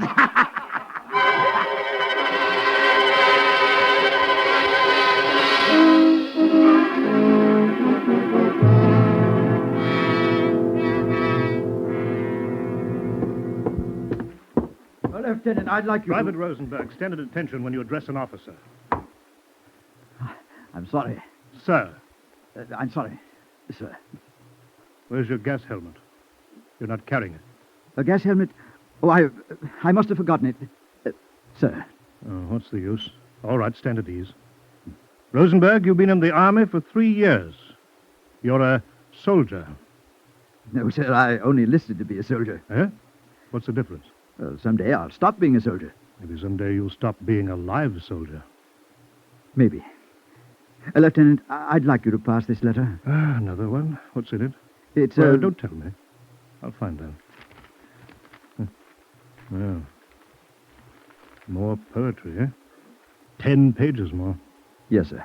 Rosenberg, I'm a military censor, not a literary critic. Lieutenant, you don't have to read it. Just stamp it. Oh, at least if you knew how to use punctuation. Oh. And look here. Don't you know that a plural subject takes a plural verb? I guess it's like the gas helmet. What do you mean? absent-mindedness. Oh. I'll pass the letter, Rosenberg. Now let me give you some advice. A poet can afford to be absent-minded, but a soldier can't. Maybe you're right, sir. But I don't know any way to stop being what I am. Don't you understand? This is no time for poetry. Oh, Lieutenant, if poetry is no use now, at this time, when will it be? Well, I'm a practical man, Rosenberg. It's better to be a live soldier than a dead poet. There isn't much choice, is there? I can only hope for a decent epitaph.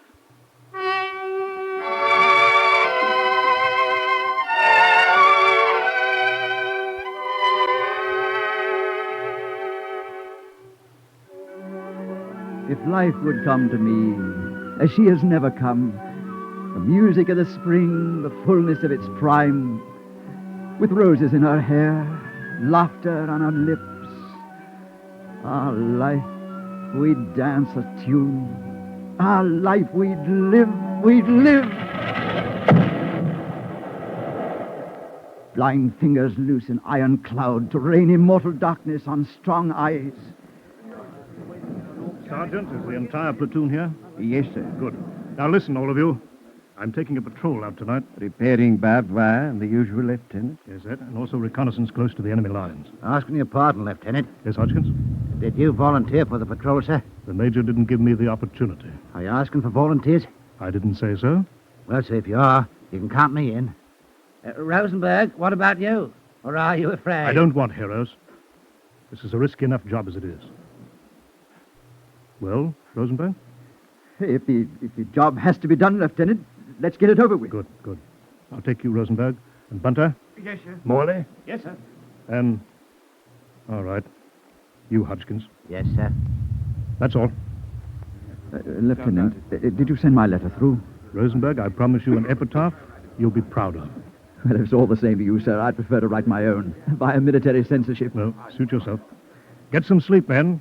We'll start in a couple of hours, as soon as it gets dark.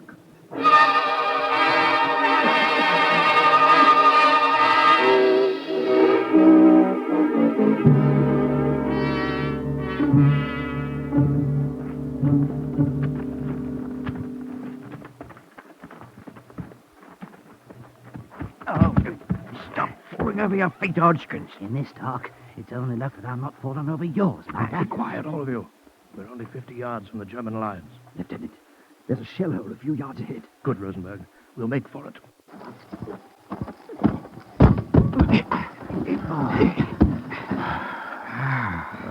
Keep your heads below the rim.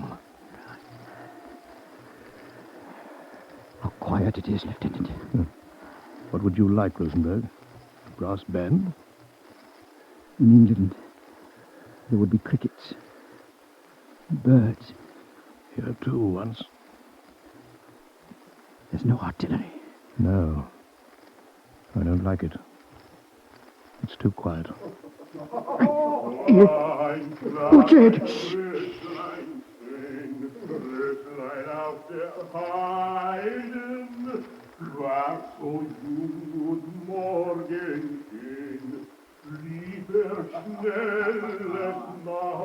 I used to sing that at school. Why shouldn't they sing? Snug in their trenches.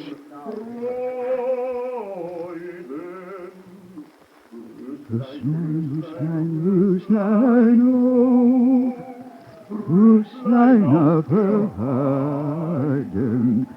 His tempo is off. Now, it's his natural schnapps baritone.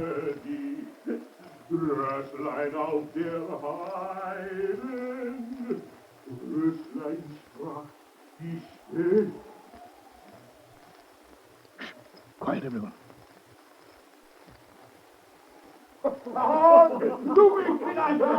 They're drunk. That's what I said. They must have been issued a whiskey ration. An issue of artificial courage. Well, it doesn't look good. Let's get back to our lines. Hurry! What is it, Bunter? A rat! A foot long. He just walked over me end. Well, remember, Bunter, he's looking us over. I'm getting out of here. Quiet there. Drop the wire clippers. Maybe they didn't hear.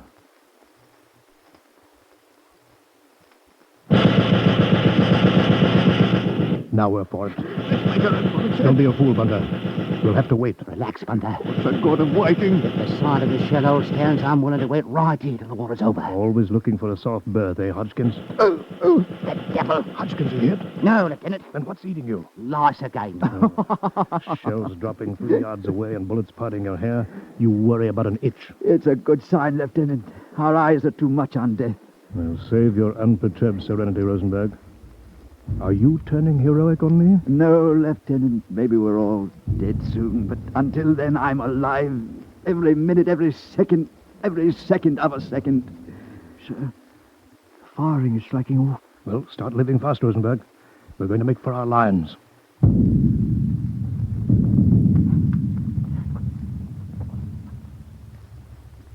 Somber the night is. And though we have our lives, we know what sinister threat lurks there. But hark! Joy! Joy! Strange joy! Low heights of night ringing with unseen larks. Music showering on our upturned listening faces.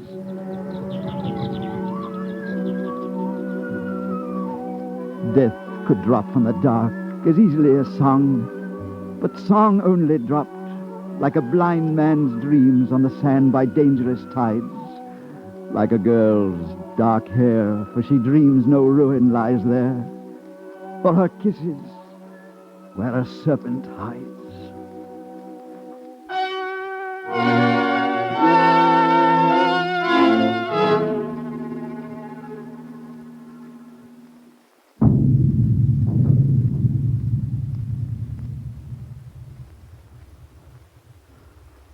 I thought I heard him singing again. Not from here, Bunter. Our trenches are too far apart. Listen, Rosenberg. To what? There's only stillness. Oh, it's so quiet you can hear the right sound. It's no use, Bunter. You can't frighten them with stones. Even the snipers don't shoot. They're making ready. And we're ready too. Full pack, standing in the trenches. Every man beside his neighbors, and every man alone, thinking his own thoughts. It'll be worse without neighbors. Each soul is condemned to its separate prison. And yet, Bunter, when the prisoners assemble in the courtyard, we suspect each other. We talk cautiously, with fear. Well, who isn't afraid to die? Prisoners are already dead men. No, Bunter, we're afraid of being betrayed. You're at it again, Rosenberg. I never stopped, Hodgkins. This is a fine place for philosophy. You don't pick the place or the time. You take what's offered. Shh. Listen. Even the rats are quiet. When will it begin?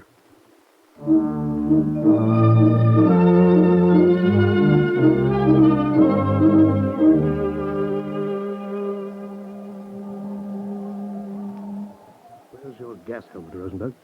Have you forgotten it again? No, Lieutenant. It's an unnecessary encumbrance. They may use gas. Or bullets. Does it matter? The order was to carry helmets. Orders, too, are unnecessary. Rosenberg, what has happened to your serenity? My birthday is in November, Lieutenant. I'm waiting to see if I'll ever be 28 years old. It's hard to be serene while I'm waiting. I'll tell you something. I was 28 some years ago. There's nothing special about it. Not when it's past, Lieutenant. Not when it's past.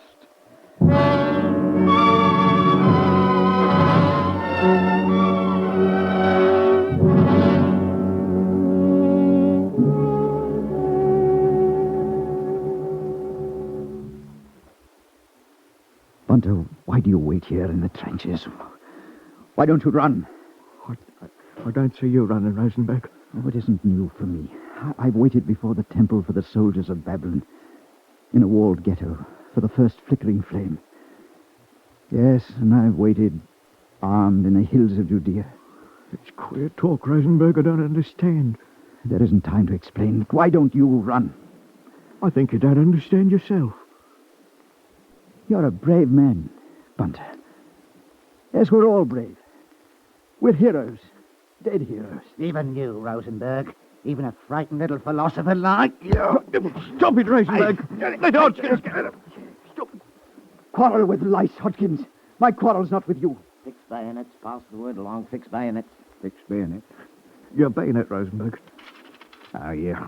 I'll do it for you. Well, that won't be long to wait now. No. We're almost ready. Rosenberg, I'm not an educated man. All your strange talk, it mixes me up. But I think you're looking for something. What is it? I'm listening.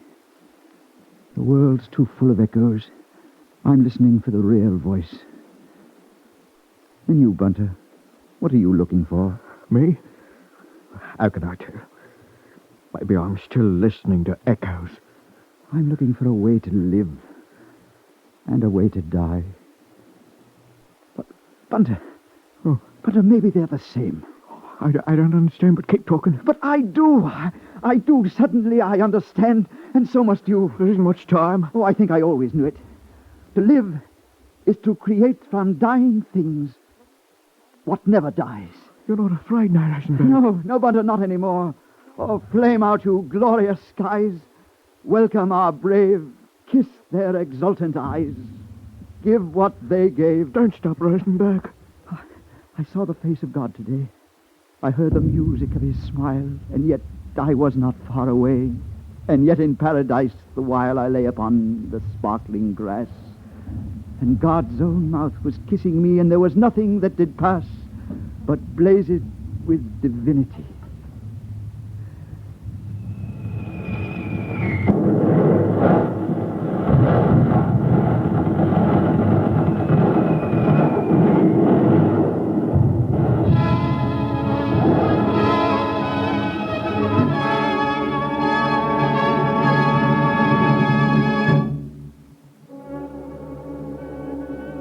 The 1st of April, 1918. Killed in action and buried in an unknown grave.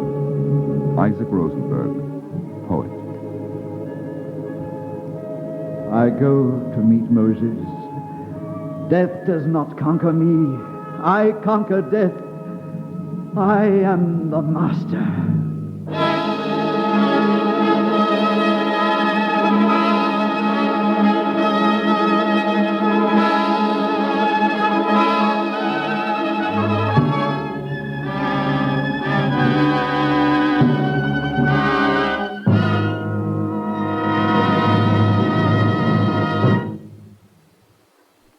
If you would like a copy of today's script, please send your name and address with 10 cents to cover cost of postage and handling to the Jewish Theological Seminary of America, 3080 Broadway, New York 27, New York. And now we take great pleasure in presenting Chaplain Major General Ivan L. Bennett, Chief of Chaplains, Department of the Army, Washington, D.C. Chaplain Bennett. It is a pleasure for me to participate in this broadcast marking the Eternal Light's 10th anniversary on the air. It is always fitting to look to the past and to the future in celebrating an anniversary. We live in an age of stress and tension. We too ask, Watchman, what of the night? The answer of Isaiah is simple. The morning cometh, and also the night. We have lived through wars and rumors of wars, through good times and bad. But perhaps the most important message of each man's life lies in the very living of that life, in the fact that our most urgent plans and lofty projects are all subject to the will of God. The morning cometh, and also the night. During the Korean campaign, one of our Jewish chaplains, serving in the Punch Bowl sector, sent back word that he never delivered sermons in the vicinity of the battlefield. Prayer near the battlefield, he said, is in itself a sermon. All of those associated with the writing and producing of the Eternal Light programs have, in a way, followed this same philosophy. In your commendable series of broadcasts dealing with the various colorful and meaningful phases of Jewish life, you have enriched the lives of your large and devoted audience, which includes representatives of all faiths. I look forward to your next 10 years on the air. God bless you. Thank you, Chaplain Bennett.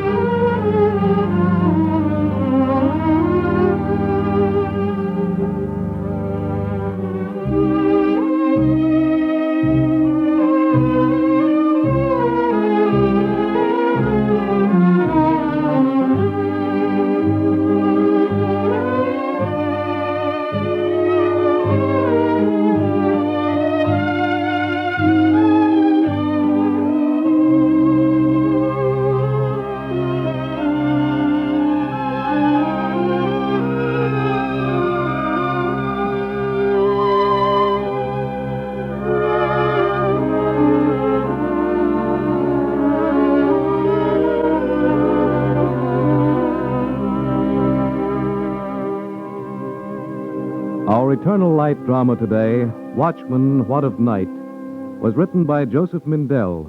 The script was based upon the book of poems by Isaac Rosenberg, published by Schocken Books, Incorporated. The music was composed by Morris Momorsky and conducted by Milton Kadims. Cantor Robert Siegel sang the liturgical introduction. Featured in the cast were Chester Stratton as Rosenberg, Wendell Holmes as the lieutenant, Ivor Francis as Hodgkins, William Griffiths as Bunter. Guy Rep was the sergeant. Carl Emery played the soldier. The narrator was Norman Rose. This has been a Radio Network production under the direction of Edward King. Howard Rigg speaking.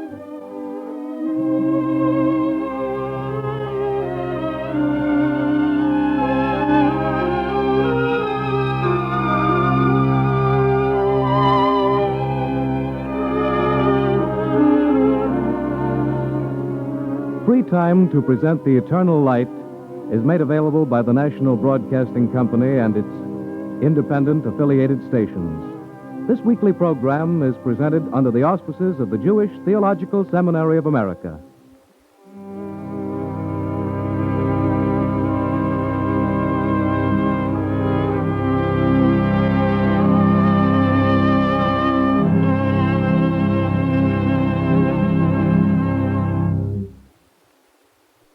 This is the NBC Radio Network.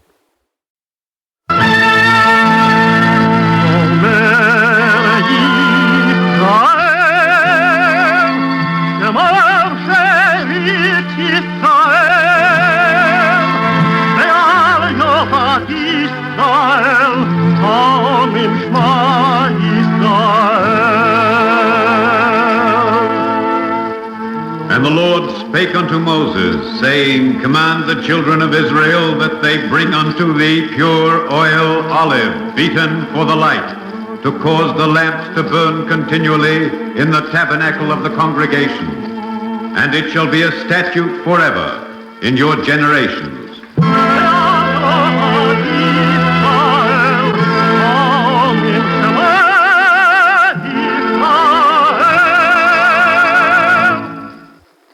The Eternal Light.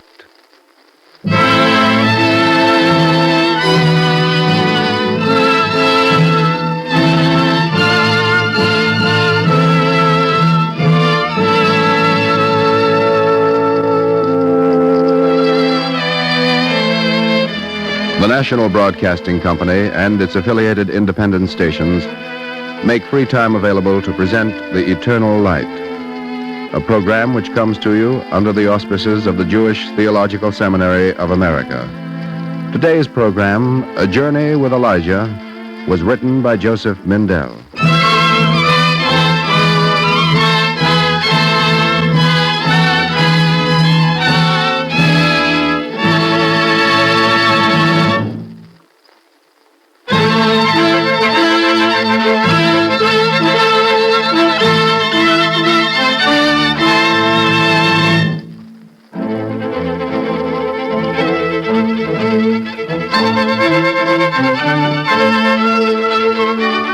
Did I ever tell you how the prophet Elijah came to visit me? Well then.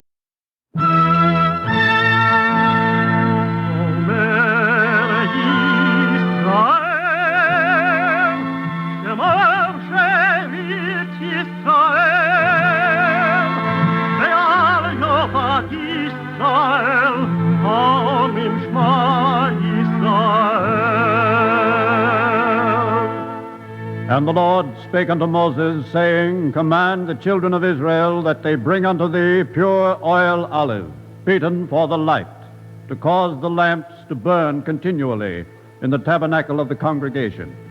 And it shall be a statute forever in your generations.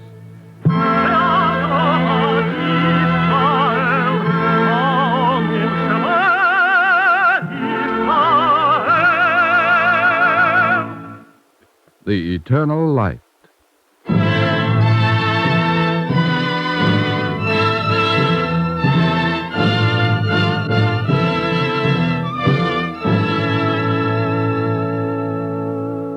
National Broadcasting Company and its affiliated independent stations make free time available to present The Eternal Light, a program which comes to you under the auspices of the Jewish Theological Seminary of America. Today's program, Good Soil, was written by Joseph Mindell.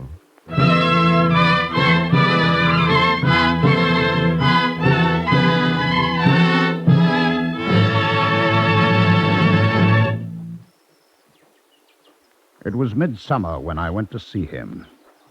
We talked all afternoon, and then he drove me out to his house for a glass of wine, he said, and to see his garden.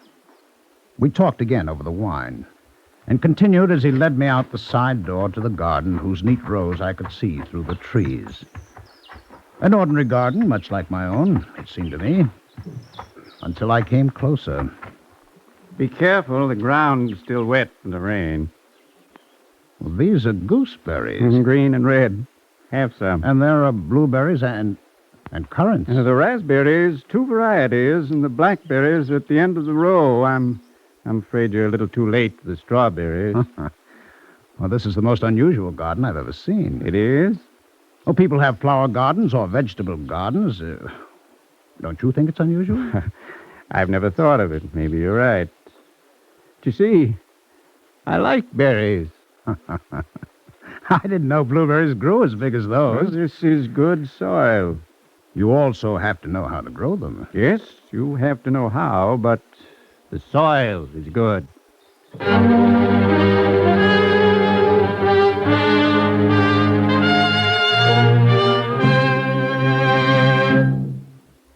This is the story of a man and the soil, and how he found in it a way to relieve suffering and to heal disease. His name is Selman Waxman. I have read in Ecclesiasticus, the book of Ben Sirah, the Lord hath created medicines out of the earth, and he that is wise will not abhor them.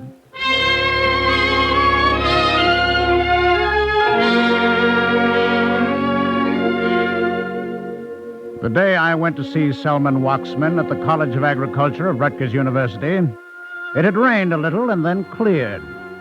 The fields around the building filled the air with the smell of life and growing things, which filtered in through the door. The bacteriostatic activity is very dependent, as you know, on acidity. Now, what's the optimum pH? About 8.1. But then, you see, this creates another problem. Excuse me, where can I find Dr. Waxman? What'd you say? Oh, Dr. Watchman, the Department of Microbiology. You see the problem, of course. Well, of course. Now, the process is not reversible. Where's the Department of Microbiology? The Department of Microbiology is on the 3rd floor. Thanks. Not at all. You'd think everybody knew that.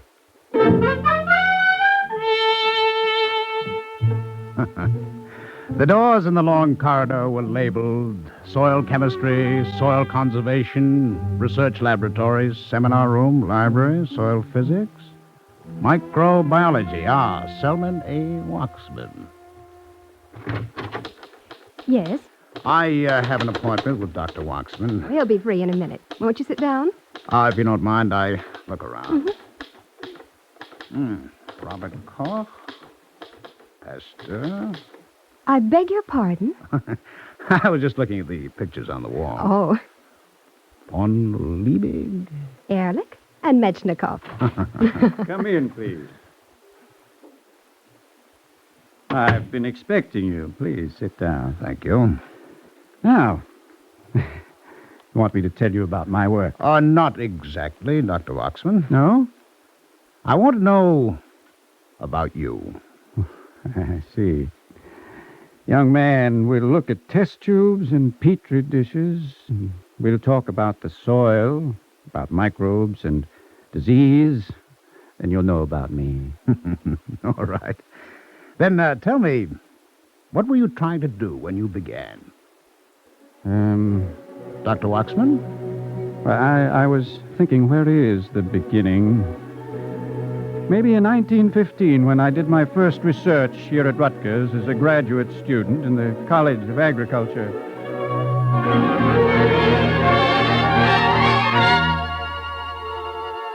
So, this is the fruit of your first research, Watchman? You don't approve? I'm a medical student. When a research biologist shows me a test tube... A microbiologist. All right, microbiologist. Anyway, I reserve judgment. What's in the test tube? A culture of bacteria? No. Actinomycetes. Actino what? It's a kind of microbe, more complex in structure than common bacteria, but simpler than fungi. You know that in every pinch of soil, there are thousands of different kinds of microbes living together, acting on each other, on plants and animals. Oh, Buckskin, I don't want to lecture. I just want to know what your research proves. I found a new microbe in the soil. I isolated it, made a pure culture. Here it is. Streptomyces griseus. Uh-huh. Well, I suppose it'll get you your Ph.D.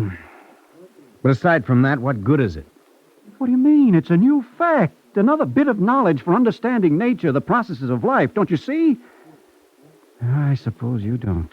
I'm a practical man. I want to know what's the use right now of your Streptomyces griseus. Now, you see, you can't answer me. Tell me something. What's the use of a newborn baby? I'm afraid this is not a very orderly story, because it's not easy to find the beginning. Maybe it did begin in 1915 with Streptomyces griseus, but maybe it started in 1882 when Robert Koch discovered the bacillus that caused tuberculosis. Tuberculosis, the white plague, is also a part of the story. And therefore it may be that the beginning is in any city in the world at any time up to 10 years ago. What do the X-rays show, Doctor?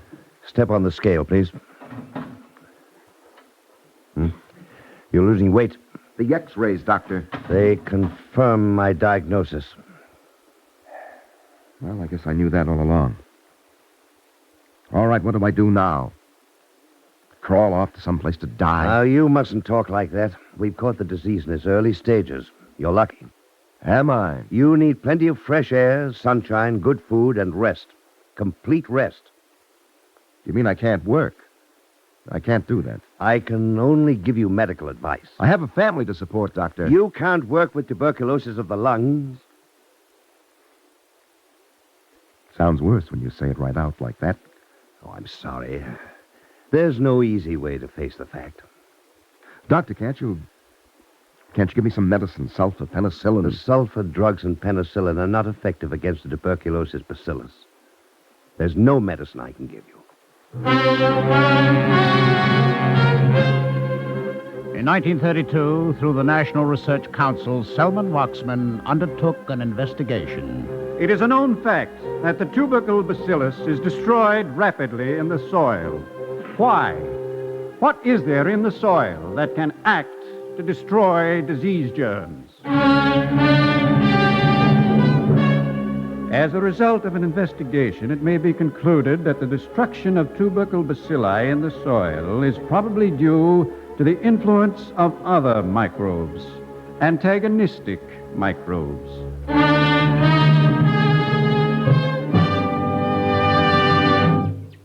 Well, maybe there is no one beginning.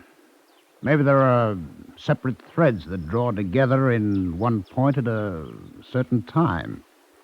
A young man becomes interested in microbes in the soil.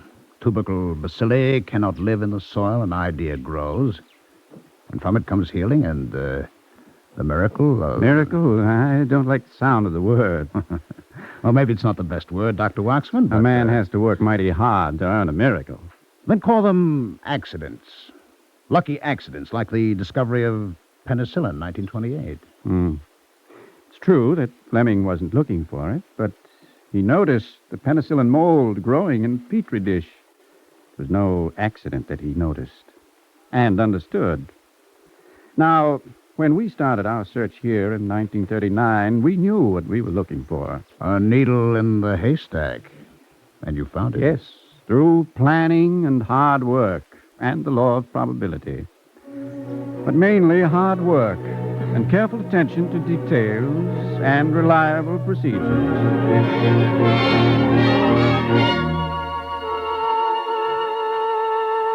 The whole thing sounds ridiculous to me. It can't be done Dr. that way. Watson. Oh. Doctor, I don't mind. None of your assistants mind hard work. That's right, Doctor. Oh, I'm glad to hear it. But this new project is...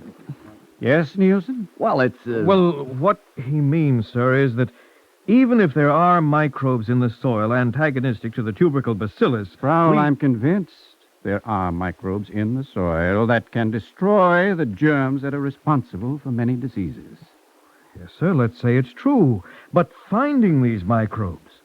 Dr. Watchman, in every cubic centimeter of soil, there must be 1,000 different kinds. Maybe closer to 10,000, probably many more. Well, there you are. But we only have to test one at a time. All right, Dr. Watchman. Only a man likes to be able to see the end of his work. Nielsen, somewhere in the Talmud it's written, "It is not for thee to complete the task, neither art thou free to desist from it." No. Looks like a lifetime job. Maybe it is. Tell me, you have something better to do with your life?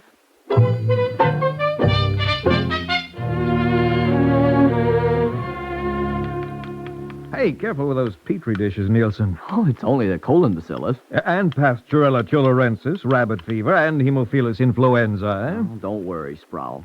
These virulent little organisms are my friends. They know which side their bread's buttered on. Oh. Well, here are the soil microbe cultures. Thank you. 1 drop in each Petri dish. There. And back to the incubator. What a job. Nursemaid to microbes.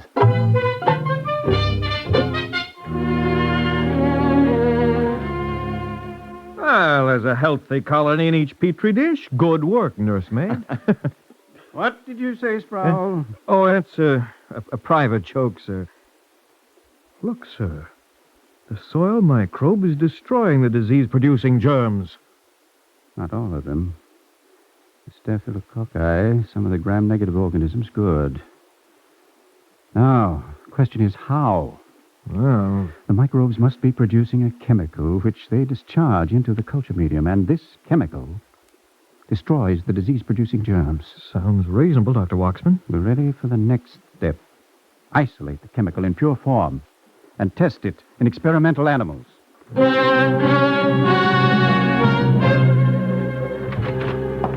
Dr. Watchman. Well, Sproul, yes or no? Yes and no. What do you mean? This chemical we isolated destroys the disease in animals. Well, that's fine. But it also kills the animals. The chemical is poisonous.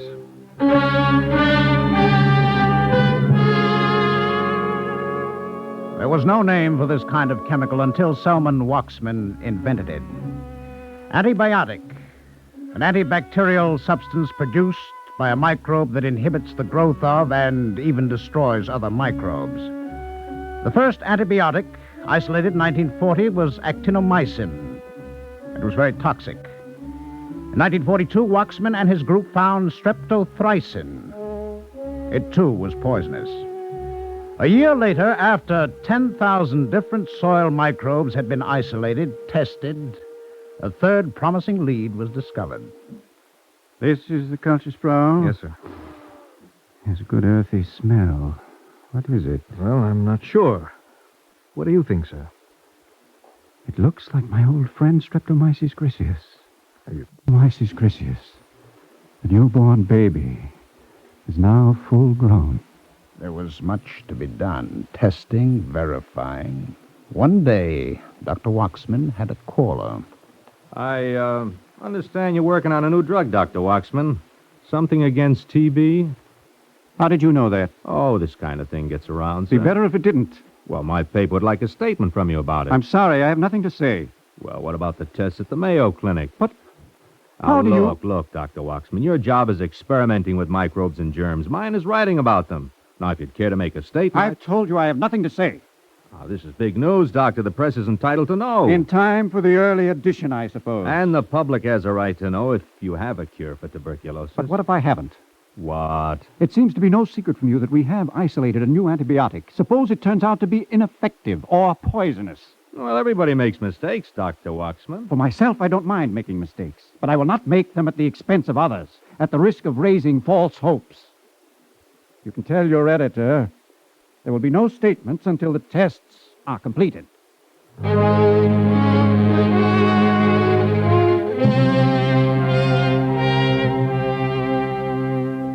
But this was no false hope. This was streptomycin. Between 1943 and 1952, it was tested again and again. On December 10th, 1952, Selman Waxman took part in a ceremony in Stockholm's Symphony Hall. Your Majesties, Your Royal Highnesses, ladies and gentlemen, I have the honor to present to you Dr. Selman A. Waxman, Director of the Institute of Microbiology at Rutgers University, whose pioneering work led to the discovery of streptomycin. A decade has almost passed since this discovery, and experiences from the whole world have proved that we have at last the first effective remedy against tuberculosis. I have seen pictures of the ceremony, as perhaps you have. Selman Waxman, a quiet man with gray hair and graying mustache, one man, and the whole world listening. The most sensational effect of streptomycin is seen in the treatment of miliary tuberculosis and tuberculosis meningitis, and early cases of pulmonary tuberculosis may be successfully treated. In addition, streptomycin has been used against many other pathogenic bacteria, including some not affected by penicillin. Your Majesty, Dr. Selman A. Waxman, to whom is presented the Nobel Prize for Physiology and Medicine.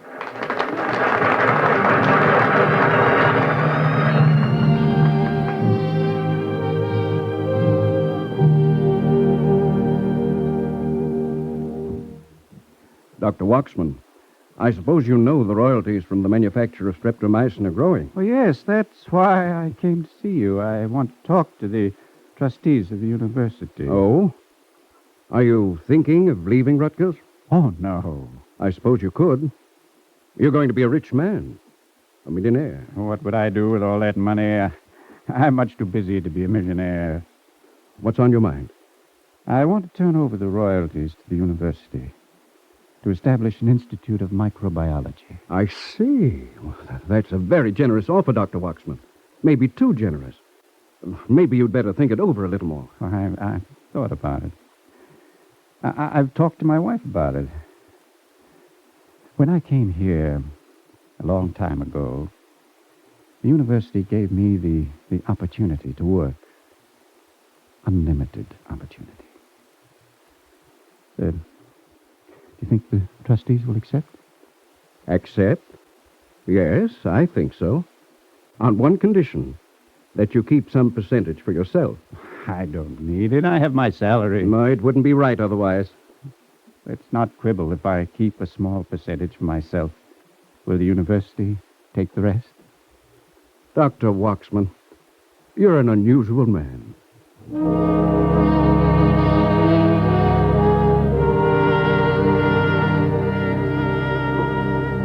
Well, you've seen the institute, the laboratories. Now you know about me. Have we finished? Dr. Waxman, not many people can feel that the work they've done has saved lives, eased pain. No. That isn't a simple thing. Look here. A filing drawer full of letters from people who have been treated with streptomycin. They write to me as if I cured them with my own hands. Maybe in a way you did. There was a man in a small town I was traveling through. It had turned cold unexpectedly, and I came in to buy a sweater since I had packed only summer clothing. Fits you fine, this sweater. It looks good, too. I'll take it. Send it to the hotel, please. My name is Waxman. Wax. Salmon Waxman? Yes. Salmon Waxman. How much is the sweater? I'll pay you now. Huh? Oh, no. You cannot pay me. I take no money from you. I don't understand. No? Wait. I'll show you. Maria! Maria! This is my little Maria. Hello, Maria. Say hello, Maria. Say. She's a good little girl. Yeah. You know, last winter she has meningitis. Mr. Waxman, I could not show you my girl today, if not for you. I didn't. I'm glad about Maria, but you must let me pay for the sweater. After all. No. You cannot pay for anything I got. But it doesn't make sense. Suppose I came to your store and took everything in it. What then? Mr. Waxman, if the angel Gabriel come down from heaven to my store, you think I'm going to charge him?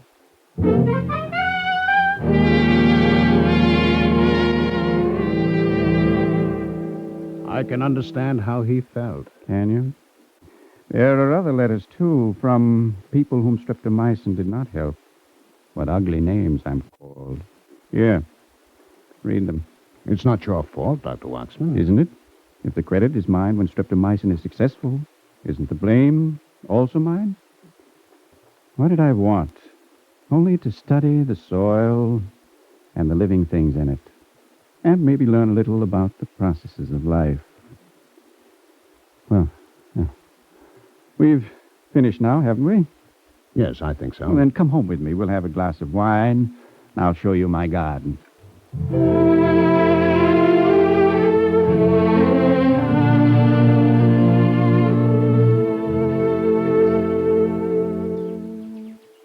Have some blueberries. These are the biggest I've ever seen. Oh, this is good soil. You also know how to grow them. Yes, you have to know how, but the soil is good. Without good soil... Something wrong, Dr. Watchman? I've just thought of something. What does it mean when we say the soil is good? I'm not a biologist, Dr. Watchman. The soil nourishes the things that grow in it, and they, in turn, enrich the soil. Tell me, have you ever heard of Priluki? Priluki? It's a small town in the Ukraine, in Russia, where I was born. Do you know what it was like? As Jews, we were not free to move about. We lived in constant fear of the police. As a Jew, I was refused admission to the university. The soil was sterile and dead. Dr. Watchman, I asked when I came, what was the beginning for you? Yes, I remember you did. It is written, from the earth shall come thy salvation. I found in America what I could only dream about before. Good soil in which to work freely, and from which came medicines to heal, so that I could return the nourishment I received. Yes, this is what you must say about me. I found good soil.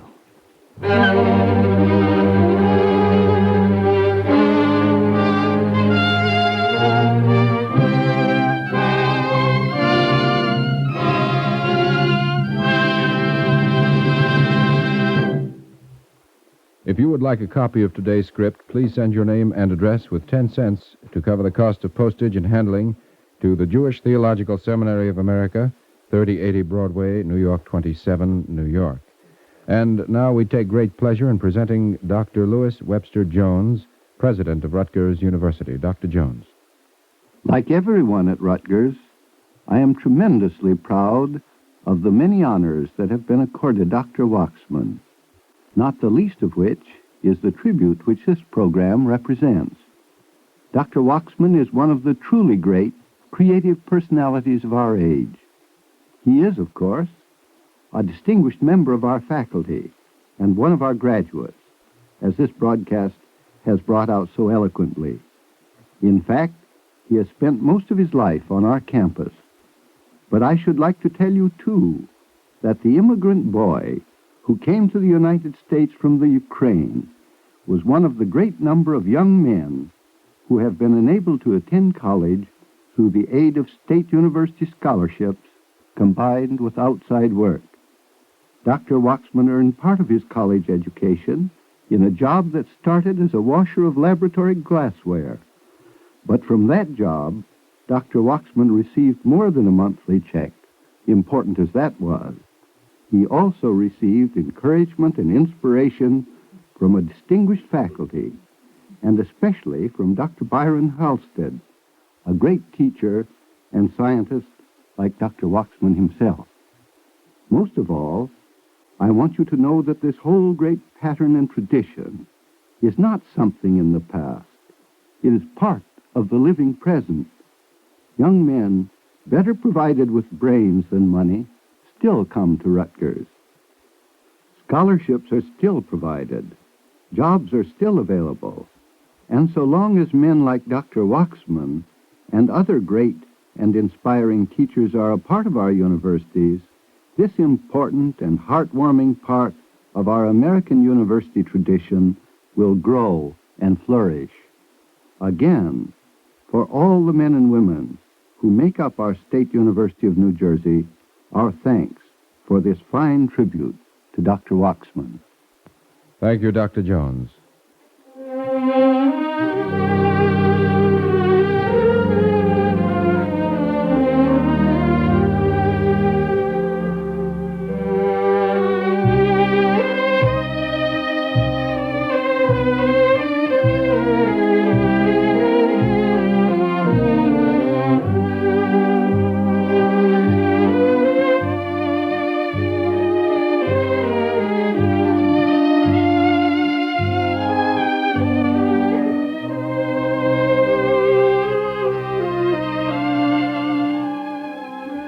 Our Eternal Light drama today, Good Soil, was written by Joseph Mindell. Cantor David Putterman sang the liturgical introduction. Featured in the cast were Roger de Koven as Dr. Selman Waxman and Ralph Bell as the narrator. The music was composed and conducted by Morris Momorsky. This has been an NBC Radio Network production under the direction of Edward King. This is Mel Brandt speaking.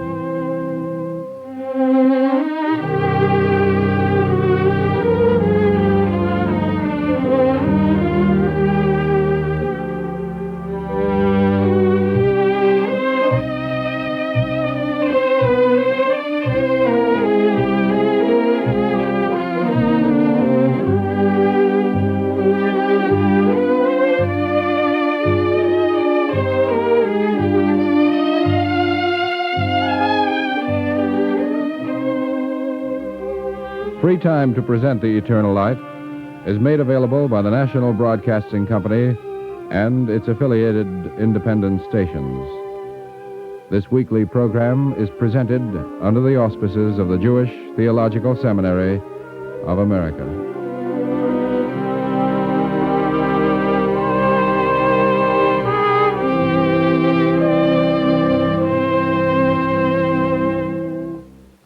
This is the NBC Radio Network.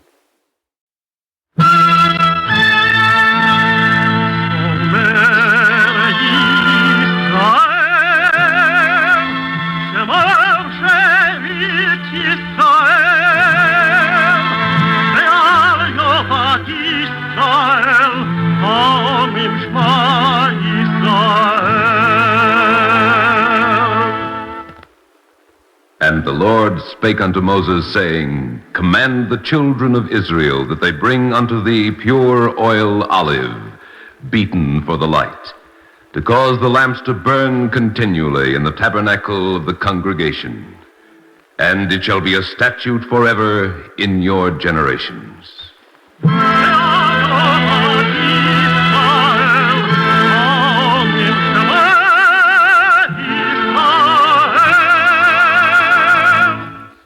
The Eternal Light.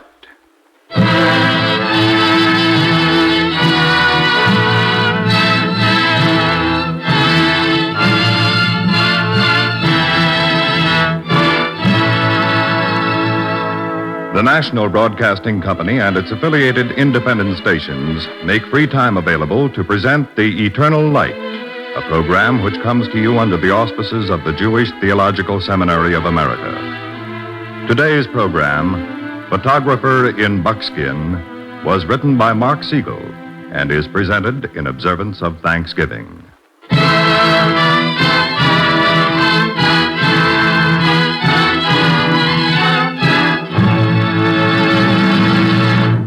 Between the great oceans, the continent lies broad and beautiful. The rivers wind through the peaceful land, providing sustenance, and the mountains reach upwards towards the absolute. The heavens declare the glory of God, and the firmament showeth his handiwork.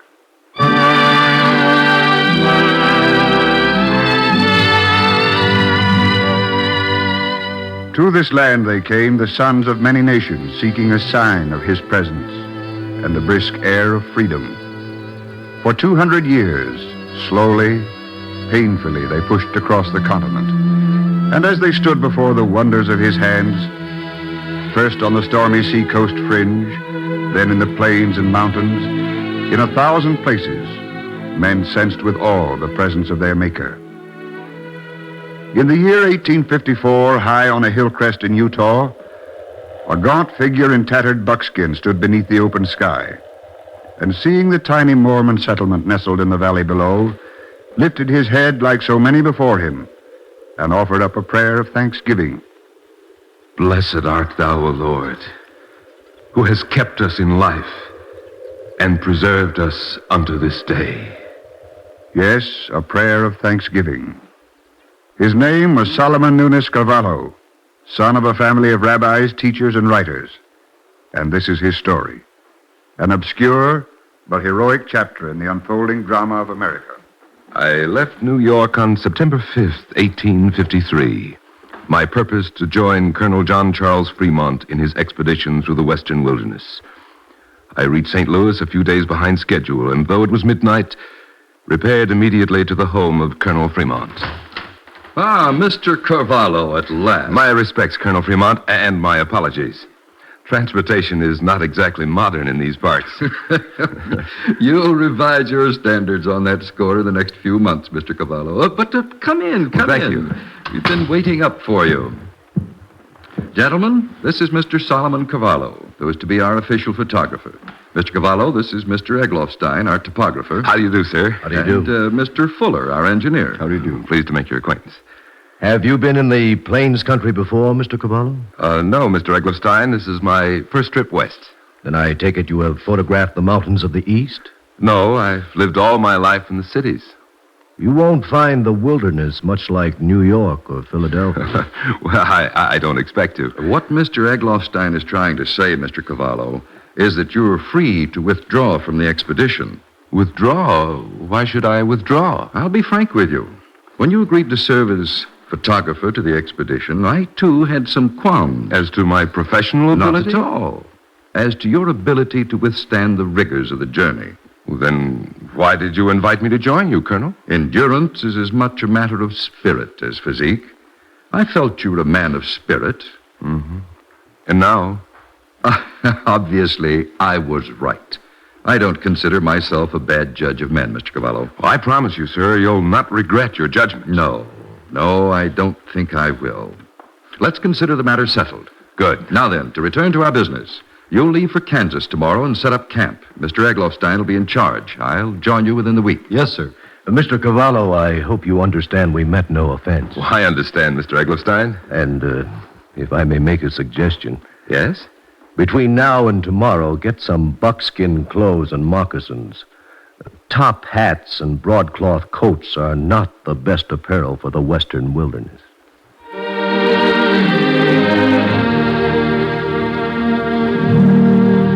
I traded my boots for moccasins and my broadcloth for buckskin. And the very next day, stood at the railing of the steamboat with Egloffstein, watching as St. Louis and civilization receded.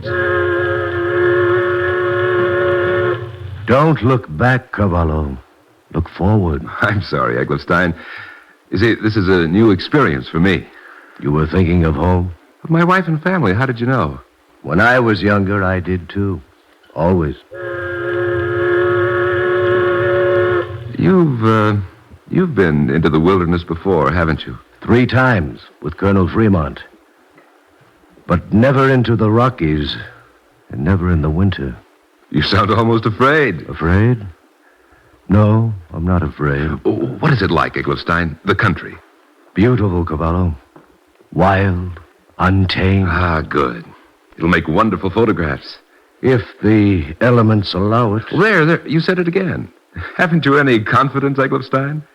Confidence is an important attribute, Cavallo. But there is another, equally important in the wilderness. For survival? For survival and for peace of mind. And what would it be, Eggleston? Humility, my son. Humility.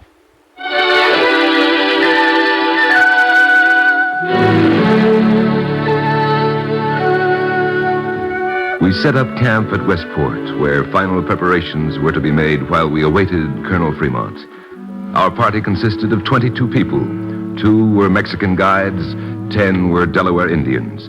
Among them, Waluchas, who undertook to train me in the ways of the plains. Pongo, ready. What's that, Waluchas? Pongo, ready. Heap good buffalo pongo. Pongo? What's a pongo? Follow Waluchas.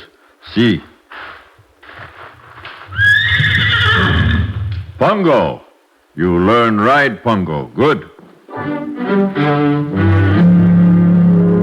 Within the week, I learned to ride the buffalo pony well. And under Oliver Fuller's direction, I tried to learn other things as well. Now, hold it straight before you, Cavallo. Like this? No, at arm's length. Now, try again. And fire the shots in succession. Cavallo, you have a wonderful eye. Oh, thank you. For a photographer, not a marksman. If you want my advice... Yes? Do your shooting with your camera, not your revolver.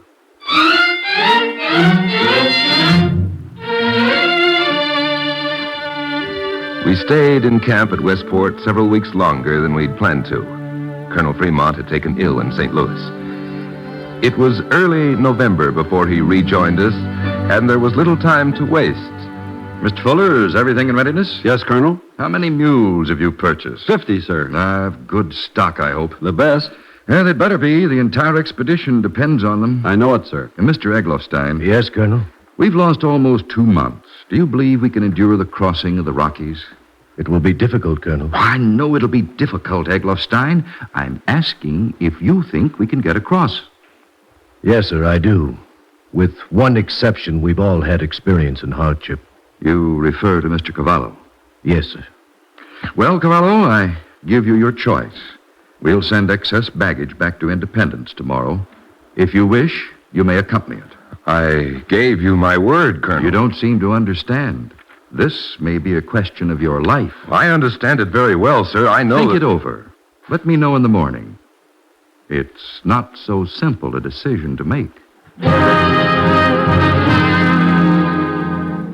That night I tossed and turned in my sleeping bag, and at dawn, still torn between thoughts of my family and the pledge I had given Colonel Fremont to accompany him, I was up. I saddled my buffalo pony and rode out from the camp a few miles to make my decision in solitude. Above me, the arched vault of heaven stretched to infinity, and at my feet, the undulating grass, stretching as far as the eye could see, seemed to carry my thoughts upon its rolling surface, far, far into an impenetrable future. You cannot know what it's like to stand in a place, seeing no human being, alone, yet not alone. For all around me in every tree and every flower, life, unceasing, eternal life was evident. I sat thus for perhaps 15 minutes, my heart beating anxiously, yet with a strange serenity. And then, galloping toward me, I saw Eggleston, his wise old face turned to the luminous sky. I heard you leave. I thought you might want to talk to someone. Perhaps to someone older. You're very kind, Eggleston. Friendships are made quickly beneath the open sky, Cavallo. Yes, that's true. But why? A sense of insignificance, perhaps. Eggleston, I think I understand what you meant about humility. Ah, I knew you would. And it's helped me to make up my mind. You will return to independence? Nope. I will go forward with you. I'm confident that the Great Spirit who shows himself in all this natural wonder will also protect me in the trials ahead.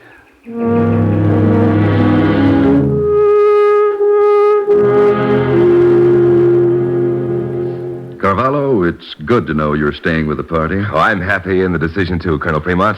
But all of this paraphernalia, do you really need it? If I'm to make pictures, yes. Well, these books, are they necessary? No, sir, not essential. Then ship them back to Independence, the whole lot of them. Yes, sir. Now, just a minute, Carvalho. I mean what I say. Every additional pound is important. I understand you, Colonel. Evidently not entirely. What about this book? That book, Colonel? Yes. That book is the Bible, Colonel Fremont. I don't think a Bible will impede us on our way.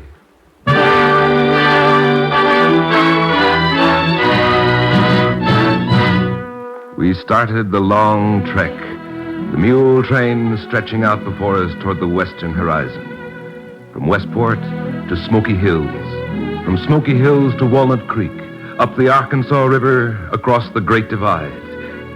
And each day I made pictures, seeking to capture on the photographic plate some of the wonder and majesty of God's work.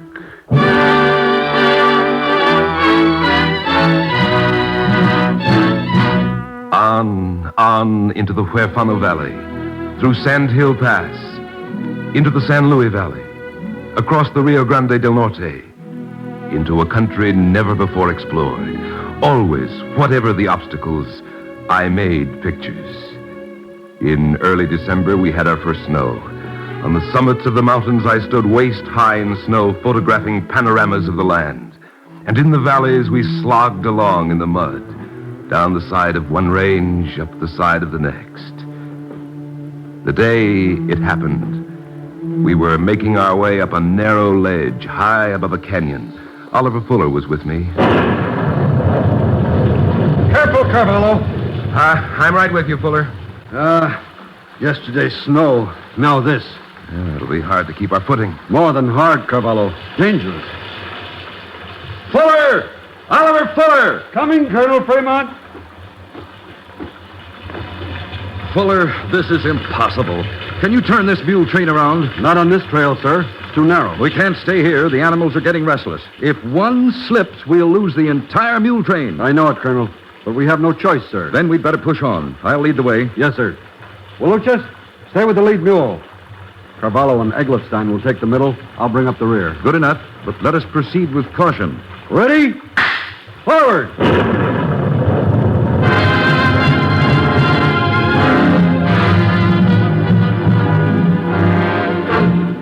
For 3 hours, we made our way up the muddy side of the mountain, through a sheet of driving rain. At our left, solid granite. To the right, the dizzying canyon below, yawning, waiting. Suddenly, the lead mule took fright. Waluchas, watch that mule! Hold him, he's slipping! Eggleston, cut the traces! The lead mules are sliding into the canyon!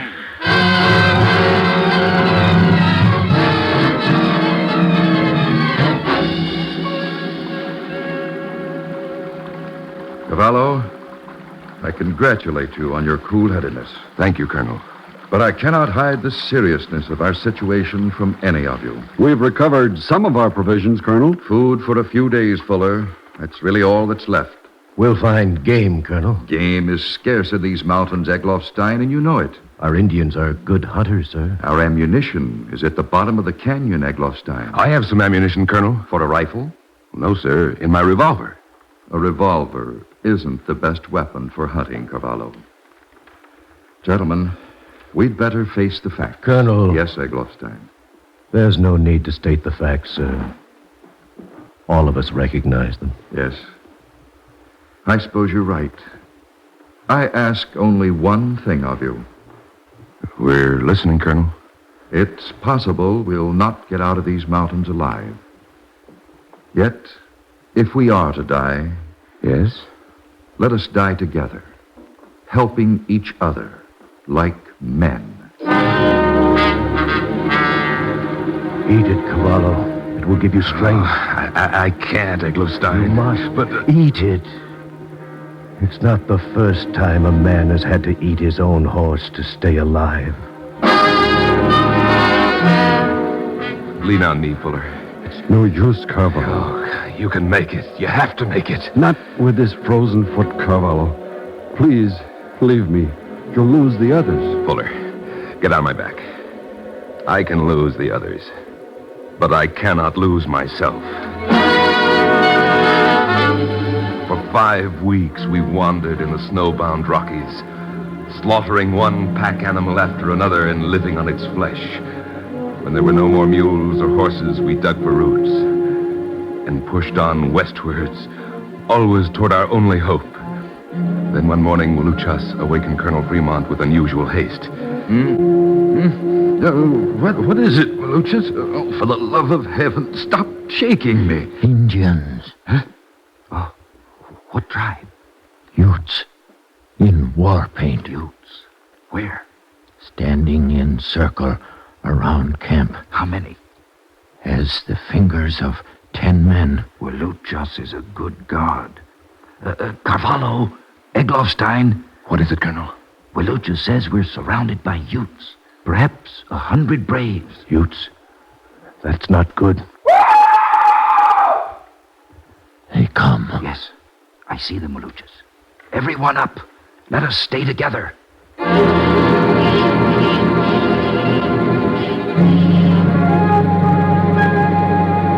The Indians approached silently and stood in a group before us. The leader began making sign language to Waluchas. Look at them, Cavallo. The poor devils look as hungry as we do. Yeah.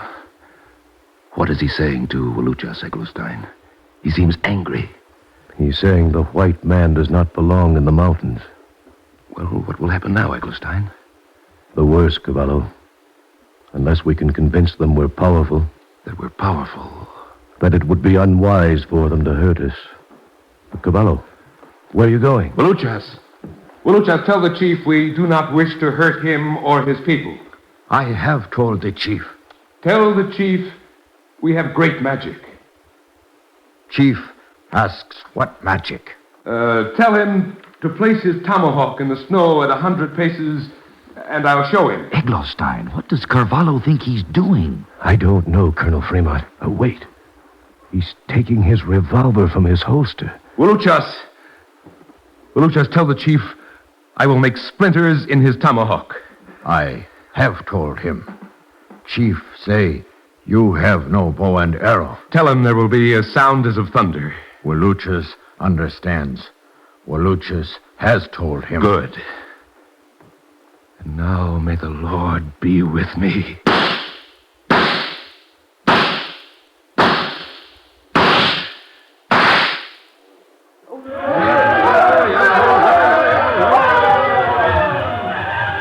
Carvalho, you've done it. They're going away. When did you learn to shoot like that, Cavallo? Your hand was as a hunter's. It wasn't my hand that held the revolver, Eggleston.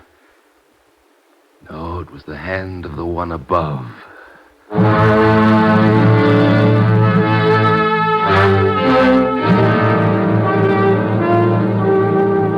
For almost 2 weeks more we wandered. Oliver Fuller, our friend and comrade Fuller, went off into the snow rather than be a burden on the party. When it seemed that we could go no further, Colonel Fremont summoned me to the tiny fire we'd built to warm our numbed hands and feet. Cavallo, I've about given up. Colonel Fremont, I beg you, don't say that. I feel I can to you. Somehow you've proved stronger than any of us.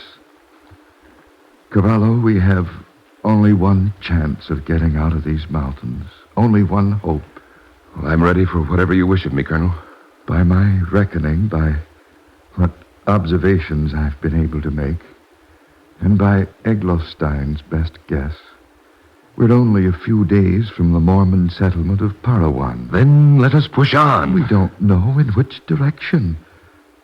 But from a suitable vantage point, perhaps we could see some trace of civilization. Suitable vantage point? You mean that peak? Yes, if we can make it to the top. I'm ready to try with you, Colonel. I doubt we can make it, Cavallo. Not in our weakened condition. It's better to try and to fail. Perhaps. No, Colonel. No, for certain. I've learned 2 lessons on this journey, Colonel. Eglofstein taught them to me early. And what are they, Cavallo? To be humble and to look forward, not back.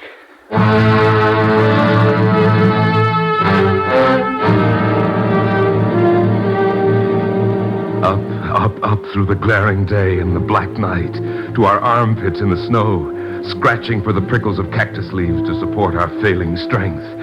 And finally, on the 3rd day, Colonel Fremont and I reached the ice-capped summit of the great mountain. Oh, no, Carvalho, no.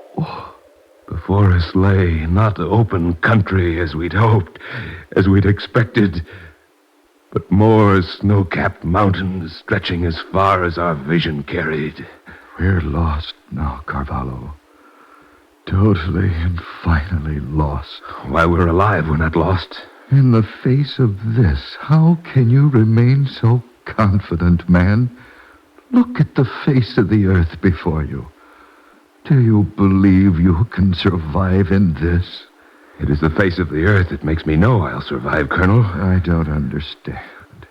What is revealed in this grandeur? Is it not God's will? Are these mountains not God's creation? I do not question that. Then let us trust that he will deliver us. I envy your faith, Carvalho. No, don't envy it, Colonel Fremont. Share it. It's not so easy. You know, there's a psalm that will help you, Colonel. The 108th Psalm. Do you know it? I think not. They wandered in the wilderness in a solitary way. They found no city to dwell in. Then they cried unto the Lord in their trouble, and he delivered them out of their distresses, and he led them forth by the right way, that they might go to a city of habitation.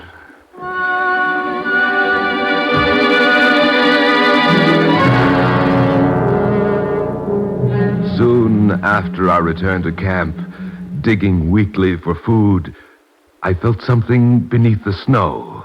Cavallo, what is it? What is it? Eglofstein, feel this. Feel it? This rut? Not just a rut, Eglofstein, the rut of a wagon wheel. We found a road back to life.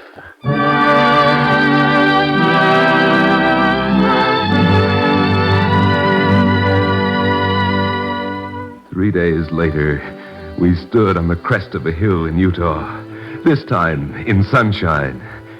Below, the smoke rose peacefully from the little settlement of Parawan. We bared our heads and offered up thanksgiving. Thanksgiving for deliverance and for the great, good land. Colonel Fremont, whose ancestors had trod the soil of France. Eglofstein, born and schooled in Germany. And I, the son of Spanish Jews who fled to this new world in search of freedom and a new life. And knowing that we were saved, we three, saved also by the sacrifice of Fuller and Englishman, and by the devotion of our Indian and Mexican guides, I offered up another prayer in my heart as well. Oh, that men would praise the Lord for his goodness and for his wonderful works to the children of men.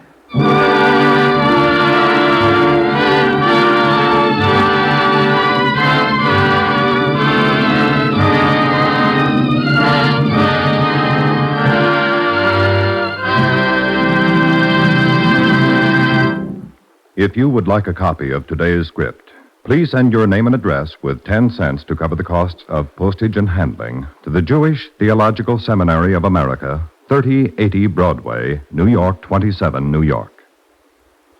And now we take great pleasure in presenting Mr. J.J. Shelley Levinson, Chicago businessman and prominent philanthropic and civic leader. Mr. Shelley Levinson.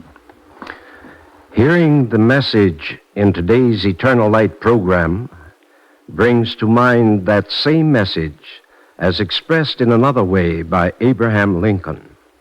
It was he who said to our founding fathers, in speaking of Almighty's gift to them of this great land of America, "We have come to possess the land. Though others before us have worked it and plowed it, destiny has allowed us to possess it." It is surely fitting, then, that we here of all faiths give thanks to God in this season for the great heritage and bounty of America. We are grateful to Solomon Carvalho, the hero of today's story, for teaching us the importance of deeds over words, always with humility. We thank the Almighty God for men like Colonel Fremont, Carvalho, and others who, through faith and spiritual statesmanship, make the horizons of a peaceful future brighter and nearer. They overcame seemingly insurmountable odds through acts and deeds which would help create a world of fellowship and goodwill amongst men of all nations. Mr. Carvalho realized, as did our great sages and commentators, that no human problems are insurmountable, God being by your side. Let us then be the Carvalhos of today by helping the Colonels Fremont of this day and age to blaze the trails throughout the world which will lead to peace, harmony, and thanksgiving in the fullest meaning of the words. May God grant a continuation of our bounteous blessings, both material and spiritual, in this great and glorious land, America, throughout the years to come, and help us to live useful lives of unselfishness, friendliness, and understanding, always looking forward, always thanking God. Thank you, Mr. Shelley Levinson.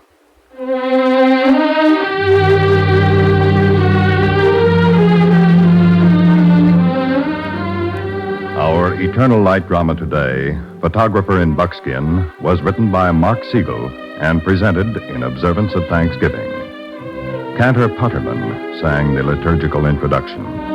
Featured in the cast were Ken Nordine as Carvalho, Marshall Kent as Fremont, and Sam Siegel as Egloffstein. The music was written by Morris Momorsky and conducted by Joseph Galicchio. This has been an NBC Radio Network production from Chicago under the direction of Howard Keegan. Free time to present the Eternal Light is made available by the National Broadcasting Company and its affiliated independent stations. This weekly program is presented under the auspices of the Jewish Theological Seminary of America. This is the NBC Radio Network.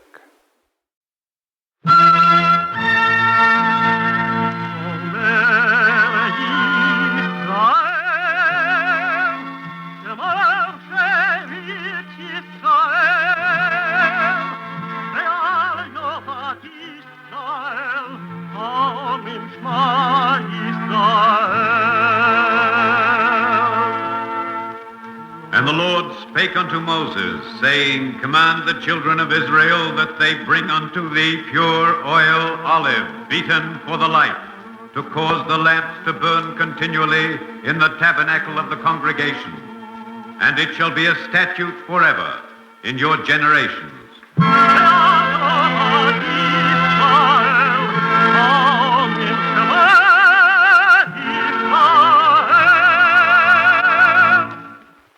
The Eternal Light.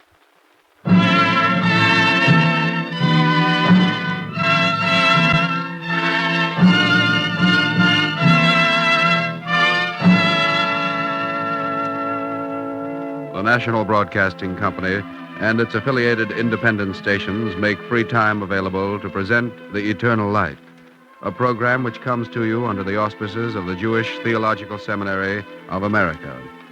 Today's program, Mattathias, was written by Mark Siegel. It is presented in celebration of Hanukkah, the Jewish feast of the Maccabees.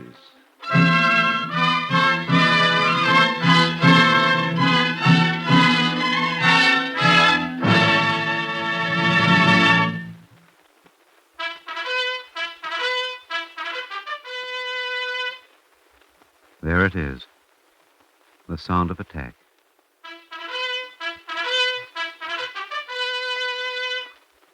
I used to wonder, why does he keep me here? Why does he chain me to my quill and parchment when every man is needed against Israel's enemy? See? There goes our cavalry. Once I said to him, Judah, is the chronicle more important than the deed? Are the words I write more important than victory? And he answered, Yochanan, victory is important for today, but the chronicle is important for tomorrow.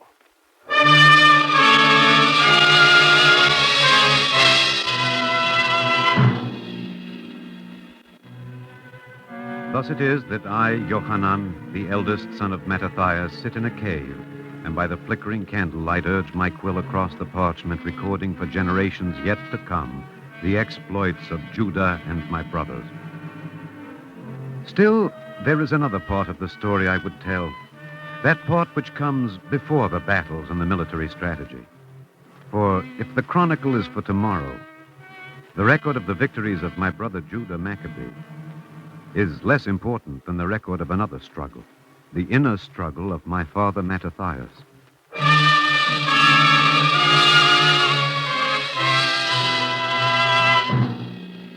My father was a great man, but in no way greater than in his righteousness and firmness of belief. I knew at first, I think, the day we left Jerusalem, our holy city. That afternoon, my father came striding into our house from the street, his face flushed and angry, calling my name. Yochanan. I'm here, Father. Yochanan, call your brothers together. What has happened, Father? Nothing that has not happened before. I've walked through the streets of our holy city, that is all. Walked through the streets? Call your brothers. Only Judah and Simeon are here, my father. The young ones are in the place of hiding, where you wished them. We will get them later. For now, call your brothers. Yes, Father. Simeon! Judah! We hear you, Yochanan. Our father would speak with us. We're here, Father. Listen to me carefully. Simeon, you will go to the place of hiding and fetch your brothers, Eleazar and Jonathan. Yes, Father. And you will meet us at sunset outside the city on the road to the sea. Outside the city? Outside the city. Yochanan and Judah, you will gather up our belongings. All we can carry with us. We are leaving Jerusalem. Leaving Jerusalem? That is what I said, Judah. Forsaking the holy city, Father? Forsaking the temple? We will never forsake the temple, Simeon. But we are leaving Jerusalem. But, Father... What is it, Judah? 2 weeks ago, when all the others fled. Yes. Only 2 weeks ago, when the Syrians put so many to the sword. Yes, I know. I said we would never desert Jerusalem. But today I have walked through the streets of the city. My father, I hear your words, but I do not understand their meaning. Yochanan, Simeon, Judah, hear me. When Antiochus defiled the temple, I wept in my heart. When the Holy of Holies was desecrated, my cry went up to heaven.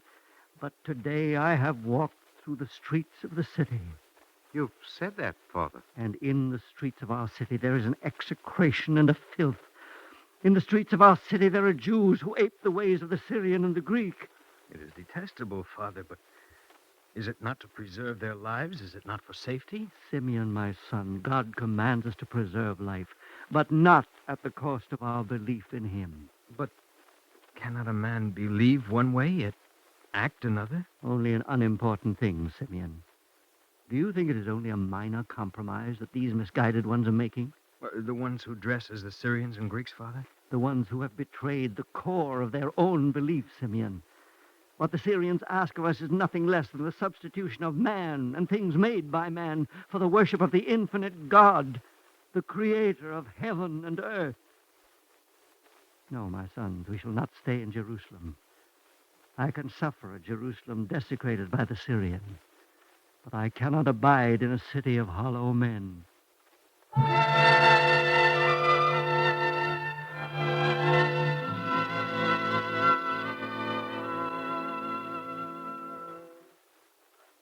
We left Jerusalem, the city of our birth, the city of our temple, and went to the village of Modin.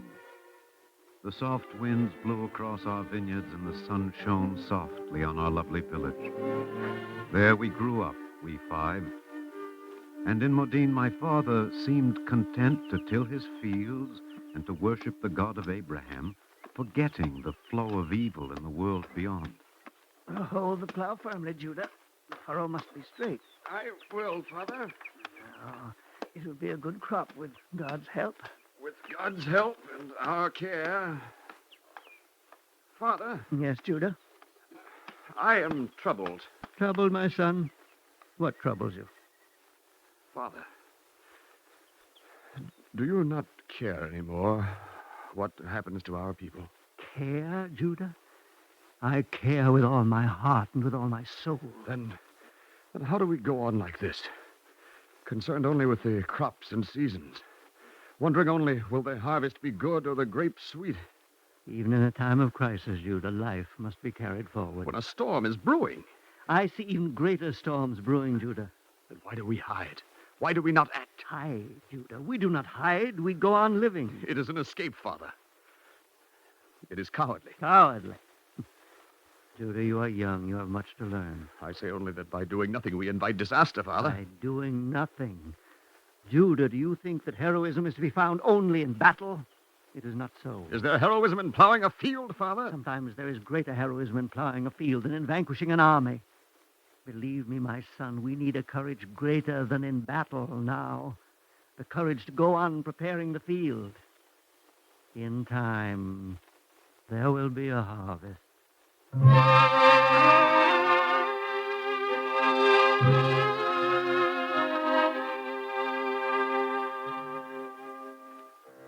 Evil in the world is like a weed in the fields.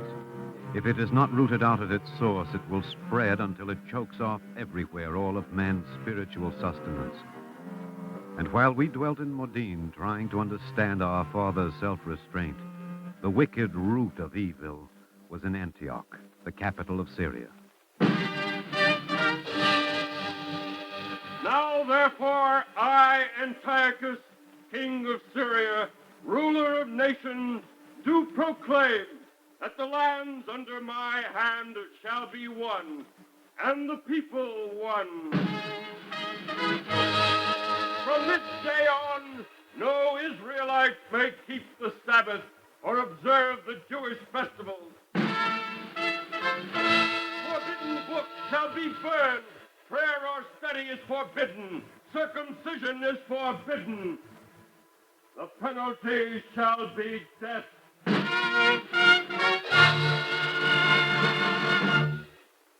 The time for waiting is over, Father. It is a time for action. Have patience, Judah. Patience when they attack our holy Torah, when they forbid study, when they burn the holy scrolls of the law. There are many kinds of resistance, my son. There is only one kind the Syrians will understand, Father. The force of arms. Judah, there are moments when there is no choice, but we have not come to that. Then what do you counsel, Father? That we should bear our necks to the Syrian sword as some of our pious men would have us do? That we should sacrifice ourselves and submit to slaughter? Do not speak with contempt of men who are willing to bear witness to their faith with their lives, Judah.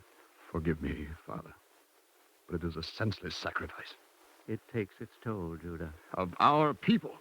Of our people, yes. Freedom cannot be bought cheaply. It also takes a toll of the enemy.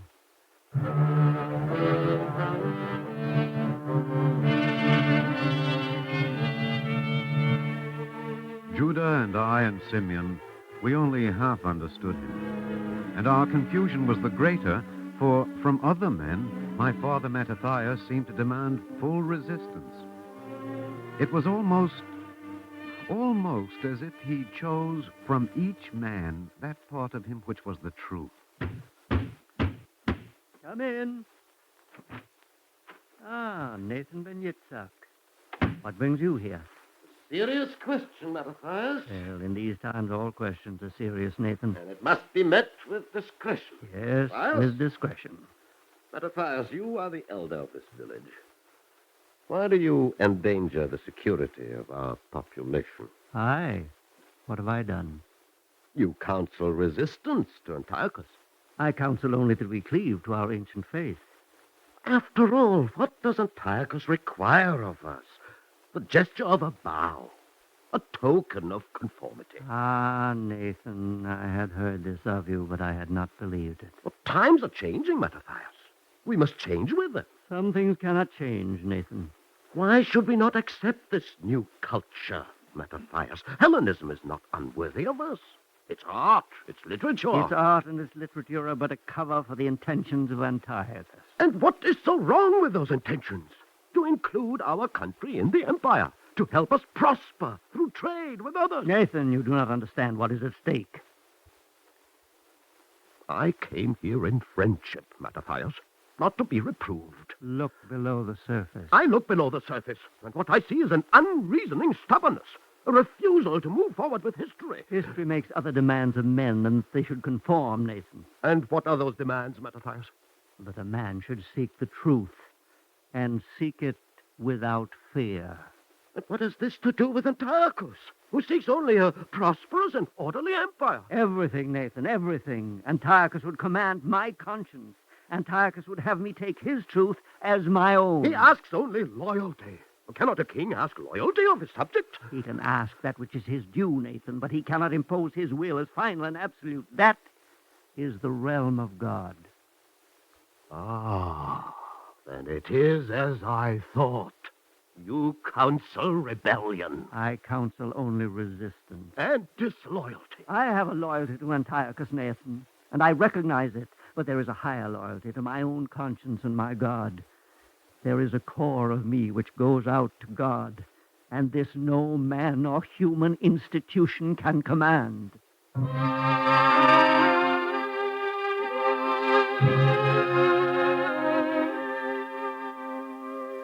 It was as if a battle raged within my father Mattathias.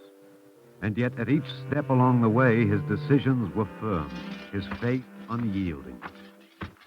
Judah, what are you doing? Preparing, Father. I've beaten a plowshare into a sword. The commandment is for peace, Judah. We are people of peace. Peace? Cast the sword away. Father, it is the Syrians who make war, not we. Judah, I command you, cast the sword away. I obey you, my father. But I ask you only this. When will the time of waiting be over? When? When, Judah? When there is no other way.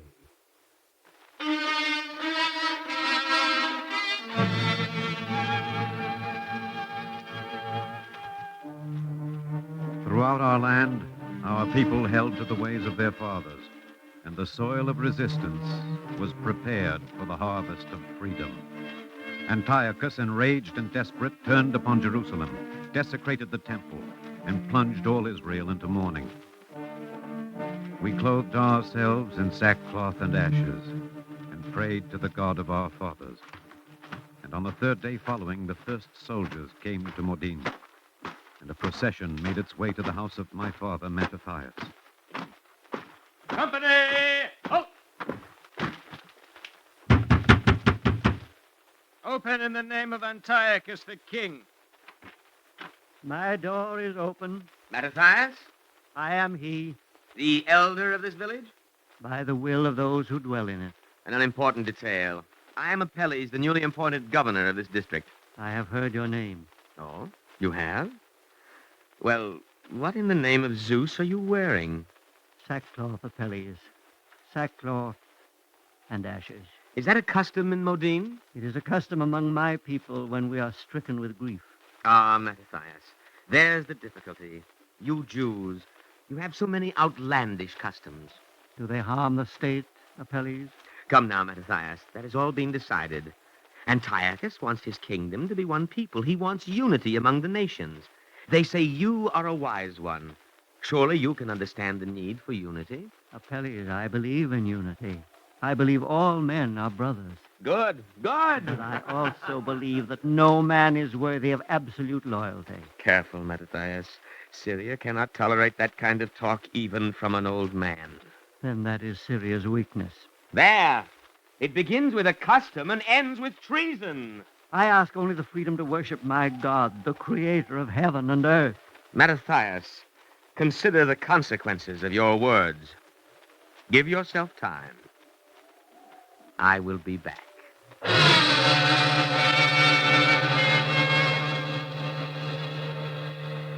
Mattathias, be sensible. I am trying to be, Apelles. You are the elder of this village. I want you to set a good example. I shall do my best. I'll make you a wealthy man. The law of the Lord is perfect, restoring the soul. The fear of the Lord is clean, enduring forever. The judgments of the Lord are truthful, righteous altogether. More to be desired are they than gold. Yes, than fine gold.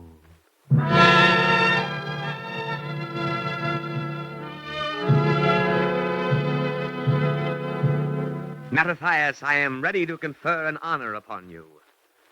I have erected an altar to Zeus in the marketplace.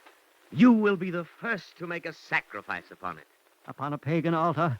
Not while I breathe, Apelles. Come, my friend, it is only a symbol. It is because of a symbol that I will not bow down to it, Apelles. Mattathias, I want no trouble here. I do not wish to see bloodshed in your pleasant little village. Are you threatening me?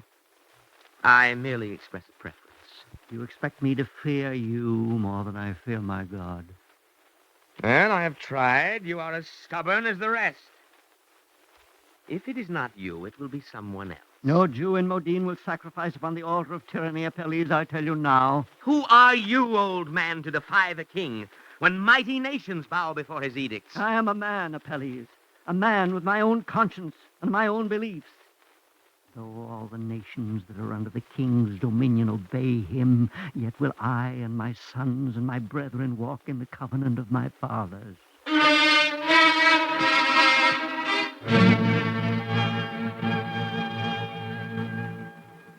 I went to the marketplace with my father and my brothers, and we stood while every living soul of Modin waited for the words of Apelles. Who will be the first? No one in all the marketplace stirred. Who will be the first to sacrifice upon the altar of the great god Zeus? Still, no one moved. Then Apelles marched towards us. But it was not before my father that he stopped. It was before Nathan ben Yitzchak, standing pale and nervous next to us, that Apelles paused. I thought we had made an agreement, Nathan ben Yitzchak. Yes, Apelles. Then go to the altar. My father looked at Nathan, and there was pity in his eyes. Nathan, you do not understand what you are doing. It's just a statue. Before which you sacrifice your conscience? Mattathias, what else can I do? There are moments when there is no choice, Nathan. Forgive me, Mattathias. It is not I who can forgive you, Nathan. To the altar, Nathan ben Yitzchak. It is not only yourself you betray, Nathan. I hear 1,000 generations yet unborn crying. If you appease this abomination, you betray them and their children after them. Nathan turned his face from my father's eyes, and my father said, Thou shalt have no other gods before me. Thou shalt not make unto thee a graven image, nor bow down before them, nor serve them. Yet Nathan ben Yitzchak started for the altar.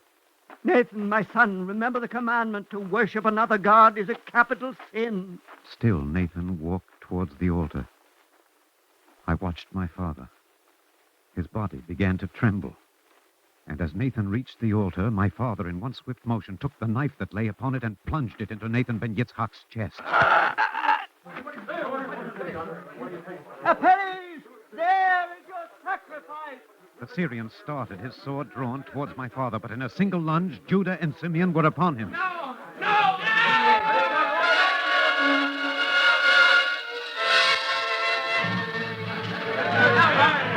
As if by a signal, every man in Modin grappled with a mercenary, seizing swords and spears to strike down the enemy of Israel. It lasted only a few minutes, and then...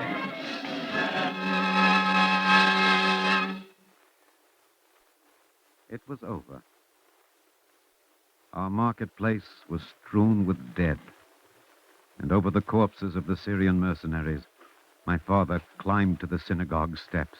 Lord God of Abraham, we pray for thy forgiveness. Amen. From this day on, we shall continue to pray with even greater fervor for thy forgiveness. But we shall also pray that our arms be blessed with victory. Amen. People of Modin, whoever is zealous for the law, follow me.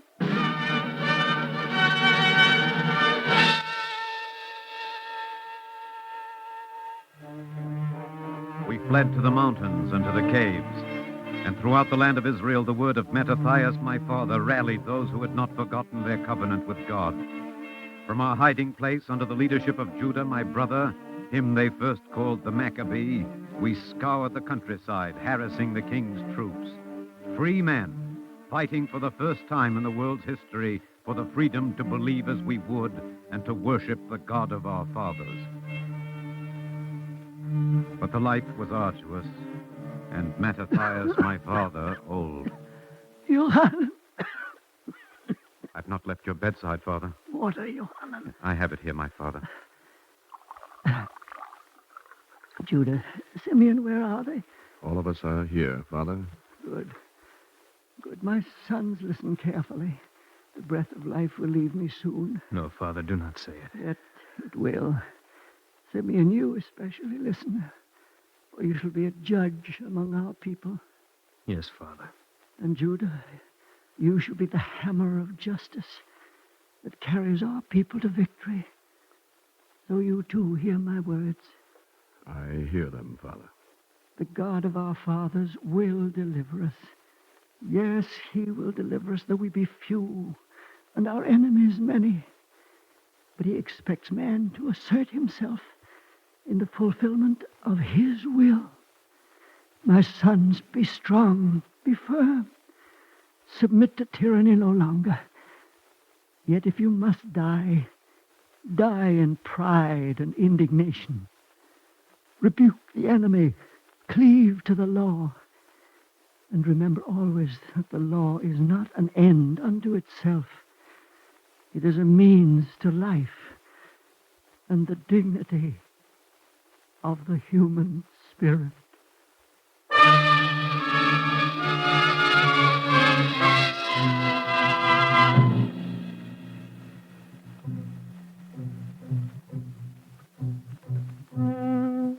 Our warriors are returning from the battle.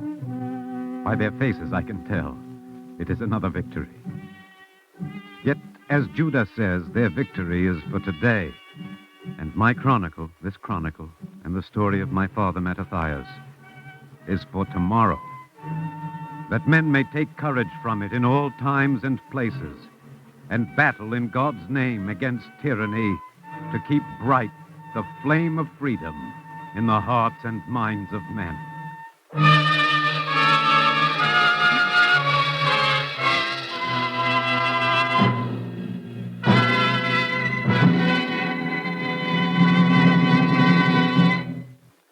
If you would like a copy of today's script, please send your name and address with 10 cents to cover the cost of postage and handling to the Jewish Theological Seminary of America, 3080 Broadway, New York 27, New York.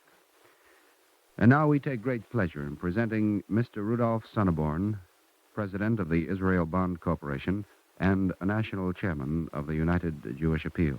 Mr. Sonneborn. The events which have just been depicted took place on the soil of Palestine over 21 centuries ago. The physical struggle against a powerful enemy was a long and arduous one, and there were many battles fought throughout the length and breadth of this tiny country. Yet, surprisingly enough, Jewish tradition does not dwell upon deeds of physical prowess, great as they were. On the contrary, it underscores something much more significant and central to the core of man's being. It highlights, rather, a crisis of the soul, the conflict between the dictates of man's conscience and the fiat of the state. Mattathias was indeed one of the disciples of those who loved peace and pursued it. His only desire was to worship God in his own manner. When the overbearing Antiochus sought to impose a uniform order of thought and belief upon all his subjects, enforcing it through a strength of arms, Mattathias could no longer find peace within his soul. Implicit within his actions lay a truth which bears equal meaning in every generation. All freedom-loving people are spiritually indebted to men like Mattathias, who recognized the tremendous significance of the choice placed before him. It is indeed fitting that at this time we pause to reflect upon this basic message of the festival of Hanukkah, the holiday of light. In world society of our day, when the place and value of the individual is often lost sight of, it behooves us to reassert the nobility of the individual, which allows for no restrictions in the matter of spirit. The challenge of our times is the same as that to which Mattathias rose so majestically. The cost of freedom is high, but no price is too high for the preservation of man's basic right to be true to himself and his ideals. Thank you, Mr. Sonneborn. Our Eternal Light drama today, Mattathias, was written by Mark Siegel and was presented in celebration of Hanukkah, the Jewish feast of the Maccabees. Cantor David Putterman sang the liturgical introduction. Featured in the cast were Edgar Staley as Mattathias and Alexander Scorby as Yohanan. Also in our cast were Robert Carroll as Judah, Peter Capell as Nathan, Leon Janney as Apelles, William Lipton as Simeon, and Richard Sanders as Antiochus. The music was composed and conducted by Morris Momorsky. This has been an NBC Radio Network production under the direction of Edward King. This is Mel Brandt speaking.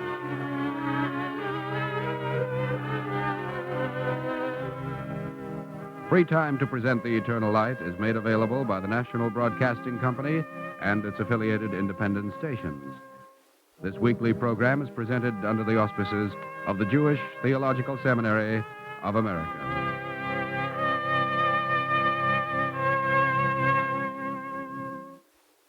This is the NBC Radio Network.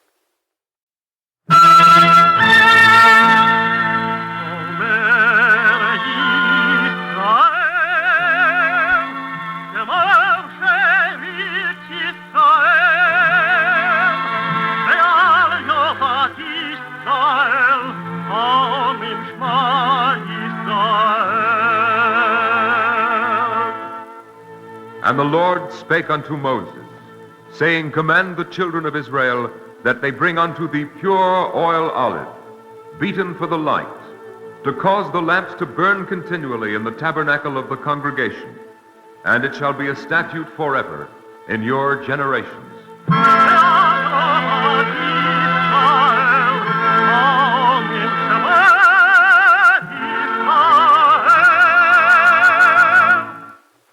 The Eternal Light.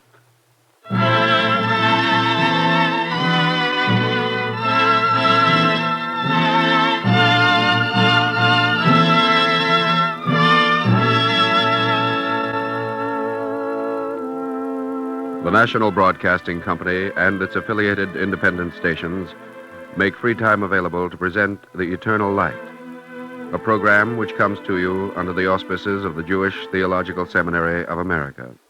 Today's program, A Bass Viol for Heaven, was written by Joseph Mindell.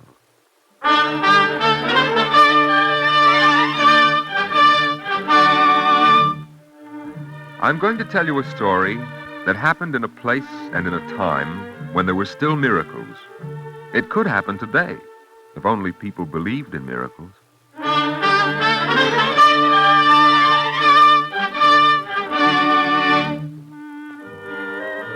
Anyway, in the village of Tomaszów, not far from the Polish-Galician frontier, there began to appear at the doors of the houses and shops a young man, a beggar, of whom no one knew where he lived and whence he came.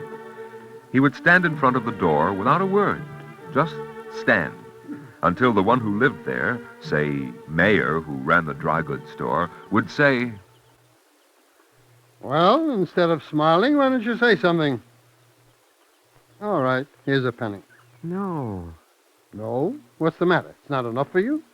Well, how much will you accept?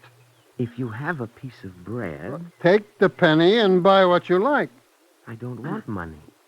I want a piece of... Look, you don't understand. If you take... All right. Wait, I'll get you a piece of bread. Thank you. Thank you very much. He was a strange and inoffensive creature, and the villagers paid little attention to him. They only noticed that he always had a faraway look in his eyes, and that his ears always seemed to be listening, as though he could hear something when all the world was quiet. What are you listening to? What do you hear? I hear... Sometimes I hear music. Music? I don't hear anything. You don't? Tell me, what is your name, young man? Huh? Your name. My name? My name... Abraham. Yes, Abraham. Aren't you sure? There are so many things. And your family name? Family name? What's that? Your family name. There are lots of Abrahams. Which Abraham are you? Whom do you belong to? My father. And what's your father's name? Father. I am not sure if you are simple or just logical. And your father, where does he live? There. Up there. Oh, I understand. You have no other father. No. Have you no mother? Please, can I go now? Soon. Tell me, where do you come from? A village. Which village? Never mind. How did you come here to Tamasha? I walked and walked and walked and I walked. know. It was very far. Yes. Abraham, can you daven? I mean, can you say your prayers? No. You mean, can I speak with Father? That's right. I can say the Shema Yisrael. Oh, you can? Where did you learn it? It was very strange. When I was coming here, an old man, a very old man, walked with me a little. He told me who my father is and where he lives. And this old man taught you the Shema? Yes. And now I speak to my father 3 times every day. Uh-huh. I play music whenever I speak with him. You play? On what? I know how to make a whistle from a reed. And somebody gave me a flute made out of clay. Do you want to see it? Well, suppose someone were to give you a fiddle. Oh, a fiddle. You know what kind I want? A big one. A very big one. The kind you carry with a strap. Maybe someday someone will buy you a big fiddle. But first, let's see what kind of a musician you are. I'll play my flute.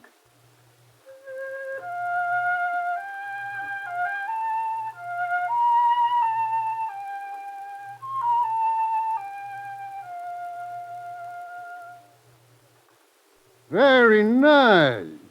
Now tell me. When I play, I speak with Father. Shema Yisrael, Adoshem Elokeinu, Adoshem Echad. Amen. Abraham, do you know what those words mean? I see you don't.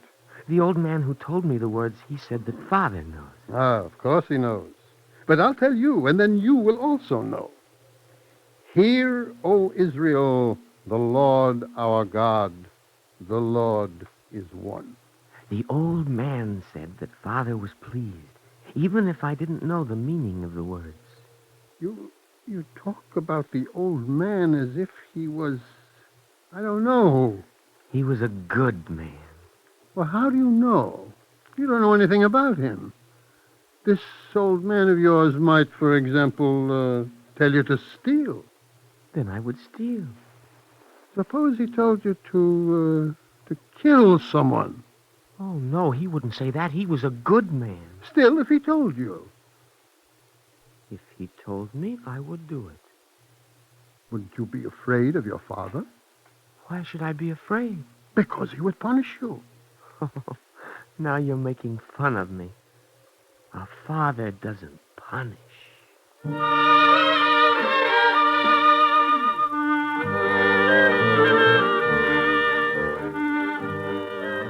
Now I must tell you something else.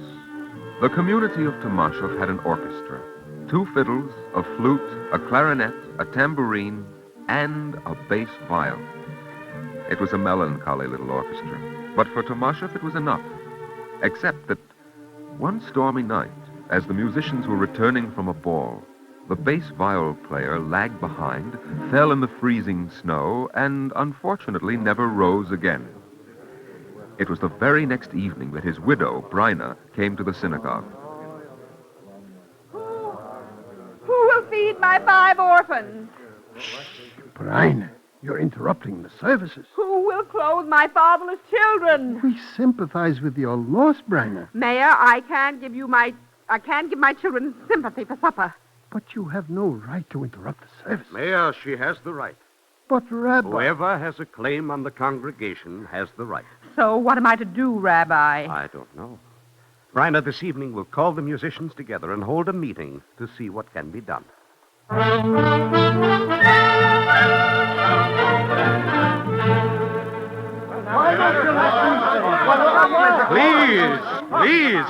Please, one at a time. So, who will speak for the orchestra? Excuse me. After all, I'm the first fiddle, Rabbi. All right, Noach, then speak. Speaking on behalf of the Tomashev Orchestra, I wish to express our deep sorrow at the loss of our bass viol, and to the widow... Noach, Bryna has enough sympathy. Let us get down to more practical matters. Well, Rabbi, as to that, we, the musicians, have discussed it, and we've decided that this is a matter for the community chest. But you know we have no community chest. Of course we know. We were only considering the problem from all angles. Noach, we have also been thinking about it, Mayor and I and the others. We have a suggestion. Anything the orchestra can do, Rabbi. It's a matter of professional solidarity. You've lost a bass viol. Little off-key sometimes, but very reliable, huh? Noach, suppose the orchestra should do without a bass viol and... Impossible. And whatever pay would have been given to him should be given to his widow, Bryna. It's out of the question. Now, Rabbi, an orchestra without a bass viol is no orchestra. Noah, sustaining a poor fatherless family is more important than a bass viol. You'll forgive me for saying so, Rabbi, but you just don't know anything about music. At least consider it. Well, we're willing to consider anything, so long as it's reasonable. But an orchestra without a bass viol... Gentlemen, I have an idea. Well, Mayor, what's your idea? What about Abraham? The young man who's been hanging around? Well, what about him? Let him be your new bass viol. He knows the instrument? With whom did he study? Abraham doesn't have to study. He's a natural-born musician. I heard him. He played for me on his clay flute. Mayor, a clay flute is not a bass viol. No, what have you got to lose? Try him out. You don't understand. It's not the... All right. Suppose we do try him out. We still have the problem of what to do about Bryna. Let him play in the orchestra, and whatever he earns, you give to Bryna. Mayor, I'm surprised that you make such a dishonest proposal. Please, Rabbi, I am an honest man. You know that Abraham is a little bit... I know what you mean, Mayor. Still... Have you ever tried to give him a penny? He doesn't want money, doesn't want anything. Only a piece of bread now and then. And a bass viol. He's crazy to have a bass viol. It's possible. Bryna could feed him and provide him with clothing. Believe me, Rabbi, he'll be very happy. Let Abraham play his bass viol, and he'll be happy.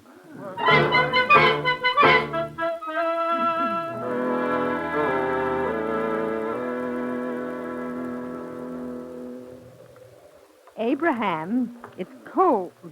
Come into the house and warm yourself by the stove for a while. I don't feel cold, Bryna. Then at least sit down and have a hot meal. There's some meat today. Excuse me, Bryna, but I don't eat meat. Oh, that's foolish, Abraham. You're a man. And a man needs meat and soup and... If you have a piece of bread... Of course I have a piece of bread. I've made you angry. No, Abraham. I'm not angry. It's only that my conscience bothers me. Oh, I'm sorry. It's not your fault. Wait. I'll get you some bread. And something else, too. Here. A whole loaf. And I brought you a coat. It's not new, but... Oh, it's a warm coat. Thank you very much. You don't have to thank me. And here, take this. A few pennies for your pocket. Bryna, no. I don't want money. Take it. It's your own money. You earned it yourself. Besides, a man needs some money in his pocket. Why? What do you mean, why? Why do I need money? I don't know, Abraham. Maybe you don't need it. Maybe you have more than most of us. I have to go now. Yes. Go, Abraham. Go play your bass viol.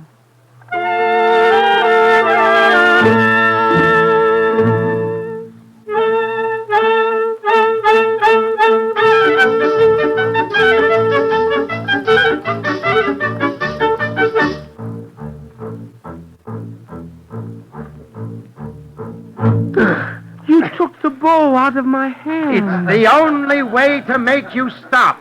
But I want to play. Now look, Abraham. This is not a race. We're playing together. When the music stops, we all stop. And you too. Oh, you don't like what I play. Now what's that got to do with it? You play fine. Fine. Good enough for this orchestra. Only you have to stop when we stop. Come on, Noah. Let's get on with the rehearsal. I'll try to stop. I'll really try. All right.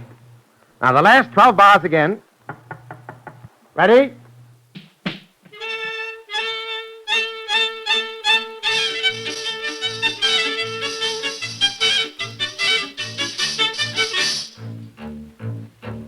Abraham. Abraham! Now, what are you laughing about? It won't be so funny when we're thrown out of the wedding on Sunday. Oh, it's no use, Noah. He won't stop. You'll laugh out of the other side of your mouth when we come home without pay. Ah, they won't throw us out. Abraham will only add to the merriment. Fine, fine. Only we don't always play at weddings. You worry too much, Noah. Look, if it's really necessary, when the music stops, I'll snatch the bow from Abraham's hand. You see, it's simple.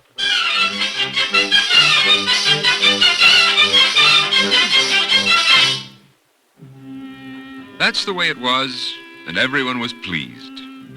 But with his musical instrument, Abraham acquired a new habit. 3 times a day, and only 3 times, morning, evening, and at midnight, he used to play the Shema Yisrael, Hear, O Israel, on his bass viol. The sunrise and sunset worship he offered up by the riverbank outside the village. But at midnight, he came to the marketplace, and the melancholy tones of his instrument would melt into the night and steal through the doors and windows into the hearts of the sleepers, so that they stirred in their sleep.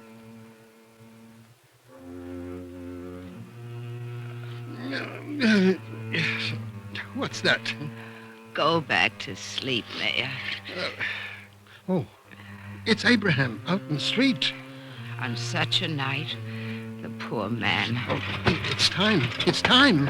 Where are you going, Mayor? I didn't even hear the beagle knock for the midnight prayers. Strange. If you were tired and he doesn't knock so loud. But Abraham's Shema Yisrael is no louder. Where is the candle? Oh, here it is. Mayor, it's such a bitter cold night. Do you have to go? But it's time for the midnight prayers. Maybe God will understand if you don't go. Listen to him out there. Abraham on his bass viol. Hear, O Israel, the Lord our God, the Lord is one.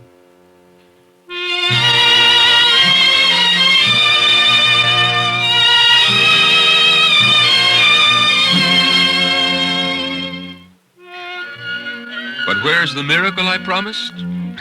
Wait, I'll tell you. First, you must know that a wondrous affair came to Tomashov.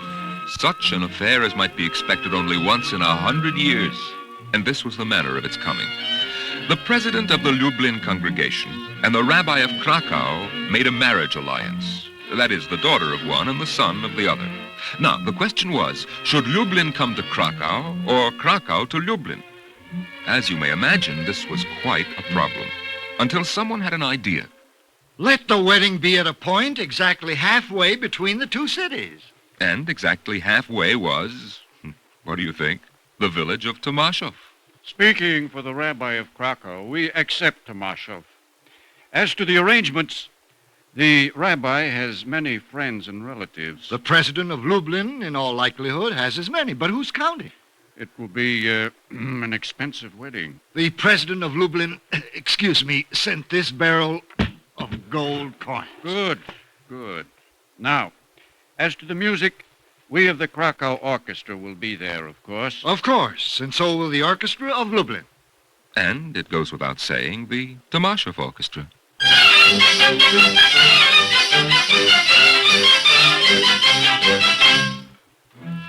For the ceremony, a huge barn with a peaked roof was transformed into a wedding hall. And here it is, the night of the wedding. The guests all seated, the lamps all lit, a happy tinkling of silver knives and forks against a background of happy conversation. And up at the head table, a learned discussion, led by the Rabbi of Krakow. Then there broke in the mingled music of 3 orchestras. The Rabbi of Krakow leaned his head on his hand and listened happily, for he was a great lover of music. Noah! Can't you see I'm playing, Mayor? It's all right. Stop for a minute. They'll never miss you. Oh, what do you want? Where is Abraham? There, sitting with his face to the wall. Isn't he playing his bass viol? Of course he is. What a strange way to play. Is that what you came to tell me? No. Listen. Abraham still doesn't know when to stop playing, does he? Don't worry, Mayor. There won't be any such accidents. But suppose there was such an accident, Noah. It would be quite a joke, wouldn't it? What are you driving at? It would add to the merriment, and I am sure the Rabbi of Krakow would be amused. Huh? Hey, maybe you're right. All right, I'll tell the other musicians. But don't let Abraham hear you. Abraham? He's playing his bass viol. He wouldn't even notice if the roof opened. Excuse me. Just a minute. Thank you. When I give a wink, stop playing all of a sudden. What are you talking about? Never mind, just stop playing and tell the other musicians. What is it, a joke? Yes, a specialty of the Tomashov Orchestra. Ready? Stop!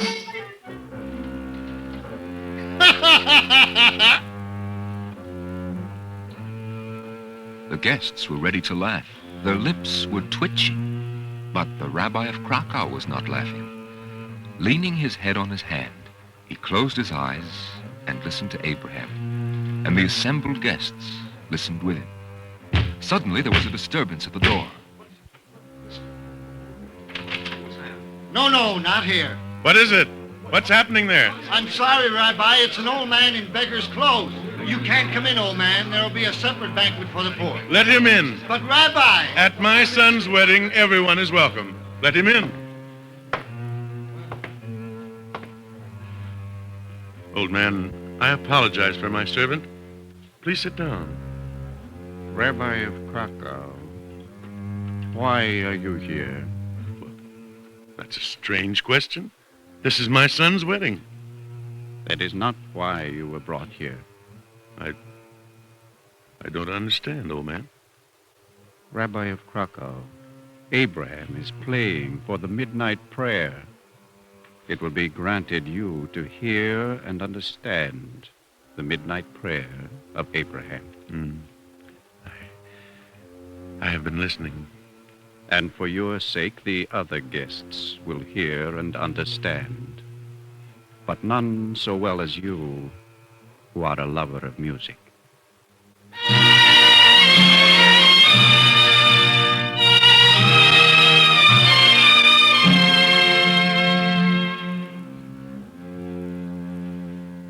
Abraham played, and the assembled guests listened as in a trance. And then suddenly, the old man lifted his right hand, and it seemed that the roof parted and opened. Above the heads of the wedding guests Abraham saw the midnight sky set with 1,000,000 stars. The old man lifted his other hand, and he beheld the sky itself divided, and in the deep, beyond the deeps, a light trembled. And out of the light, Abraham heard music. The angels sang the midnight prayer, and the orchestra of the angels played. And Abraham's song ascended and became one with the song that trembled in the midst of the light in the deeps.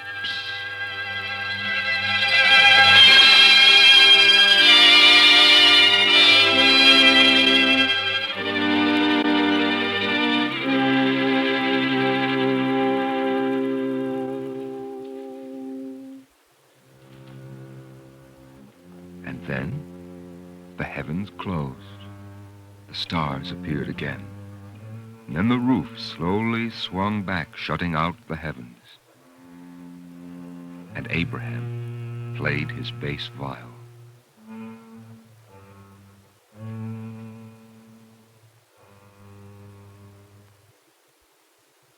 Is it time to stop? Yes, Abraham. It is time. Shema Yisrael.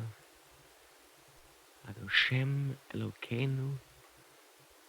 Adoshem Echad. Pick him up. Carry him to the synagogue.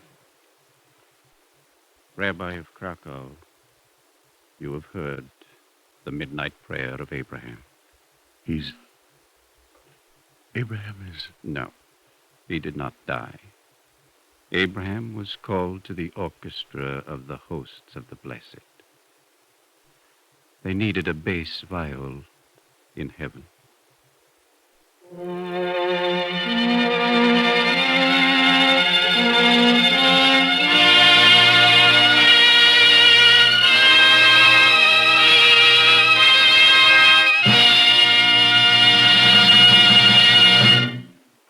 If you would like a copy of today's script, please send your name and address with 10 cents to cover the cost of postage and handling to the Jewish Theological Seminary of America, 3080 Broadway, New York 27, New York.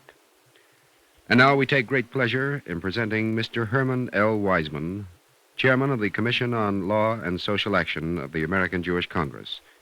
Mr. Wiseman. This morning's folk tale about Abraham, the impoverished and untutored viol player, distills a quizzical quality of pleasant enchantment, enjoyable for its own sake. In addition, each of us could find in the symbolism of this myth in modern dress a message to the society of our own time. It was a triumph for poor Abraham, unattractive, awkward of speech, ridiculed because of his fixation to make music when and how he pleased, to be accepted by his community, to acquire a position in its orchestra. It was a triumph not of the person, but of the majestic generalities of the Bill of Rights, as their observance forged the practical solution of the problem which this ill-adjusted, humble music maker presented to his village. The American Constitution fashions for each generation the mightiest lever for the preservation of civilized life. An average citizen is secure in his rights as long as he diligently performs his duty of guaranteeing such rights in equal measure to the underprivileged and the stranger. Like Abraham, whose singular ways caused embarrassment but threatened no harm to the community, nonconformers have a place in our society.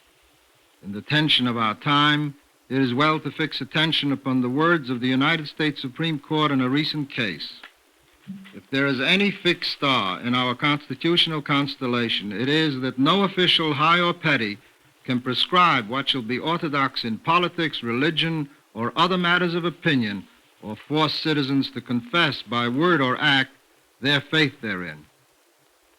The Abraham of our story, like the servant of God described by Isaiah, was despised and forsaken of men, a man of sorrows, acquainted with pain. In his own simple but steadfast way, he fought for recognition and won his right to be accepted and to be heard, just as the enduring challenge of Goethe's words remind us all to do. Yes, to this thought I hold with firm persistence. The last result of wisdom stamps it true.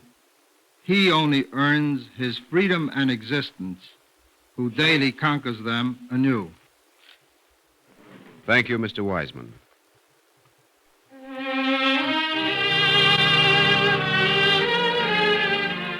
Our Eternal Light drama today, A Bass Viol for Heaven, was written by Joseph Mindell and was based on a story by Isaac Loeb Peretz, as translated by Maurice Samuels in Prince of the Ghetto, published by Alfred A. Knopf, Incorporated.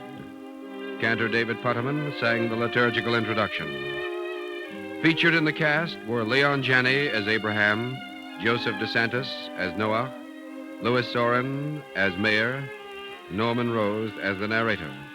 Others in the cast were Adelaide Klein, Roger DeKoven, Juano Hernandez, Bert Cowlin, Ethel Everett, and Joseph Boland. The music was composed and conducted by Morris Momorsky, and Philip Sklar was the bass viol soloist. This has been an NBC Radio Network production under the direction of Edward King. This is Mel Brandt speaking.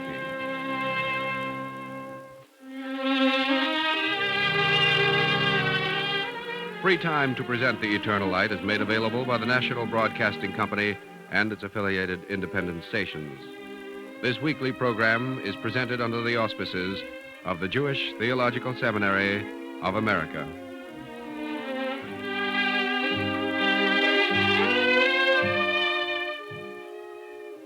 This is the NBC Radio Network.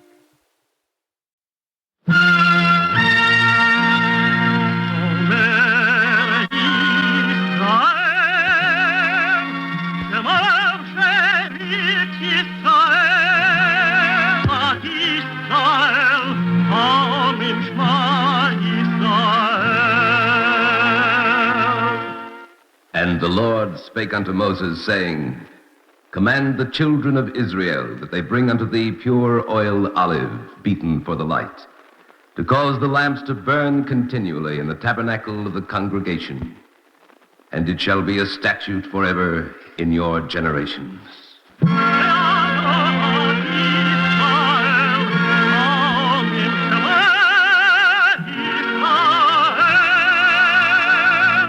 The Eternal Light.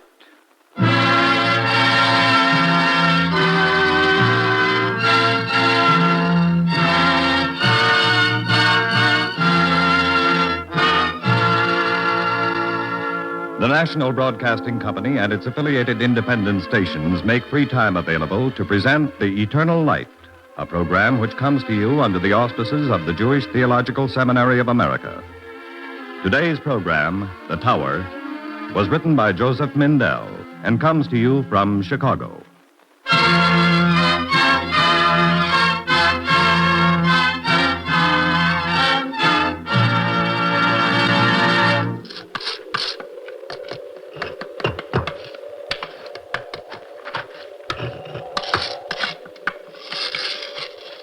The people were building a tower. They worked steadily, without haste, and with the utmost care. For unfinished as it was, the tower was already very high, and each brick, each bit of mortar was carried up at the cost of much toil, passing through countless hands, becoming more precious as it came to the top. Therefore, a brick was valued more highly than a man. The people worked without stopping, using their breath sparingly when they talked.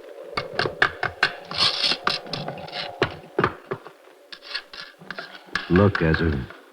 Another cracked brick. You'd think they'd be more careful down there on the ground, sending up cracked bricks. They don't understand down there. I guess not. No one can really know until his turn comes to work up here. With only the tower and the sky. Jared, that last brick is a finger's width out of line. Only by a hair, Ezra. I didn't know myself what it is to watch the bricks going higher, to go up with them higher and higher. Ezra, how high do you think the tower will be? How should I know? I was just wondering. We'll be told when to stop. Of course.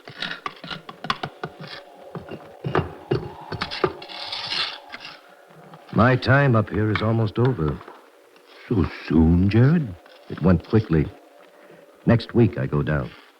I'm sorry. You're a good worker.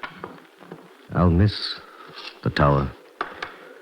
Still, I suppose you'll be happy to see your family again. I've been thinking about my son. Do you know? He must have taken his first step by now. Well, I'll soon know. Ezra, this last week, let's see how high we can build.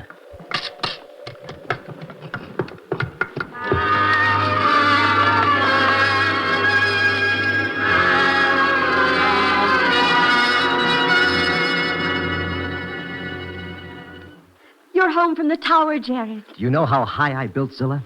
In this last week alone. My brother, is he alive and well? Your brother? You went up together. Where is he? We don't have time for visiting up there. Didn't you see him as you were coming down? Zilla, some who go up to the tower do not return. There are accidents. No, not my brother. I don't know. I didn't see him. But someone else would take his place. The tower grows, Zilla, every day, every minute. I don't care about the tower. You don't mean that. No, I was... Yes, I do. I do mean it. The tower took you away for a year. It took my brother. Why? You're upset. Tell me why. I don't know how to answer you. Nimrod commanded that it be built, and we built it. You don't even know what it's for. We don't have to. Nimrod knows. He has his reasons. But why does he need a pathway to the sky? The king does not confide in me, or in you. Zilla, this is what living means. There's no use talking about it. No. Forget the tower. You don't understand. A man doesn't forget. It's easier to forget your wife and your son. My son? Oh, where is he? Does he walk? Yes. He walks. Just think. In time, there will be 3 of us working together. For the tower. What else? Everything must be for the tower. Can't there be something for us? Isn't it the same? Oh, Zilla, this first day is always difficult. Tomorrow you'll feel better. I'll find out where I'm assigned, to the quarries or the fields, or maybe to the brickyard where you work. We'll see tomorrow. Not tomorrow. It's the day of the festival. Of course, I'd forgotten. There are no festivals on the tower. Tomorrow, Nimrod the king will be here in Babel.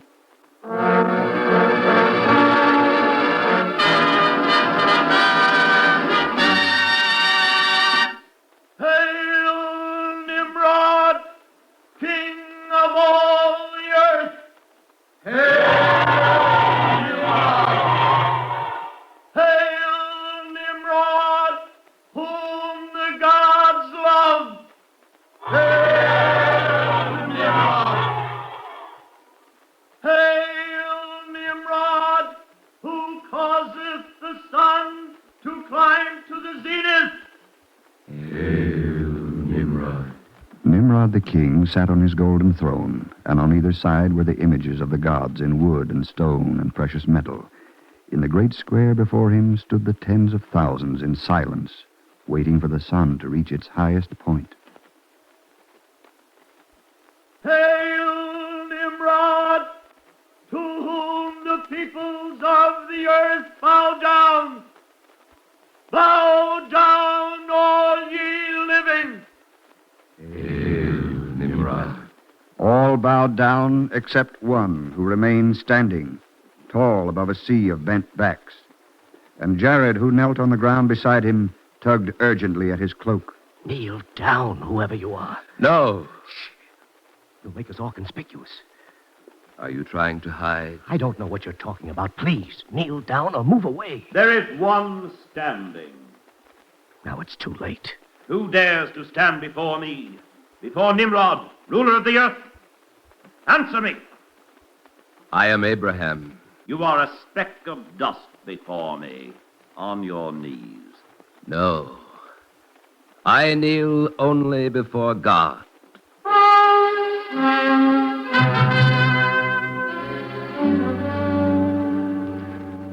Bring me this Abraham, this man who refused to kneel. Nimrod, you should have made an example of him yesterday in the square. I didn't ask your advice, Fennec. Is that the man there? You're wasting your time with him, Nimrod. Approach, Abraham. You don't have to be afraid. Why should you think that I am afraid? Because I am Nimrod. Yes, I know. Look at Fennec here. He is a brave soldier. Yet he is afraid of me. Because he depends on your favor. So does everyone. You too. I depend on you for nothing. You do. If only for your life. Even that is not in your hands, but in God's. You see, Nimrod, how insolent he is. Be still, Fennec. Homage, such as you want, I pay to no man. Not to me, Abraham. To the gods on both sides of me. They are idols of stone and wood. That's beside the point. I do not bow to false gods. You challenge me. Abraham, I have met many challenges, and still I have had my way. I know what you have done. Before me, the nations were at war, but I subdued them, and now there is peace all over the earth. There is peace. It is the peace of slavery. I took no slaves, Abraham. The conquered and the conquerors are the same, speaking the same language in every corner of the earth. The same language, with the same thoughts and wishes. Your language. I won't speak it. You will, and I'll tell you why.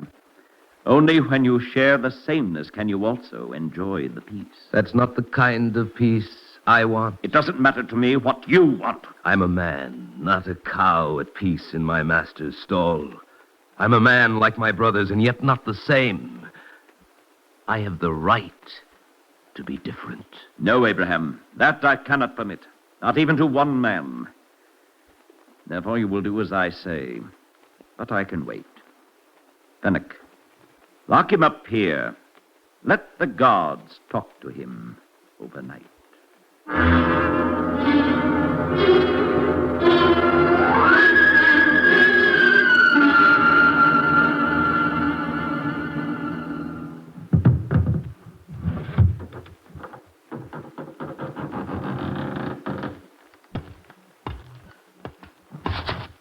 What have you done, Abraham? Nimrod, look! What is it, Fennec? Look! He smashed all the idols. I am disappointed in you, Abraham. Will you still talk to him, Nimrod? Even now? Calm yourself, Fennec. Abraham, it was a futile, childish prank. Why do you assume that I broke them? The door was locked. No one else was here. Still, it wasn't I. Don't play games with me. Look for yourself, Nimrod. The largest idol there in the corner still has the hatchet in his hand. What kind of foolery is this? The idols are only... Only wood and stone. Therefore, I will not worship them. You have taught me something, Abraham. Men should not worship dead images. I'm happy that you have learned. Listen, Abraham, is it not said that to save a life is like unto creating one? There is such a saying. Before me, the world was turned toward war and destruction, but I subdued the earth and brought peace and saved the people. Am I not then a creator? You distort the meaning, Nimrod. Before you, before Noah, who was your great-grandfather, before Adam, was God who created man in the world. Nimrod, you have forgotten God. You're wrong, Abraham. I have not forgotten God. Not for a minute in all these years. Look, you can see the visible proof of my remembering. The tower. Yes, the tower. A generation of men has been asking, how high? When will it be finished? Give up what you're planning. It is not too late. Now it is finished. I have subdued the earth. Now I will attack the heavens. Make ready, angels. Nimrod gives you warning.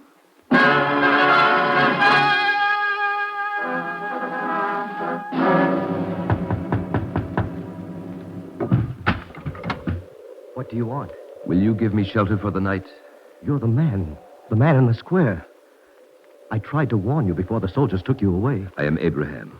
Will you let me in? Of course. But they let you go. Zilla! I'm coming, Jared. Zilla, we have a guest. I see. Zilla, bring our guest something to eat. Excuse me, I have forgotten what it is to prepare food for my family or for guests. She means I've only just returned from the tower. You haven't left it. You brought the tower back with you, here to our house. How can a woman understand about the tower? Do you understand? Why don't you answer him, Jared? When I was up there, everything seemed so plain and clear. But now I find it sometimes difficult to remember what a wonderful thing the tower is. The tower is an evil thing. If you say that, then you have never worked on it. It's evil because Nimrod's purpose is evil. I don't know what you're talking about. You have no regard for yourselves. Then how can you love your neighbors? You are violating God's commandment. Only the very old men still talk of God. Yes, Nimrod has done his work well. He is the only one who has not forgotten God. Abraham, the old men also talk about the days when Noah was young. How man fought against man, nation against nation. Was that a good thing? How shall I tell you what you should know without being told? Jared, God created man in his own image, yet he made each man different, with his own wishes, thoughts, words. Do you hear, Jared? Different. I don't want to hear any more. A harmony that makes all men mindless and the same, like a flock of sheep, is no harmony. Nimrod's peace is no peace. He is at war with all men. Nimrod is at war with God. I'll get you something to eat, Abraham. Thank you, Zilla, but I'm leaving. I've made you angry. Stay, Abraham. I'm not angry, Jared. I must get to the tower before Nimrod. Nimrod is coming to the tower? To put it to its use at last. Abraham, wait. I want to go with you. No, Jared, no. Please, Zilla, I must. You've done what everyone does. You've worked your time on the tower. No one ever goes back. It doesn't matter what everyone does. I have to go back. I have to see what is about to happen. You don't have to know what's in Nimrod's mind. You said it yourself. Then I was wrong, Zilla. It is my concern. Abraham, don't let him go. Make him stay here. Zilla, do you think I could make him stay? Or go? No. No, you can't. Not even Nimrod could.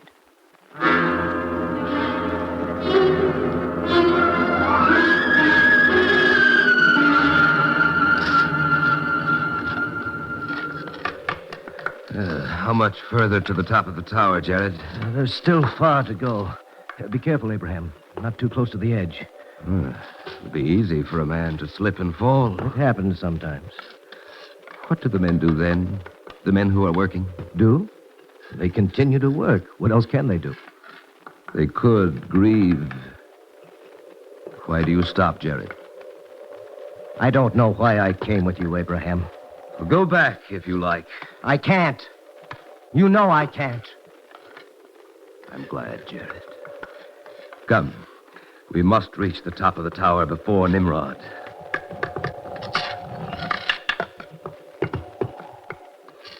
Listen to me. Stop working and listen. You must throw away your tools and go down to the earth. Abandon the tower. You're wasting your breath, Abraham. They won't stop working. Up here, you never stop working. Nimrod will be here soon. They must listen to me.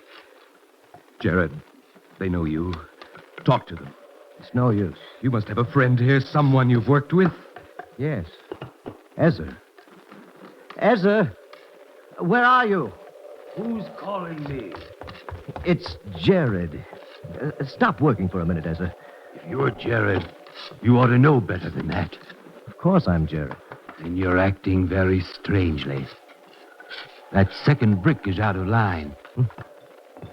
Only by a hair. It doesn't matter. Listen to me. You never said that when you worked up here. The mortar's still soft. I can fix it. Hand me the trowel. You're leaning too far over, Ezra. Be careful. Oh, Jared, help me. Oh!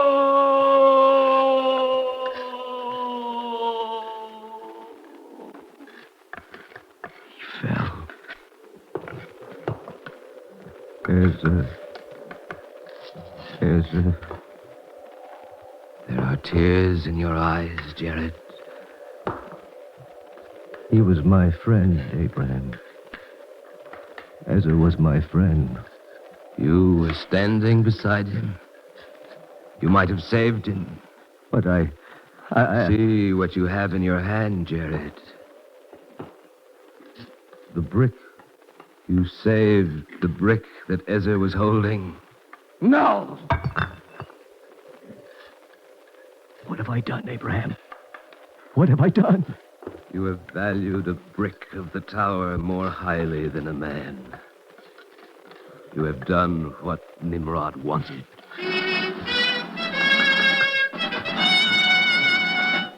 Make way! Make way for Nimrod!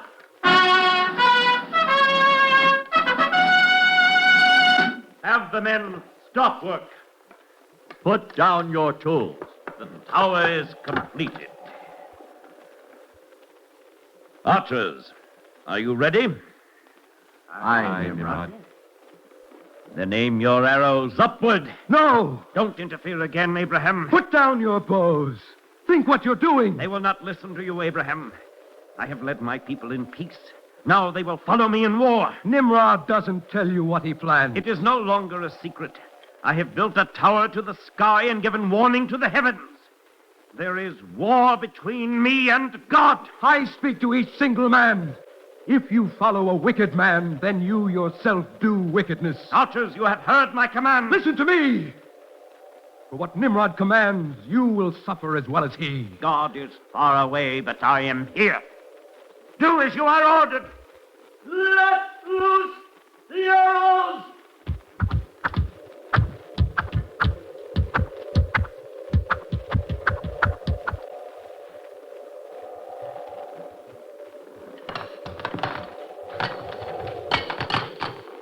The arrows are returning from heaven.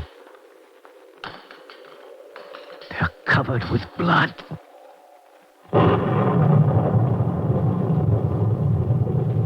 Now is sentence passed upon you. No, Gabriel, wait.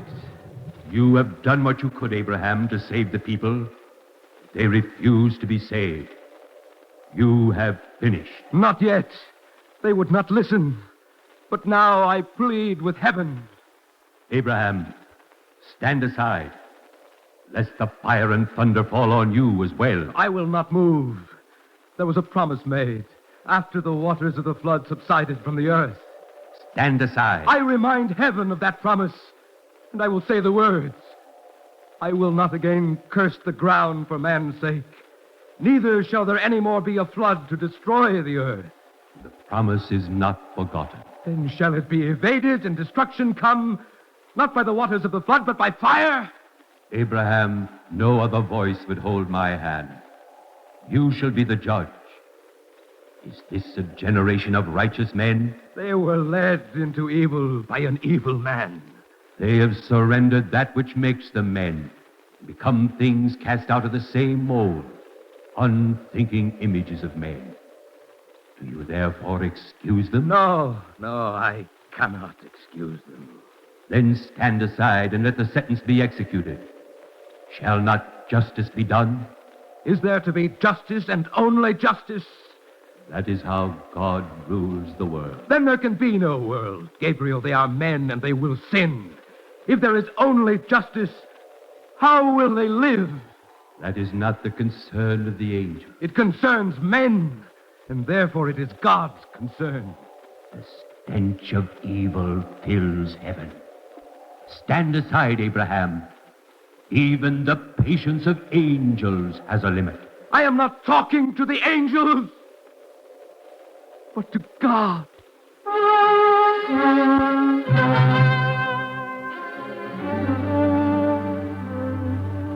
God heard Abraham and listened to his words, and he ruled with justice and with mercy. For he did not again destroy the earth for the wickedness of men, but the Lord came down to see the city and the tower, and he said, Behold, they are one people, and they have all one language, and this is what they begin to do. And he spoke, saying, Come, let us go down and there confound their language, that they may not understand one another's speech. And men heard their sentence and grieved.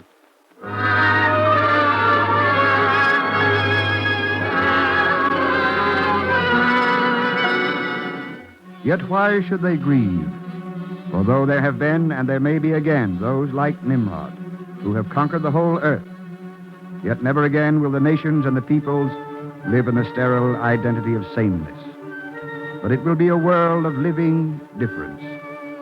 For God's judgment was a verdict for life, not for death.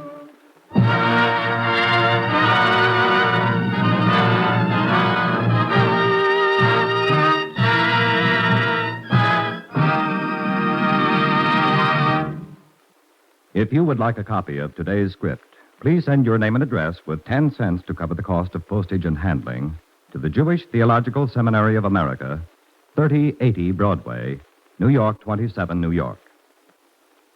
And now we take great pleasure in presenting Mrs. Morris J. Sape, President of the Central Branch of the National Women's League.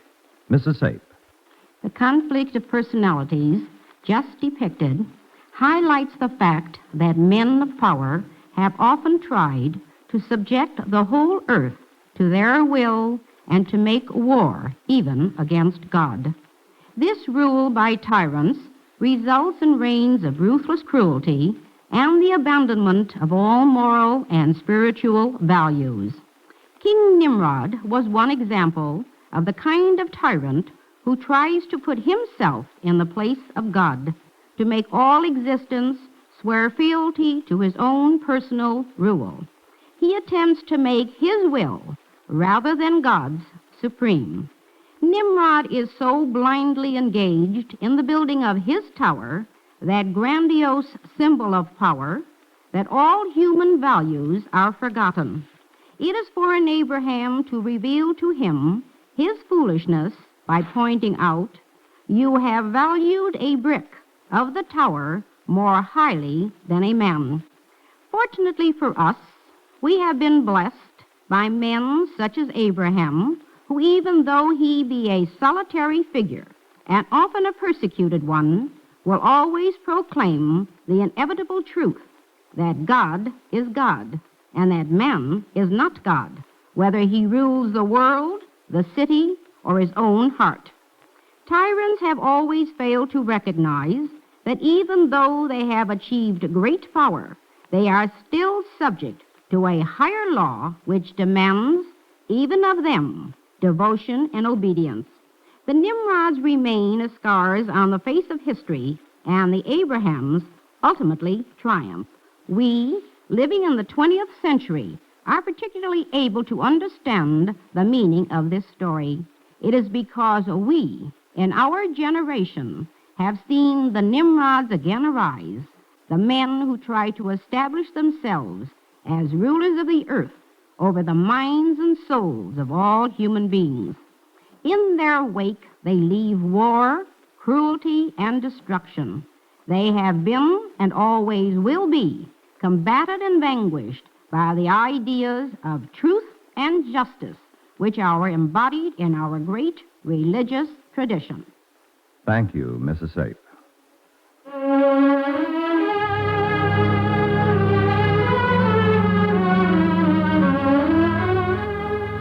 Our Eternal Light drama today, The Tower, was written by Joseph Mindell and came to you from Chicago. Cantor David Putterman sang the liturgical introduction. Featured in the cast were Everett Clark as Nimrod and Ken Nordine as Abraham.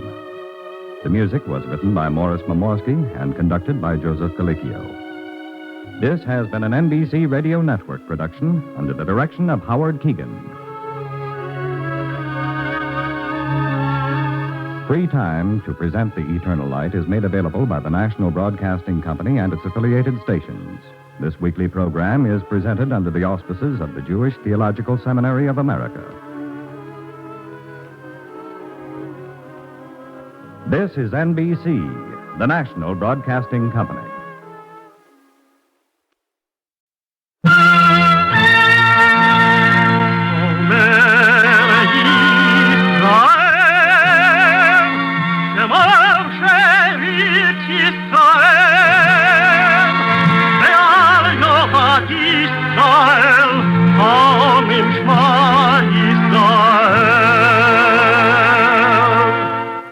And the Lord spake unto Moses, saying, Command the children of Israel that they bring unto thee pure oil olive, beaten for the light, to cause the lamps to burn continually in the tabernacle of the congregation.